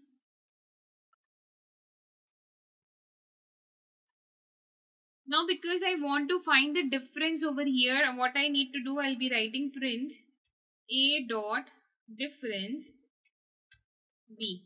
So now as soon as I run it, it gives me the value that are there. 2, 4, 5 and 23 are the numbers which are there, which is present in set A but not in set B. Other than these numbers, so 23 is not present over here, 5 is not present, 4 is not present, 2 is not present, 7, yes, it is present in set B. Talking about 3, 3, yes, it is present in set B. Talking about 10, 10 is also present in our set B. So remaining 4 numbers, that is 2, 4, 5 and 23, we have got it with using the difference method over here by applying a difference function between these two sets. We can do the vice versa as well. We can write B over here and we can write A over here, that elements which are present in B but not in A. So we have 65, 13 and 31 that are present in our set B but are not present in our set A. Moving ahead to our next question over here. Next question over here says write a Python program to remove an item from a set if it is present in the set. So I'm considering an example of a set over here. So for doing this question, we have a very simple trick over here. We will be using our discard function over here. All we need to do is write a dot discard. Now whichever number you want to discard, suppose I'll be creating a variable called as b. Inside I want to remove 34 from here. So what I'll be doing, a dot discard b, or you can directly write a number also over here, and then we will be printing our a. So if I run it, I get the output over here 4, 6, 8, 56, 12. Now you can see in this set the 34 is not there. But it is also mentioned that write a Python program to remove an item from a set if it is present in the set. So what if a number is not present in the set? Suppose if I write 13 over here which is not present in the set, then it will not be removed because it's not even there. So it will directly provide us with a set over here in which 13 is not there, because 13 is already not there. So it won't make any changes basically over here. Next, we will be talking about our last question over here, which says write a Python program to check if a set is a subset of another set or not. So I'll be considering two sets over here, and I'll be writing A is equals to 1, 2, 3, 4, 5, 6, and another set B is equals to 2, 3, so what I need to check, if this set B is a subset of A, that it is a part of A. So if I write B dot a subset, whose subset A. So if I run it, it gives me true because all the values which are there in B are present in A. While at the same time, if I would have done vice versa, that means I would have written A over here, that all the values of A, are they present in all the values of B? That means no, that we can clearly see that here 1, 5 and 6 are the values that are not present inside B. So A is not a subset of B, but B is a subset of A. So we can write over here B, and if I write over here A, and it gives me output like this, true, that means all the values which are there inside the B are present there inside the A. So these were some, so guys, this is how we have solved our question number 5. So guys, these were some of our set questions that usually comes, and I hope after solving these questions you have no doubts and no questions in the sets.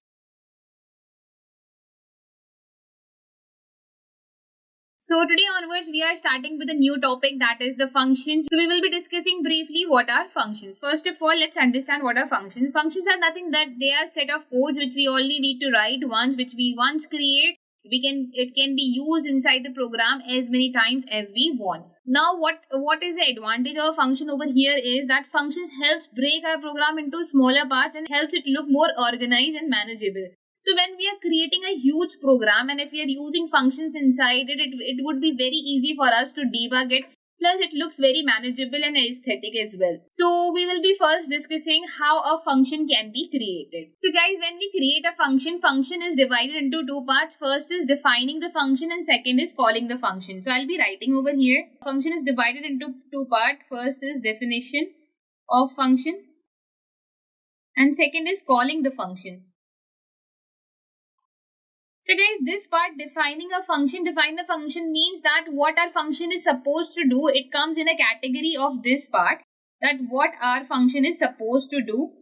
And secondly, once we have defined that what our function is supposed to do, we need to call it in our program. Until and unless we don't call it in our program, our function will not work over here. Even though if we have defined it, but if we have not called it in our program, it won't work over here.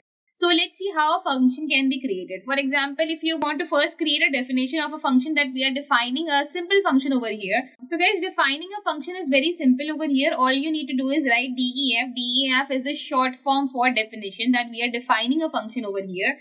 What function we are defining, that means what is the name of our function. Let's say any variable it is. So I'm just writing variable. And then we use the open close parentheses over here followed by a colon.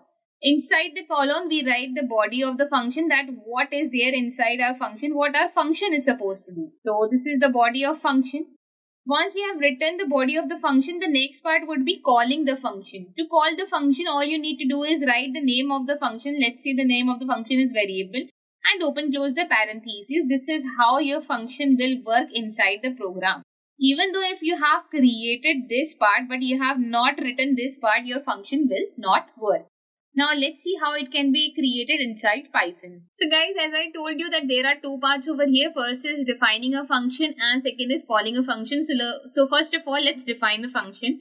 I'm creating definition and let's say I'm creating any variable over here, like let's say hello, and I'll open close the brackets. I'll put a colon over here. The variable name doesn't need to make sense. You can write any name over here, but if you write something that makes sense, then it would help you throughout the program. So I'll be writing definition hello. Inside this, I'm just printing hello world. Right now, if I run this program, I will not get any output. Why I will not get any output? Because as I told you that this is just the definition of the function. This is just there, that what is there inside the function. To use it in our program, we need to call it. So how to call a function in our program is very simple. All you need to write is the name of the variable, that is hello, followed by the parentheses. Now if I run this function, I will get the output hello world, which is there inside the body of the function. See guys, this is how a function can be created. Now let's quickly get started with what we have in our today's session. So here we have parameters and arguments. Now guys, what is parameters and arguments? Let's discuss that. So guys, parameters here are nothing but they are the name of the variables that we need to use inside our functions, and they are written after the name of our function. And arguments are nothing. Arguments are the values that we pass to these parameters. That means these variables that we write in the name of a function. So let's see how these parameters and arguments are written inside a function. So guys, as we all know that first of all we have a function, and function is categorized into two categories over here. The first is its definition. Second is calling a function. So the definition part has the parameters and the calling part has the arguments. Now, for example, you have created a function that requires some variables inside it. Let's say I'm creating a function def and my function's name is people. Here I need some variables like their name and age. So name I'll be writing, comma, age. So these name and age over here will be termed as our parameters. Now guys, there are two types of functions, parameterized functions and non-parameterized functions. So if you ever hear this term, don't get confused with what is parameterized function and what is non-parameterized function. So parameterized functions are basically those functions which have parameters, and non-parameterized functions are those functions which do not have parameters. Coming back to our topic over here, so we write the parameters over here, we write the body, that what is there inside this function, and when we call the function over here by writing people, we provide the age over here. For example, let's say the name is John over here and the age is 23. So this prints the output with the arguments, that means the values that we have provided over here. So these are the arguments. Now let's use parameters and arguments inside our Python program.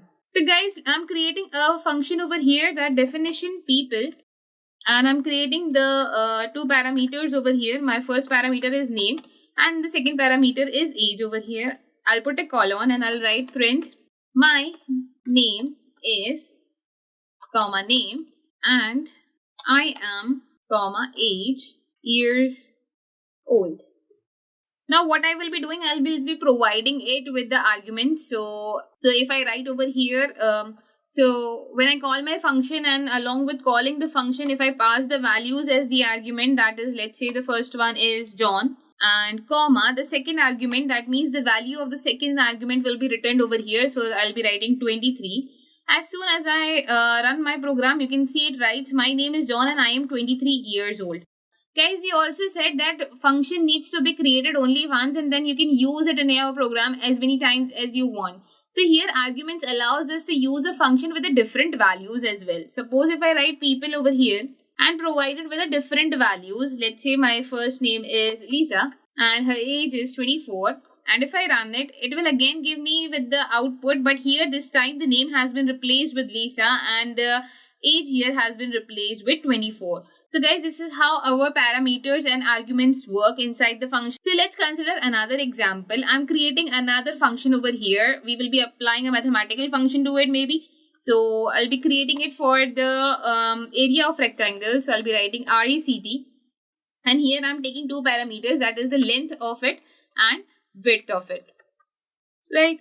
After this, I'll be writing the area. So print the area of rectangle is comma length times width, and to call the program all I need to do is write RECT and provide it with the values, let's say 3 comma 5. So 3 times 5 will be 15 and if I run it, it gives me that the area of the rectangle is 15. So guys, this is the way in which we can write parameters and arguments in our functions.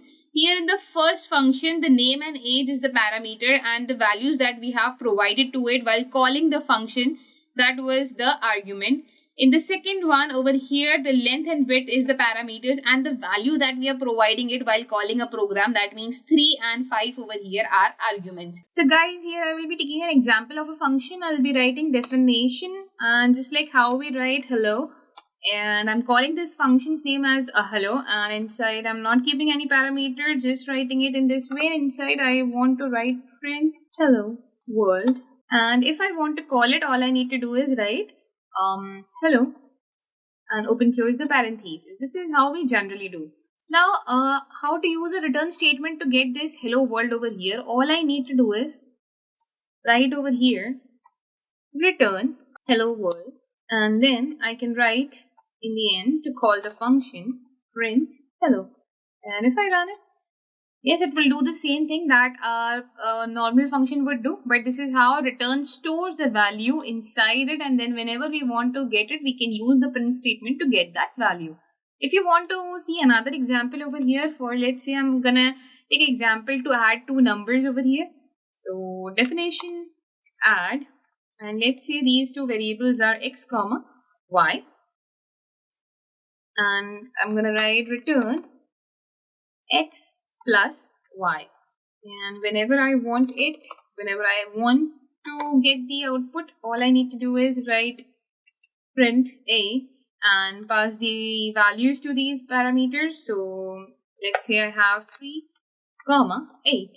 So as soon as I run it, I get the output 11 over here. So guys, this is what return statement is doing over here. It's storing the value of the function inside it, and then whenever we wanted it, we can use the print statement to get the output over here. So guys, here I hope what return statement is pretty much clear to you. So guys, talking about now what is recursion? In simple words, if I explain you what recursion is, that recursion means it's a function that calls itself. It allows us to loop through the data and gives us a result. That is recursion basically. So in Python, recursion is not like this, it is mandatory to use, but yes, if you use it in your program, it has several benefits as well. So we will be first learning about how recursion can be used in our program, and then we will be talking about its advantages and disadvantages in Python.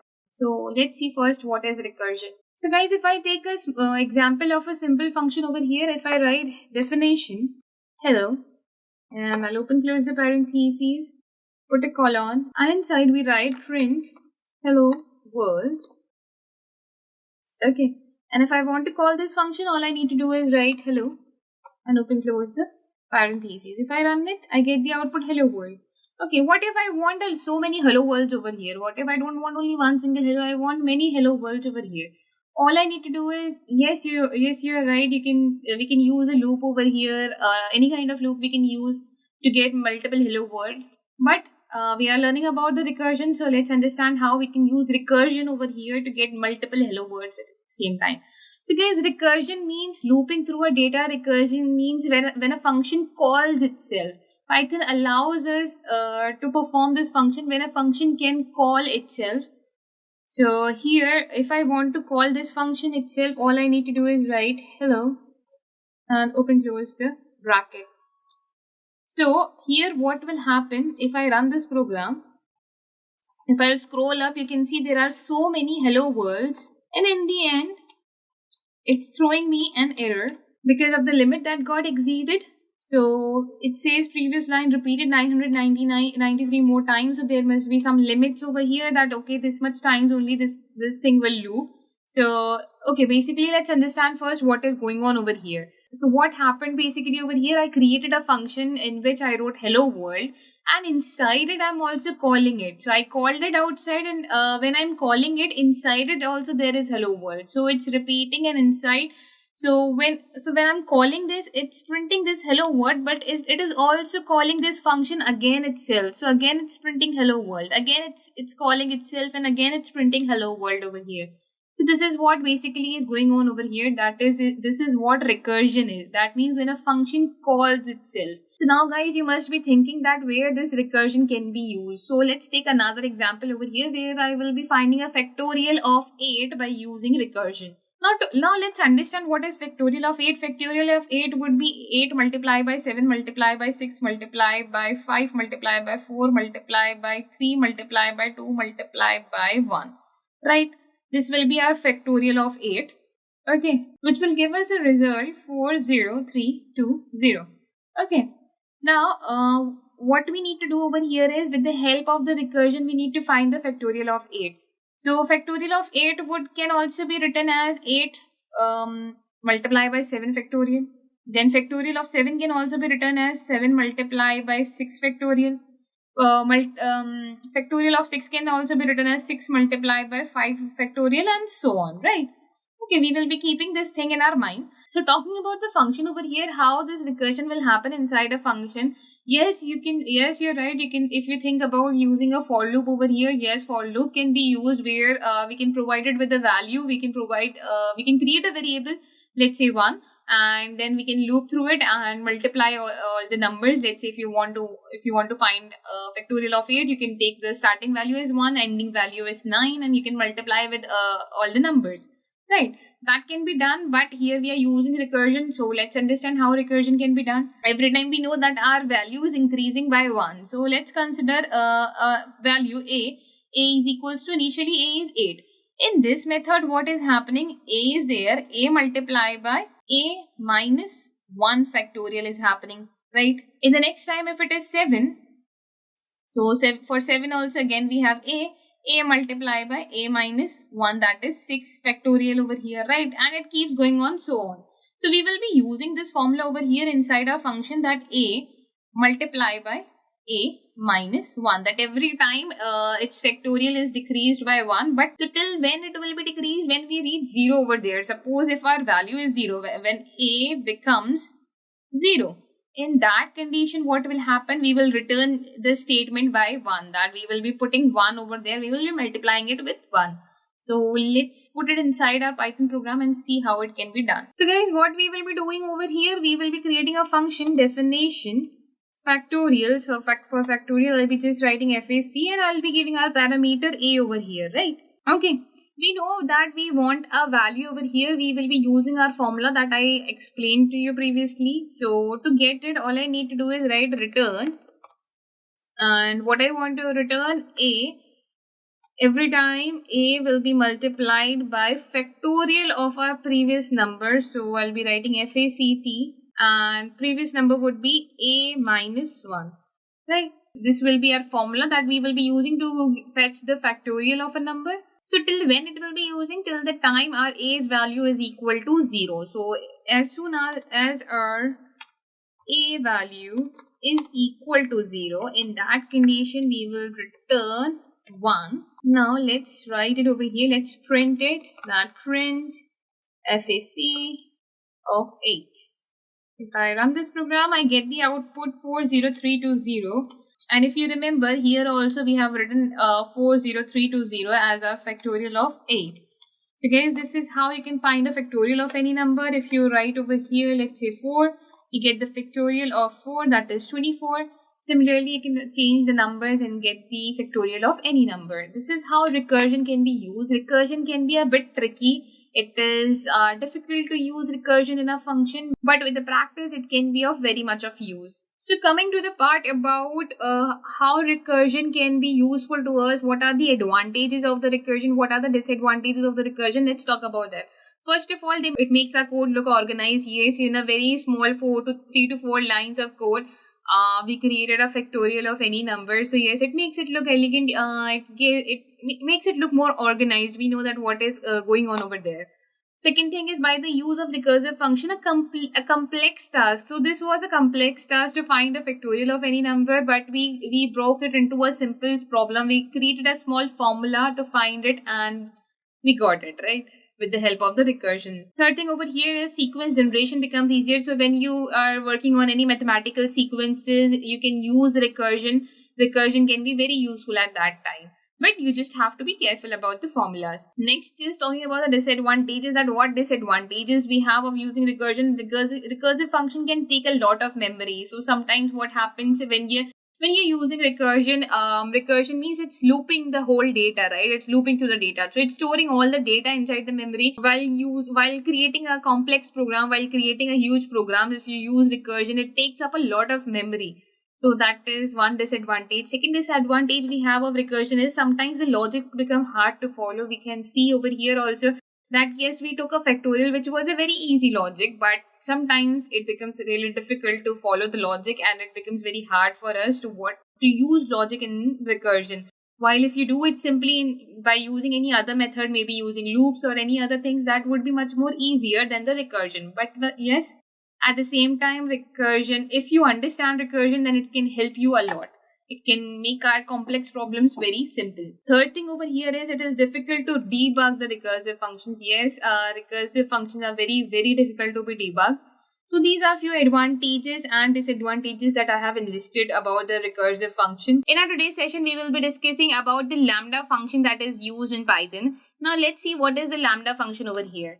So guys, lambda is an anonymous function. It is used for a very short period of time. Lambda function can take numerous amounts of arguments, and at the same time, inside the lambda function, you can only use one expression. So guys, to create a lambda function, all you need to do is, for example, I'm creating a variable called as A.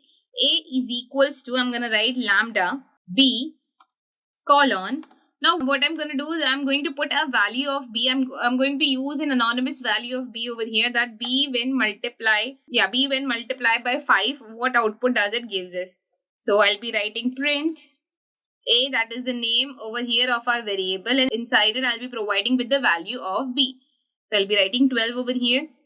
As soon as I run this program, I get the output 60 over here. So this is how our lambda function works, that we create an anonymous function over here inside a function only. And here in this function, I have taken one argument. Let's try how we can do it with taking two arguments. So at the same time, if I'm taking an example over here, z is equals to lambda. I'm taking two arguments over here, that is x comma y. And I'll put a colon, and I'll be multiplying this x and y's value to each other. So I'll write x multiply by y. And if I print in the next line, print the name of our function, the name of a variable over here, that is z, and inside it I'll be providing with the two values, that is of x and y. So let's say I'll be writing 5, 8. And if I run it, I get the output 40 over here. So guys, this is how a lambda function is used. I hope you guys have no doubts and no questions. In our today's session, we will be talking about the local and the global variables. So guys, coming back to our local and the global variables, we know what are variables. Now guys, variables are further categorized into two categories in the functions, that is the local variables and the global variables. Let's first understand what are these variables. Guys, local variables over here are those variables which are restricted to one block of code. Now, what does this mean? That if you have used a variable, if you have created a variable outside the body of the function and you use it inside the body of the function and try to change its value, it will not work. It will remain the same that it was there outside the body of the function. So that is our local variables. Local variables are those variables which are not restricted to one block of code. Now what does this mean? That suppose you have created a variable outside the function and now you're using it inside the function and changing its value as well. Like you are playing with its value as well. So it will be changed when you will use it outside the function. When you will run the program, it will be changed. And to make that happen, all we need to do is use a global term over here. So first of all, let's understand local and the global variables with the help of an example in Python. So guys, first of all, in local variables, I'm creating a variable over here. X is equals to, let's say, 25, and now I'm creating a function. That definition, let's say any random variable, I'm taking x, y, z. Okay, inside this function, what I will be doing, I will be changing the value of x over here. So if I write x is equals to, let's say, 35 and print x. Now if I call my function over here xyz and open close the bracket, and if I run it, it gives me 35. If I call the variable over here, like if I write what is the value of the variable x over here, it gives me 25. So guys, what is happening over here is, even though I have changed the value of this function inside the body of our function, still when I'm printing it outside the function, it is giving me the value that was already there outside. It has not changed the value of the function. It has only been changed inside the function. It is not working outside the function. Now how to make it work outside the function also? So the solution over here will be our global variables. So I'll be considering the same example over here, that I'll be creating a variable called as x. X is equals to 25. I'll be creating a function over here, the definition xyz, and I'll open close the parentheses, put a colon over here. I'll change the value over here, but before I change the value of this variable over here, I will be declaring this x as a global variable. So how to declare x as a global variable? All I need to do is write global x. After this, I'll be writing x is equals to 35, print x. Now if I call this function over here by writing xyz, it gives me the output as 35. Now let's see what happens when I write the variable x over here, when I print the variable x over here. So if I print x over here, it gives me the output 35, which means that inside the function, when we have changed the value of our x to 35, it has also worked outside. Now with the help of the global variable, we can change the values inside the function and use the similar values outside as well. So guys, these are about the local and the global variables. Global variables are very useful when we are using variables inside a program and we want to change the values with the help of a function. We want to create a function which changes the value of a variable by doing a certain task. At that time, global variable is widely used. So today we will be solving some problems related to the functions, and I hope if you have any doubts or any questions so far, then all your doubts or questions will be after this problem solving. So let's get started.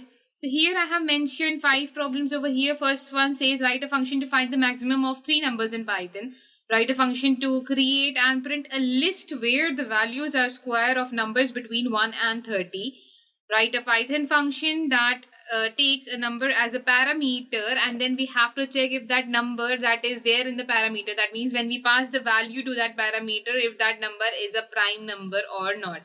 Write a Python function to find the sum of all the numbers in the list. In this, we will be doing it with the 2 methods, one with normal function and once we will be doing it with the recursion as well. Write a Python program to solve the Fibonacci sequence using recursion. We have already solved this Fibonacci series using loops. Today we will be learning it how it can be done using the recursion. So let's get started over here. We'll be starting with a question number 1, which says write a function to find the maximum of 3 numbers in Python. Before that, If you want to become a successful data analyst and if you want to learn from our experts live, then you can call on the given number or you can fill the form that is provided in our description. Not just that, with our every batch, you will be getting 2 demo classes for free. So for this, I'll be creating a function over here, definition maximum, open close the bracket. Now we know that we need to find it between the three numbers. So we will be needing three parameters over here. So I'll be writing value 1, comma, value 2, comma, value 3. So we need three parameters over here, value 1, value 2, value 3, and between these three values, we need to find which is the maximum number over here. Now, how we will find it? We will be giving a conditional statement over here that if value 1 is greater than value 2 and also value 1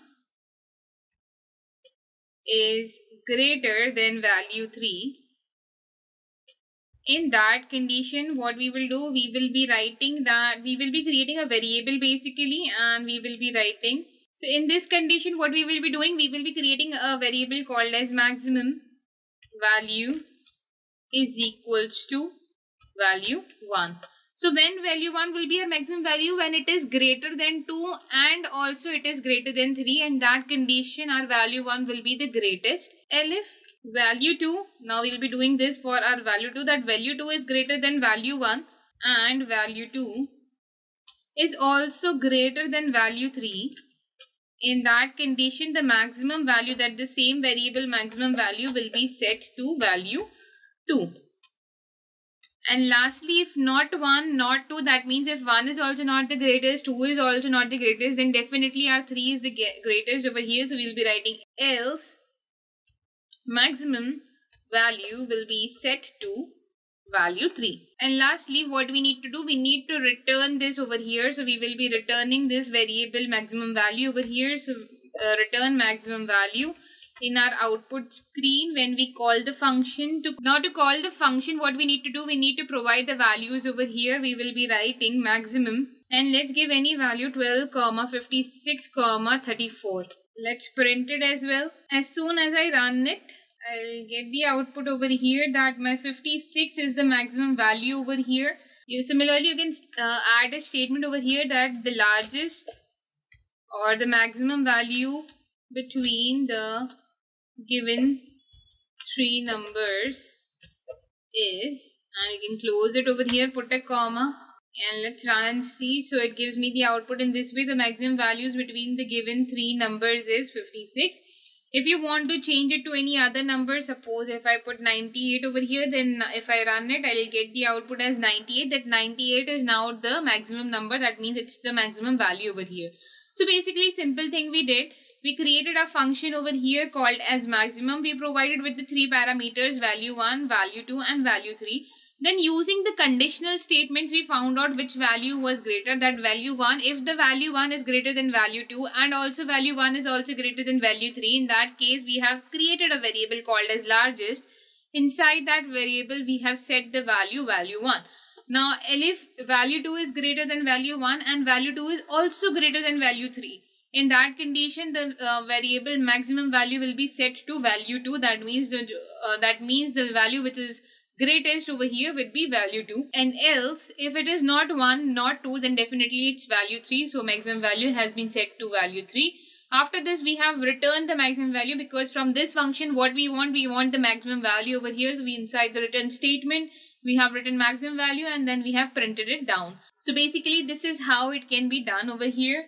Moving ahead to our next question over here says, write a Python function to create and print a list where the values are square of numbers. So here we have to create a list in which the values which we will be providing inside the list will be the squares of all the numbers from 1 to 30. So what we need to do over here is, we can clearly see we need 1 to 30 numbers. So 1 to 30, that means we have been provided with the range over here and the range comes in our for loop. So we will be using our for loop over here to iterate it and add the values. So first of all, we will start with creating a list over here, that definition create list. And I will not be providing with any parameter over here because all I need to do is iterate through a for loop and add the values inside the list. So as we need a list over here, I'll be creating a list over here. Or you can also write L is equals to open close square bracket. This will be also an empty list, and the way I wrote it before is also an empty list over here. After this, what we need to do, we need to use a for loop that for I in range, we know we need to go up to 1 to 30. So I'll be writing 1 comma 31. Why 31? Because our for loop syntax says that we need to add one number to our last number. And what we need to do, we need to add these values, the squares of these values inside our list. So we'll be writing L dot append. What we need to append, the square of these values. That means 1, 2, 3, 4, 5, 6 up to 31, the square of these values. So we have to write over here I times I. So you can write I times I, or you can also give exponent to it, that I square, right? And in the end, what we will be doing, we will be returning the list over here. So return L, and lastly print create list. And let's run and see what output we get. We can clearly see that we have got the square of all the numbers up to 1 to 30. So for starting with 1, and the square of 30 would be 900 over here. So all the values have been provided from 1 to 30 over here. So we have used a very simple method over here of functions, inside which we have used list, and also we have used our for loop over here. So basically we have created a list which is an empty list, then we have used for loop to iterate inside the list. That means if we wanted to add values inside the list, I need a range over here that was given 1 to 30, and every time we have appended what? We have not appended I over here. We have appended the square of I over here every time inside the list. And lastly, we have returned the list over here, and then we have printed it down in the end while calling the function. Moving ahead to our next question over here, that our next question says that write a Python function that takes a number as a parameter and check if the number is prime or not. So we will be taking a parameter over here to check if a number is prime or not. So definition prime, and inside I'll be writing number 1. So I'll be taking this number as a parameter over here, and then we'll be checking for it. Now how to check if a number is prime or not? Our first condition over here says that if a number is equal to 1, then it is not a prime number. So we will be writing if this number 1 is equals to 1, in that condition we will print it is not a prime number. Also, we know that if a number is 2, then yes, it is a prime number. Now talking about all the numbers greater than 2 over here, what we will be doing, I'll be giving a condition that I'll be using a for loop over here to iterate up to that number. I'll be using elif over here because we can use elif. And lastly, we will be using else. So what we will be doing basically over here, this else will be containing for all the other numbers. For 1 and 2 we have written. For 1 we have written that it is not a prime number. For 2 we have written already it is a prime number. But what about all the other numbers? For that we will be using a for loop over here to go up to that number. So whatever this number is, let's say this number is 11. So what we will be doing, we will be iterating up to 11. From 2 to 11 we will be iterating. And we will be checking that if any number between 2 to 11 when divided by this number gives us the remainder 0, then it is not a prime number. So we will be providing with this condition over here that for I in range 2 comma up to this number 1, if whatever our number is when it is divided by I and it gives the remainder 0, in that condition we will be printing it is not a prime number, else we will print it is a prime number. And lastly we will be printing the function, and lastly we will be calling the function by writing prime. My parameter over here, that what will be the value to it, so the argument would be, let's say 12. If I run it, I get the output. It is not a prime number. It is not a prime number, but it is a prime number. Okay. So how to fix this is, once if it is not a prime number, we will break this loop over here. And now if I see it says it is not a prime number. I try it for 11. 11 is a prime number, but let's run and see. It says it is a prime number. If I try it for 37, which is a prime number, it gives me yes, it is a prime number. If I write it for 36, which is not a prime number, then it will tell me it is not a prime number. Similarly, R1 will give us it is not a prime number, and 2 will also give us it is a prime number. So this is how basically we have done it. First of all, we created a function whose name is prime, and then we have created a variable over here. That means a parameter, that is number 1. If number 1 is equals to 1, we know that if a number is equal to 1, then it is not a prime number. Secondly, if a number is equal to 2, that means if our number, whatever our number that we have provided, if it is equals to 2, in that condition it is a prime number. Similarly, we have provided with another condition that if our number, whatever number we have provided, is equal to 2, then it is a prime number, because we know that 2 is the prime number. Now nextly, we have checked for a condition over here that what if a number is greater than 1 and 2. So that means what we will be doing for those number, we will be using a for loop over here, that for I in range, we will be iterating from 2, starting from 2 and going up to that number. So suppose our number is, let's say, 13 over here. So it will iterate from 2 to 13. That means 2, 3, 4, 5, 6, 7, 8, 9, 10 up to 13. And if it will check for a condition that whatever our number is, so 13 when divided by any number in between, let's say 3 also, it does not give the remainder 0.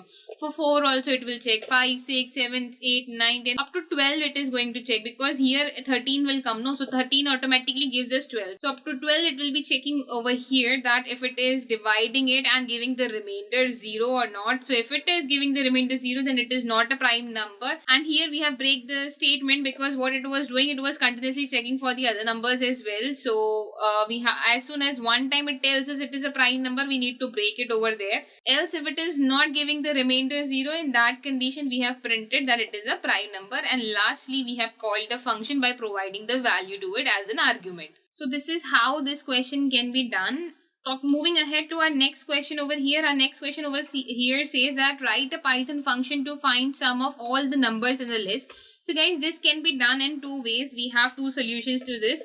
One solution is using for loop over here, and the second solution is using recursion over here. So first of all, let's try it with this for loop. So I'll be writing solution 1 with for loop and solution 2 using recursion. So first of all, doing it using a for loop, all we need to do is create a function, definition add, and I'll be providing with numbers over here. I'll be putting a colon. Now what we need to do, we need to iterate with the for loop that for I in numbers, what we need to do, every time whatever the number is, we need to add it to a variable. So we'll be creating a variable called as total. Total is equals to 0 initially. Okay. And to this total, we will be adding all the numbers that we have provided inside the numbers. Okay. So here we will, inside the numbers, I'll be providing with a tuple over here. You can provide it with a tuple. We can provide it with a list. Totally choice is up to you. So I'll be providing over here a tuple.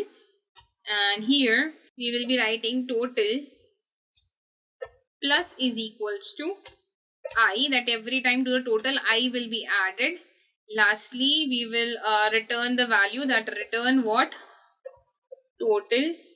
And while calling it, that means we will be writing print add, and you can here provide with a tuple with multiple numbers. Okay, and as soon as I run it, I get the total 69 over here. And if you want to provide a string over here, that the total of the given numbers is, and I'll put a comma over here, and as soon as I run it, I get the output that the total of the given numbers is 69 over here. So simple thing we have done over here, we have created a function. Inside we have created a variable called as total. We iterated it with the for loop over here, that for I in numbers, so whatever numbers we will be providing. So here we will be providing a tuple of numbers. That's why I have created a tuple over here. So we'll be iterating through these tuples, and every time it will add a number to the total. And lastly, we have returned the total, and after that we will be calling our function by providing the values that we need to provide it. So this question is also done over here, guys. So guys, talking about our next solution, that means using the recursion. Recursive functions are those functions that can pass a function inside a function. When you can pass a function inside a function, that is called as recursive function. That means when a function calls itself inside it, that is our recursive function. So we will be solving this problem using the recursion. So guys, how we will be doing it? For that, I'll be creating a function called as add, and inside I'll be providing with a sum of list, or we can call it a numbers list as well, because sum would not look nice over here. So numbers list, because we'll be providing numbers to it. Now what we need to do, we need to use recursion over here. Before that, we need to provide with the condition that suppose while passing the arguments, you have written only one value inside it. Now, and what will happen in that case? So if len of number list is equal to 1, in that condition we will return it with whatever element is there inside that list. That means if I have written only 5, that means the addition would also be of 5. If I have written 7, then the addition would also be of 7. So what we will be doing, we will be returning with the number lists that index, that means 0. Now this is one condition, that if our length is equal to 1, if our length is equal to 1, this is one condition. What if it is more? So that means else. For else we will be giving a condition over there that we will be returning number lists 0th element. That means we will be writing the 0th element over here, plus what we will be doing. So suppose our list is, I'm considering a list over here first of all, that I'll be returning add, and here inside I'll be passing a list of 2, 4, 6, 8, 3, 6. Okay. Now what I'm trying to say is that number list zero's number, that means 0 index will be 2. 2 plus what will come over here, rest of the range will come over here, that this 2 will be added to rest of the range.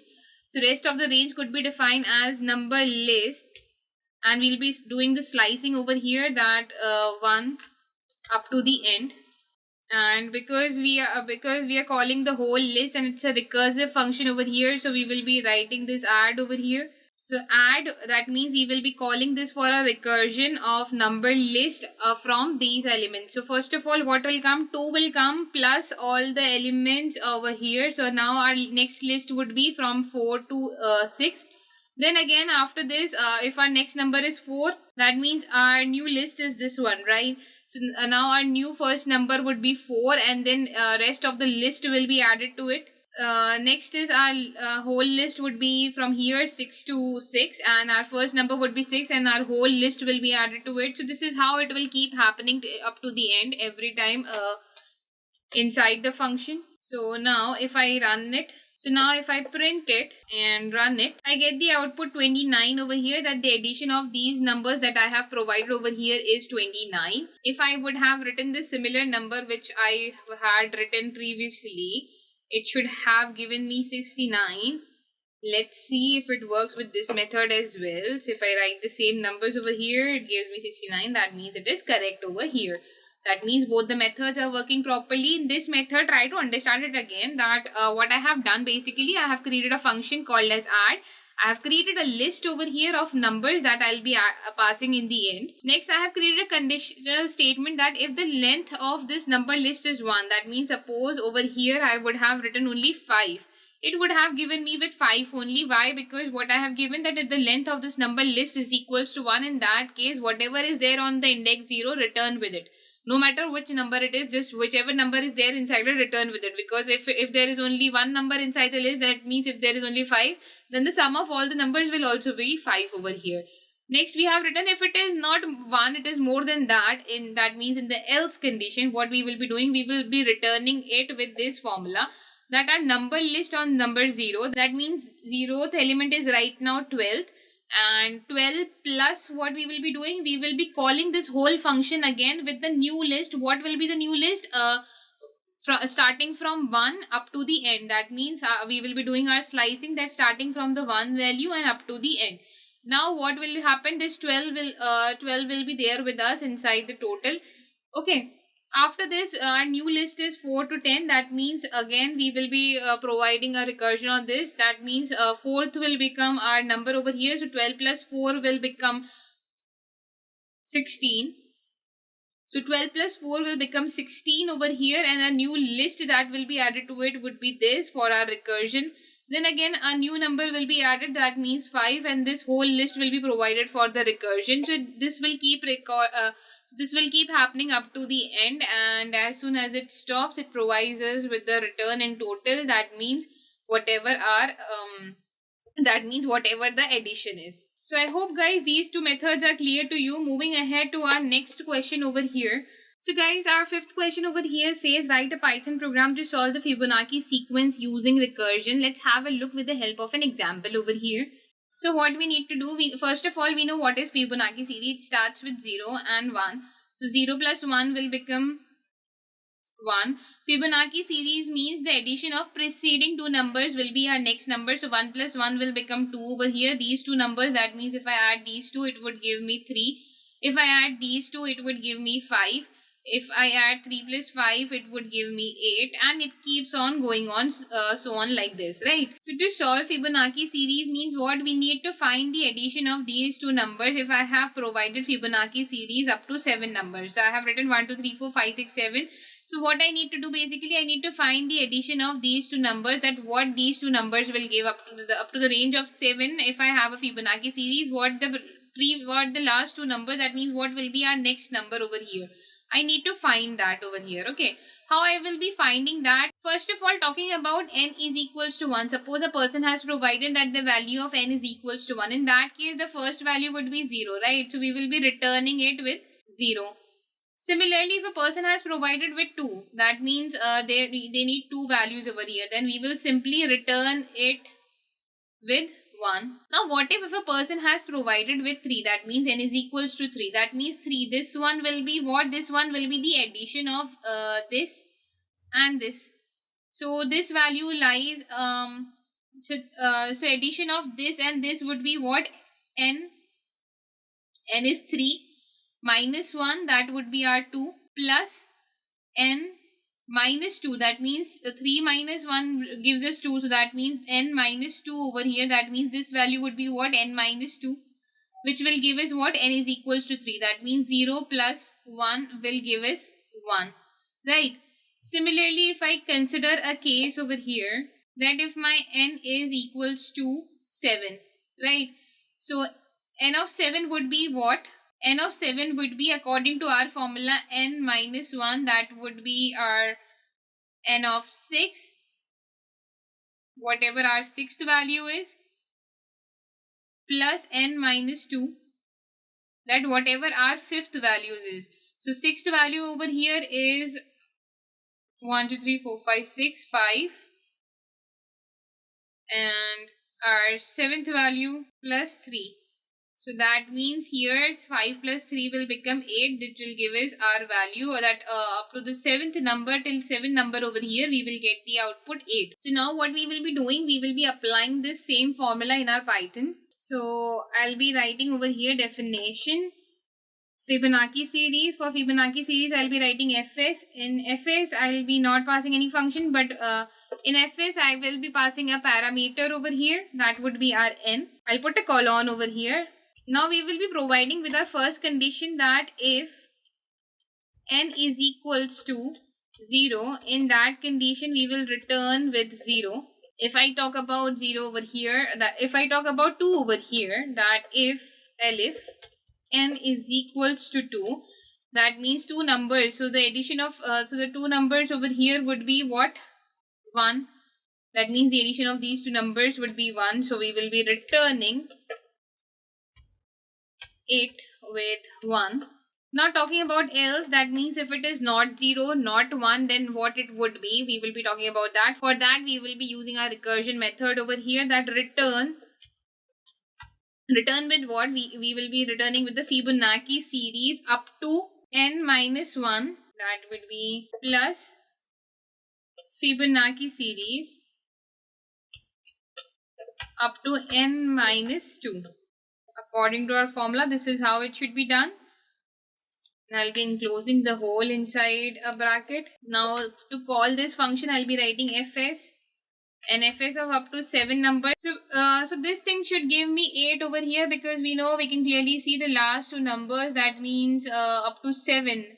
The last two numbers are our 5 and 8. So if I run it, that means n minus 1 would be 5. plus n minus 1, 2 would be our 3, and if I add it, I should get the output 8 over here. So if I run it, I get the output 8. That means it is working properly. What I meant to say over here was that if our n is equals to 7, and here n minus 1 would be, so 7, 1, 2, 3, 4, 5, 6, 7, n minus would be 5 plus n minus 2. That means our n minus 2 would be what? 7 minus 2, that means 3. That means over here 3. So it would give us with 8 over here. So that's why it's giving us with 8. Similarly, if I would have written 8 over here, it would have given me 13, because 5 plus 8 would become 13 over here. So this is how you can solve Fibonacci sequence using recursion.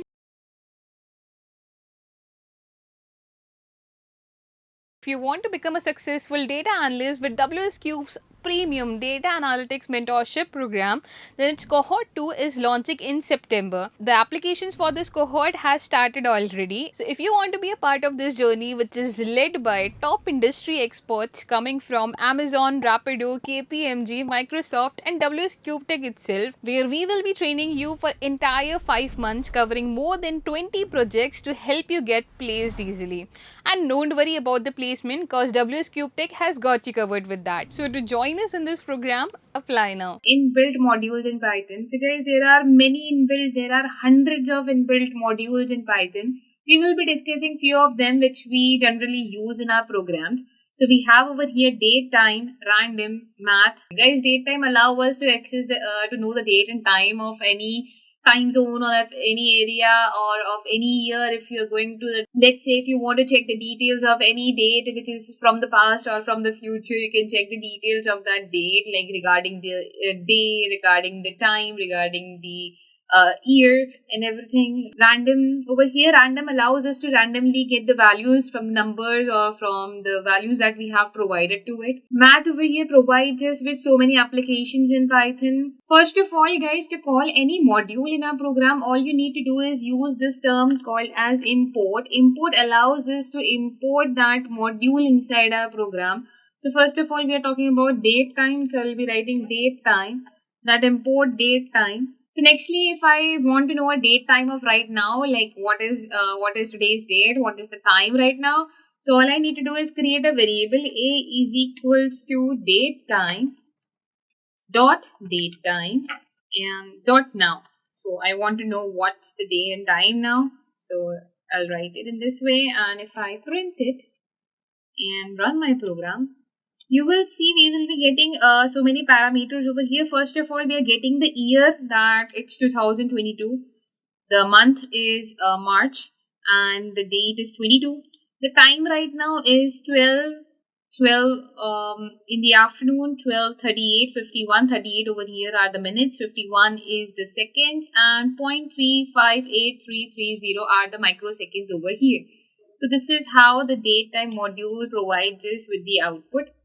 Okay, date time module also allows us to create a date of a particular time. Like for example, if I write a is equals to date time dot date time. So guys, date time takes three parameters over here. First of all, it takes the year. So I'll be talking about, let's say, 1997. It takes the month, so the 10th month, that is the October, and the date over here, that is, let's say, 14. So I'll be adding three parameters over here, and if I print it, I get output like this, that we are talking about 1997 October 14. Okay. Now there is another object over here that is used, or that is widely used in date and time, which has many applications also. That is called as strift time. So let's see how strift time can be used. So if I write over here print a dot strftime strift time, and I'll provide it with a parameter over here. That is, let's say, first of all, so strift time has many parameters over here. It takes a lot of values. I will be discussing about all of them one by one. So we first of all we have percentage or modulus small a. Let's see what modulus small a will do here. It will provide me with the TUE that on 1997, that on October 14th of 1997, it was a Tuesday. If I write capital A over here, let's see what it does. It gives us a Tuesday in a full form. So small a was giving us in a short form, while capital A will give us in a full form. At the same time, if I use over here capital B, it provides me with the month of that particular date. Similarly, if I write capital Y over here, provides me with the year that it was 1997. If I'm talking about a particular minute or seconds also, we have that options also available with us. Just like modulus Y, we have modulus P, which provides us with the AM and PM of a particular time. We have modulus M, which gives us a minutes of a particular time. We have seconds. For seconds, we have capital S. And for microseconds, we have capital F. Similarly, we have so many small keywords that we can use with the strip time. So I'll have enlisted like 3 or 4 of them, but yes, you can definitely try more of them. So I hope guys, what is this date time module is clear to you, and how you can get a date time of a particular time, and different applications with the strip time is also, I hope, clear to you. Moving ahead to our next module, we have random with us. Random, as I told you, random allow us to randomly fetch between the values. So let's see how random can be used. For again importing random module, all I need to do is write import random. After writing import random, all you can do is you can take a variable. Let's say a is equals to random dot random int. I'll be taking random integer, any random integer from 1 to 10. I don't want to pick any particular one of it. I want it to be random, that it should be any random integer between 1 to 10. So I'll be writing 1 comma 10 over here, and if I print it, if I write print a over here and run my program, you will see it gives me 9. If I run it again, it gives me 10, 8, 10, 5, 4. So every time it is giving me a random integer. It's not giving me any specific integer every time. It's randomly giving me the output. That's what random basically do. So for example, if you want to create a dice roll program with the help of a random module, then all you need to do is take a is equals to random dot random int from 1 to 6, and you can say the dice roll would be, let's say, 6, 5, 5, 2, 2, 4. Now these are about the integers, that when you want to pick a random integer, what if you want to pick between the terms over there? So all you can do is you can use list as well over here. How to do that is, suppose if I have written list of, let's say I'm creating 2 variables over here for heads and tails. So I'll be writing coin is equals to, I'm creating a list with 2 values, heads, comma, tails. Right. Now what I need to do, I need this A to randomly choose between heads and tails. So what I'll do this time, instead of taking random dot random integer, I'll be taking random dot choice. So random dot choice, and that choice will be from the coin. Okay. As soon as I run it, it gives me the output tails. If I run it, it gives me heads, heads again, tails, tails, heads, tails, tails. So as you can see, every time it's giving me a random different output. So yes, this is how a random module can be used. Moving ahead to our next module that we have in Python is a very useful module, that is our math module. So to import math module, all you need to do is write import math. Now math has many applications with the help of math. Inside the math also there are so many objects that can be used. So we'll be discussing some important of them one by one. So first of all, let's talk about the minimum and maximum in math. For that, all I need to do is create a variable. Let's say I'm creating a variable a is equals to minimum, and I'll be taking 3 parameters or 4 or choices, totally up to you that how many parameters you want to take. So I'll be taking 3 numbers, 35, comma 2. So we clearly know that the number which is the lowest number over here is 2, but still if I write print a over here and run this program, it gives me the output that the minimum value over here is 2. Similarly, it works the same way for the maximum, that if I write x is equals to max, and I use the same thing over here, 10, 35, 2, and provided with, and I'll be writing print x over here, And as soon as I run it, I get the output 35, that the maximum value over here between these three numbers that has been provided is 35. Next object that we have over here is power. We can use, we can use exponent to fetch the powers, but math also provides us with a function where we can get the power of any number. So all you need to do is write A is equals to POW. POW will be the short form over here for the power. And we can provide it with a number that 3 raised to the power 4. And if I print A, I get the output over here 81. This is how power can be used. If you want to check with a small number, x is equals to POW. And I'll say 2 raised to the power 2, so 2 comma 2. And if I write print x and run it, it gives me the output 4 over here.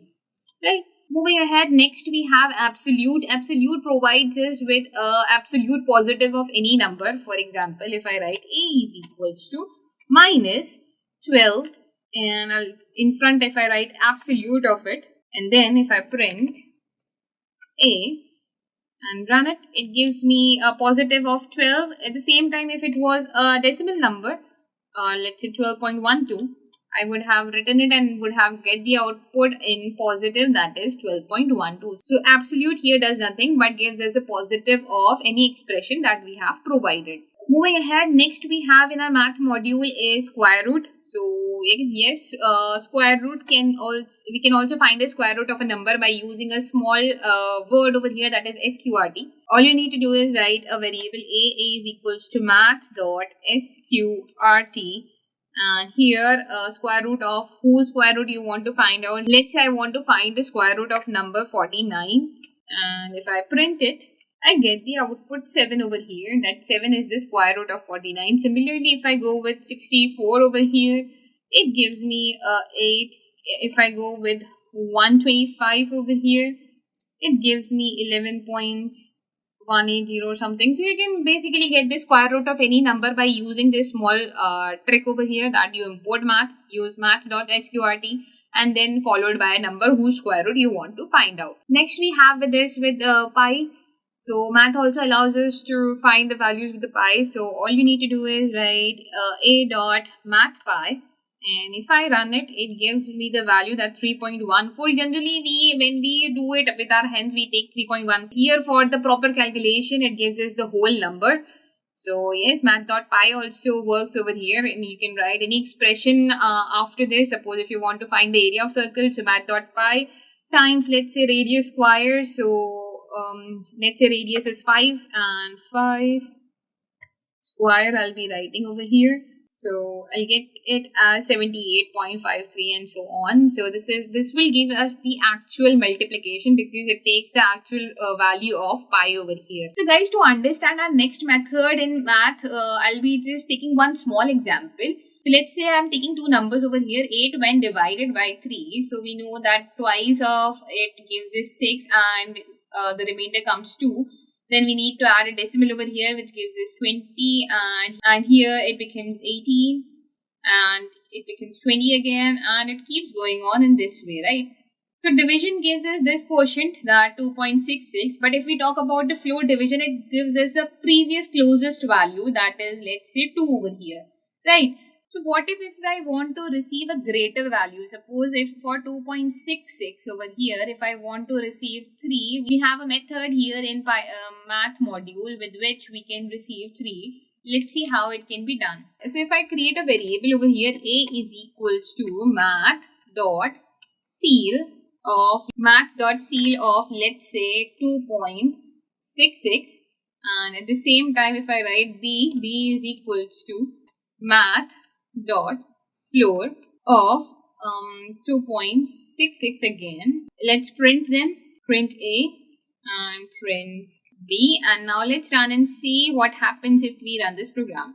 So you will see that the seal will give us the next closest value, that the greater closest value, while the floor will give us the lesser closest value, that is the previous closer value.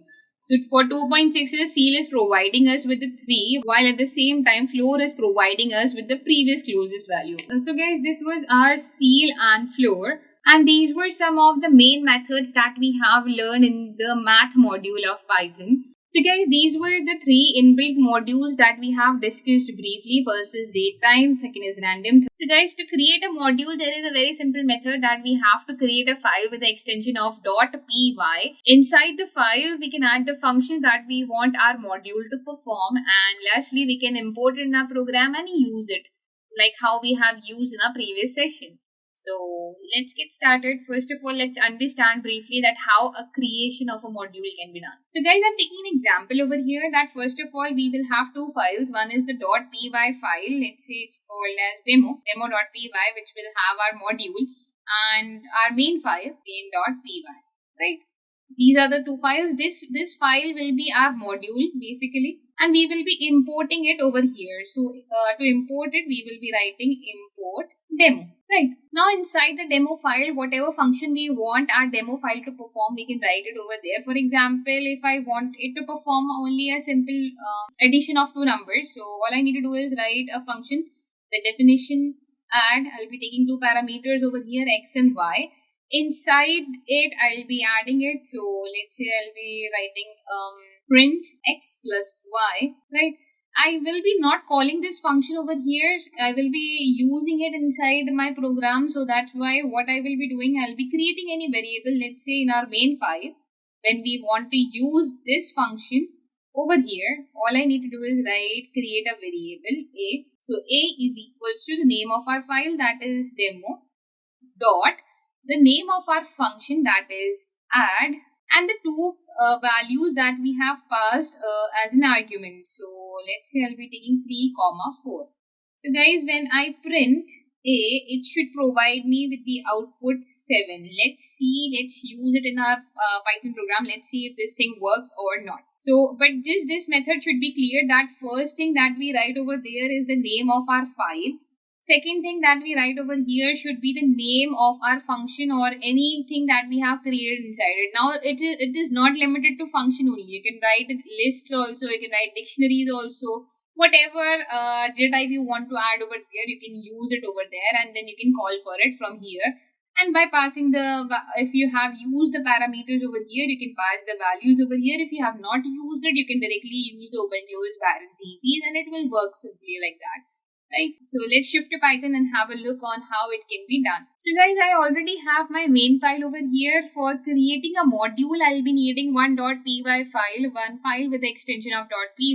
For that, I will be right clicking over here, click on new. After that, I'll be choosing Python file and I'll be writing its name as demo.py. Once I click on enter, I get a demo.py file over here. Inside it, this is the module we are creating. So inside it, I'll be writing my function.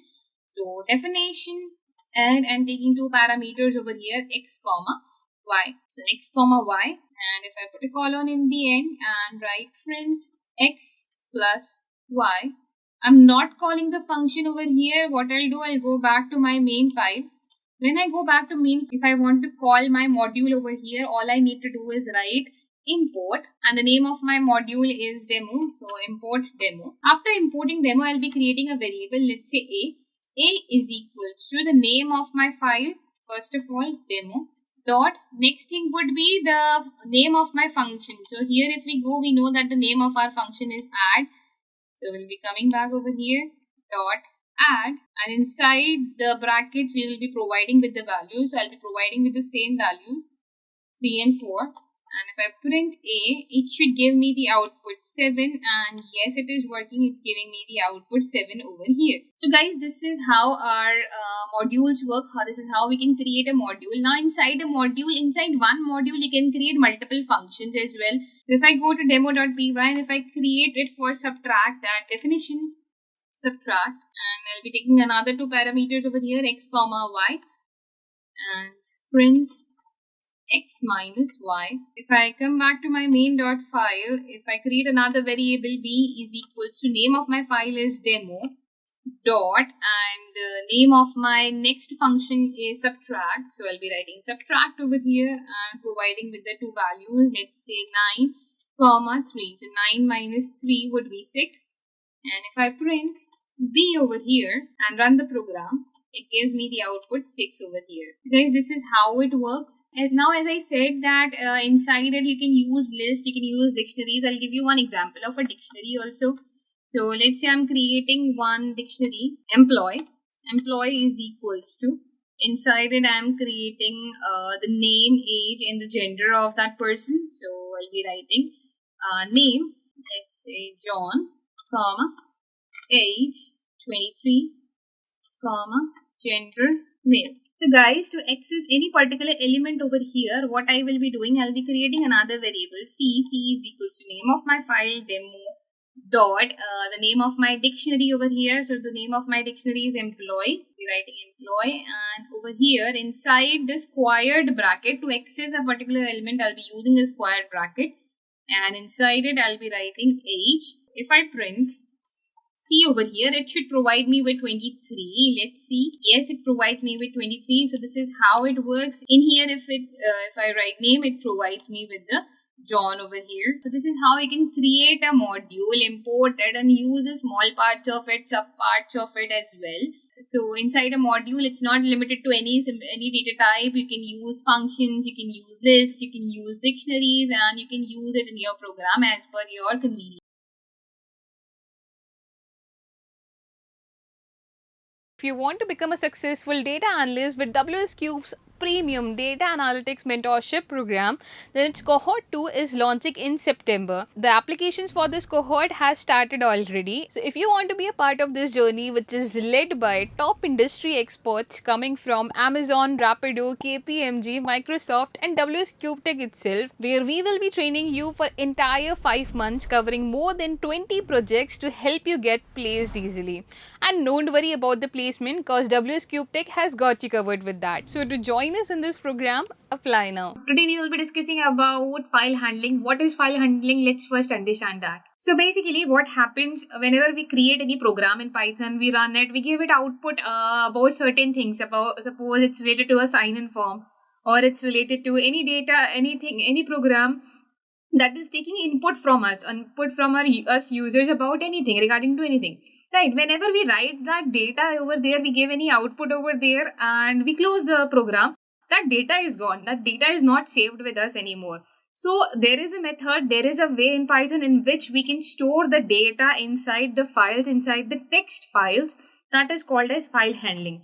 So basically files are used to permanently store a data. So there are a few simple steps to create a file and do functions inside it. Would be first of all we open a file, we write inside it, maybe read a file or we add something to the file, and then we close the file. Next we will be talking about different modes in which we can operate a file, we can work on a file. So we have over here first of all read. Read allows us to open a file in a reading mode. Here with the help of the write mode, what we can do, if the file already exists, then we can write inside it. If it does not exist, it creates a file itself and then writes whatever data we have given it to write it down. Next is append method. Append method allows us to add the data to the file. So guys, in write method, what happens once we have written something inside the file and we have let's say we have a file in which some data is written over there, okay, and we use the write method to write something. What write method will do, it will erase the previous data and write the new data inside the file. While at the same time, append allows us to add the data to the previous data. So if there is some data already existing in your file and you want to add more data to it, then all you need to do is use append method. So append method will add the more data in the end of the file.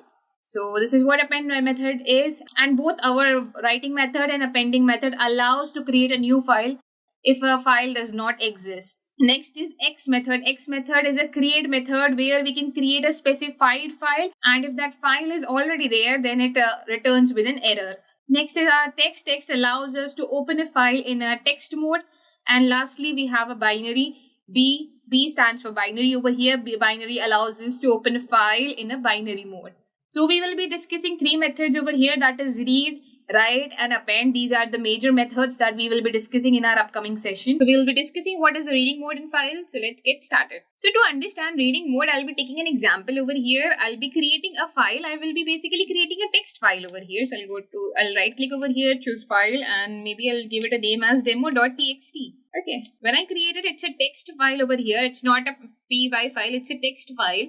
I'll be using a text file basically. I'll be reading a text file. So inside it, I'm writing some data. So let's say I'll be adding a few movie names over here. Harry Potter, and the Goblet of Fire, Harry Potter, and the Prisoner of Azkaban. So guys, I'm adding 3 lines over here. Now what I'm going to do in my main file, in my Python file, I'm going to read this data. How I'm going to read this data? First of all, I'll be opening the file in the reading mode, read the lines of the file, and then we will close the file. So first of all, let's see how to open a file. So to open a file, there is a simple method over here. We can take a variable, we can take any name over here. So I'm taking A is equals to open because we are opening a file. That's why we are writing open over here. Now we will be writing the name of the file, that is demo.txt. And I will be opening it in a reading mode. That's why I am adding R over here. This R here represents that the file is opened in a reading mode. Now what I need to do, I need to read the lines over here. So I'll create a variable B over here. B is equals to A is the name of our variable which we have used to open a file. Dot read lines and open close the parentheses and close the file. So for here closing the file, I'll be writing a.close, open close the parentheses. So guys, if I run this, nothing will happen. Because why? Because it has readed the file, but we have not printed those lines over here. For that, we can write print B. And now if I run it, you will see that all the data which was there inside our file is now over here. Our first line, Harry Potter, our second line, Harry Potter and the Goblet of Fire, and our third line, Harry Potter and the Prisoner of Azkaban, is over here. So this is how read lines method work over here. At the same time, suppose if you want to read only one line, for that all we can do is write B is equals to A dot read line, and if I run it, I only get the first line. Similarly, if you want to get the second line also over here, there is one simple method. Just simply write print A dot read line, open close the parentheses, and print A dot read line, open close the parentheses. If I run it, I'll get the 2 lines over here. So we have 2 lines. Similarly, if you might have noticed, when we use a dot read lines, it was giving us lines in a format of a paragraph. Like even though it was 3 different lines in our file, it was writing it in a whole one line, maybe in a form of a paragraph, right? And so if you want to write it in a different lines, all you can do is use a for loop over here. So how a for loop can be used? For x in a colon print x. So now if I run it, you will see I get all the 3 lines in a 3 different lines instead of a paragraph over here. So this is how our reading lines method work. Suppose if you want to read a few elements, or let's say few characters of a file, all you can do is write over here print a dot read, not read line, but just read, and inside the read you can write the number of characters to which you want to read it. Suppose I want to read it up to 5 characters, and if I run it, I only get Harry over here because Harry over here has 5 characters. So in this way you can read with a number of characters also from a file. So guys, this was about the reading method. This was about the read method basically. This was the read mode. And we learned read lines where we can read multiple lines in one single line. First, we learned read lines where we can read all the lines from a file in a form of a paragraph. Second, we learned read line where we can read one line at a time. Third, we learned a for loop. With the help of a for loop, we can read all the lines from our file and print it over here in Python into different lines. And fourth, we learned was a.read method. So read method allows us to read a number of characters, number of specified characters that we want to read from a file. So guys, today we will be discussing about the write method over here. Write method allows us to write in a file. So if you want to write something inside a file, we can use the write method over here. Let's see how it works. So guys, for our write method also, we have the similar steps that we had for the reading method. First of all, for write method also, we will be opening the file. So I'll be taking f is equals to a variable over here. So f is equals to open. Which file I want to open? I want to open demo.txt, comma, in the writing mode. So this time pay attention that I am not using R, that means the reading mode over here. I'll be using a writing mode because I want to write inside the file. So for reading a file, we learned a dot read lines. That means we were reading the lines. Here for writing inside the file, we will be using the write method. That f dot write and whatever text we want to add over here. So I already have a demo.txt file which has a 3 lines, 3 parts of Harry Potter's over here. So inside this file, what I'm going to do, I'm going to remove this data and I'll be writing Harry Potter and the Order of the Phoenix. So I'll be writing Harry Potter in the Order of the Phoenix. Okay, once we are done with this method, once we are done with writing what we have to write, all you can do is you can close the file. So f dot close. Closing a file is very important, guys. So always do remember, once you have done any operation inside a file, do close the file. Right? Now let's run and see what happens. So here nothing happened because we haven't used any print statement to print the file. But if I go to demo.txt, you will notice over here that the 3 lines which were written over here previously are gone, are completely gone from here, and we have the new line over here, that is Harry Potter and the Order of the Phoenix. So this is how we can write inside a file. Now this was about the file that already existed. What if we have a file that does not even exist? In that case, what it will do? So for example, if I write f is equals to open, let's say I have a file that does not even exist, quotes dot txt, comma, I'm opening it in a writing mode, and I'll write f dot write. Inside it, maybe I'll write a code. So I'm gonna write a code over here. Worry less, smile more, right?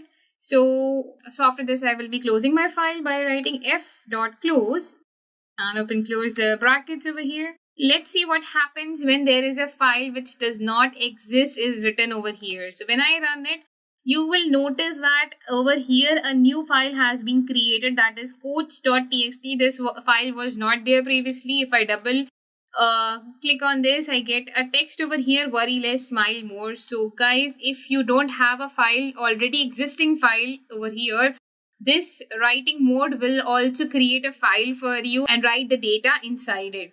So guys, this was our writing mode. So for the append method as well, we will be opening the file first of all. So f is equals to open. The name of the file is demo.txt, and I'll be opening this file in the append mode.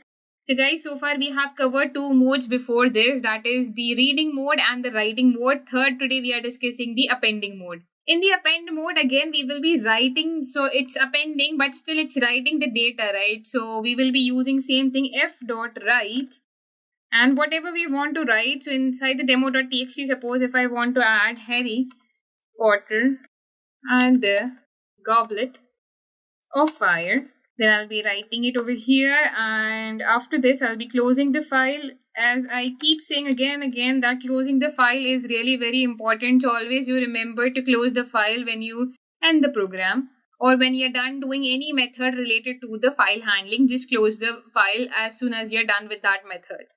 So let's run and see what happens over here. If I run this code, nothing happens over here, but let's go to demo.txt.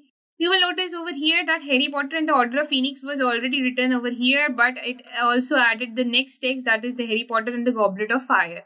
Now you might also notice over here it's coming, it's not coming in the next line, it's coming in the end of the file, but not in the next line.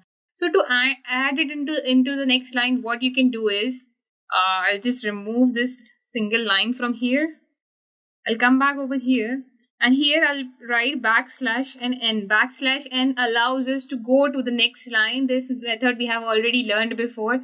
That backslash n allows us to go to the next line. So if I run this file over here and go back to demo.txt, now you will see that whatever line is going to be getting added over here, it's getting added into the next line. Now similarly, if we talk about when we do not have any file, when we do not have any existing file, suppose I'll just delete this quotes.txt from here, and this time what I'll do, I'll open a file. F is equals to open, and I'll be writing quotes.txt, and I'll be opening it in an appending mode. That's why I'll write A over here. Inside the file, we will be adding a quote.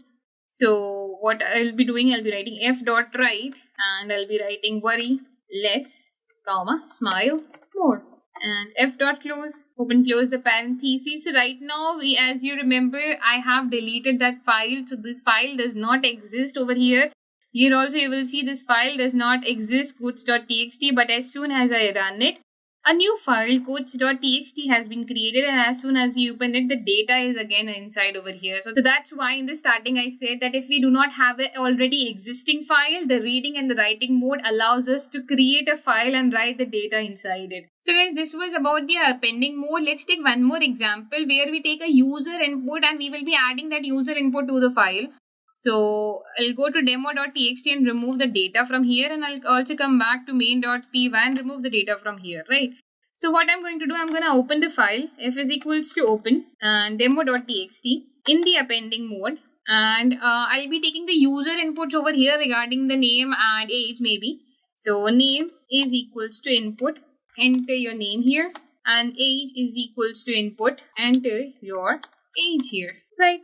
Once we are done with this, I'll be adding these data inside the file. So how I'll be adding, I need to write f.write, and I'll be writing name over here, f.write, and I'll be writing the variable name over here right in front of it. Similarly, I can write f.write, and I'll be writing the age with the colon, and next again f.write the actual age, that means our variable age over here, and lastly f.close. I'll be doing one more thing here. I'll be adding a backslash and n. After this also I'll be adding a backslash and n. And before the name also I'll be adding a backslash and n. So let's run and see what happens. I'll be asking for the name. So the name is John. John is 23. Let's go to demo.txt. You will notice over here that the name John has been added with the age 23.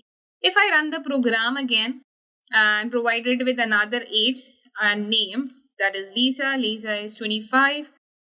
And if I press enter and come back to demo.txt, you will now see that the name Lisa and the age 25 has been added to the file. So this is how a data can continuously get added. Whatever data you want to add to the file, you can add the data inside the file by using the appending mode, which allows the users basically to add the data by the end of the file. So we will be discussing about the pickle library. First of all, let's understand what is pickle library. So pickle library is a powerful algorithm which allows us to use different data types, which allows us to handle different data types in Python. We can serialize and we can deserialize data with the help of a pickle library. So what is serialized and deserialized data is that basically if we provide it with a list or a dictionary, it serializes it in the in a text file in the same format but into a binary numbers, and deserializing means that taking the load back to the file and using it by applying different methods to it. So here we will be discussing about the different types of data that can be used, that can be stored inside the pickle library.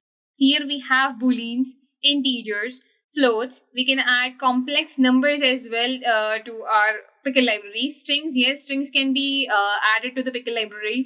It can also be added to the file handling, but yes, here also it can be used. Tuples, lists, dictionary, and sets can also be added inside the pickle libraries. So with the help of the pickle libraries, we can handle multiple types of data. There are two major functions that you will be using with the pickle libraries, that is the dump and the load. The dump function allows us to serialize the data. Suppose we have given any format of a data. Suppose we have given dictionary data type, and we have given it in a proper serial to it. So what it will do, it will add that dictionary, whatever dictionary that we have given, into a text file into the form of a binary, but in a serialized way. And the load function is called to deserialize a data stream. Now what does this thing mean? That suppose we have added that data in the form of a binary. Now we want to bring that data back into a Python function, or we want to use that data for any kind of function in our program. So we can use the load function to bring it back in a exact serialized way. So it deserializes from binary, but still it's in a serial way. It's in a proper manner that how we have inserted it comes back in the same way. and we can work over it. We can add to it, we can remove something from it, we can increase something, or we can decrease something inside it. So let's understand with the help of the examples. Okay, so here let's say I have a main file, and to use pickle library, all we need to do is write import pickle. Import pickle allows us to use pickle library, and here we have imported pickle. After that, I'll be opening a file. So f is equals to open. First of all, we will be dumping inside the file. What we will be doing, we will be creating a dictionary over here and adding that to a file. So for that, I'll write f is equals to open what, demo dot txt. So I'm opening it in a WB mode, that is the write binary. So I'll be writing in a binary format inside the file. Okay, after this, what I need to do, I need to write over here. I'll be basically creating a variable. L is equals to pickle dot dump, because we want to add this data to the file. What we want to add, we will be creating a dictionary over here. So let's say I'm creating a dictionary of employees. So employee is equals to, first of all, name, colon, John, comma, age, colon, 23, comma, gender, colon, male.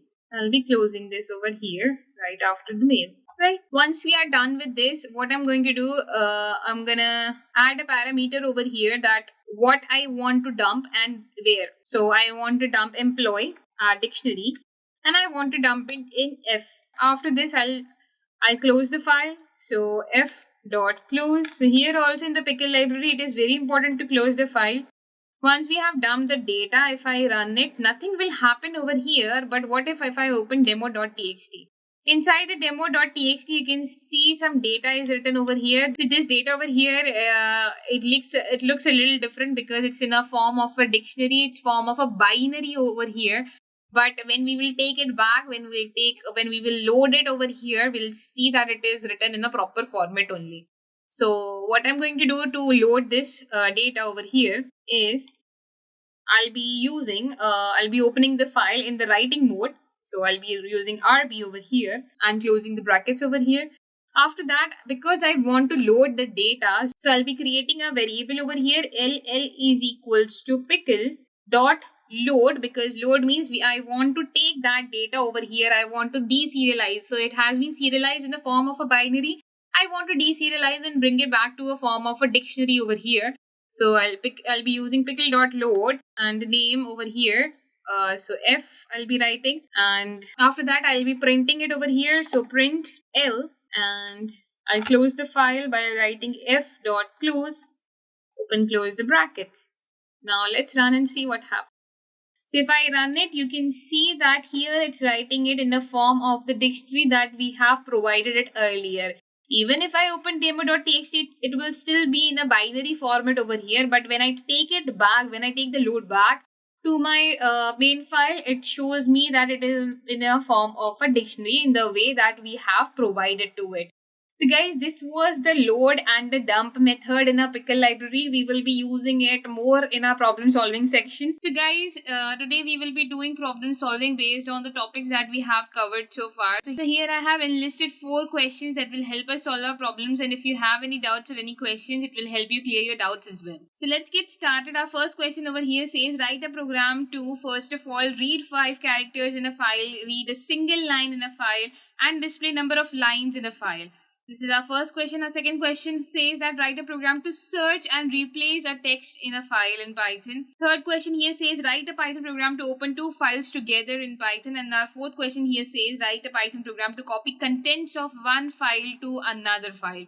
So we will be solving all these 4 questions one by one. Let's have a look on them. So here our first question says write a program to read first 5 characters in a file. So we will be first of all reading our first 5 characters of a file. I already have a file over here which has hello, this is a practice file. I hope you all like it and thank you. 4 lines written inside it. There is already a text file. Let's first of all open it. That F is equals to open. What we need to open, demo1.txt is the name of my file. And I'll be opening it in a reading mode because I need to read 5 characters over here. Because I need to read 5 characters, we will be opening it in a reading mode. Next thing over here is that we don't have to read a line over here. We need to read characters. So for that, I'll be writing f dot read up to 5 lines, and you can store it inside a variable. Let's say x is equals to f dot read up to 5 lines, up to 5 characters. So read method over here will allow us to read 5 characters over here, not the 5 lines over here, but just the 5 characters. And lastly, we will be printing our x over here. Let's run and see what output we get. So according to me, we should get hello over here because that has our 5 characters, and which is true that our first 5 characters over here is hello. So that means our program is working perfectly fine. Second says read a single line from a file. So we don't have to read multiple lines. We know that if you want to read multiple lines, in that case we use read lines. But if you want to read only one line, in that case what we will be doing, I will be removing this 5. And instead of read 5, I'll be using read line. Not read lines, but read line. So if I run it, I get my first line over here, that is hello, and a comma along with it. This is my first line over here. Our third question over here says that display number of lines in a file. So how we need to display? So we know that here 1, 2, 3, 4, 4 lines are there. But how we will be displaying it? We will be finding the length of it. So x is equals to len of what? Len of all the lines which are there. So len of f dot read lines, because there are multiple lines, that's why we will be using read lines, and we need to find its length over here. So according to us, there should be 4 lines in total over here. Let's run and see what output we get. Yes, we are getting 4 over here. That means our program is working perfectly fine. Moving ahead to our next part of the code, that means our next question over here says write a Python program to search and replace a text in a Python file. So let's say I have this file over here, demo.txt. In this I have written hello. This is a practice file. I hope you all like it, and thank you. Now what I want is I want to replace this practice word with a demo word. So what I will be doing over here, I will be replacing this practice word with a demo, and I won't be doing it just by directly writing it over here, but I'll be doing it with our Python functions. So for that, first of all, let's open the file in the reading mode, that f is equals to open. And we need to open demo.txt in our reading mode. After reading the file over here, let's create two variables which will be holding our words. That means which word we want to replace and what is the replacement word. So first of all, I'll be creating a variable old text. That means what was the previous text that I want to remove. So that would be practice. And new text, that is demo. So that means I want to replace this practice with the word demo over here. Now what we are going to do over here is I'll be creating a variable, and inside that I'll be storing the reading of that file. That means I'll read the file and store it inside a variable. So let's say x is equals to f dot read, open close the parentheses. Now in the file that we have read it down, what we need to do, we need to use a replace function over here to replace our practice word with the demo word. Okay, so for that I'll be writing x is equals to x dot replace.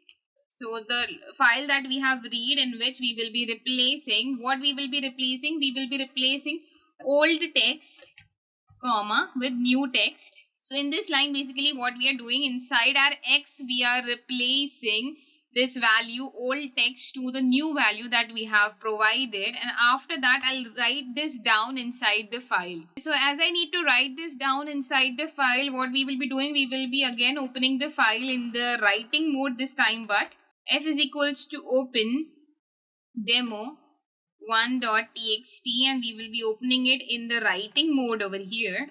Once we have opened it in a writing mode, now what we need to do, we need to write this text inside the file. So to write the text inside the file, we will be writing f.write, and what we need to write, x. We need to write x, the data which is stored in x, we need to write it inside this file, and then we will close the file by writing f.close, open close the brackets. Now if I run, nothing will happen here, but you can now see that the practice has been removed. That means it has been replaced with demo file over here. So you can provide with any text over here and it will be removed or it would be replaced over here.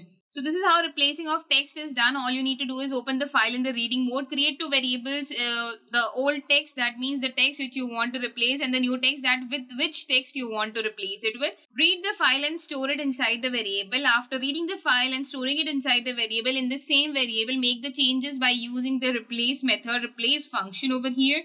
After that, open the file in the writing mode, write down the data which you stored in the variable previously, and then close the file. So basically, this was a very simple method of doing it. Now, talking about our next question over here, it says that write a Python program to open two files together in Python. So we have so far tried to open only one file in Python.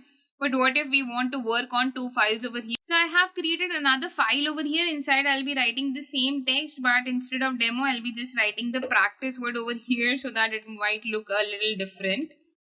So there is this practice file, and then there is this demo file. And now our question says write a Python program to open two files together. So guys, to open two files together, all we need to do is write the name f1 is equals to open demo1.txt. Let's open it in a reading mode.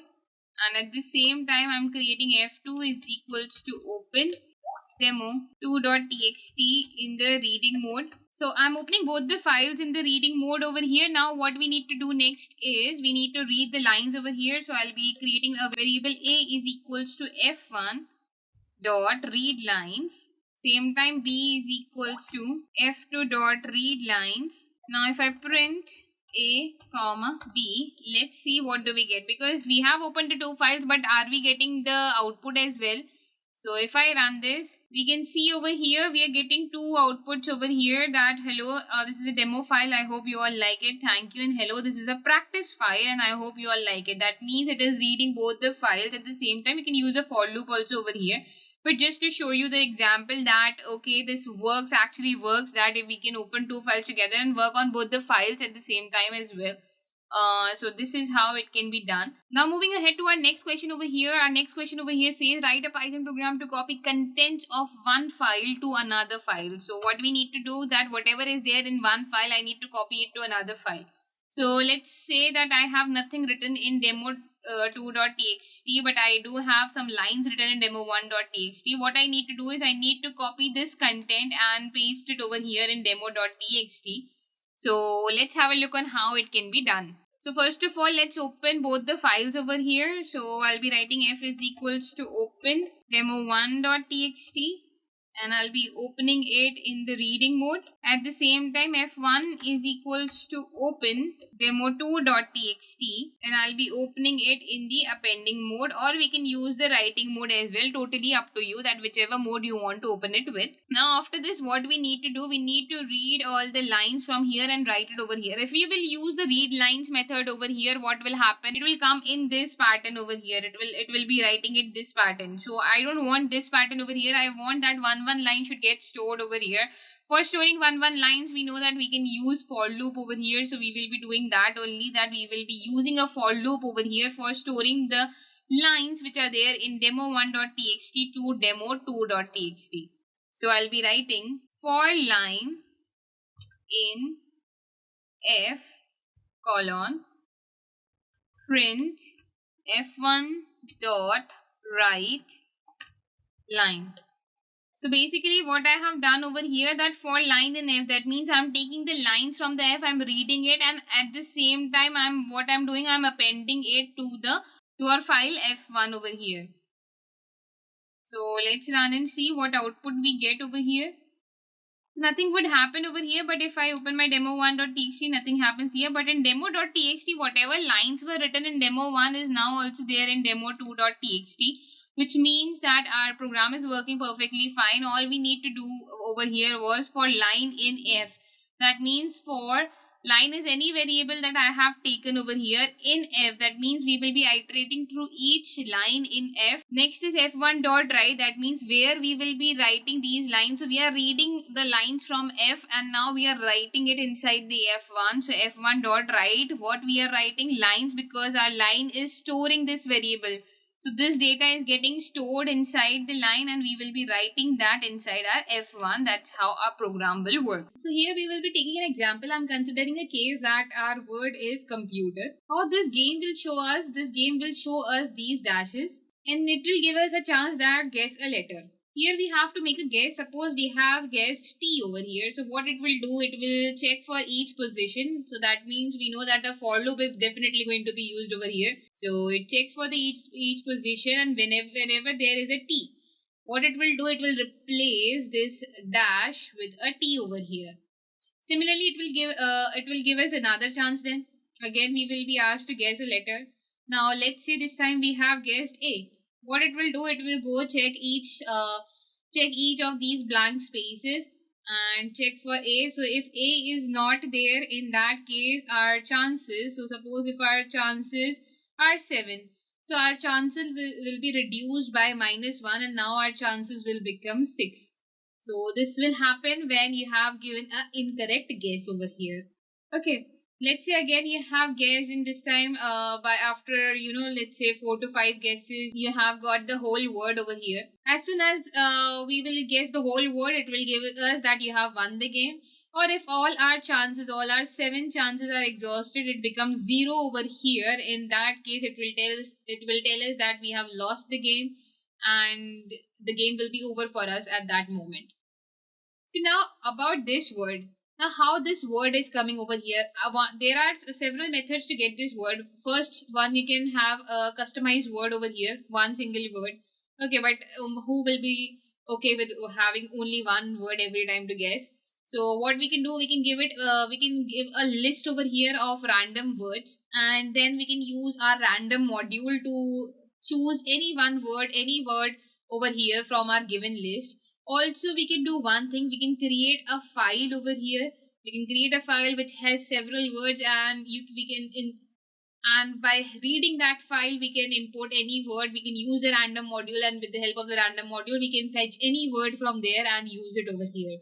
So we will be seeing all these methods over here in our program. So I hope you guys are as excited as I am to get started with this program. So let's get started. First of all, what do we need? We need a word over here. So I'll be creating a variable called as word. For now, I'm just creating a predefined word. As of just for now. Later, yes, we will be adding the list, or we can also use the file, whatever we want. But right now, I'm just creating a word over here. I'm considering the same example, computer. So we are done with a word over here. Next thing that we need to do is let's write down all the variables that we will be needing throughout our game. So we will be needing total chances as well, that how many chances a user will get. So I'll be creating a variable called as total chances. Total chances are how many chances a user is getting. Total chances are 7 over here. Every time a chance will be reduced if a person guesses a wrong letter. Right. After this, we need to display the dashes also. For dashes, what will be the dashes? Dashes will be the number of letters that are present in the word. Right. So I'll be calling it as guessed word. So a guessed word would be the number of underscores multiplied with the length of this word that we have over here, that is computer. So we know there are 8 letters over here. But when we will be using random words, that time we don't know that how many letters would be there. So to avoid that, we will be using a length function. So to avoid that, we will be using our length function over here. So what I'll be doing, I'll be creating a string. Inside it, I'm adding a underscore, which will be multiplied by what? Length of word. Okay. So this will give us all the 8 dashes to us right now. So this guessed word has nothing but the 8 dashes right now. Okay. After this, we will start with printing the starting line, that is welcome to Hangman. So we'll be writing print welcome to Hangman. Right. This will be printed on the top. After this, what we will be given? We will be given with the guessed word, that is the number of dashes. So we will be printing over here guessed word. If you guys want to print rules over here, then yes, you can definitely print rules right before this. So over here, you can add another print statement. Inside it, you can write the rules down that every time you have to make a guess. And every correct letter will flip the dash, and every incorrect letter will take your 1 chance away. And total, you will be having 7 chances. So that thing, if you want, you can add it over here. But I'm assuming like a lot of people know about this game. So whenever there is a term called as guess, the letter will come. So a person would be easily able to understand, okay, that a person has to guess a letter over there. But still, if you want to add a set of rules, then feel free to add rules over here. After printing the guessed word over here, what I will be doing, I will be asking for the user input for the letter. So I'll be writing over here, letter is equals to input guess a letter. Okay.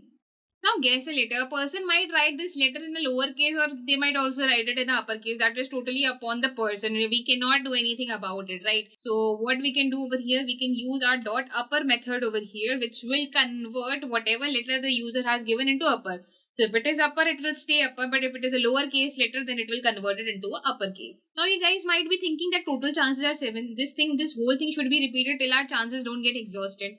So what we will do, we will also use a while loop over here. While our total chances is not equal to 0, in that condition, we will be writing these things over here. So print guessed word letter is equals to, so why we have used a while loop over here, please understand in this way that suppose your chances are 6 or 5. Once you have guessed a word, your chances are now 6.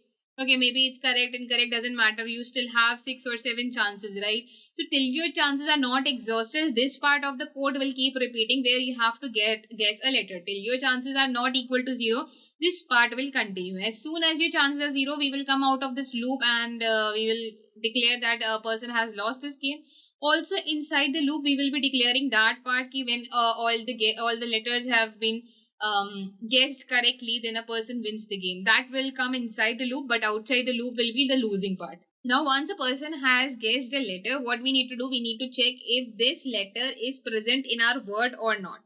For that we will be putting a condition that if letter in word, what we are writing, that if this letter that a user has guessed, if it is there in our word or not.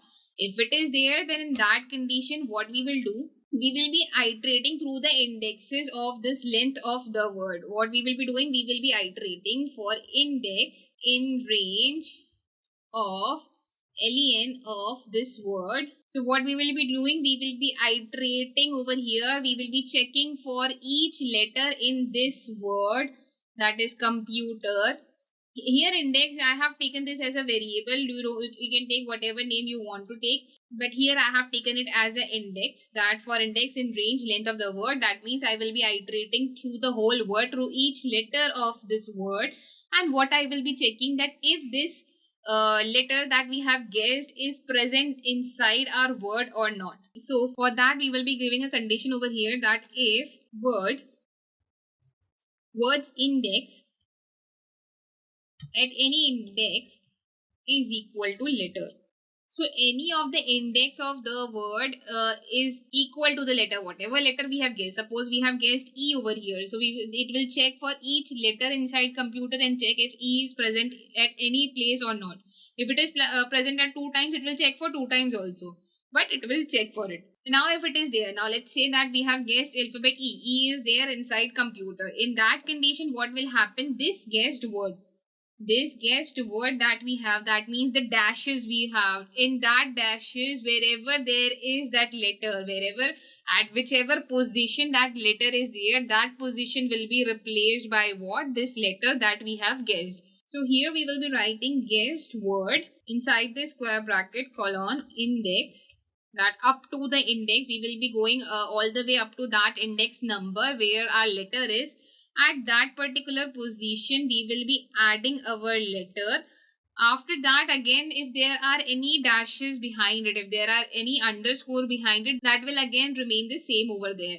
So for that, I'll be writing guessed word. Inside the brackets, I'll be writing index plus 1. So basically what I have done over here in this line, that I have iterated to each value inside the guessed word also. So wherever there is this letter, whatever letter we have over here, if that letter is there inside our the word at the same position in our guessed word, it will get added. Why? With the help of this method over here where we have written guessed word colon index. That means it will go all the way to that part of the guessed word. Wherever our letter exists at that position will be replaced with our letter. So suppose our letter is E, it will be replaced with E.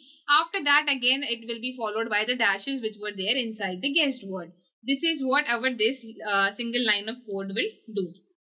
Okay, that letter will be replaced, right? Now, suppose every time a person is giving a correct answer, or even if it's not giving a correct answer in 1 or 2 times, but every time there is a correct answer, as soon as the person has guessed the whole word, let's say the person has, after like maybe giving 3 to 4 incorrect answer, or till the time we have chances the person has guessed the correct word.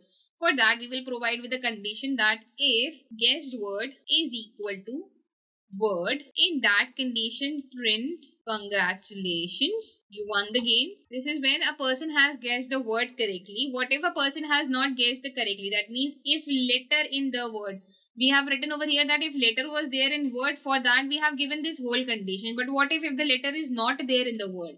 If the letter is not there in the word, in that condition your chances will be exhausted, your one chance will be removed, right? So what we will be doing, if in that case we will be writing else, in that condition total chances. So what we will be doing in that condition, we will be writing total chances is equals to or minus is equals to 1, that from the total chance 1 will be reduced. Every time we will guess an incorrect letter, from our total chances 1 will be reduced. Okay, and we will also print incorrect guess, and total remaining chances we will provide them, that total remaining chances are total chances. So this was for the part when our chances will be decreased. Now this was the part where our chances will be decreased if we have guessed the incorrect letter. If you remember, on the top we have used a loop while total chances are not equal to 0. What if they are equal to 0? So when they are equal to 0, for that we will be providing with a condition over here that else we will print all the chances exhausted, print you lose. And one more thing over here, that doesn't matter if a person loses or person wins, right? We should show them that what is the actual word, or what is the actual word over here that we have, right? So what we will be doing, we will be printing in the end that the correct word is comma word. Okay, so one more thing guys over here, that we have given with the condition that if guessed word is equals to word, we will print congratulations. But here we haven't break the loop. Our while loop is still working. Anywhere we haven't break the loop. So when a person wins the game, then that time obviously we need to break the loop, right? So what we will be doing here, we will break the loop as well as soon as we print congratulations, so that it comes out of it, and lastly prints the correct word is whatever our word is, right? So here I guess our mini program is done. Let's run and see what happens. If I run it, it tells me guess a letter. I'll purposely guess a wrong letter. So I'll write A over here. It says incorrect guess. Total remaining chances are 6. Okay. Let's try to write E. So E, we know that our word is computer, and in the last second word is E. That means the underscore has been replaced with the letter E. If I write C over here, so yes, C starts with it. We'll be doing it for all of them. And once I have guessed the whole word correct, you can see it says congratulations, you won the game. The correct word is computer. At the same time, let's see when all our chances are exhausted, what will happen in that case. So if I write A, and I'm left with, I guess, one more chance. So it says total remaining chances are 0. All the chances exhausted, you lose. The correct word is computer. Right. So on both the possibilities, it is working, that when I'm giving all the answers correctly and all my chances are not exhausted, and when all my chances are exhausted, we have seen for that also. Now coming to the part with this word over here, what we can do over here, if we want multiple words over here, we can provide it with a list. So what we can do over here is, I can create a list of words over here. So I'll be writing words for this. So I'll be writing words is equals to, inside this list you can write multiple words. Printer, calculator, pineapple. So you can put any random word that you want to put. You can use as much words you want over here. So I'll be using, like, as of now, 4 of these words. What we can do over here on the top, we can use a random module as well. So import, randomly choose between these words. And here what we can do, we can select this word with the help of this formula that we use with the random, that we write random dot choice. So randomly it will choose between words, and if I run it, you can see again we have over here, let's see if it is computer or not. No, it's an incorrect guess. It is not a computer. Maybe it's a pineapple. Yes, it's a pineapple.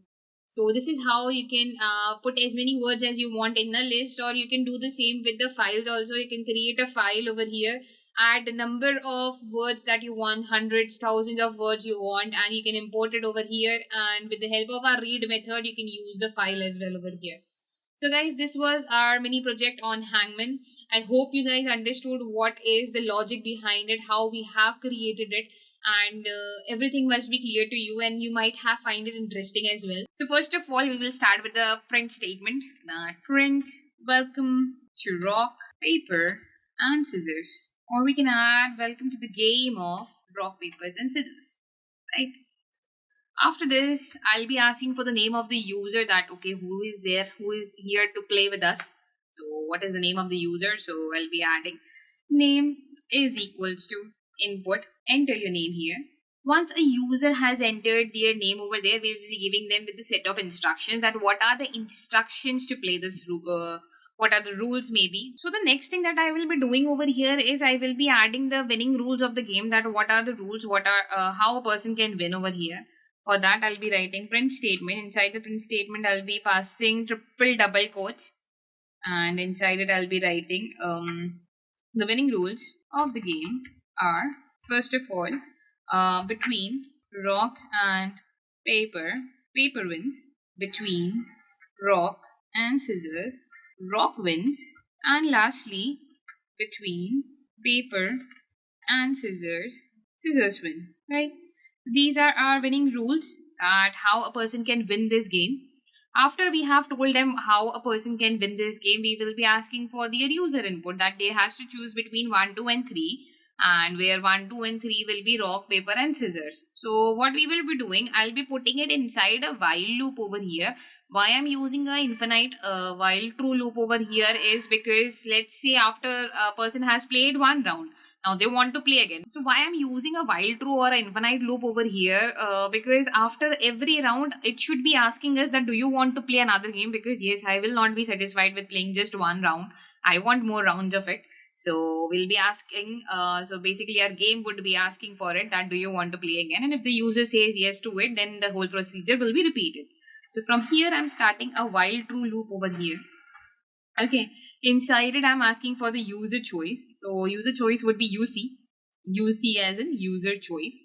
Or I'll write the whole thing maybe. User choice is equals to input. I'll be taking the input in integers. Now it will become a little complicated when we will ask them between rock, paper and scissors, because they might give us answer with the capital R rock or small r rock, or there will be more chances to make mistakes in these cases. So instead of asking rock, paper, scissors, I'll be telling them that we have 3 choices: 1 for rock, 2 for paper, 3 for scissors, and you have to choose one in between. So I'll be printing it over here. That print we have, or we can write, so print choose between the following, and in the next line, so backslash m, I'll be writing press 1 for rock, another backslash in n, and press 2 for paper, another backslash in n, and press 3 for scissors. So this will be our print statement over here. After this, what we will be doing, we will be asking for the user choice. So int input, I'll be asking it in integers, that enter your choice between 1, 2 or 3. Right? After asking for the user's choice, now once our user has chosen that okay, they are going for rock or paper or scissor or whatever it is, what we need to do, we need to store it inside a variable. What we will be doing, we will be storing it inside a variable, so that in the end we can compare this variable with the computer's choices variable and decide if it's a winning case or a losing case, or it's a tie case. Okay, so what we will be doing, we will be passing conditional statements over here, where we will be telling that if the choice is equals to 1, then we will be creating a variable and storing its value inside it. So if user's choice is equal to 1, in that condition, what we'll be creating, I'll be creating another variable. Let's call it UC. UC is equals to rock. Okay. Elif user choice is equal to 2. In that condition, we will use the same variable, but now in this case, its value will be set to, after rock we have paper.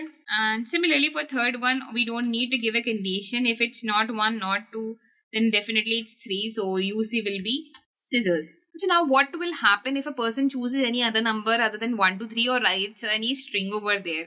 In that case, what we will do, we'll create a while loop over here, which will make sure that if a person writes any other thing other than 1, 2 and 3, then it will loop the whole thing again and ask for the user input again. So I'll be writing while user choice basically. So while user choice is greater than 3 or user choice is smaller than 1. In that condition, what we will do, it will again ask for the user input. So again, we'll be writing user choice is equals to int input enter valid option, right?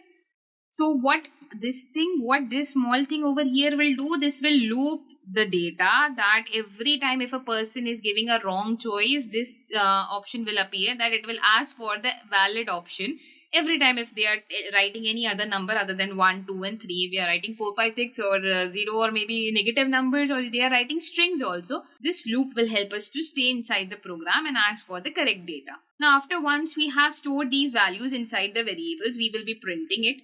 That print name, that our variable, that what is the name of the person, choice is, I'll put a comma, and that would be UC. UC will be our choice. So suppose if a person has written, let's say rock, so John's choice is rock. Okay, I'll also add apostrophe s over here, so it would look like John's choice is. Okay, now next would be the computer terms. So what computer needs to do? Computer needs to choose between the rock, paper and scissors randomly. So next will be what? Next will be the computer's turn. What computer needs to do? Computer needs to choose between rock, paper, scissors randomly. So for randomly, we know that we have a random module which helps us to randomly choose between the values. So on the top, what I will be doing, I'll be importing random.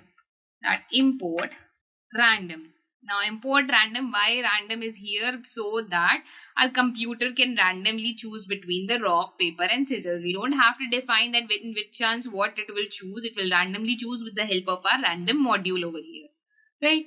Now I'll be writing print. Now it is computers.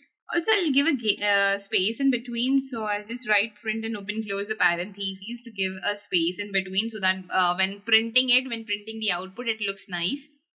So now it's computer's turn. Now, as we have learned in our random module that computer can choose between the integers. So here also what we will be doing, we will be creating a variable called as computer's choice. Just like how it was user's choice, similarly I'll be creating a variable called as comp choice.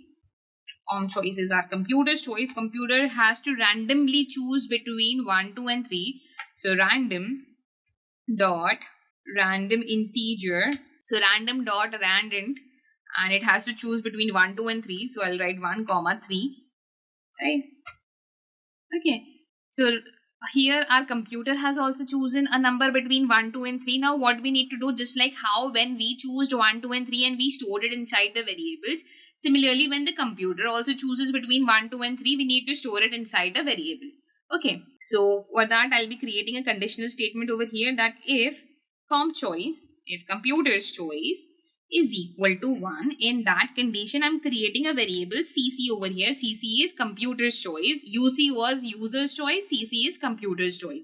So cc will be set to first of all rock. Second, elif computer's choice is equal to second. So computer has picked the second number over here this time. Then the cc will be set to paper, and lastly it will be set to scissors. Now computer will not by mistake choose any other number other than 1, 2, 3. So we don't need to loop any data over here.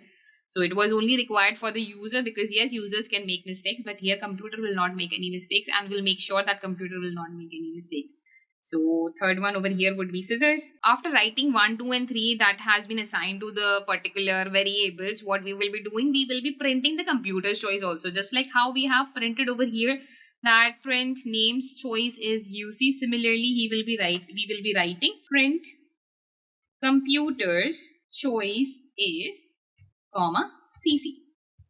So now we have user's choice and we also have the computer's choice. Now what we need to do, we need to do the comparison over here. Now comes with the part where our winning rules comes in action, that what happens if a person chooses rock and the computer chooses paper, and vice versa. So what we will be doing, we will be creating the condition for winning over here, that in what conditions who will win. So what I will be doing, so now we will be giving our conditions for winning. For that I'll be passing a conditional statement over here, that if UC is equals to rock, that means the user has chosen rock and our computer has chosen paper, or maybe it could be the opposite as well, like the vice versa. So or UC, that is the user choice, is paper and computer choice CC is equals to rock. So if the vice versa thing is also there, in that condition, what we will do, I'll create a variable over here called as result, which I'll be setting to. So in the rock and paper, the paper wins. That's why I'll be setting the result to paper. That in this condition, result is paper, and I'll be printing over here that paper wins. Similarly, I'll do with the elif statement, that elif our UC is equals to rock and CC is equals to scissors, or our UC is equals to scissors and CC is equals to rock. So between rock and scissor, the rock wins. That's why we will be writing over here rock, and print rock wins. We'll be also giving a condition for tie. So elif our UC is equals to CC. Our UC's value is equals to the CC value. In that condition, we will set the result tie and we will print it's a tie. Lastly, what we will be adding, we will be adding else for our scissors when the scissor wins. So result will be set to scissors. So if the rock doesn't win, if the paper doesn't win, and if there is no tie, then definitely it's scissors, that the scissors are winning. So I'll be writing scissors over here, and I'll set a print statement which would say that scissors wins. Now we know that when rock wins, when paper wins, when scissor wins, but we don't know that who is winning, like the computer is winning or the user is winning. For that also we'll be adding one conditional statement over here. So first of all, we'll be giving a condition for a tie over here, that when a tie will happen. So I'll be writing over here, if result is equals to tie, in that condition print, we'll be creating, so let's create three variables on the top, which one will keep a track of our computer score, one will keep a track of our user scores, and one will keep a track of our ties. So we'll be creating three variables over here. So first of all will be our user score is equals to 0, computer score is also equal to 0, and lastly the ties are also equal to 0, right? So whenever there is a tie, the ties will be increased by 1. So I'll be writing ties plus is equals to. Now after setting the result to tie, what we will be doing next, we will be declaring who won, that the user won or the computer won. For that I'll be writing an elif statement over here, that elif result is equals to our computer's choice, or for let's first take it for the users, that if the result is equals to UC, in that condition we will print user wins, or we can write the name of the user as well. So I'll be adding a variable name wins, and we'll increase the score of the user by 1. So we'll be writing user score plus is equals to 1. Similarly, we'll be doing for the else. So if it's not a tie and if the user is also not winning, then definitely it's the computer, then the computer is winning. So we don't need to give a condition over here. All we can do is write else. We will directly print we will directly print computer wins, and we'll increase the computer score over here. So the computer score plus is equal to 1, right? After this, in the end, we will also be printing these scores, that what are the scores over here right now. So print user's score is, comma, user score print computers score is, comma, computer score, and print ties are, comma, ties. So this 3 lines over here will show the scores to us, and after this we will be asking if the user wants to play the game again. So here the whole code has been finished. Here the whole code for 1 round has been finished. So obviously the user would want to play more rounds of the game. So we'll be asking for repeat over here. That repeat is equals to input. Do you want to play again? Question mark. And give the answer in yes and no. So I'll be adding yes/no over here. And if repeat is equals to no, or repeat is equals to small n no, in that condition we will break the loop, and in the end we will be adding one thank you statement, that thank you for playing this game. Thank you for playing the game. Okay. Now the whole code is done. Let's run and see what happens. If I run it, it says welcome to the game of rock, paper and scissors. Enter your name here. So I'll be adding John.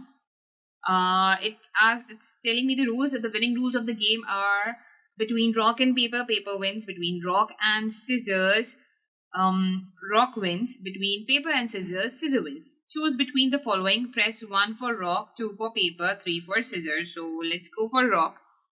So here it says John's choice is rock. Now it's computer turn. Computer's choice is paper.